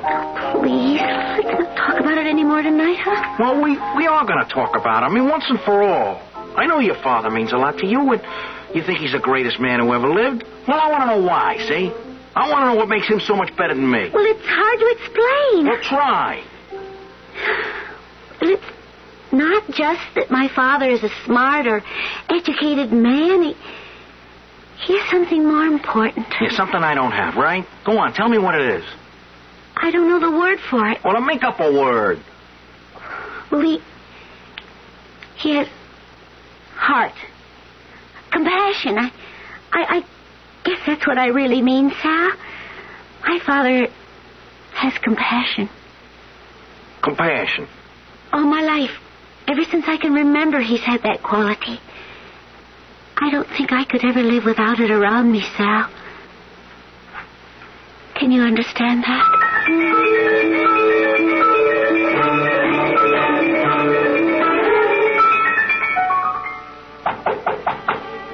Yes, who is it? Sal Ross, Mr. Maitland. Can I come in? Ruthie's not home. I know, Mr. Maitland. I want to see you. Why me, Salvador? I want to talk to you about something. All right, come in. I don't have very much to say to you, Salvador. You found that out a long time ago. Yeah, I know that. And in case you came here to argue with me about Ruthie, don't waste your time. My daughter makes up her own mind. And she told you I proposed to her, huh? She tells me things, yes. You tell her a few things, too, don't you? Salvador, I'm a sick man. I don't have long on this earth. A few months, maybe only a few weeks. I wouldn't want to leave my Ruthie in the hands of the wrong person. Yeah, meaning me, huh? Leave us in peace, Salvador. I didn't come here to talk about Ruthie, Mr. Maitland. Then why did you come? It's you I came about. I mean, I came to talk to you. Look, I know what you think of me, and I didn't come here to change your mind. I come here to talk business. Business? I want to make a deal with you. I want to buy something you got. Look at me. I have nothing. Even this wheelchair is rented. You still got something I want. I'm willing to pay for it, any price you name. You could use money, I know that. Not for yourself, not. I mean, money for Ruthie. Money to take care of her when she's alone. I have nothing to sell, don't you understand? Yes, you do. You got something I need real bad. I don't know what you call it exactly. Ruthie says it's like, compassion. What kind of crazy talk is this? Do you even know what you're talking about? A lot of people thought I was crazy when I offered them this kind of a deal, but I've done all right. I take my word for it. I've done great. You think you can buy a thing like that? And pay for it like eggs? I know I can. All you do is say yes. I'll give you any amount of money you want. I think maybe you don't feel well, Salvador. Look, $100,000, huh? How does that strike you? Would you make a deal for $100,000? You're really serious? I'll bring you the check tomorrow morning. It's enough money to take care of you for the rest of your life. And Ruthie, too. You know, you're a crazy man, Salvador. Crazy. But all right. If that's your insanity, all right.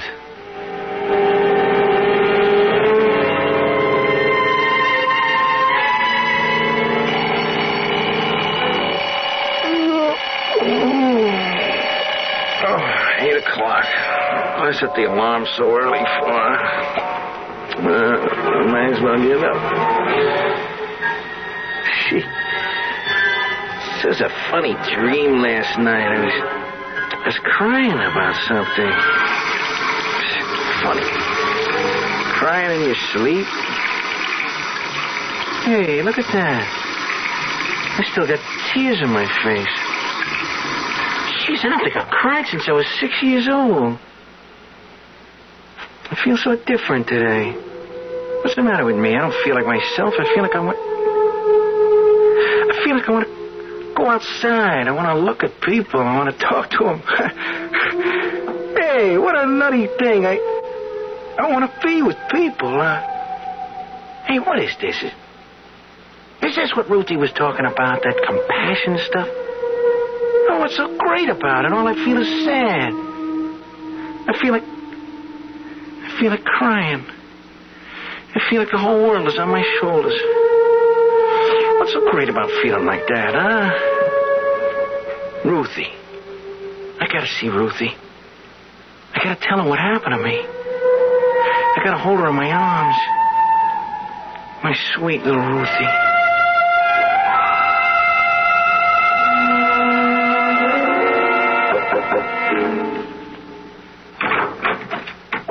Good morning, Mr. Maitland. Come in. Did you bring the check? Yes, sir. I brought it. All right, let's get it over with. Is it certified? Yeah, it's a bank check, Mr. Maitland. It's good as cash. Put it on the table. Yes, sir. Is Ruthie up yet? She's up, but she's not here. Oh, well, where is she? I sent her on an errand. Oh, I'd really like to see her, Mr. Maitland.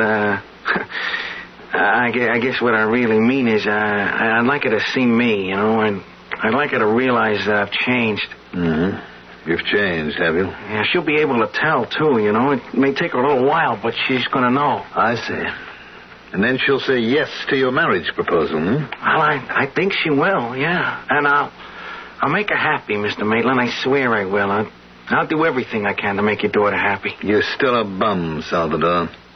Maybe you're rich now, and maybe you've got a big smile on your face, but in my eyes, you're still a bum. I know why you feel that way about me, Mr. Maitland. I know, but everything about me is different now. I swear that. And I want us to be friends. You gave me $100,000, Salvador. Do you need my friendship, too? Well, it's what I want more than the money. Sorry, Salvador. I don't have any friendly feelings to give you. This is what I have for you. Hey, Mr. Maitland, what are you doing with that shotgun, huh? I kept it around here for robbers. The neighborhood is full of robbers. But now the biggest robber of all is right here in front of me. Mr. Maitland, put the thing down, will you? Be careful. You're not taking the most important thing in my life, Salvador. Don't, Mr. Maitland, please. Have mercy. Please. Sorry, Salvador. I don't have that anymore. No mercy. No compassion.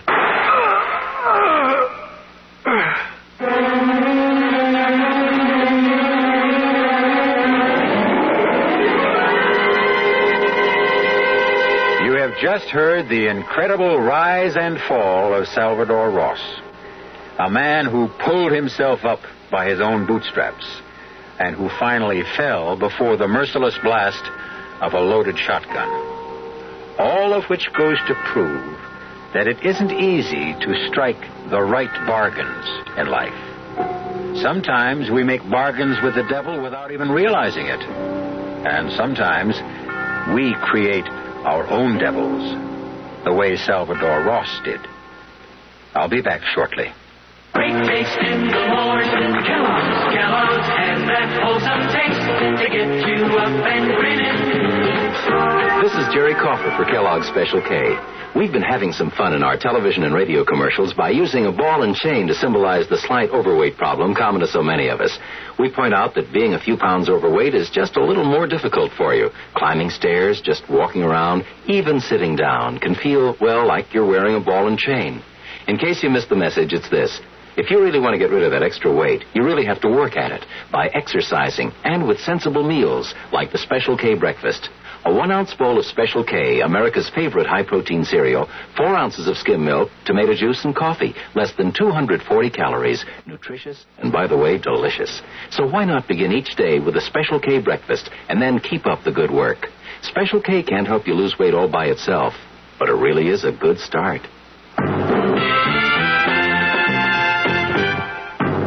Some research experts say you can't taste the difference between beers. Well, if they're right, then Anheuser-Busch wastes a barrel of time Beechwood aging Budweiser. Only they don't think so. Brewing beer right does make a difference. And they're betting a bundle that you can taste the difference in Bud. When it comes to brewing Budweiser, the Anheuser-Busch choice is to go all the way because they still care about quality.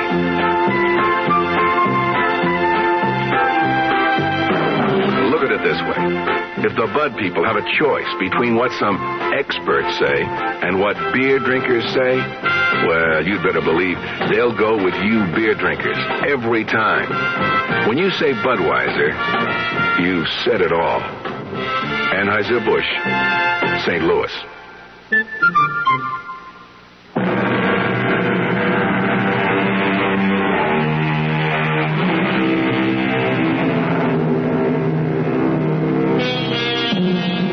What would you have given up if you were Salvador Ross?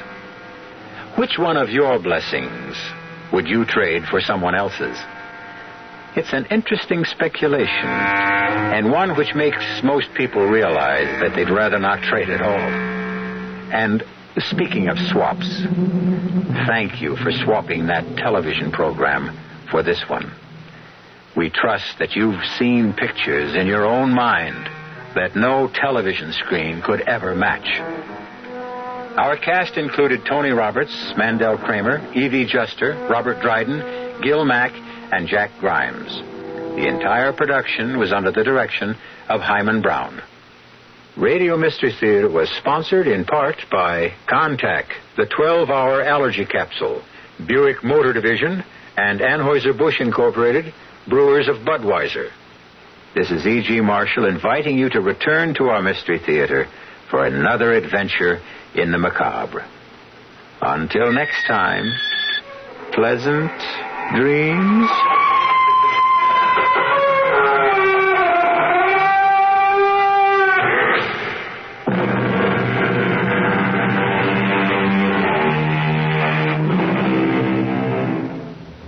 There's a beautiful little red Fiat idling its 1600cc engine on the Ewing Buick showroom floor right this minute. Hear it? It's calling your name. It's saying, I'm sporty. I'm superbly engineered. I'm economical to operate. Don't keep your little Fiat waiting too long. Italians can get very impatient, you know. See the large selection of Fiats, Opals, and Buicks at Ewing Buick today on Cedar Springs at Pearl. KRLD down. The CBS Radio Mystery Theater presents...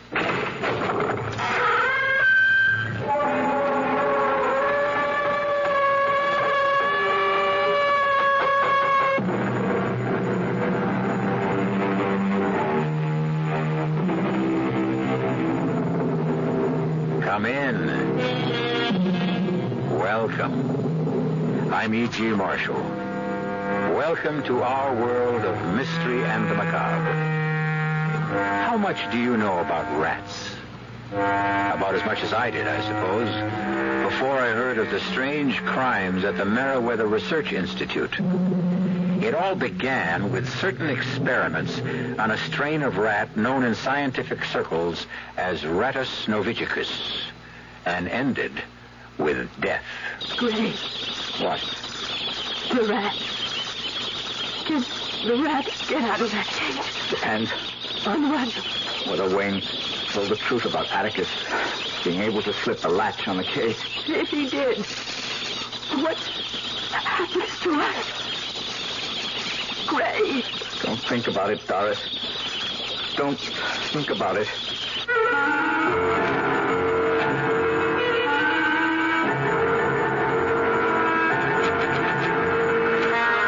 Our mystery drama, The Rat, was written especially for the Mystery Theater by George Lothar and stars Michael Wager.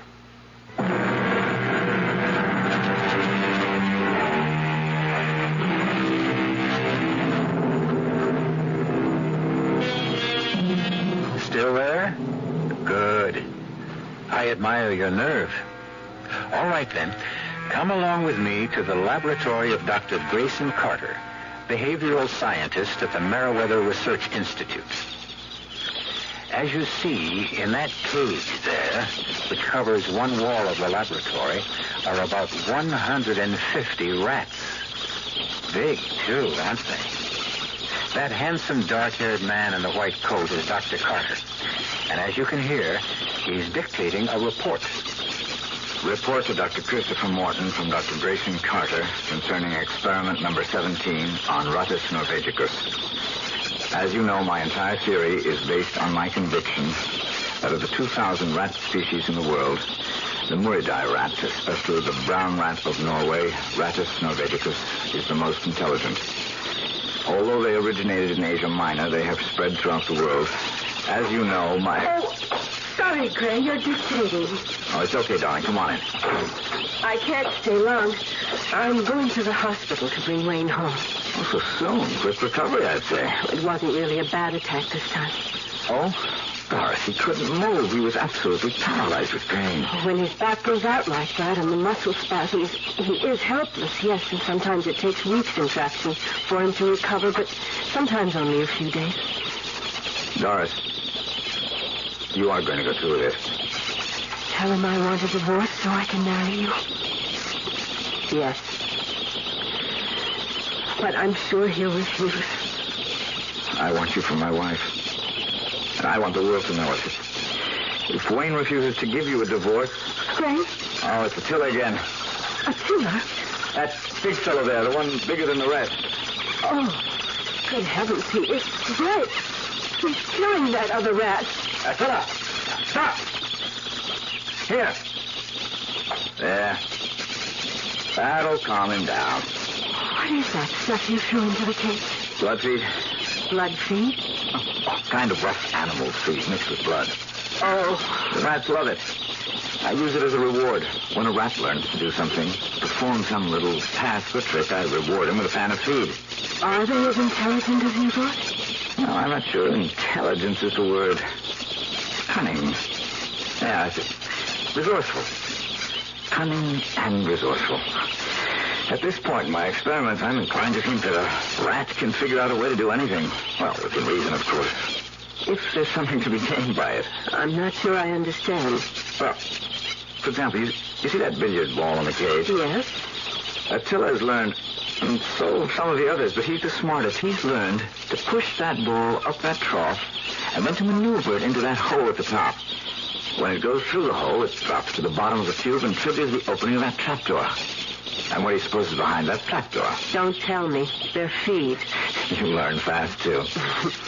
Yeah. Let me see if I can teach you something you'll enjoy learning. Oh, Gray. Gray, darling. You're a wonderful teacher. I'm sorry to interfere with Wayne. lovemaking. You look surprised, my dear. I was coming to the hospital to pick you up. You knew that. Wayne, let me make one thing clear. Oh, don't bother, Gray. What's been going on between you and my wife is very clear. Wayne. You really think you've managed to cover up your little game of illicit love? There is nothing illicit. Oh, isn't there? You steal my wife just as you stole the Schuyler Award for research away from me. Award? What are you talking about? Oh, you don't know? Well, I suppose that's scarcely surprising. Oh, now look, Wayne. Get your hands off. Oh. Wayne. My back.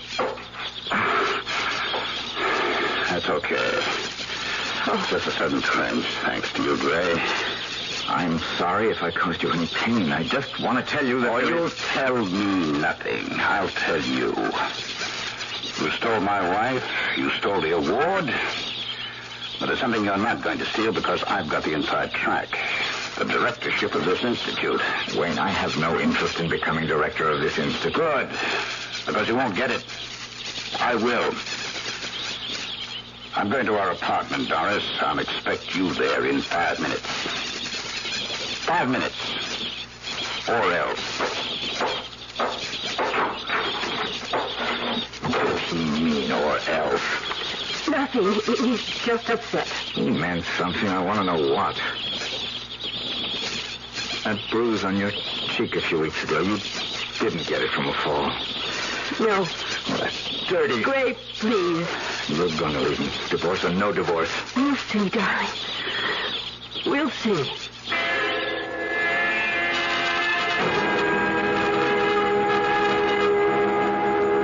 Wayne, we can't go on like this. I'm not going on with anything. I'm entirely happy with things as they are. Or will be once I get rid of Dr. Grayson Carter. Get rid of him? Oh, I don't mean kill him. Morton has promised me I'll take his place as director once he retires. That'll be soon. As director of the Institute, my first action will be to fire Grayson Carter. You can't do that. Oh, I'll do more than that. I'll not only bounce him, but I'll so dirty his reputation it'll end his career. How could you possibly dirty Gray's reputation? Well, that's very simple, by spreading the word that he's a wife stealer. But he turned a loving wife, my loving wife, into a cheap, lying... Don't you ever do that again, Doris, or you'll regret that. A lot worse than you did the last time. You lay a hand on me. I'll lay more than a hand on you, and you'd better keep that in mind. Now, there will be no divorce.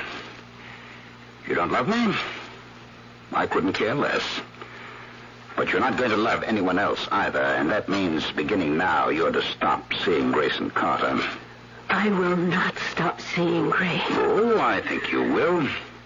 For his sake, if not yours. I've told you what I intend to do to him once I become director. But I could do even more than that. I don't see how you could do that. I don't intend to tell you. But there is one way you can find out. Just keep seeing him. Just keep letting him take you in his arms, fondling you, kissing you. You're hurting me. I could kill you and him along with you. I could... You filthy little fraud. Dr. Cheney here. Chris Morton, Wayne. Oh, yes, Chris. I heard you were coming home from the hospital today, and I'm anxious to talk to you.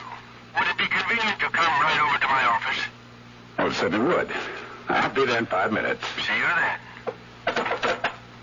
Well, it's come quicker than I thought. Morton wants to see me in his office, and right now. Unless I miss my guess, the next time you see me, I'll be the director of Meriwether Institute. And your love will be on his way down the drain.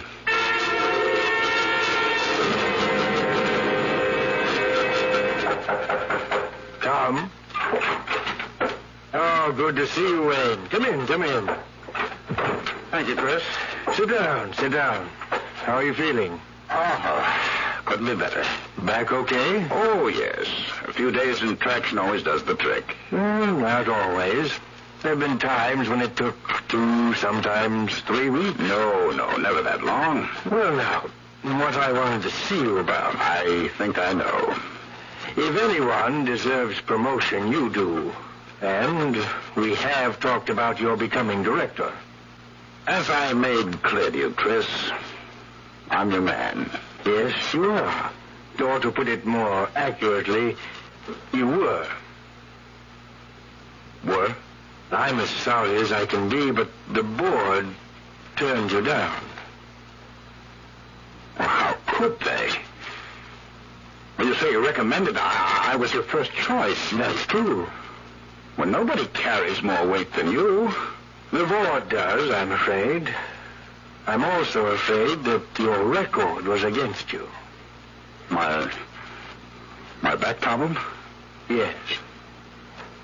And what the hell has my back problem got to do with my ability as director? Not your ability, but your disability, you might say. To kick me aside just because I've got a trick back? There was another reason. What other reason? Well, they felt, and really, Wayne, I've got to go along with this. They felt it would be useful to the Institute, helpful in a political and social way, fundraising and all that, to have a man in the director's chair with as much prestige as possible. Prestige? I've got any number of doctorates, books I've written, discoveries. True, very true. But you don't have the Schuyler Award for research. Grayson Carter does. What is it, Wayne? Wayne, you've gone as white as a sheet. Are you ill? Grayson Carter. They chose Grayson Carter? Yes. And you agreed? It wouldn't have served any purpose to disagree. But you agreed. After assuring me that I'd replace you, after promising me the job. Oh, now, I don't remember promising. You did. Right here in this office you promised me. Wayne, my dear fellow. You'll regret this. I promise you'll regret it. And I'll keep my promise. You wait and see. You wait and see. Wayne.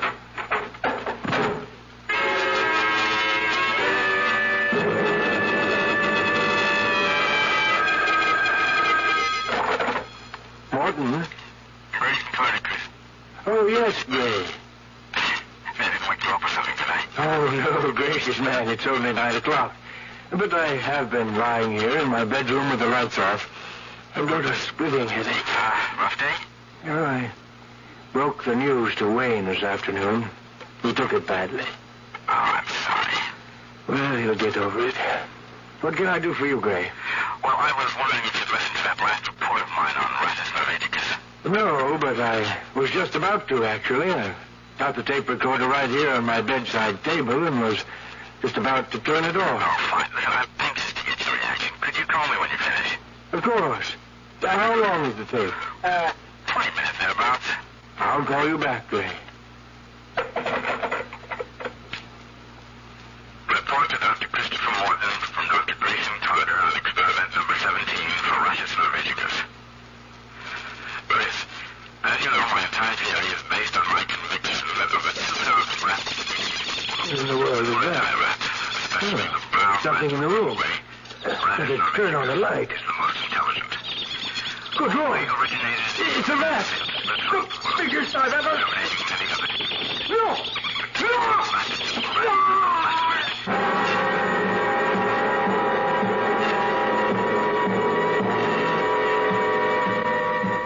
Even as Dr. Christopher Morton listens to Dr. Grayson Carter's report on his experiment with rats, Attila, the largest and most cunning of all, flings himself at Morton's throat.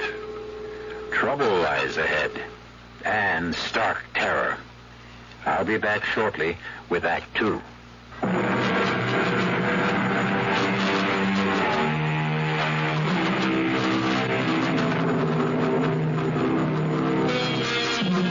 You suppose it was Dr. Wayne Cheney who put Attila the rat in Dr. Morton's bedroom? Almost bet on it myself. He certainly had the motive. His insane jealousy of Dr. Grayson Carter, plus Carter being appointed director of the Meriwether Institute instead of himself. But how could he have transported the rat to Dr. Morton's bedroom? Seems to be a question that bothers Lieutenant Enright of the police, too. Sit down, gentlemen. And thank you for coming here to headquarters. I'd have come to the Institute, but frankly, I'm up to my ears in emergency police work. I'm happy to cooperate, Lieutenant. Of course. I asked both of you here because the two of you were closer to Dr. Morton than anyone else. But I especially asked you, Dr. Carter, because, well, it was one of your rats that killed Dr. Morton. A tragedy I don't expect to get over, Lieutenant. Mm-hmm. Now, according to a report here made out by Sergeant James of Homicide, when he and his squad arrived at the Institute last night, you had apparently captured the rat and returned it to its cage. Is that so? Yes. Tell me about that. Well, there isn't much to tell. Wait. Dr. Cheney heard Dr. Morton's screams and... Now, hold it a second.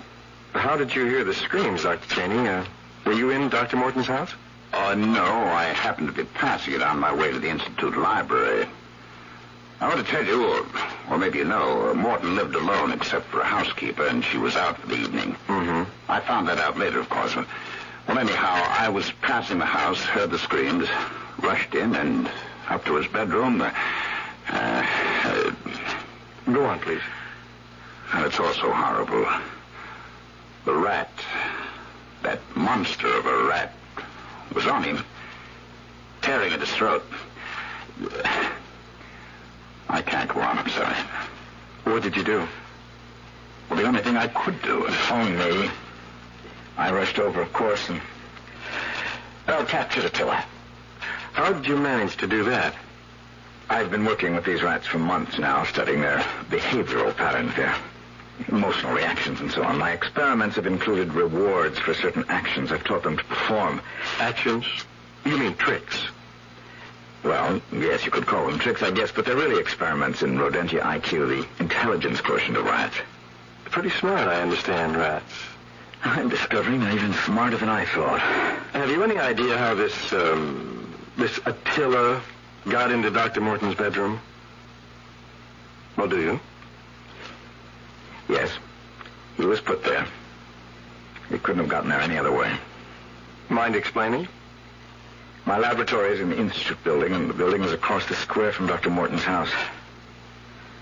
Someone must have opened the big rat cage, lured Attila into a portable cage, carried him to Dr. Morton's house, and released him in Morton's bedroom. For the purpose of killing Dr. Morton? Yes. Have you any idea as to who wanted to kill Dr. Morton? Well, yes, I do. Who? I can't tell you that. It's only a suspicion I have, and... He suspects me. Oh, you needn't look so surprised. Morton promised me the directorship of the Institute and broke his promise by giving it to you. So who'd have a better motive than me, The whole Institute knows you seduced my wife, stole her affection. Wait, we're making love to her while... Hold it, both of you. I'm sorry. If I'd known things were like this between you, I'd have interviewed you separately. You've told me all you can at this point. Thank you for coming. Dr. Carter. Yes? I'd take special security measures with those rats of yours from now on.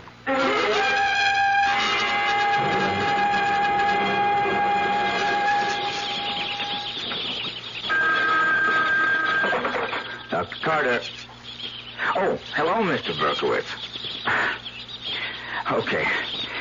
Aaron, then. Guess I'm not used to calling board chairmen by their first names. Yes? Well, I hate to wash up the experiment when it's only a few weeks short of completion. Well, yes, I know it's been a month since Dr. Morton's death, but... Well, you know, I have spent as much time as possible doing my job as director. Come in, Doris. Aaron, I couldn't agree more. Well, look, let me think about it, will you? I'll get back to you later today, right? Doris, sweetheart. Gray, dear. That was Aaron Berkowitz, chairman of the Board of Trustees. The board feels I'm not giving enough time to my duties as director. You're knocking yourself out. And you look tired and worried. Worried? No. Yes, you are, I can tell. What is it?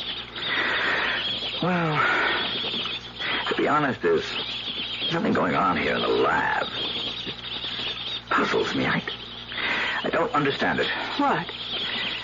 I think someone's getting in here at night and tampering with the rats.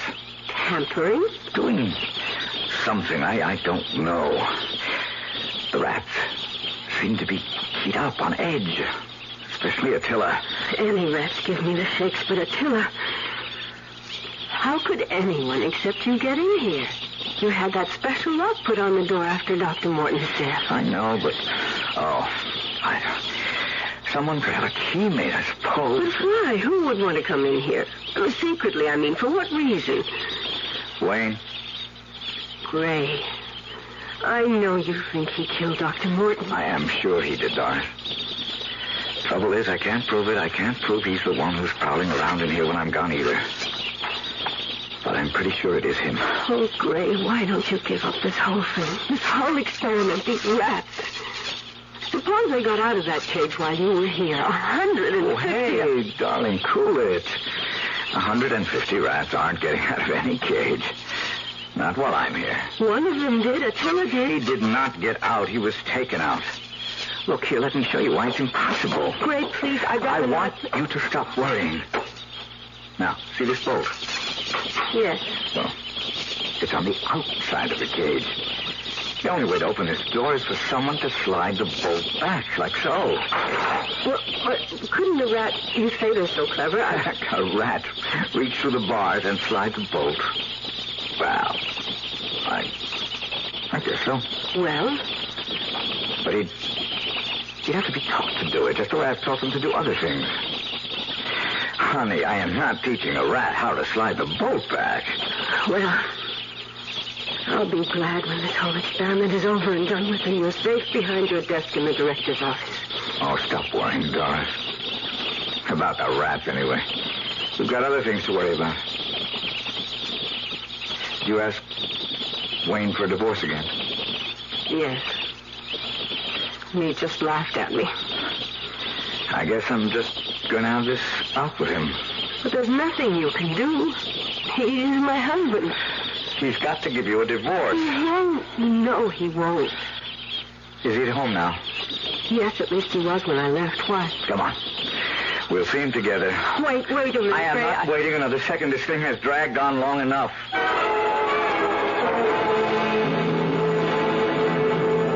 Drop dead, Gray. Oh, Wayne, be reasonable. Reasonable? You asked me to be reasonable? Wayne, I don't love you anymore. I love Gray, so what's the use of our being... No use at all. I'd be happy to be rid of you. Happy to give you a divorce, except that would make you happy. If there's one thing in this world, I'll do everything to prevent, it's your happiness. What kind of a man are you? I detest you. I say it calmly because I have to. My doctor has made it very clear to me that extreme emotion, especially anger, can bring on another back seizure. And what about hate? Oh, I find hating you decidedly comforting, my dear. It gives me greater pleasure than you'll ever know. In fact, I hate you so much... Well, yes, why not? I might even give you a divorce. Oh, don't play games. I'm not playing games. I might just give Doris her freedom. All right. Why? Why? Because I know what her life with you will be like. I know you for what you are, Gray. A self-centered character who has only one interest in life, himself. And once she married you, once you got what you wanted, she'd find out what you're really like. No better than those rats of yours. I ignore your insults for what they are. To me, nothing. Are you serious about giving Doris her freedom? I'll think about it. Now, if you don't mind, I'll ask you to leave. I'll see you to the door. Gray, can he possibly mean it? I don't trust him. One way of making us miserable would be to raise our hopes and then dash them to the ground. Don't get your hopes too high. Goodbye, dear. How can you bear to leave him out of your sight? Wayne, did you mean it? Will you give me a divorce? I said I'd think about it, didn't I? But did you mean it? Did I mean it? Why, yes, I meant it.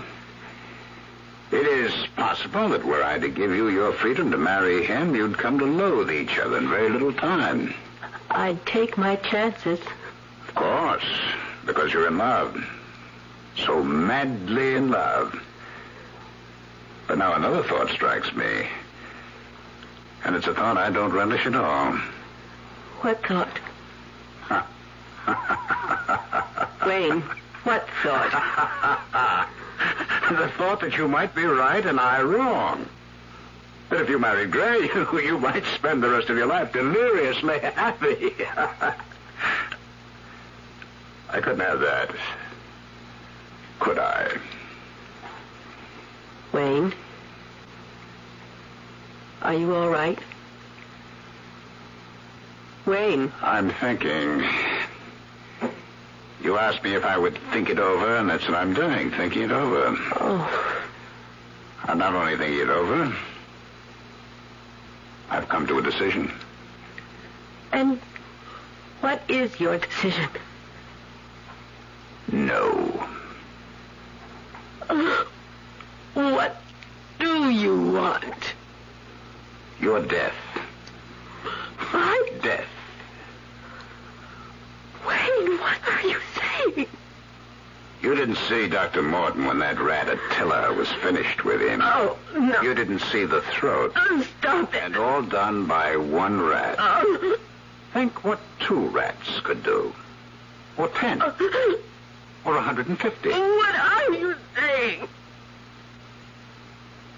Oh. You're the one.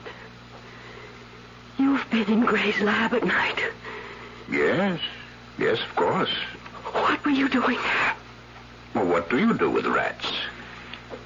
If the celebrated behavioral scientist Dr. Grayson Carter is to be taken seriously, you teach them tricks. I have been teaching them tricks. Correction. I have been teaching one of them a trick. What kind of trick? Oh, I hate to admit this, but Gray is absolutely right. Rats are clever. One of them is, anyhow. What? The one I lured into a portable cage with the special feed and transported to the bedroom of our late Dr. Morton. You... Well, who else? You know it. Gray knows it. I'm quite sure that even Lieutenant Enright knows it. But none of you can prove it. Oh. What are you going to do? Kill you. What? Or rather, they are. They... The rats.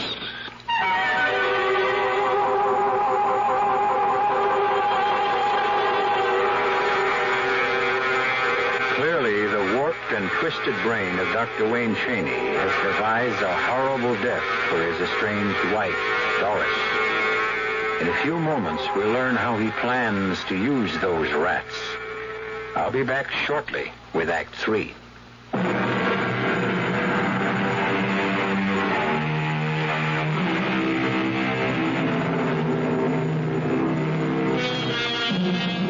You're still with me? Good. Well, now, I'd say that Dr. Wayne Cheney has come unhinged, wouldn't you? No man in his right mind would plan to murder his wife by using rats. Excuse me, one rat.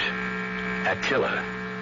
Now, just how he intends to use Attila, I don't know. You? Well, let's find out together. Midnight, Doris. The time has come. More properly, your time has come. Wayne, please, come to your senses. Move. No. I have ways of making you, you know that. All too well. You can twist my arm, bend my fingers, use any of those sadistic grips you have. I will... Ow. Change your mind, my darling? Oh. Does it? Oh, please. Yes, please, stop. That's better. There's a coil of rope in the closet. Get it. Yes.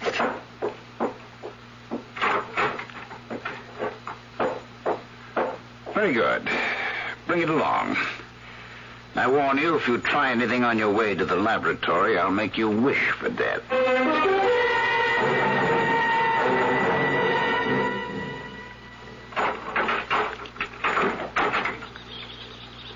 Surprised I have a key to this new lock? Well, I won't keep it a secret from you, Doris. Husbands and wives should have no secrets from each other. I forgot. You don't go along with that. You believe in keeping secrets from your husband. Secrets of illicit love. Wayne, you're wrong. You're so wrong. You deny the two of you were meeting secretly? Not secretly. Making love secretly? No. Did you enjoy being crushed in his arms? Stop it. It was nothing like that. You've let your imagination invent things that never happened. Wait, what are you doing? Oh, just tying you up. No. Why do you think we brought the rope? Wait. What are you going to do? I am going to do nothing. The rats will do it all. Now, hold still. I want to be sure your wrists are securely tied behind your back. Oh, I almost forgot. I promised to tell you how I got a key to the lock. I don't care how you managed to... Oh, but you should. Without a key, I never could have done the remarkable thing. Yes, the very remarkable thing I've done. All right, now to tie your feet together at the ankles. You see, all I did was simple. All I did was call in a locksmith the day Gray went to a board of trustees meeting. I merely said I'd lost a key and needed another. Simple as that. Oh, sorry. but I must bind you tightly. There we go. That should hold you. Wait. Now, we'll just place you on the floor. Oh, no, please. Oh, I'm sorry, my dear. The floor is cold. But you won't be chilly long. Not very long, anyhow. Wait. Listen to me. I beg you, please. What the hell's going on in here? Gray! Help me, Gray! What are you doing here at this hour? Checking the lab at odd hours to catch whoever's been prowling around here. Hey, what do I... Are you sorry for me? You... Now, you try to get up, Gray, and I'll brain you with this chair. You...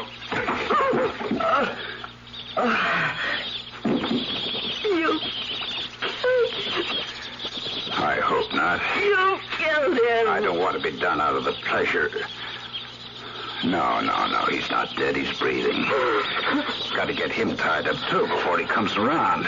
You're going to kill us both. Oh, hardly an opportunity to be missed, my darling. Maybe there is some justice. Oh. There now. His wrists tied behind his back. Now for his ankles. I better hurry. He's coming, too. Now you move, and I'll belt you again. What? There we go. Neatly tied up, the two of you. Now, isn't this a pretty sight? The lover and the unfaithful wife trapped.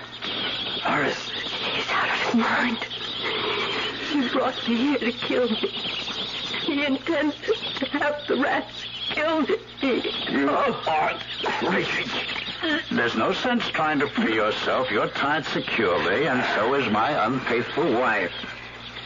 You wish to be parted from me, my dear? You wish to dissolve our union so you could be united with your lover?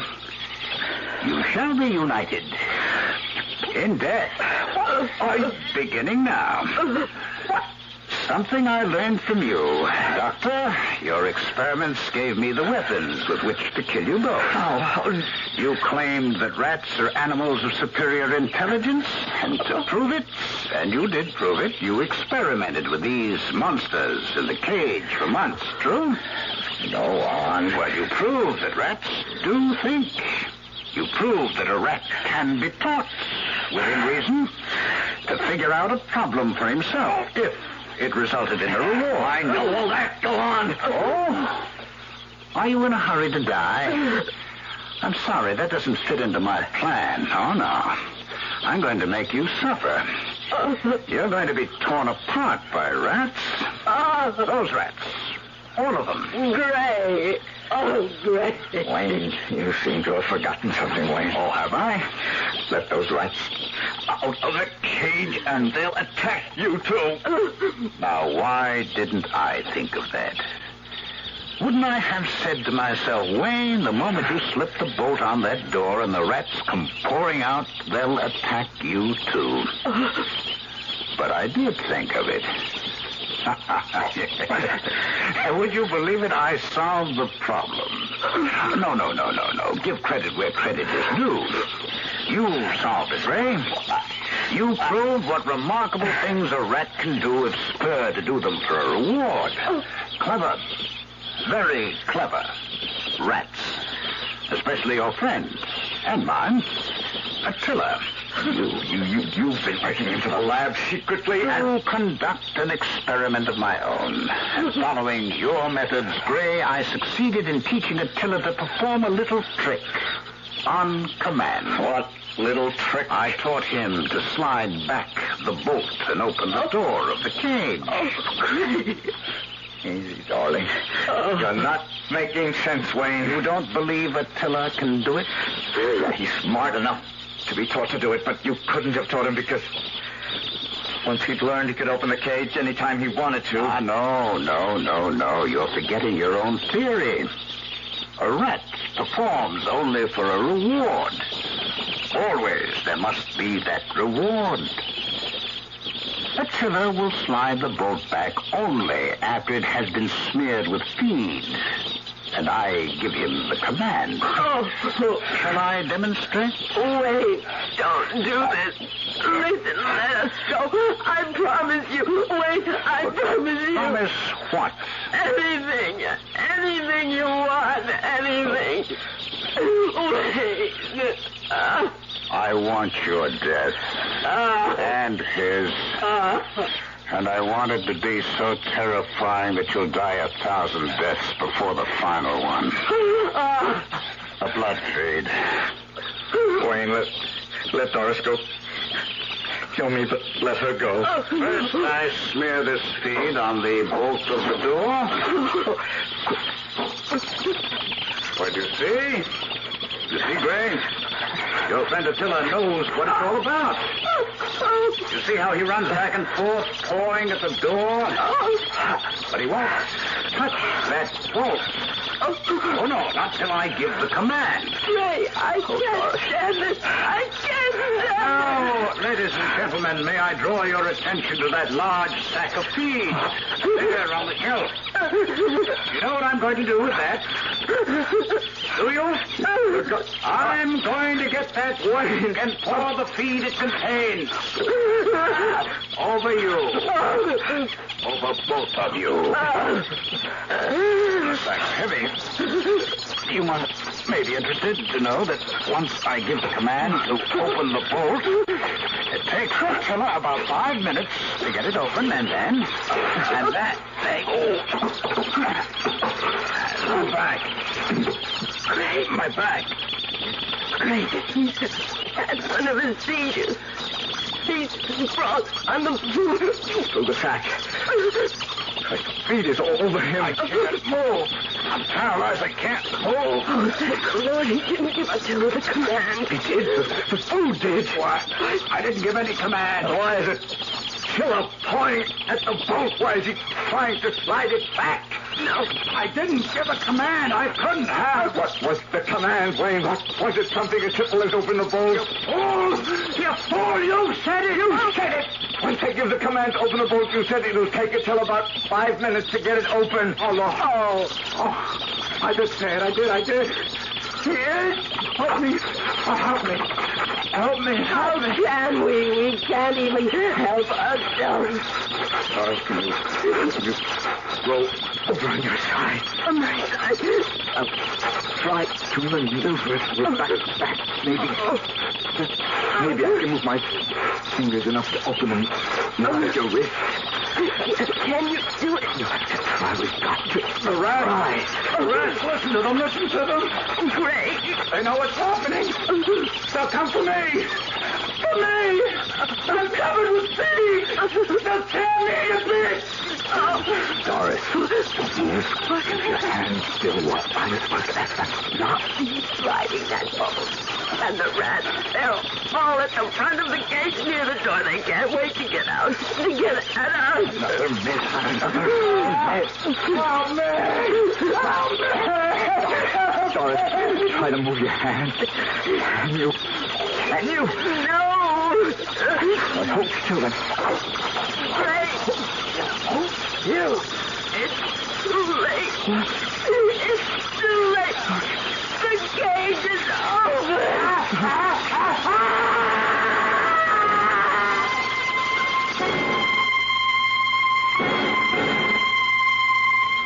And that's it, Lieutenant. That's about all there is to tell.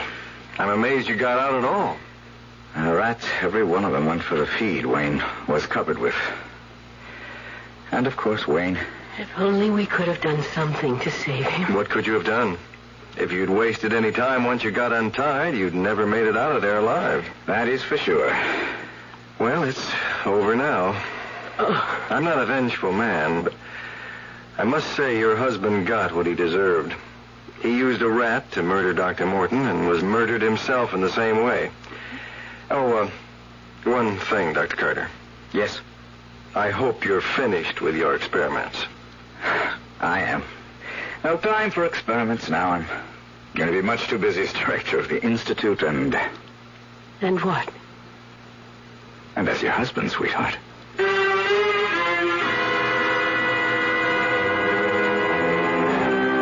And surely they deserved happiness, those two. The fates had thrown them a pretty horrible and terrifying curve. kind few of us are ever called on to face. At least I hope we aren't. But you never know, do you? I'll be back shortly.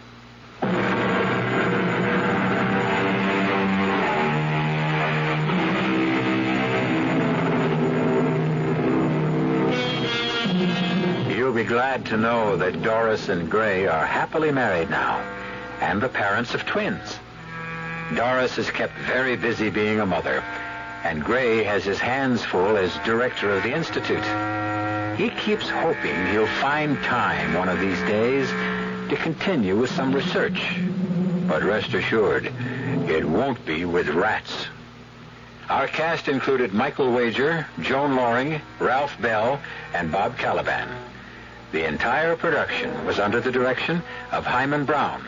This is E.G. Marshall inviting you to return to our Mystery Theater for another adventure in the macabre. Until next time, pleasant dreams.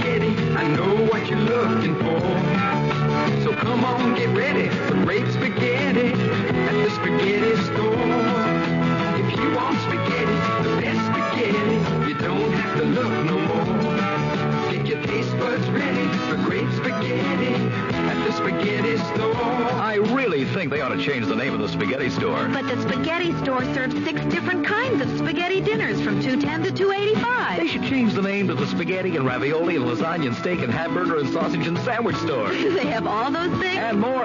But that name would be a little hard to remember, don't you think? The name might be hard to remember, but the food unforgettable. So when you come in, bring your appetite. There's one thing you know for sure. Great spaghetti we've got, and it don't cost a lot. At the spaghetti store. 2731 West Northwest Highway. Also Arlington and Fort Worth. The CBS Radio Mystery Theater presents...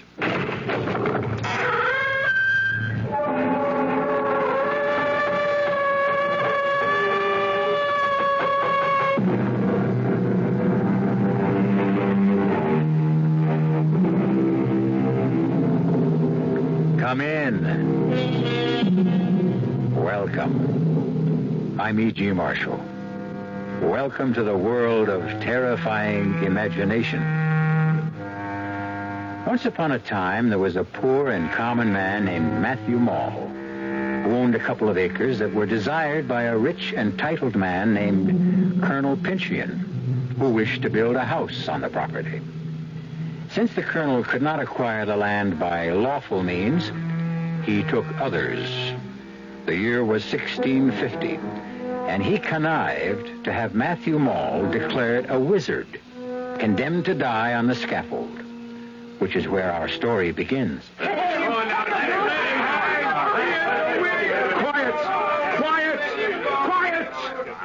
You have not heard the last of Matthew Mall. You or your children, or your children's children.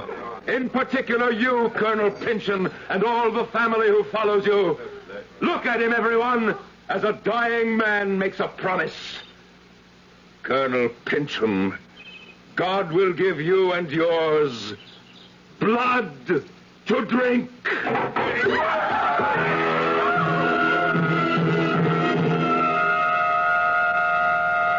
This is the story of my long revenge, which began with the moment my adversary first entered his new-built house, with his portrait locked into the paneling above his desk chair. For there, the first of the Pinions, the Colonel Pinion who sent me to my death, was found dead, drowned in his own blood.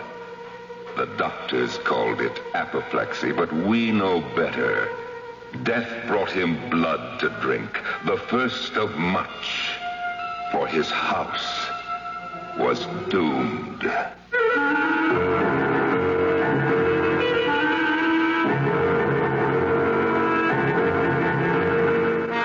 Our mystery drama, The House of the Seven Gables, was especially adapted from the Nathaniel Hawthorne classic for the Mystery Theater by Ian Martin and stars Norman Rose.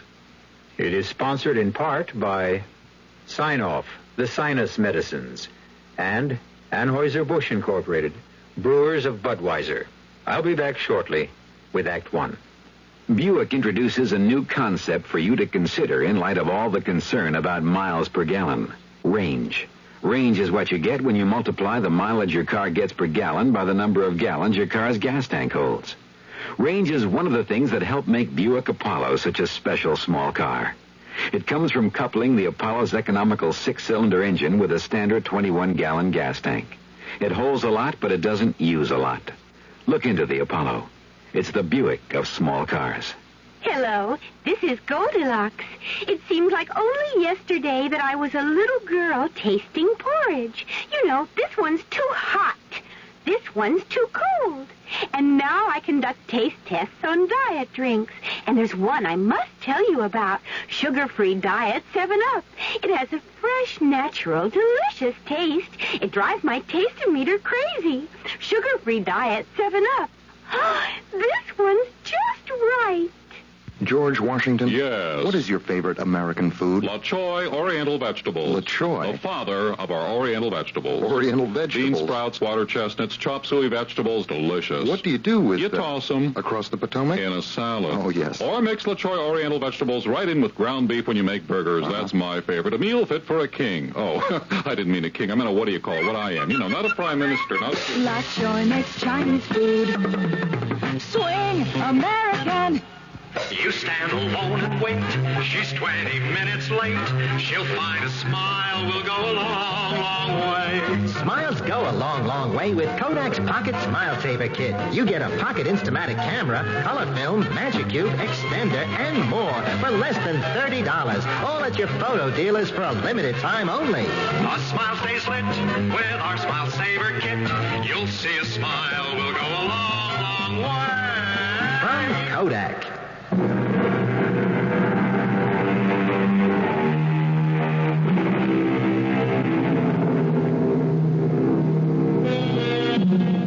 Halfway down a by street in one of our New England towns stands a rusty wooden house with 7 acutely peaked gables facing towards various points of the compass and a huge clustered chimney in the midst. So begins the second novel written by Nathaniel Hawthorne. And to tell you the rest of it, here is the tortured, uneasy spirit of the wizard Matthew Mall, who died before his time and left a curse that endured for over 2 centuries. 38 years in my grave, and yet I rise from it as casually as an ordinary man from his bed. I am seen as easily at noon as I am by the witching hour. I am an extraordinarily pestilent ghost, and I have left an estate which will mangle and torture and destroy at last the whole clan of Pinchins. Shall we take a case in point? Yes? Well, what is it? You sent for me, Mr. Pynchon. The name is Matthew Mall, son of him who built this house for your grandfather. Grandson of the rightful proprietor of your soil. Oh, the ancient dispute. That matter has been settled by competent legal authorities. In favor of the family Pynchon. Self-evidently. I am in residence and you are not. Then stay here and rot. A moment, Mr. Mall. Will you attend me in the living room? At your request. To what purpose? Well, perhaps to our mutual interest. There's a legend that my family That, to be precise, the same Colonel Pynchon who looks down on us from above the living room fireplace here, had a deed to certain vast real estate holdings from an Indian grant. Holdings of incalculable value. I've heard the story. Are you also aware that in the settlement of the estate, no deed was found to lay claim to them? Oh, yes. But his claim was on the verge of settlement when my grandfather died suddenly. In answer to my grandfather's curse. Of apoplexy. Which is, in non-medical terms, not far from literally drinking one's own blood. I did not bid you here to renew old quarrels, simply to make you a proposition. Very well, I'm listening. There's a rumor that whatever quarrel lay between our ancestors, yours was the one made the best bargain in the long run. By being hanged? However he died, he was only a step or two ahead of the Colonel. For while the Colonel won out in buying and owning the land Seven Gables stands on, he lost a kingdom when the deed to half the state of Massachusetts was lost. Or hidden. Mr. Pynchon, what is your proposition? Your father was the architect of this house. He might have secreted the papers somewhere or built some hidden chamber for them, which my ancestor, Colonel Pynchon, died too suddenly to reveal. I would be willing to pay well for information leading to them. I cannot believe the Colonel would have concealed something that was not his to hide. But there might be a chance for you to recover those papers. How? I'll make a contract with you. This house and the property. For the papers, if I can locate them. Oh, no, damn me, if I'll permit it. Did you say something, sir? No. Why? Well, I could have sworn I heard a voice. Well, I'll meet your bargain if you can find the Indian grant. I'll need some help. I don't know where the papers are, or if they exist. I do know that to locate them, I need the help of a medium. I don't understand. You have a young daughter named Alice. Bring her here. From outside the oriel window, hoard with frost against the roaring fire within, I watched my grandson toy with this Pynchon, whose only desire was to flee the dread house and live abroad. And by virtue of my right as a man taken before his time, I kept invading Matthew's mind and making it mine as far as I desired. My daughter, Alice, may I present Mr. Matthew Mole? My pleasure, Mr. Mole. Will you be seated? Father? Do as he asks. Very well. Now, I ask you to fix your eyes on mine. From the moment that gentle girl raised her eyes, she was ours, mine. It was enough, perhaps, that already the Moles had the reputation that they could enter people's dreams and that no grave could hold them. By now, there was a further belief that they could mesmerize the unwary. There is your daughter, Mr. Pynchon. Speak to her. Alice! Alice, answer me! Oh, softly, softly, Mr. Pynchon. Is it my crime you have sold your daughter for the hope of getting back a sheet of yellow parchment? What would you do with her? Why, only as you asked. Use her as a medium to try to make you rich. How? You'll see. Unless you wish to call our barter deal off. No. But proceed in God's name. Very well. Listen to me, Alice Pynchon. Listen with your mind. Cast off your body. Think. Think back away through the years, but cling to me. Let him who holds the secret of the Indian land deeds come forth peaceably and without delay. Call him. I know not who he is. Then ask. Colonel Pynchon? Great-grandfather? Can you hear me? Can you hear me? Call on my grandfather, whom your great-grandfather hanged. Matthew Moore? Matthew Moore?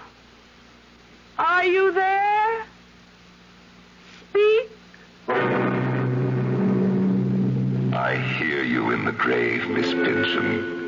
Oh, what rare sport to watch your father Gervais shivering in mortal dread, and you, my fine lady, no more responsible for your actions than a puppet. And my grandson, speaking words and using powers only I could confer on him. But the secret? The secret I am not yet ready to divulge.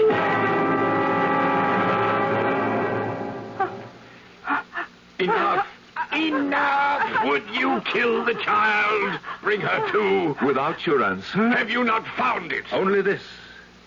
Your grandfather's secret is one he must choke with until it is of no further value.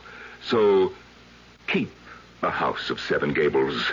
Wake my daughter from her trance. As far as I can. What mean you? Well, she will walk and live and breathe. But what, man? I meant no harm. I meant only to humble you and yours. I did not mean to steal her soul, but I'm afraid that is lost.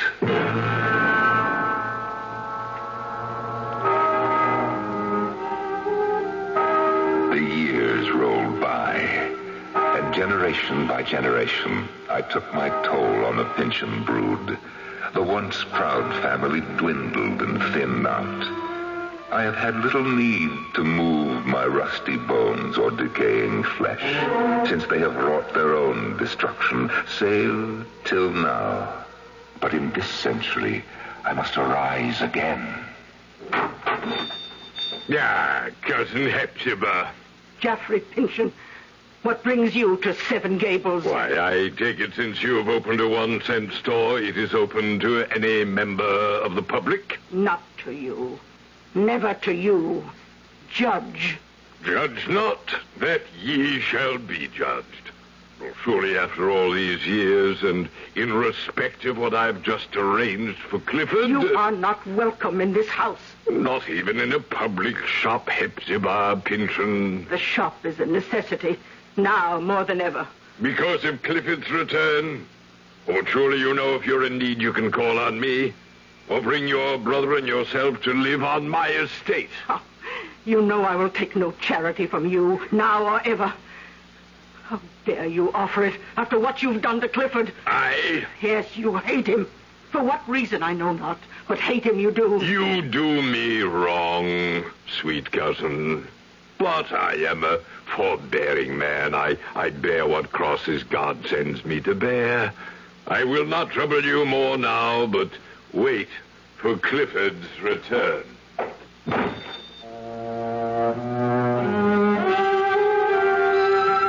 4 Pynchons are left. Nearsighted, angular, tall Hepzibah in her rusty black. The smiling, fat, oily Judge Geoffrey Pynchon, who so closely resembles the portrait of that black-hearted colonel who hangs in the massive gold frame in the living room, and who hanged me by the living neck. 2 yet. We are still to meet.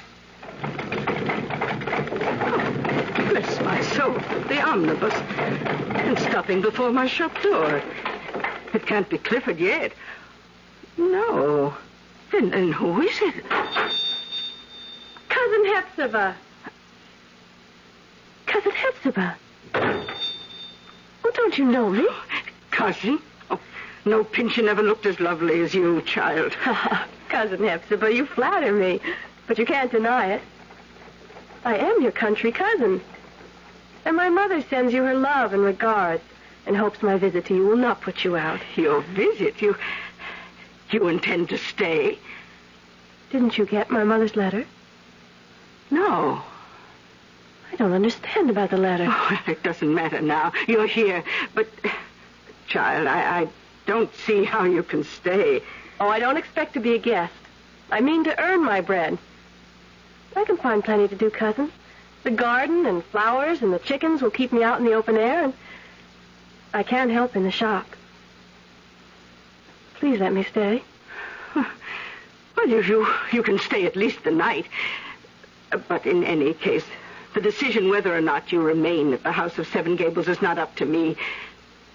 Tomorrow, its master returns home. My brother Clifford, who is coming home at last. I think I remember my mother and father mentioning him, but as though he were dead. Where has he been? In prison. Prison? Why? For the murder of our uncle, the judge's father, Jeffrey Pynchon.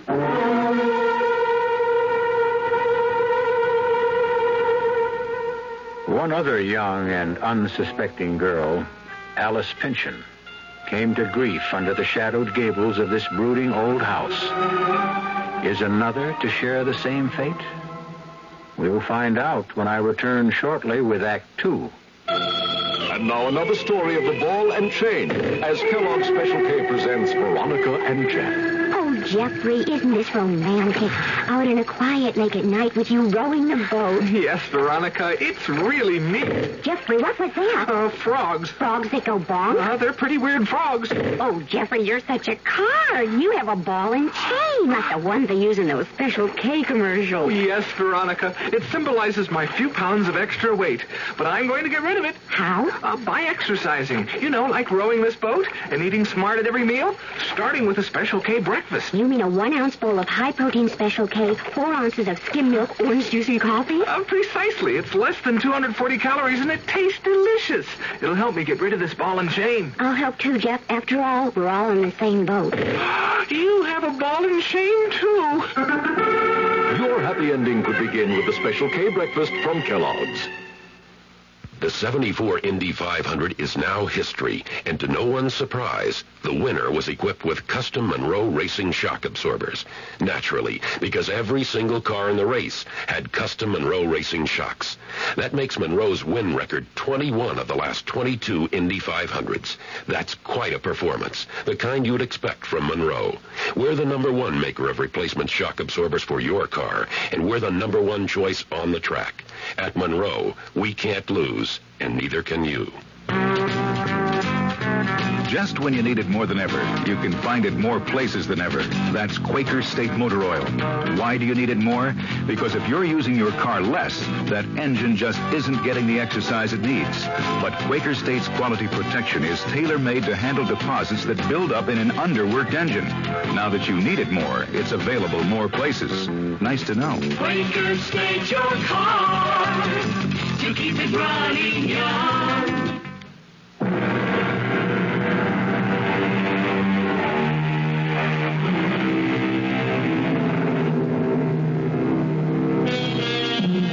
This is not my story, so let me quote from the man who first told it.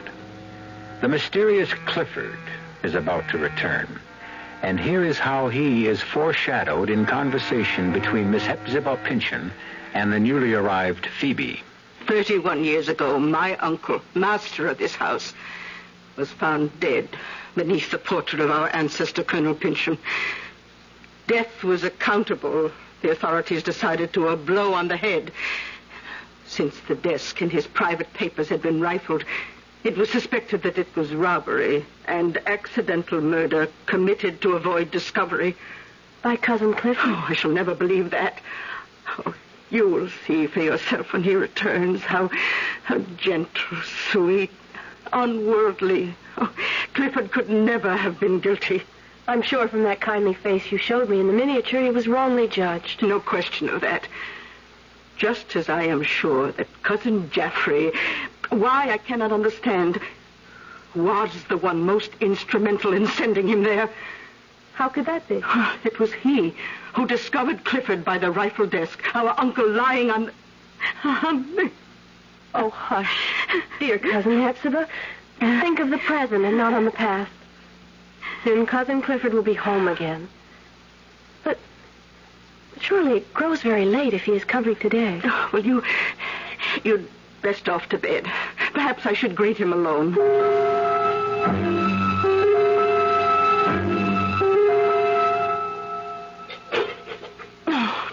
Oh, dear, how shall I manage? May I help, Cousin Hepzibah? Oh, I'm all thumbs when it comes to cookery. You see, I've lost whatever art I had all these years alone. And I wanted Clifford's first breakfast to be so tasty. You have a fire going bright enough to chase the morning dusk.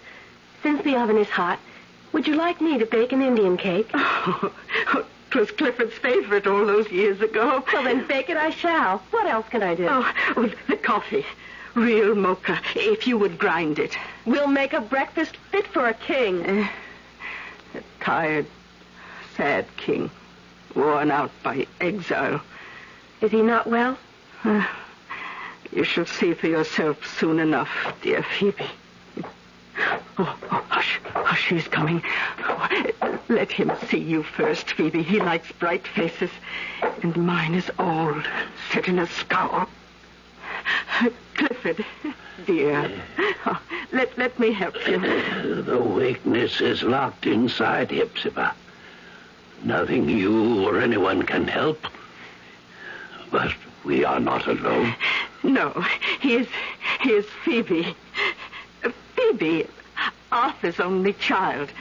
You remember I told you about her last night. Phoebe Pynchon. Phoebe.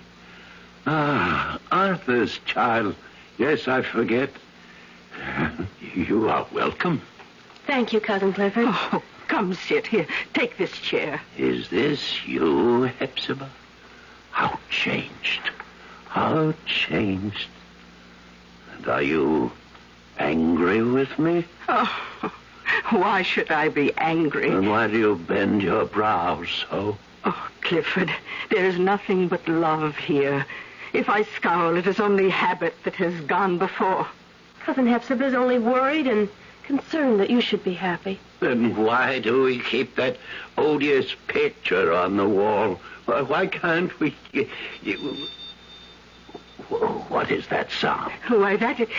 Phoebe, will you answer it? Of course. That is the tinkle of the shop bell. Shop bell? Yes, sir. Then, has Miss Hepzibah's shop opened under such favorable circumstances that she needs an assistant as attractive as you? I'm a cousin of hers, on a visit from the country. Well, in that case, I suspect you are a kinsman of mine. Let's see, oh, yes, little Phoebe Pynchon. I am your kinsman, Judge Pynchon, my little niece. Oh, surely I must pay you welcome. Oh, you resist me. I had not meant to. Oh, quite right, quite right. A young girl, especially a very pretty one, cannot but be chary of her lips. I did not mean to be unkind. Oh, I accept that. But are you afraid of something? Nothing I know of. I'll just step in and... What do you want, Geoffrey? Why, simply a short visit with my... No. He cannot see visitors. I warn you to take care. Clifford is on the brink of a blacker fate than yet possessed him. I need to see him. No, Hepzibah. Don't let him in. Beg him on your knees if you must. Ask him to have mercy. Mercy. You heard. I heard. But must I... You will not let me see him. I want to protect him. As you will. But you do me great wrong, cousin. I only wish to help him. I will find some other way.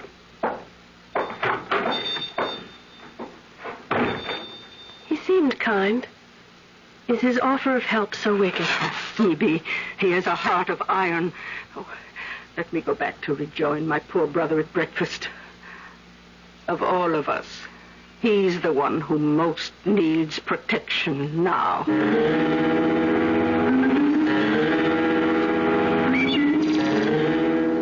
Don't do it, lady. What? Drink from that.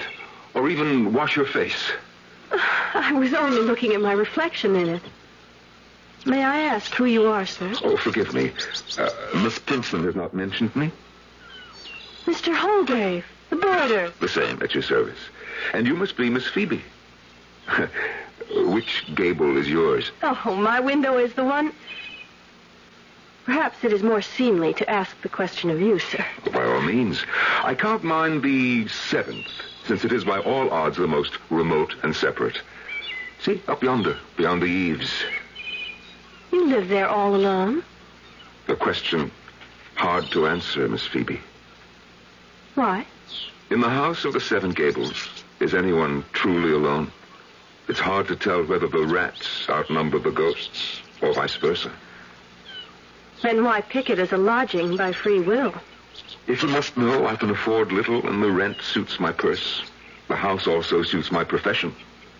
Your profession? I'm a maker of daguerreotypes. How fascinating. Can you really point a machine at someone and make a likeness of them? I can. Do you doubt it? Why, it sounds like a kind of magic to me. Technically, in its way. But the result is a quite faithful reproduction of the subject. For example, this. Oh, you created this? I recreated this, shall we say. It is a likeness. Never mind the likeness. Miss Phoebe, look deeper. What kind of man is this? Why, by all effects, a man of probity, of kindness, of property. Is the picture that alone? Or can one look deeper? Not knowing the subject, I don't see how. Look at that eye. In the midst of a sunny countenance, speaking of an open heart. And yet, observe carefully the cast in the eye, the line of jaw, the subtle twist of mouth.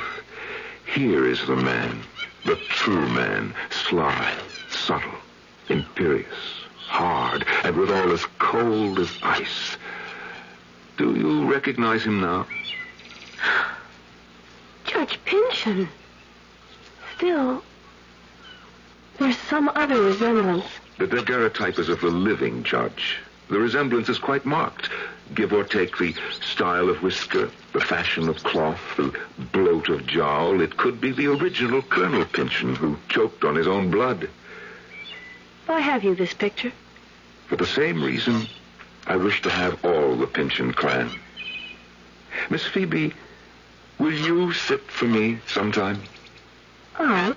In any history, one must balance the good against the bad. Who are you? A recorder of history by choice. Miss Hepzibah's lodger by chance. Will you sit for my portrait of you? To what end? That is beyond my power to say at this moment. Only that I can promise you, you are safe from any harm. And what do I get out of it? Well, first, what you put into it. Second, a record of your beauty. And third... And third? No less than your future. One way or another. Then how can I refuse? My object was to make sure, as best I could, that you shouldn't. Once I was resting more secure in my rotting grave. The urge to wander grasped me less. The Pynchon dynasty was a sorry lot at best, save one. And a new dynamic force was guiding my course to its resolution. It was time to start to pull my winding sheet more closely about me and begin to leave the future to itself. But not yet. The curse was not yet played out.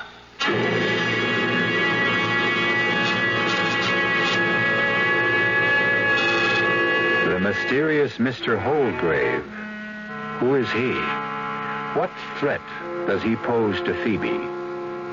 Perhaps the only breath of sanity to blow sweetly through the dusty corridors and winding staircases of both the Pynchon history and the house that encloses the living, as tight and inescapable as the coffin in the grave. We'll return shortly with Act 3.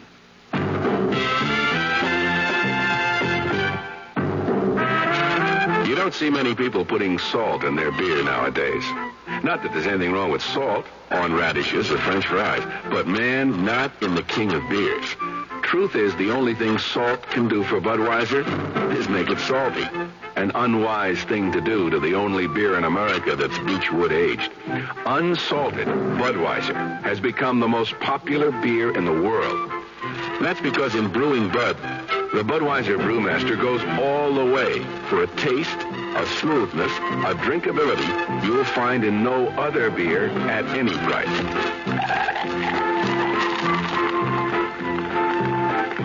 And something else you can take without a grain of salt. The fact that when you say Budweiser, you've said it all. Anheuser-Busch, St. Louis.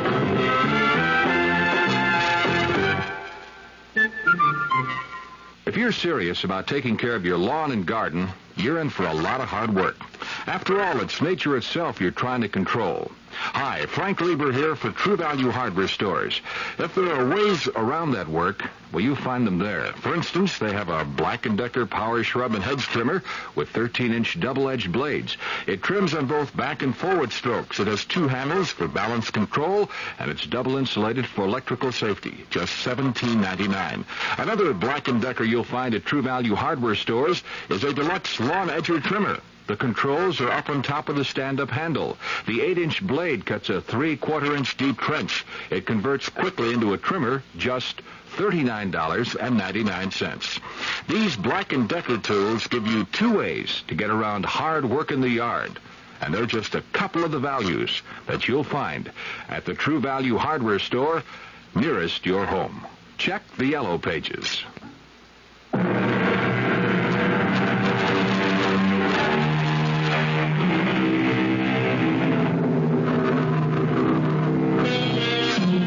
For 2 centuries, the curse of the hanged wizard Matthew Mall has hung like a cloud over the house of the Seven Gables.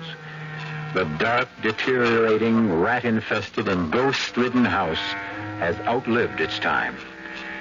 Only the family, to which it belongs, hangs on to some distant remnant of the past. There, Cousin Clifford. Safe in your little eyrie and retreat. I trust you, Phoebe, to find me this spot in my private gable. While from here I can see all the world. The bustle of our little town, certainly. How free I feel after all those years. I have the wildest impulse. What, Cousin Clifford? Are you too young, perhaps, to remember when we blew soap bubbles? A glass of soapy water. And a clay pipe. Yeah, the pipe I still have. Well, the soapy water I can provide. But the lost years, where can they be found again?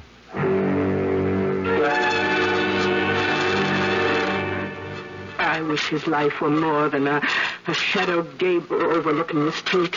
My Cousin Hepzibah, to watch the whole stream of life flow by is at least an introduction to the thought of returning to it. Oh, well, perhaps you're right. Here's your soapy water. Take it to him to blow bubbles.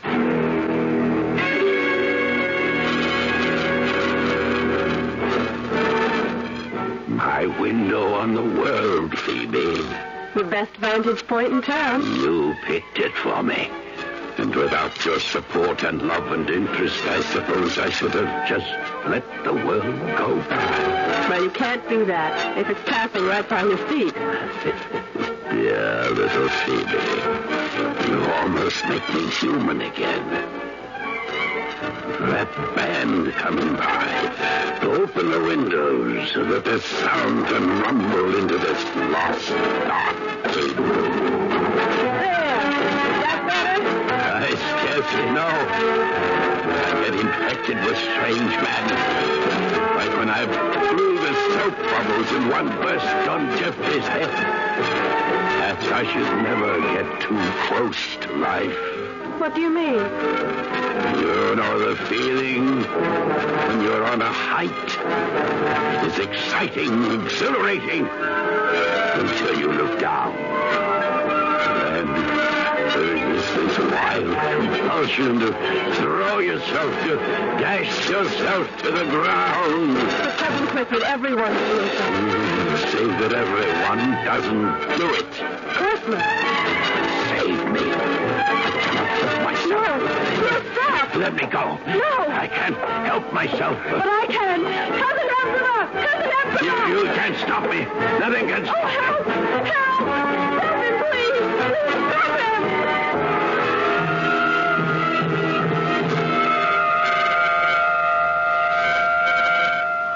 Good morning, Miss Phoebe. Mr. Holgrave, how can I thank you? For what? For answering to my cry? For helping me hold back my cousin Clifford? It's only fortunate that I was nearby. I don't know how to explain. Why should any of us try to explain the human effort, drive, psyche? We all react to our impulses and dreams to a greater or lesser degree. Did your cousin really want to jump? I was with him. I could scarce hold him. Why would he pretend? Why, indeed. At least there was no disaster. I'm glad I was part of avoiding that. I can never thank you enough. How can I do something in return? Sit for me. Let me make a daguerreotype of you. That's simple enough. But why? I wish I felt myself free to answer that completely, but, well, at least one obvious reason. There should be some permanent record of your beauty. I'm afraid you overstate your case. Or my case. So I must admit that even if you had not half admitted it, I would suspect you of some ulterior purpose. You never have quite trusted me, have you? It's just that I sense you are not quite what you seem to be. I don't know what I feel. What do you want my image for? Say that I want a record of the Pynchon family. And that alone? No. My other purpose, I must keep to myself. I could refuse. I hope you won't. It would be ungracious of me. I offered to do something in return for helping save Cousin Clifford's life. When? The sooner the better. There is a skylight in my gable room. The afternoon light would be perfect. If you'll meet me there at 5, I'll be ready for you. I never thought to see the day I would harbor any kindly thoughts for any Pynchon. But I find I have it in my heart to accept poor, withered Hepzibah and the half-mad Clifford. And as for Phoebe, well, she shall have an unseen protector observing from beyond the skylight window. There now, Miss Phoebe, we're ready to begin. Should we not have the door open and the windows unshuttered? No. I want no other light source than what strikes across my shoulder to you from above. And we must catch it now. All right, are you ready? What must I do? Well, lift your eyes to mine, above the lens. So, now, relax. Think of something soothing. Blue sky. The ripples on a sunlit pond. Oh, yes. Yes, that's lovely. Don't try to smile. Just stay in repose. When I expose the plate, you must not move for 20 to 30 seconds. Now, take a deep, slow breath and hold it. Now the plate is exposed. Silvered copper on which a film of silvered iodide has been formed by iodine vapor. The sands are dropping through my minute glass. And slowly, your image develops on the plate. This 1/2 minute, I hold you mesmerized, only to make you immortal. Never to be forgotten. To last till the end of time. Now you may relax. It's all over. Phoebe? Phoebe? Phoebe. I've mesmerized her. Phoebe. Oh, God help me to resist my evil desire. Phoebe. Phoebe. Forgive me if now I say what I have not dared to say to you, nor ever will, perhaps, so long as you are a Pynchon. Phoebe, I love you. Love you with all my heart. Have loved you since that first moment I saw you in the garden. I have not, cannot dare to hope when all is known that you could return that love. Yet here, at this moment, with you completely in my power, I could cast a spell on you that would hold you forever mine. No, Phoebe. Rather that you were never mine than to hold you bound to me against your will. Phoebe Pynchon, can you hear me? I hear you. You are safe. You know that. Safe. You will have no memory of the trance you are in now. No memory. And when you wake, you will feel refreshed and your same lovely self. You promise me? I promise. Then, when I snap my fingers, wake. Oh, is my portrait all finished? Yes, Phoebe. May I see it? Oh, no. I have much to do before that. This one, I want to color. I would not have you see it in black and white. Oh, then I shall have to wait to look at it till I return. Return? I must go home to visit my mother and father and bring back the rest of my clothes. You intend to stay on at Seven Gables, then? Cousin Clifford needs me. And Cousin Hepzibah. I think it is my duty. To wither and dry up like them? Before God, I pray you find some better fate.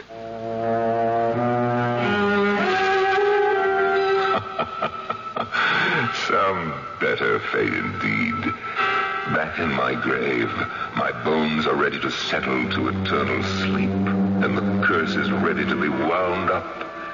And the day after Phoebe left became the beginning of the end. Look at him, striding along the street toward the 1-cent shop, the picture of the man who owns most of the world and who intends to clutch the rest of it to him. The 200-year reincarnation of the Pynchon who put me 6 feet under. Judge Jaffrey Pynchon. Judge Pynchon. Yes, Cousin Hepzibah, the same. What do you want? Well, what else, cousin, but to have done with all this? I want to see Clifford. No. It is my purpose to do so before I leave this house. Haven't you done enough to him? 30 years ago, our uncle died. His immense fortune was left to me, save for your life interest in this property and the house of the Seven Gables. To Clifford, not to me. Some months before our mutual uncle's death, Clifford boasted to me that he knew the secret of incalculable wealth. I believe that at this moment, if Clifford retain his wits and, if he chooses, he can tell me where the riches can be found if he chooses. And if he can't, or doesn't? Back to the dungeon. I'll await your bringing him in here in the old colonel's chair. It should in any case have been mine by right. Oh, I wish you ill of it. But I shall go find Clifford. So come the years full circle. Revenge is as dusty in my mouth as these old bones which moldering cry for eternal rest. Only one more remains who deserves his fate, the same one that overwhelmed his liverish ancestor, who still pouts like a peacock in the frame of the portrait behind the judge's head. God give him blood to drink. No. My watch. Whip. I have appointments to keep, important things to do. I can't. I can't. Drink deep and die. And dies the curse with you.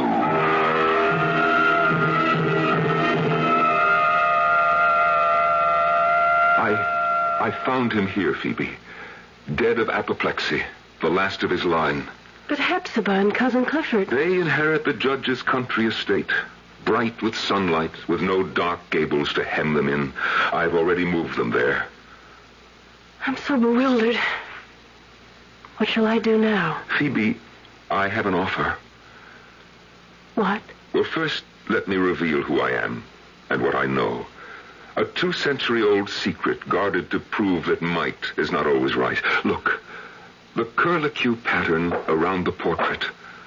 So many bits of detail, and only one that holds the power to open the vault where the ancient document lies behind the portrait. All that blood for a piece of parchment, clothed in the dust of 200 years and not worth even the paper it's written on. A sad and silly secret handed down to me. But who are you? Like you, the last of the Pinchins, I am the last of the Mauls. Matthew Maul. And with the end of the family curse, I feel reborn. Or will if... If what? Matthew? Shall we end it all? Will you marry me, Phoebe, whom I love beyond all, and put an end for good to family feuds and tragic doom? Oh, yes, Matthew. Yes. On one condition. You have only to ask. That we leave and shut up forever the House of the Seven Gables.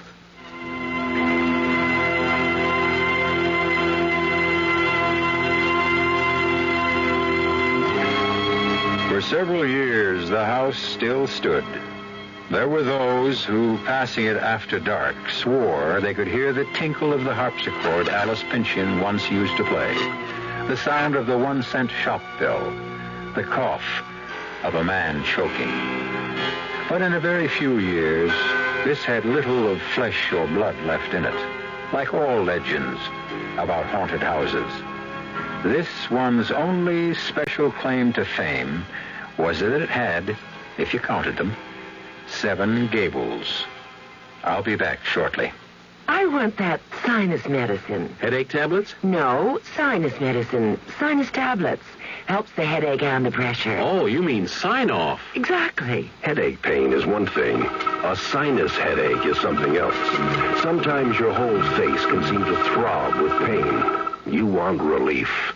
Take Sign-Off tablets. Sineoff, the sinus medicine that gives you a full dose of pure aspirin, plus a sinus drainer. Sign-Off, the sinus medicine that helps relieve sinus pain while you drain. And Sign-Off doesn't stop there. Have you tried Sign-Off Sinus Spray, the fastest known form of sinus congestion relief? It works in seconds. That's Sign-Off Sinus Spray. When sinus flares up, use Sign-Off tablets and spray only as directed. Sineoff. Sign-Off. Exactly. Sign-Off, the sinus medicines in the bright red box. You've been hearing some pretty lavish claims recently about miles per gallon. We'd like you to consider something equally important, and that's range. Range is the miles per gallon multiplied by the number of gallons your car's tank holds. Range is what makes the Buick Apollo such a special small car. It comes from coupling the Apollo's economical 6-cylinder engine with a standard 21-gallon tank. It holds a lot, but it doesn't use a lot. Look into the Apollo. It's the Buick of small cars. Oh, sure. You can talk about good-tasting diet drinks, but I know. I'm Goldilocks, and here at my taste-testing laboratory, I taste-test them all. And nobody's been drinking my diet drinks until I tested sugar-free Diet 7-Up. And then, kabloomy! Every bear wanted some. Diet 7-Up is fresh, natural, delicious. Sugar-free Diet 7-Up. This one's just right.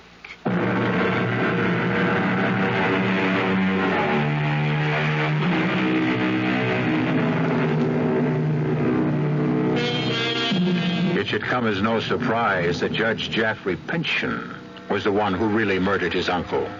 To have made Gentle Clifford the scapegoat was reason enough for Matthew Maul to reach that powerful hand once more from the grave and exact what so seldom happens to the villains of this world: due retribution. Our cast included Norman Rose, Arnold Moss, Bryna Rayburn, Jada Rowland, and Stats Cotsworth. The entire production was under the direction of Hyman Brown. Radio Mystery Theater was sponsored in part by Buick Motor Division, the Kellogg Company, makers of Kellogg Special K cereal, and new sugar-free Diet 7-Up.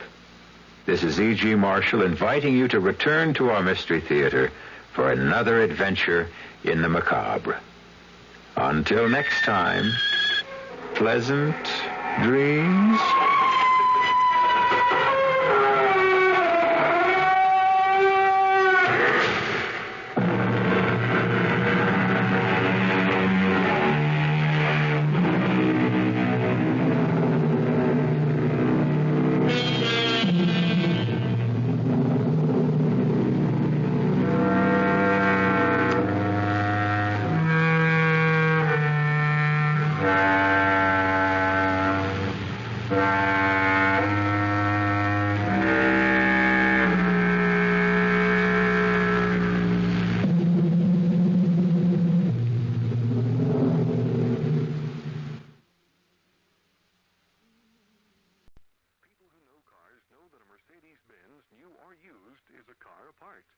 At Auto House, we know Mercedes-Benz. We're your authorized dealer, and we found that people tend to take care of a Mercedes-Benz. They know it pays to properly maintain and service their automobiles. You will feel it when you get behind the wheel, and you'll see why, year after year, a Mercedes-Benz, no matter what model, no matter what year, holds its value better than any luxury car made in America. Talk to Hank Snyder, our used car manager at Auto House. He spends all of his time with our inventory of fine used Mercedes-Benz automobiles. He'll make certain you find the model you want. We're Auto House, 14185 Dallas Parkway. Call us at 233-0313 when you're ready to talk Mercedes-Benz. The CBS Radio Mystery Theater presents...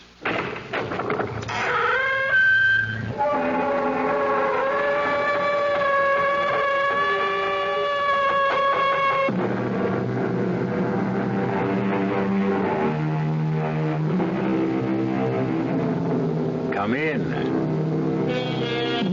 Welcome. I'm E.G. Marshall. Won't you join me once again for an adventure in mystery and suspense, where space is as boundless and as unlimited as your imagination, and time is measured by the beat of your heart. Most of us know who we are, but how many of us know why we are? Rich man, poor man, beggar man, thief. Is each man's lot ordained from the beginning and fated to be, or not to be? Or is it all a random throw of the dice, a casual flip of a coin? Do we tamper with fate at our peril? Who is it? Police. How do I know? You got a chain lock, lady. Just open the door a couple inches. You can see my badge. Oh, my goodness. What a relief. Please, come in. I saw this man. He was prowling around in the dark, outside in the back. I was so frightened. Can you describe him? Well, he was tall. How tall? Tall, about like you are. What else? And he had broad shoulders, like you have. Why are you looking at me like that? Please, don't look at me like... No! No, don't come any closer. Why would you want to hurt me? No! No! Please!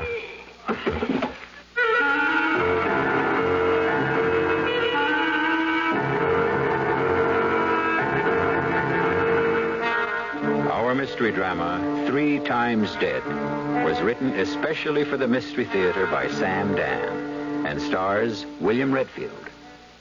It is sponsored in part by Buick Motor Division and Anheuser-Busch Incorporated, brewers of Budweiser. I'll be back shortly with Act 1. And now another story of the ball and chain as Kellogg's Special K presents Veronica and Jeff. Oh, Jeffrey, isn't this romantic? Out in a quiet lake at night with you rowing the boat. Yes, Veronica, it's really neat. Jeffrey, what was that? Frogs. Frogs that go bonk? They're pretty weird frogs. Oh, Jeffrey, you're such a card. You have a ball and chain, like the ones they use in those Special K commercials. Yes, Veronica. It symbolizes my few pounds of extra weight. But I'm going to get rid of it. How?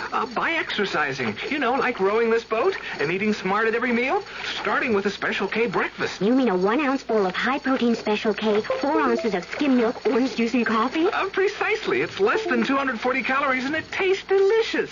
It'll help me get rid of this ball and chain. I'll help too, Jeff. After all, we're all in the same boat. You have a ball and chain, too. Your happy ending could begin with the Special K breakfast from Kellogg's. How do you do? Can I help you? Yeah, I just want a can of Rust-Oleum. What do you mean, I got some patio furniture that's getting rusty. And I know Rust-Oleum comes in lots of colors and will stop that rust, and I want some of it. Look, this is a retail store, right? Right. You sell people like me the things we want, right? Right. And I want some Rust-Oleum, right? Right. So you're going to sell me some, right? And why not? Well, we think people should use Rust-Oleum only on weekends. Today's only Tuesday. If you took some Rust-Oleum home today, you'd want to try it right away. Once you saw how easy it is to use Rust-Oleum and how good it looks, why, you'd want to touch up everything that needs touching up, and that might take you through Thursday, and your boss will be calling to find out how come you missed work for 2 days. Now, do you think we want a thing like that in our conscience? That's why we sell Rust-Oleum only on weekends. But I'm on vacation. When the weekends come, use Rust-Oleum. Rust-Oleum.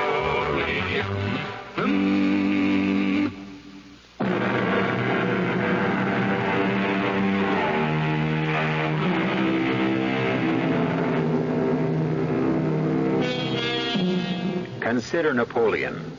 Historians agree that his doom at Waterloo had been ordained some 3 years before in his costly victory at Borodino, a tiny village on the road to Moscow.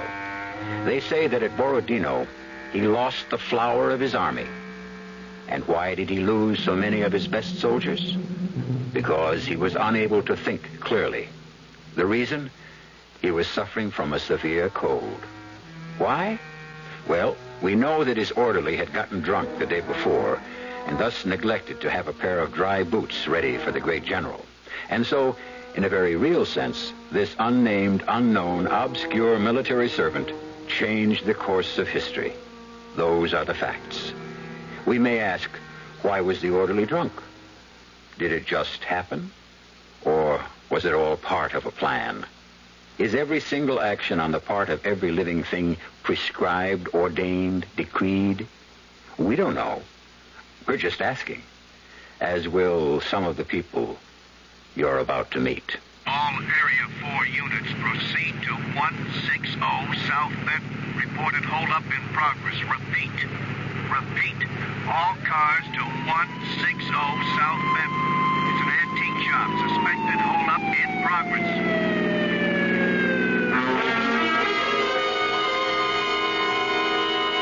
But I tell you, I have nothing. Easy. If you hit him any harder, you'll kill him. Listen, Grandpa. Be smart, huh? Take my money. It's in the drawer. Take my money. We don't want your money, Grandpa. All we want is that little statue. Now, you got it here somewhere. Get it. Please don't. You hand it over, Grandpa. Hand it over. Hold it right there. Drop those guns. Sure, officer. Sure thing. You okay, sir? I think so. There's 2 men. I know. Take it easy. Greenway, what happened? I guess they're dead. Hey, Red, get on the radio and get us an ambulance, huh? Sergeant, they both had guns. One was pistol whipping this old man. Sir, we'd better get you to a doctor. I'm sorry to have caused you so much trouble. They started to shoot as soon as they saw me. I guess I was luckier than both of them. Yeah, you did a good job. Hey, Greenway, what is it? I've been a cop for 8 years. You know, it's the first time I ever had to draw the gun out of the holster. Can you drive? Drive? Oh, sure. Yeah, I don't think so. I'll get somebody to take your car. You come back with me. Write up your report. Now? Sure, right now, while it's fresh.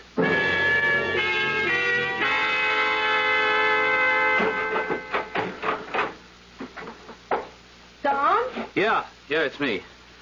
I heard about it. It was on the radio. Yeah, it's going to be on the TV news, too. Before we could even get out of the place, everybody was there. Microphones, cameras. 2 men are dead, and... And what? Well, nobody seems to realize that... Don, everybody knows they're dead. Look, honey, I can't explain it. These 2 men, they're dead. Their lives are finished, see? I ended the world for them. They don't exist anymore. That's what being dead is. Don, you had no choice. I know. It's part of your job. I know. I guess I never looked at that part of the job. I always had the idea I was a cop because I wanted to help people. You helped that poor old man today. You saved his life. I understand, honey. I know all the arguments. And what is it? I just never thought I'd have to go for the gun. Don. I feel as if some part of me is gone. What? I don't know. When I saw those 2 men dead on the floor, I felt that some part of me simply disappeared. Something in my mind. Something like what? I don't know, but it's something that I felt was very special and important to me, and now it's gone. It's disappeared. What you did was absolutely necessary. I agree, but it doesn't change the basic fact, which is I killed. Listen, how about dinner? I didn't know how you feel, so it's wide open. Okay, let's go out. Sure. Dress up. I'll take you to Ferretti's. Oh, we're going to make this an occasion. Well, it is an occasion, I guess. Maybe it marks my coming of age.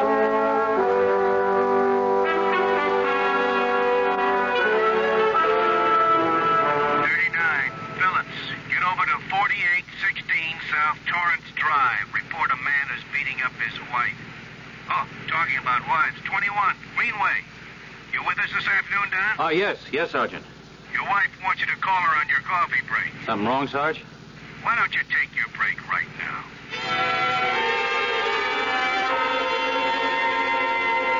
He said he wants to entertain both of us this evening at his home.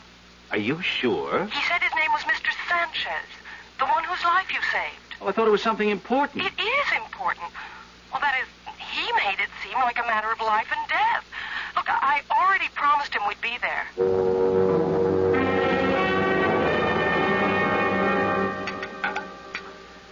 May I pour you some more wine? It's delicious. My dear friend, I am so sorry I could not thank you earlier. Look, it's not necessary to thank me. I did my job, nothing more. Unfortunately, I have been in the hospital for the past week, so I have been unable to show my appreciation. And tomorrow my business takes me abroad for an indefinite period, and so it must be tonight or never. Well, what do you mean? Consider this tiny statue. Oh, it's beautiful. Hardly 6 inches tall and is pure gold. It's exquisitely made. See? The figure of a woman, and twined around her, a serpent. Now, why do I show you this? Because this is the object those 2 thugs were after. Oh. But why? I mean, what did they know about it? Probably nothing. Perhaps someone had paid them to get it. Who? It could be anyone. That is, anyone who might be aware of the legend that surrounds this statue. A legend of Don. It is said that whoever owns this statue will be granted 3 wishes. Well, oh, no. Oh, don't mind him, Mr. Sanchez. He's always skeptical about everything. Now, do you know what year this is, Mr. Sanchez? All that went out with the Arabian Nights. Don, can't we have a little romance? You say that the statue will grant you 3 wishes, so why didn't you use it to save yourself when those hoods were beating you up?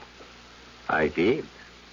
What do you mean you did? I wish to be saved, and And you arrived. Mr. Sanchez, I arrived because I got a call on the police radio. But you arrived. And it was their 2 guns against your 1.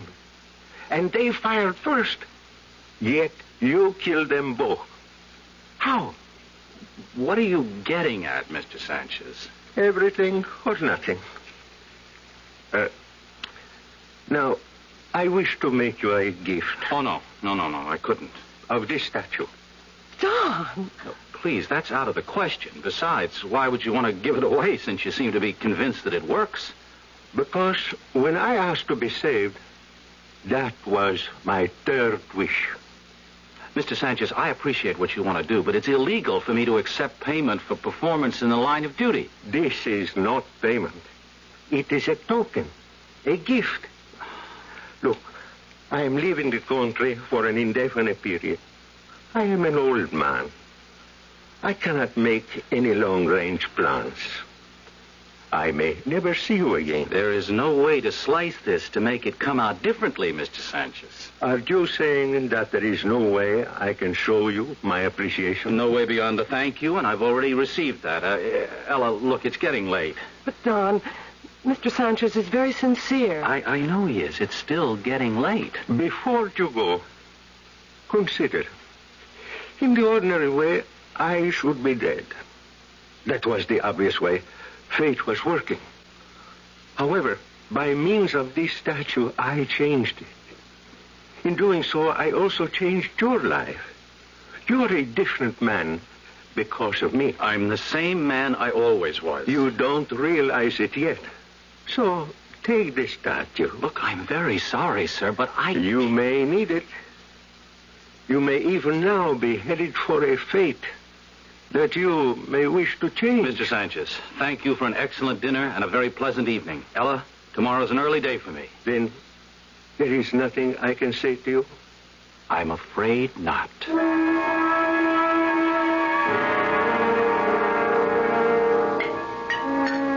Wow, honey, this is a spread. I thought you'd be hungry tonight. Look at that steak. And you even baked a pie. Yes, I did. Look, I'm going to have to start losing weight soon. Don, I have to tell you something. Sure, what? Well, at first I thought maybe I could keep it a secret, but...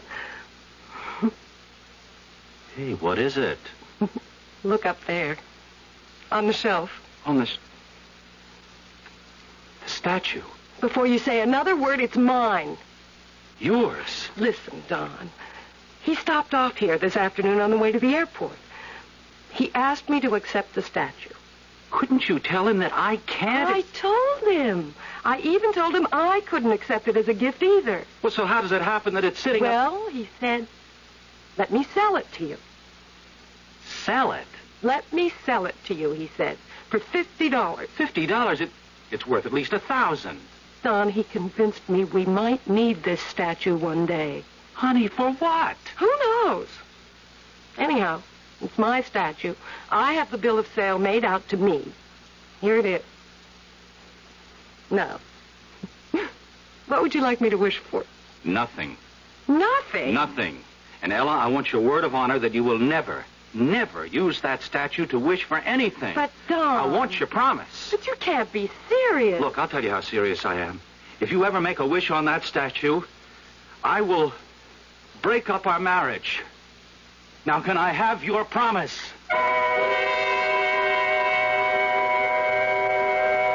Why is Don so upset? Is it such a bad thing to have a wish come true?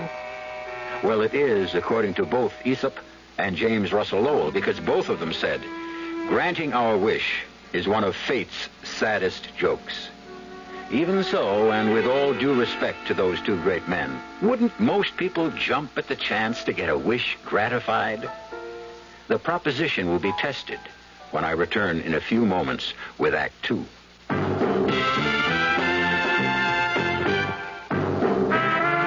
You don't see many people putting salt in their beer nowadays.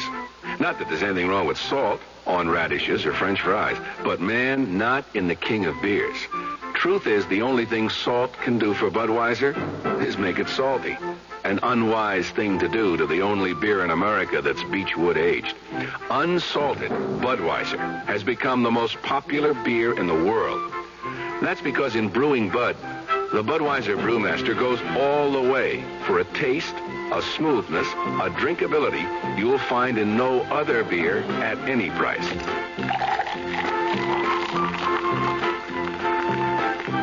And something else you can take without a grain of salt. The fact that when you say Budweiser, you've said it all. Anheuser-Busch, St. Louis.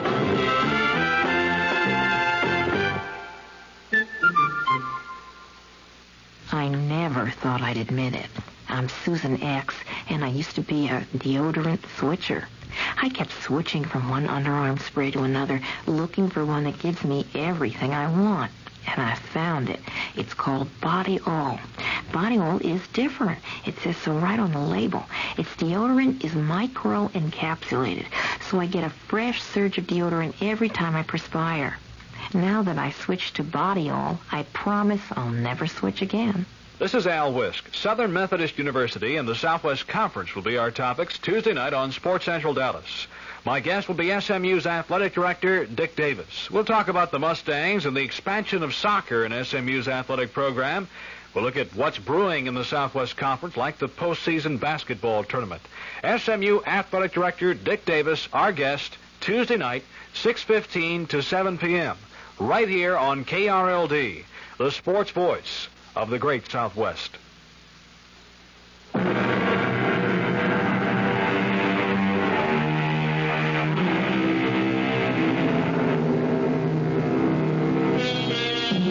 It's a tiny statue, perhaps 6 inches high, made of the purest gold and the finest workmanship. It's the figure of a beautiful woman with a serpent coiled about her waist. It is said to have the power to grant its owner 3 wishes. And would you believe that it's the source of a violent argument between Don and Ella Greenway in this day and age of electronics and jets? Don, wouldn't it be something, though? Wouldn't what be something? If it were all really true. If we could get 3 wishes out of it. Now, Ella, I meant what I said before. No wishing on that statue. Don, do you mean you believe the old man? Well, do you? What's the difference? But, Don, how could... Ella, remember what he said last night about how I happened to be there? Yes, but... When I pulled up in the squad car and jumped out, I couldn't see inside that shop. Do you know what I mean? No. There's a window display. It blocks your view. The door was closed, and it's a heavy wooden door. What are you trying to tell me? Listen. The call came in, you see? It was relayed to Sergeant Carter. The assumption was some passerby had seen the holdup. Well, that has to be what happened. How? How could anyone on the street have seen anything inside the shop? Maybe someone passing by heard the old man scream. No. See, I was there at the height of it. I didn't hear a thing. I didn't see a thing. Until I threw that door open. Well, but what? I got there first because mine was the nearest car to the scene. Each of them got off a shot at me before I could even fire. Don. Please, I don't even like to think about it. Ella, I didn't even want to shoot. Would you believe it? I had to force myself to pull the trigger. Still, when the smoke clears, there they are. They're dead. I'm alive. Could there have been, fate or whatever you call it involved there? On the other hand, it could just be the way things happen sometimes. That's right. So, let's let things determine themselves, right? For better or for worse. How would it be if I wished you made sergeant? I'm going to make sergeant anyhow. That's true. How about money? No, Ella, I want you to listen. Forget that statue. I won't wish for $1 million. Look, Ella, I'm telling you. All this is extremely practical and justified. Look, we owe $12,000 on the mortgage. Ella. $1,500 on the car. I don't want to go into all this again. That's $13,500. We owe $400 for the new roof, and you'll have to have that dental work done. That's another $600. And we've been promising ourselves an air conditioner for the bedroom. Honey. And our washing machine is 10 years old. Comes to, say, $15,000. I don't want to hear any more, Ella. Don, it's my statue. Please, Ella, What is it, Don? All right. Right, I'll admit it. I'm scared. Of what? I don't know. Ever since that shootout, I've had all kinds of crazy ideas. Crazy ideas? Well, not crazy so much as mixed up, and I don't even know if they're ideas. They're more like feelings. Can you? No, I can't describe them. Honey, just please, listen, don't do anything right now to upset me, okay? You need a vacation. I'm all right. Let's just let everything sit for a while. Hey, what time did it get to be? I have to sign in at 5. Goodbye, honey. Bye, darling. Ella, just humor me, will you? I mean, promise. I promise.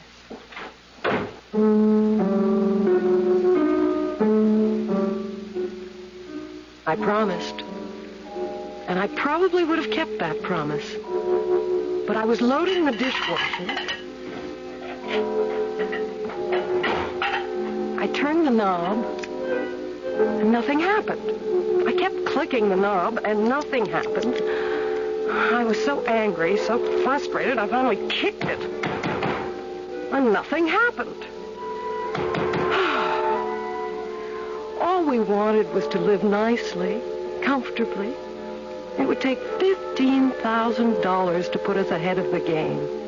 Would that upset fate? I looked at the statue. I remembered the words that Mr. Sanchez had spoken when he left here. You look at the statue. You say to the statue, I wish for.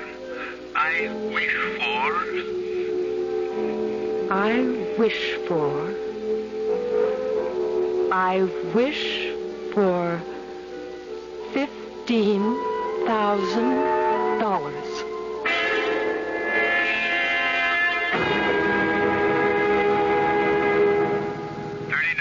Phillips, go to 45 Stuyvesant. Lady complaining about a streaker. 86 Heatherton. Some drunk is annoying people. Cancel. Area 4, stand by.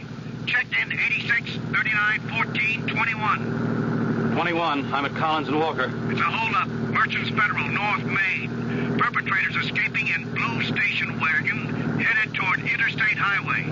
At 21. 21. Head south to Washington and cut them off. All cars toward Washington and Interstate Highway. 21. 21. You turn east on Washington. Blue wagon headed toward Collins intersection. 21. If alleyway's open past Jefferson, I can shortcut through there. 21. I'm in the alley, coming out on Washington. 21. They just went by me. 21. They turned left into Turnbull. I'm following. All units west on Turnbull. West on Turnbull. 21. He's trying to swing around. He's crazy.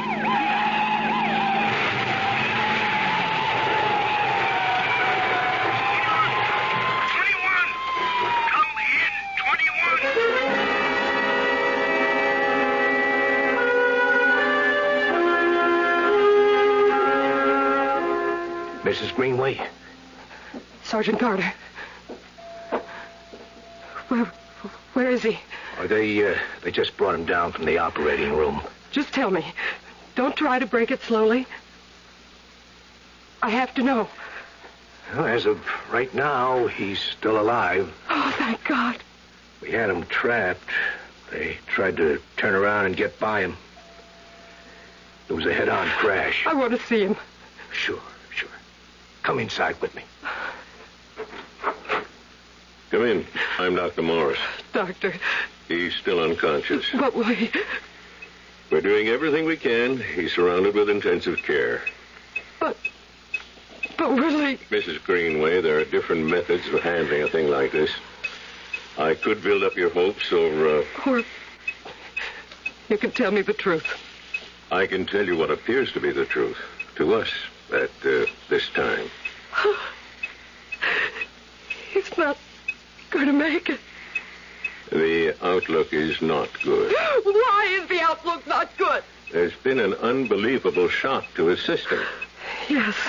There's been some, not very much, but a little brain damage. Nurse, maintain the indicated levels of fluids and oxygen and report even the slightest changes immediately. May I stay here for a while? I promise not to get in anybody's way. Of course. Excuse me. Mrs. Greenway, if there's anything any of us can do... Thank you, Sergeant. It's guys like him. Yeah, what's the use? It's usually guys like him who get it. You know, it's funny. He might have had a premonition about it. What are you saying, Sergeant? Oh, I don't know. I was just thinking aloud. No. No, tell me. Tell me what you mean by a premonition. Well, it's just how things work out, you know. A couple of months ago, we got this new Benevolent League special insurance, and Don never paid any attention to it. But this morning, before going on duty, he said to me, "Hey, Sarge, hand me a form. I'll sign up." He signed up for special insurance this morning? Yeah. How much insurance? How much? Well, let's see if I can remember. Oh, sure. It was the same as mine. $15,000.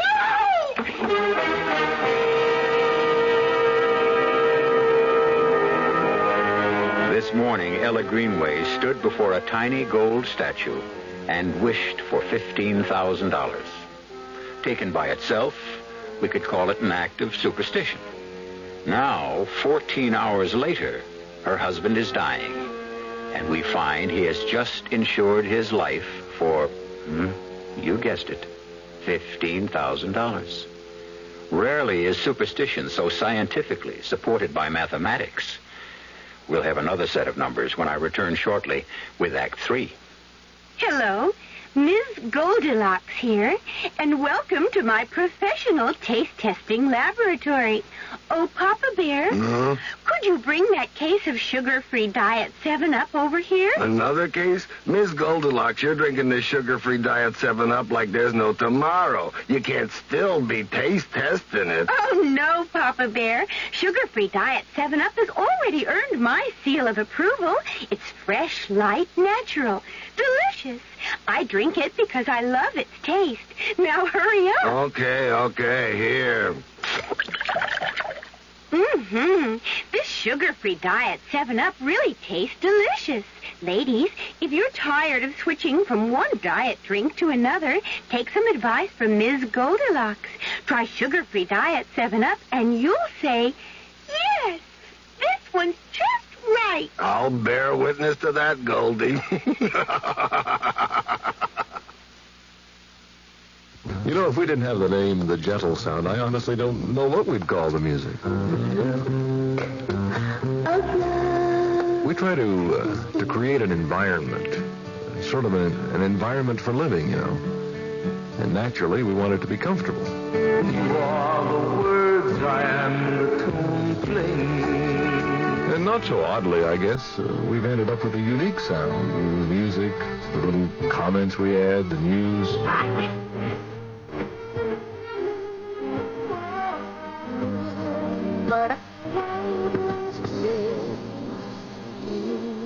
And I mean that about environment, because that's really what it is. A great place to live.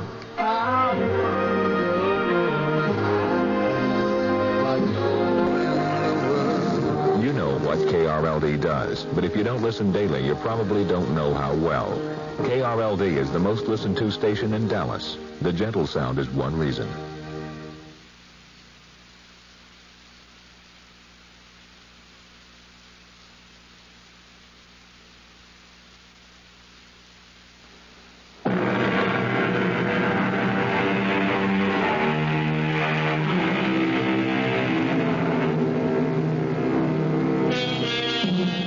If you could have 3 wishes, would you take them?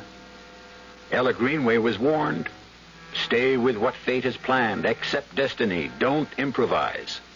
But all she wished for was a modest sum of money to keep up with the cost of living. However, it turns out the price she must pay for the money is her husband's life. 1 wish down. 2 to go. I don't want the money.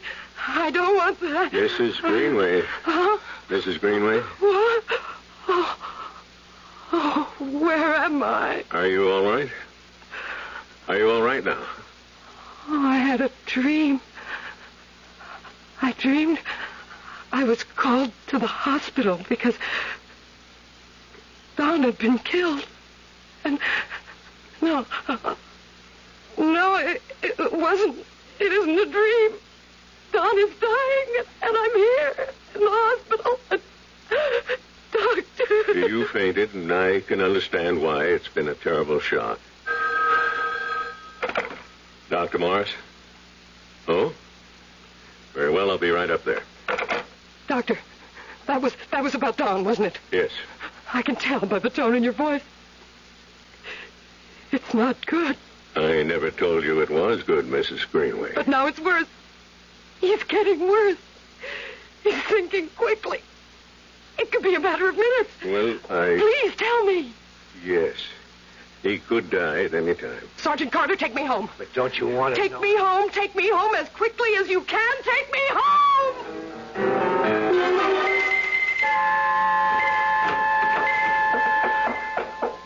I wish for Don to live. I wish for Don to live. Mrs. Greenway? Oh, Mrs. Greenway. Oh. Yes. I just had to make sure you were okay.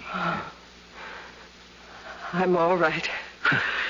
You had me worried the way you were. Yeah, I'm fine. And about Don, well, maybe the doctors don't know everything, you know? Maybe there will be something to... Don will be all right. Just remember, if there's anything at all...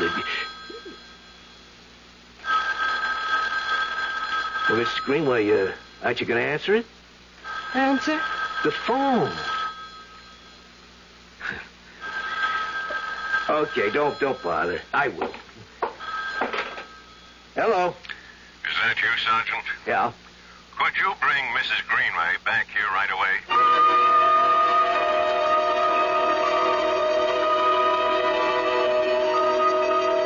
We never saw or even heard of such a remarkable turnabout. You could almost say it's a miracle. Well, why not say it? There was one thing for sure. Mrs. Greenway never gave up hope, never lost faith. Look at that man. He's got his color back. Respiration, pressure, heartbeat, everything. Everything is perfectly normal. I still can't believe it. Don. Ella? Ella, is it you? It's Ella. Where are you? I'm here, Don. You're going to be all right. You're going to be all right.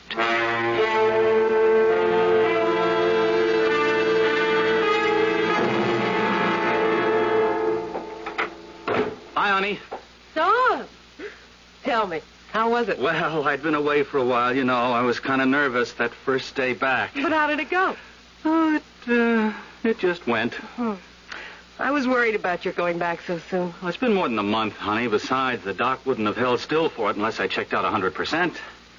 Don, did you tell the doctors about the headaches? Well, did you? Honey, everybody gets headaches, and these just come and go. But yours can get very severe. If they don't stop, I'll talk about it next time I see it. Listen, what would you like to do tonight? How about a movie? Sure. Don, what's that on your blouse? Where? All over your sleeve. Was it blood? Blood? What? How would blood get on my sleeve? Well, it looks like blood. I can't imagine. Maybe it's paint or some kind of stain or something. You know, I might have brushed up against something. I better send it to the cleaners first thing. How could it have... If you haven't started on dinner yet, let's eat out, huh? All right. Hey, you know what you forgot to do when I walked in just before? What? You forgot to give your old man a kiss. Oh, Don. Yeah, that's better. Well, you've got to shape up around here. Can't let you get into bad habits. Don, you still have a headache? Headache? No, it's gone. Completely gone. Maybe it'll never come back.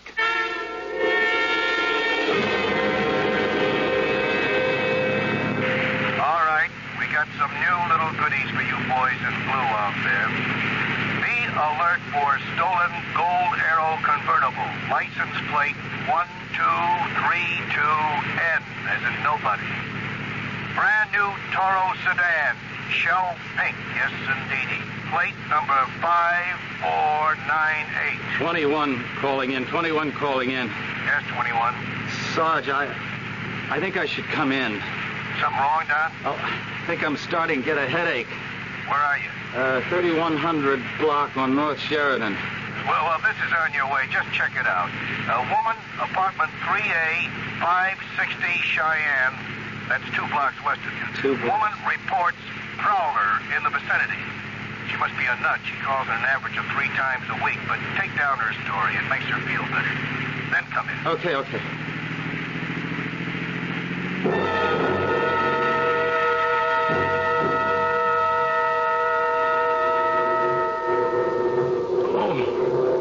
What am I going to do with this headache? Oh, let me see. 3A. Okay. 3A.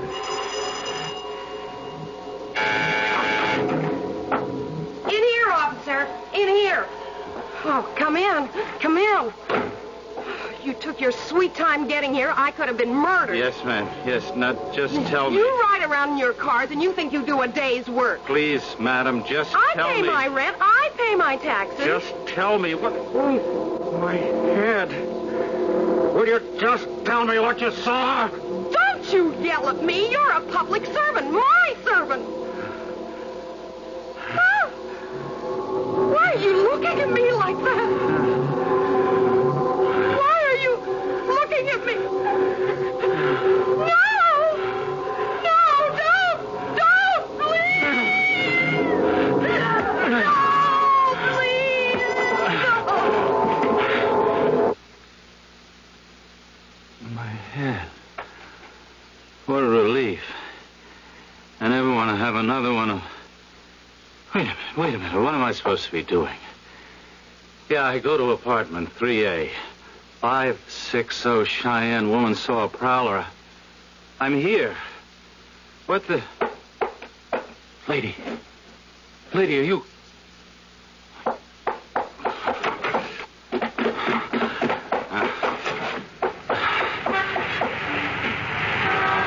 21 calling in. 21 calling in. You heading in, John? No, you better be headed out.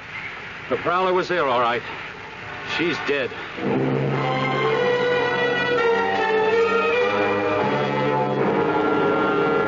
What is it, Doc? Won't know till the autopsy. He hit her a few heavy blows, and that was enough to kill her. She was lying there. I could see she was dead or close to it, so then I called in. Then what did you do? I had a look around the back. Anything? Nothing. From what I can see here, she tried to put up a little bit of a fight anyhow. See? Yeah. Slight trace of blood under this fingernail. She might have scratched him. Well, Don, write it up. Okay. Then you can go home. Home? Yeah. Didn't you ask to come in because you had a headache? Oh, yeah, but I don't have one now. I feel great.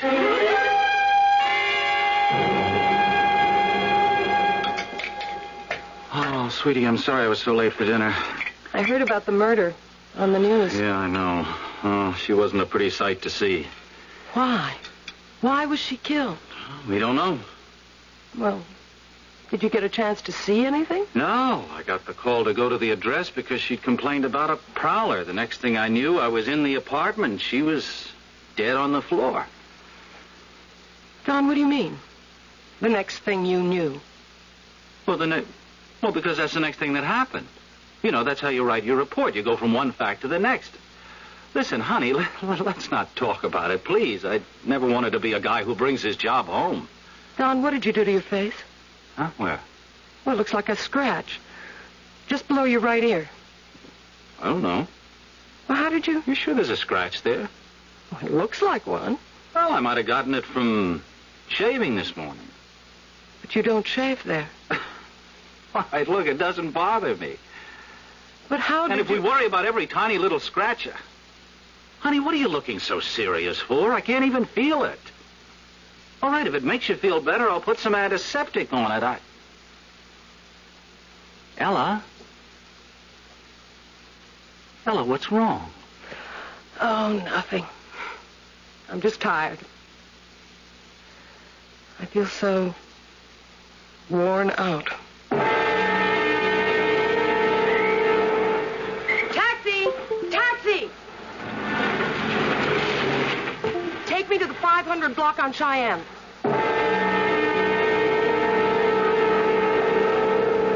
554, 556, 558, 560.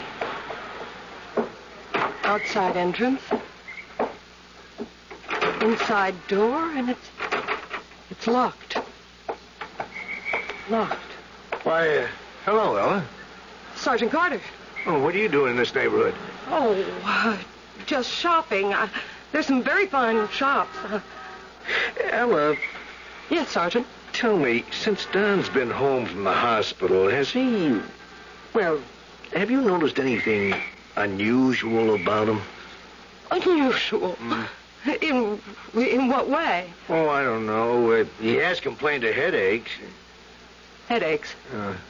He may have come back to duty just a little bit too soon. Although I must say it hasn't interfered with his performance of duty. He's a great cop. Well, see you around.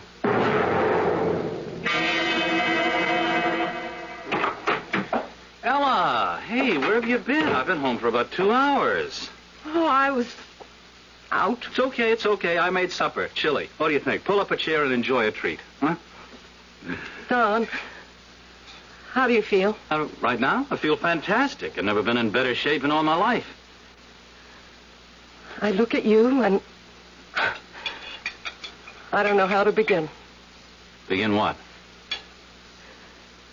Don, the cleaner said you had blood on your sleeve. That was the other day. And the other day, there was a knifing. Some old tramp had been... Wait a minute. What are you saying? And yesterday, you went to the scene of another killing. You had a scratch, as if someone... Ella, is this your idea of a joke? Hear it all first. You went to this lady's apartment. Now, if she was already dead when you got there, how did you get in there? The door to the hallway is locked. You have to ring the bell. Donald, how did you get in there? How did I get in there? What? How do you think I got in there? I rang the bell. No. Listen. No. What are you making it so complicated for? I rang the bell. She sounded the buzzer. She let me in. She let you in? Well, who else would have let me in? She lives all alone, doesn't she? But Don. Oh, Don. Look, I got this headache again. Don, listen to me. I have to lie down. Something's terribly wrong. When I get this headache, I can go crazy. It really wasn't murder. You didn't know. I knew. When I feel this way, I can kill. Carter. Sergeant Carter. He was there again today for the same reason I was. He suspects. Will you shut up? You need help. Don, oh, darling, don't. Don't, please. Don't look at me that way. Don, don't look at me that way. No, it isn't even human. Look, keep away. Don, it's me. Don't.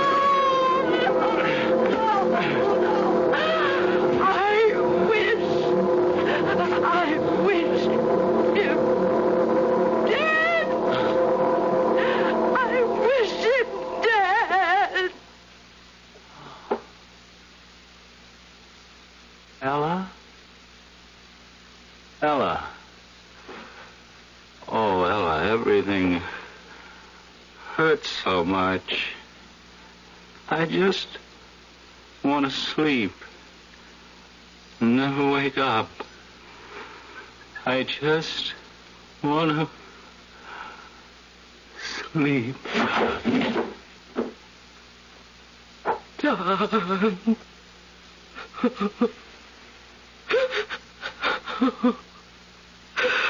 Oh, Don.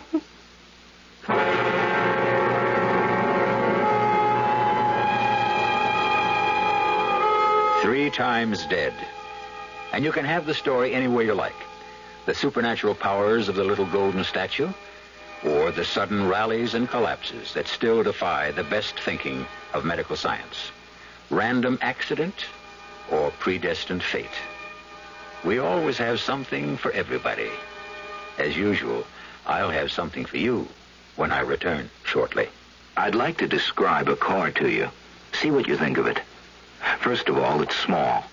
Second, it's got a 6-cylinder engine, a pretty handy asset these days. Third, it's a Buick.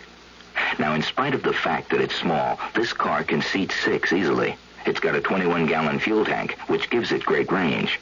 And it weighs several hundred pounds more than most imports, which in a small car is good. Now, what does it look like?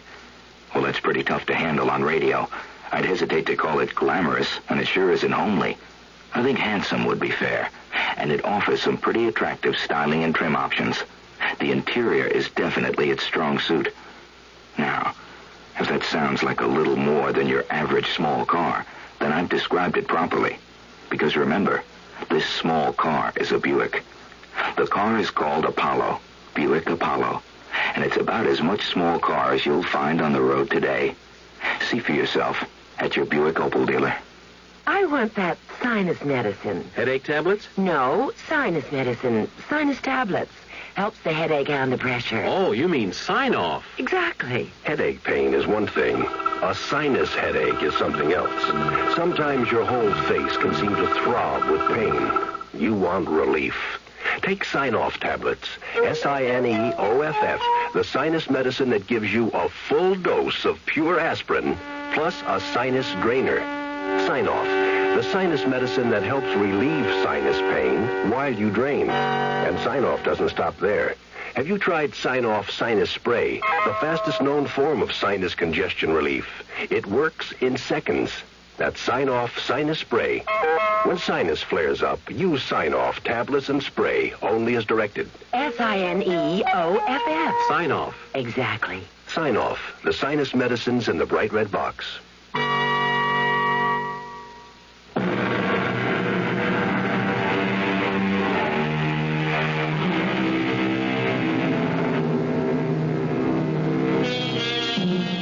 I wish I could tell you what happened to the little statue, but I can't.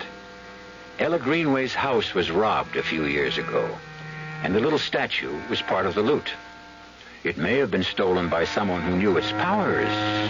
On the other hand, it may be kicking around some antique or gift shop. Remember, if you see it, it's a beautiful lady with a snake twined about her waist.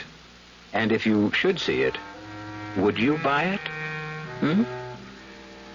Our cast included William Redfield, Suzanne Grossman, Sam Gray, and Dan Ocko. The entire production was under the direction of Hyman Brown. Radio Mystery Theater was sponsored in part by the Kellogg Company, makers of Kellogg's Special K cereal, new sugar-free diet 7-Up, and Sign-Off, the sinus medicines.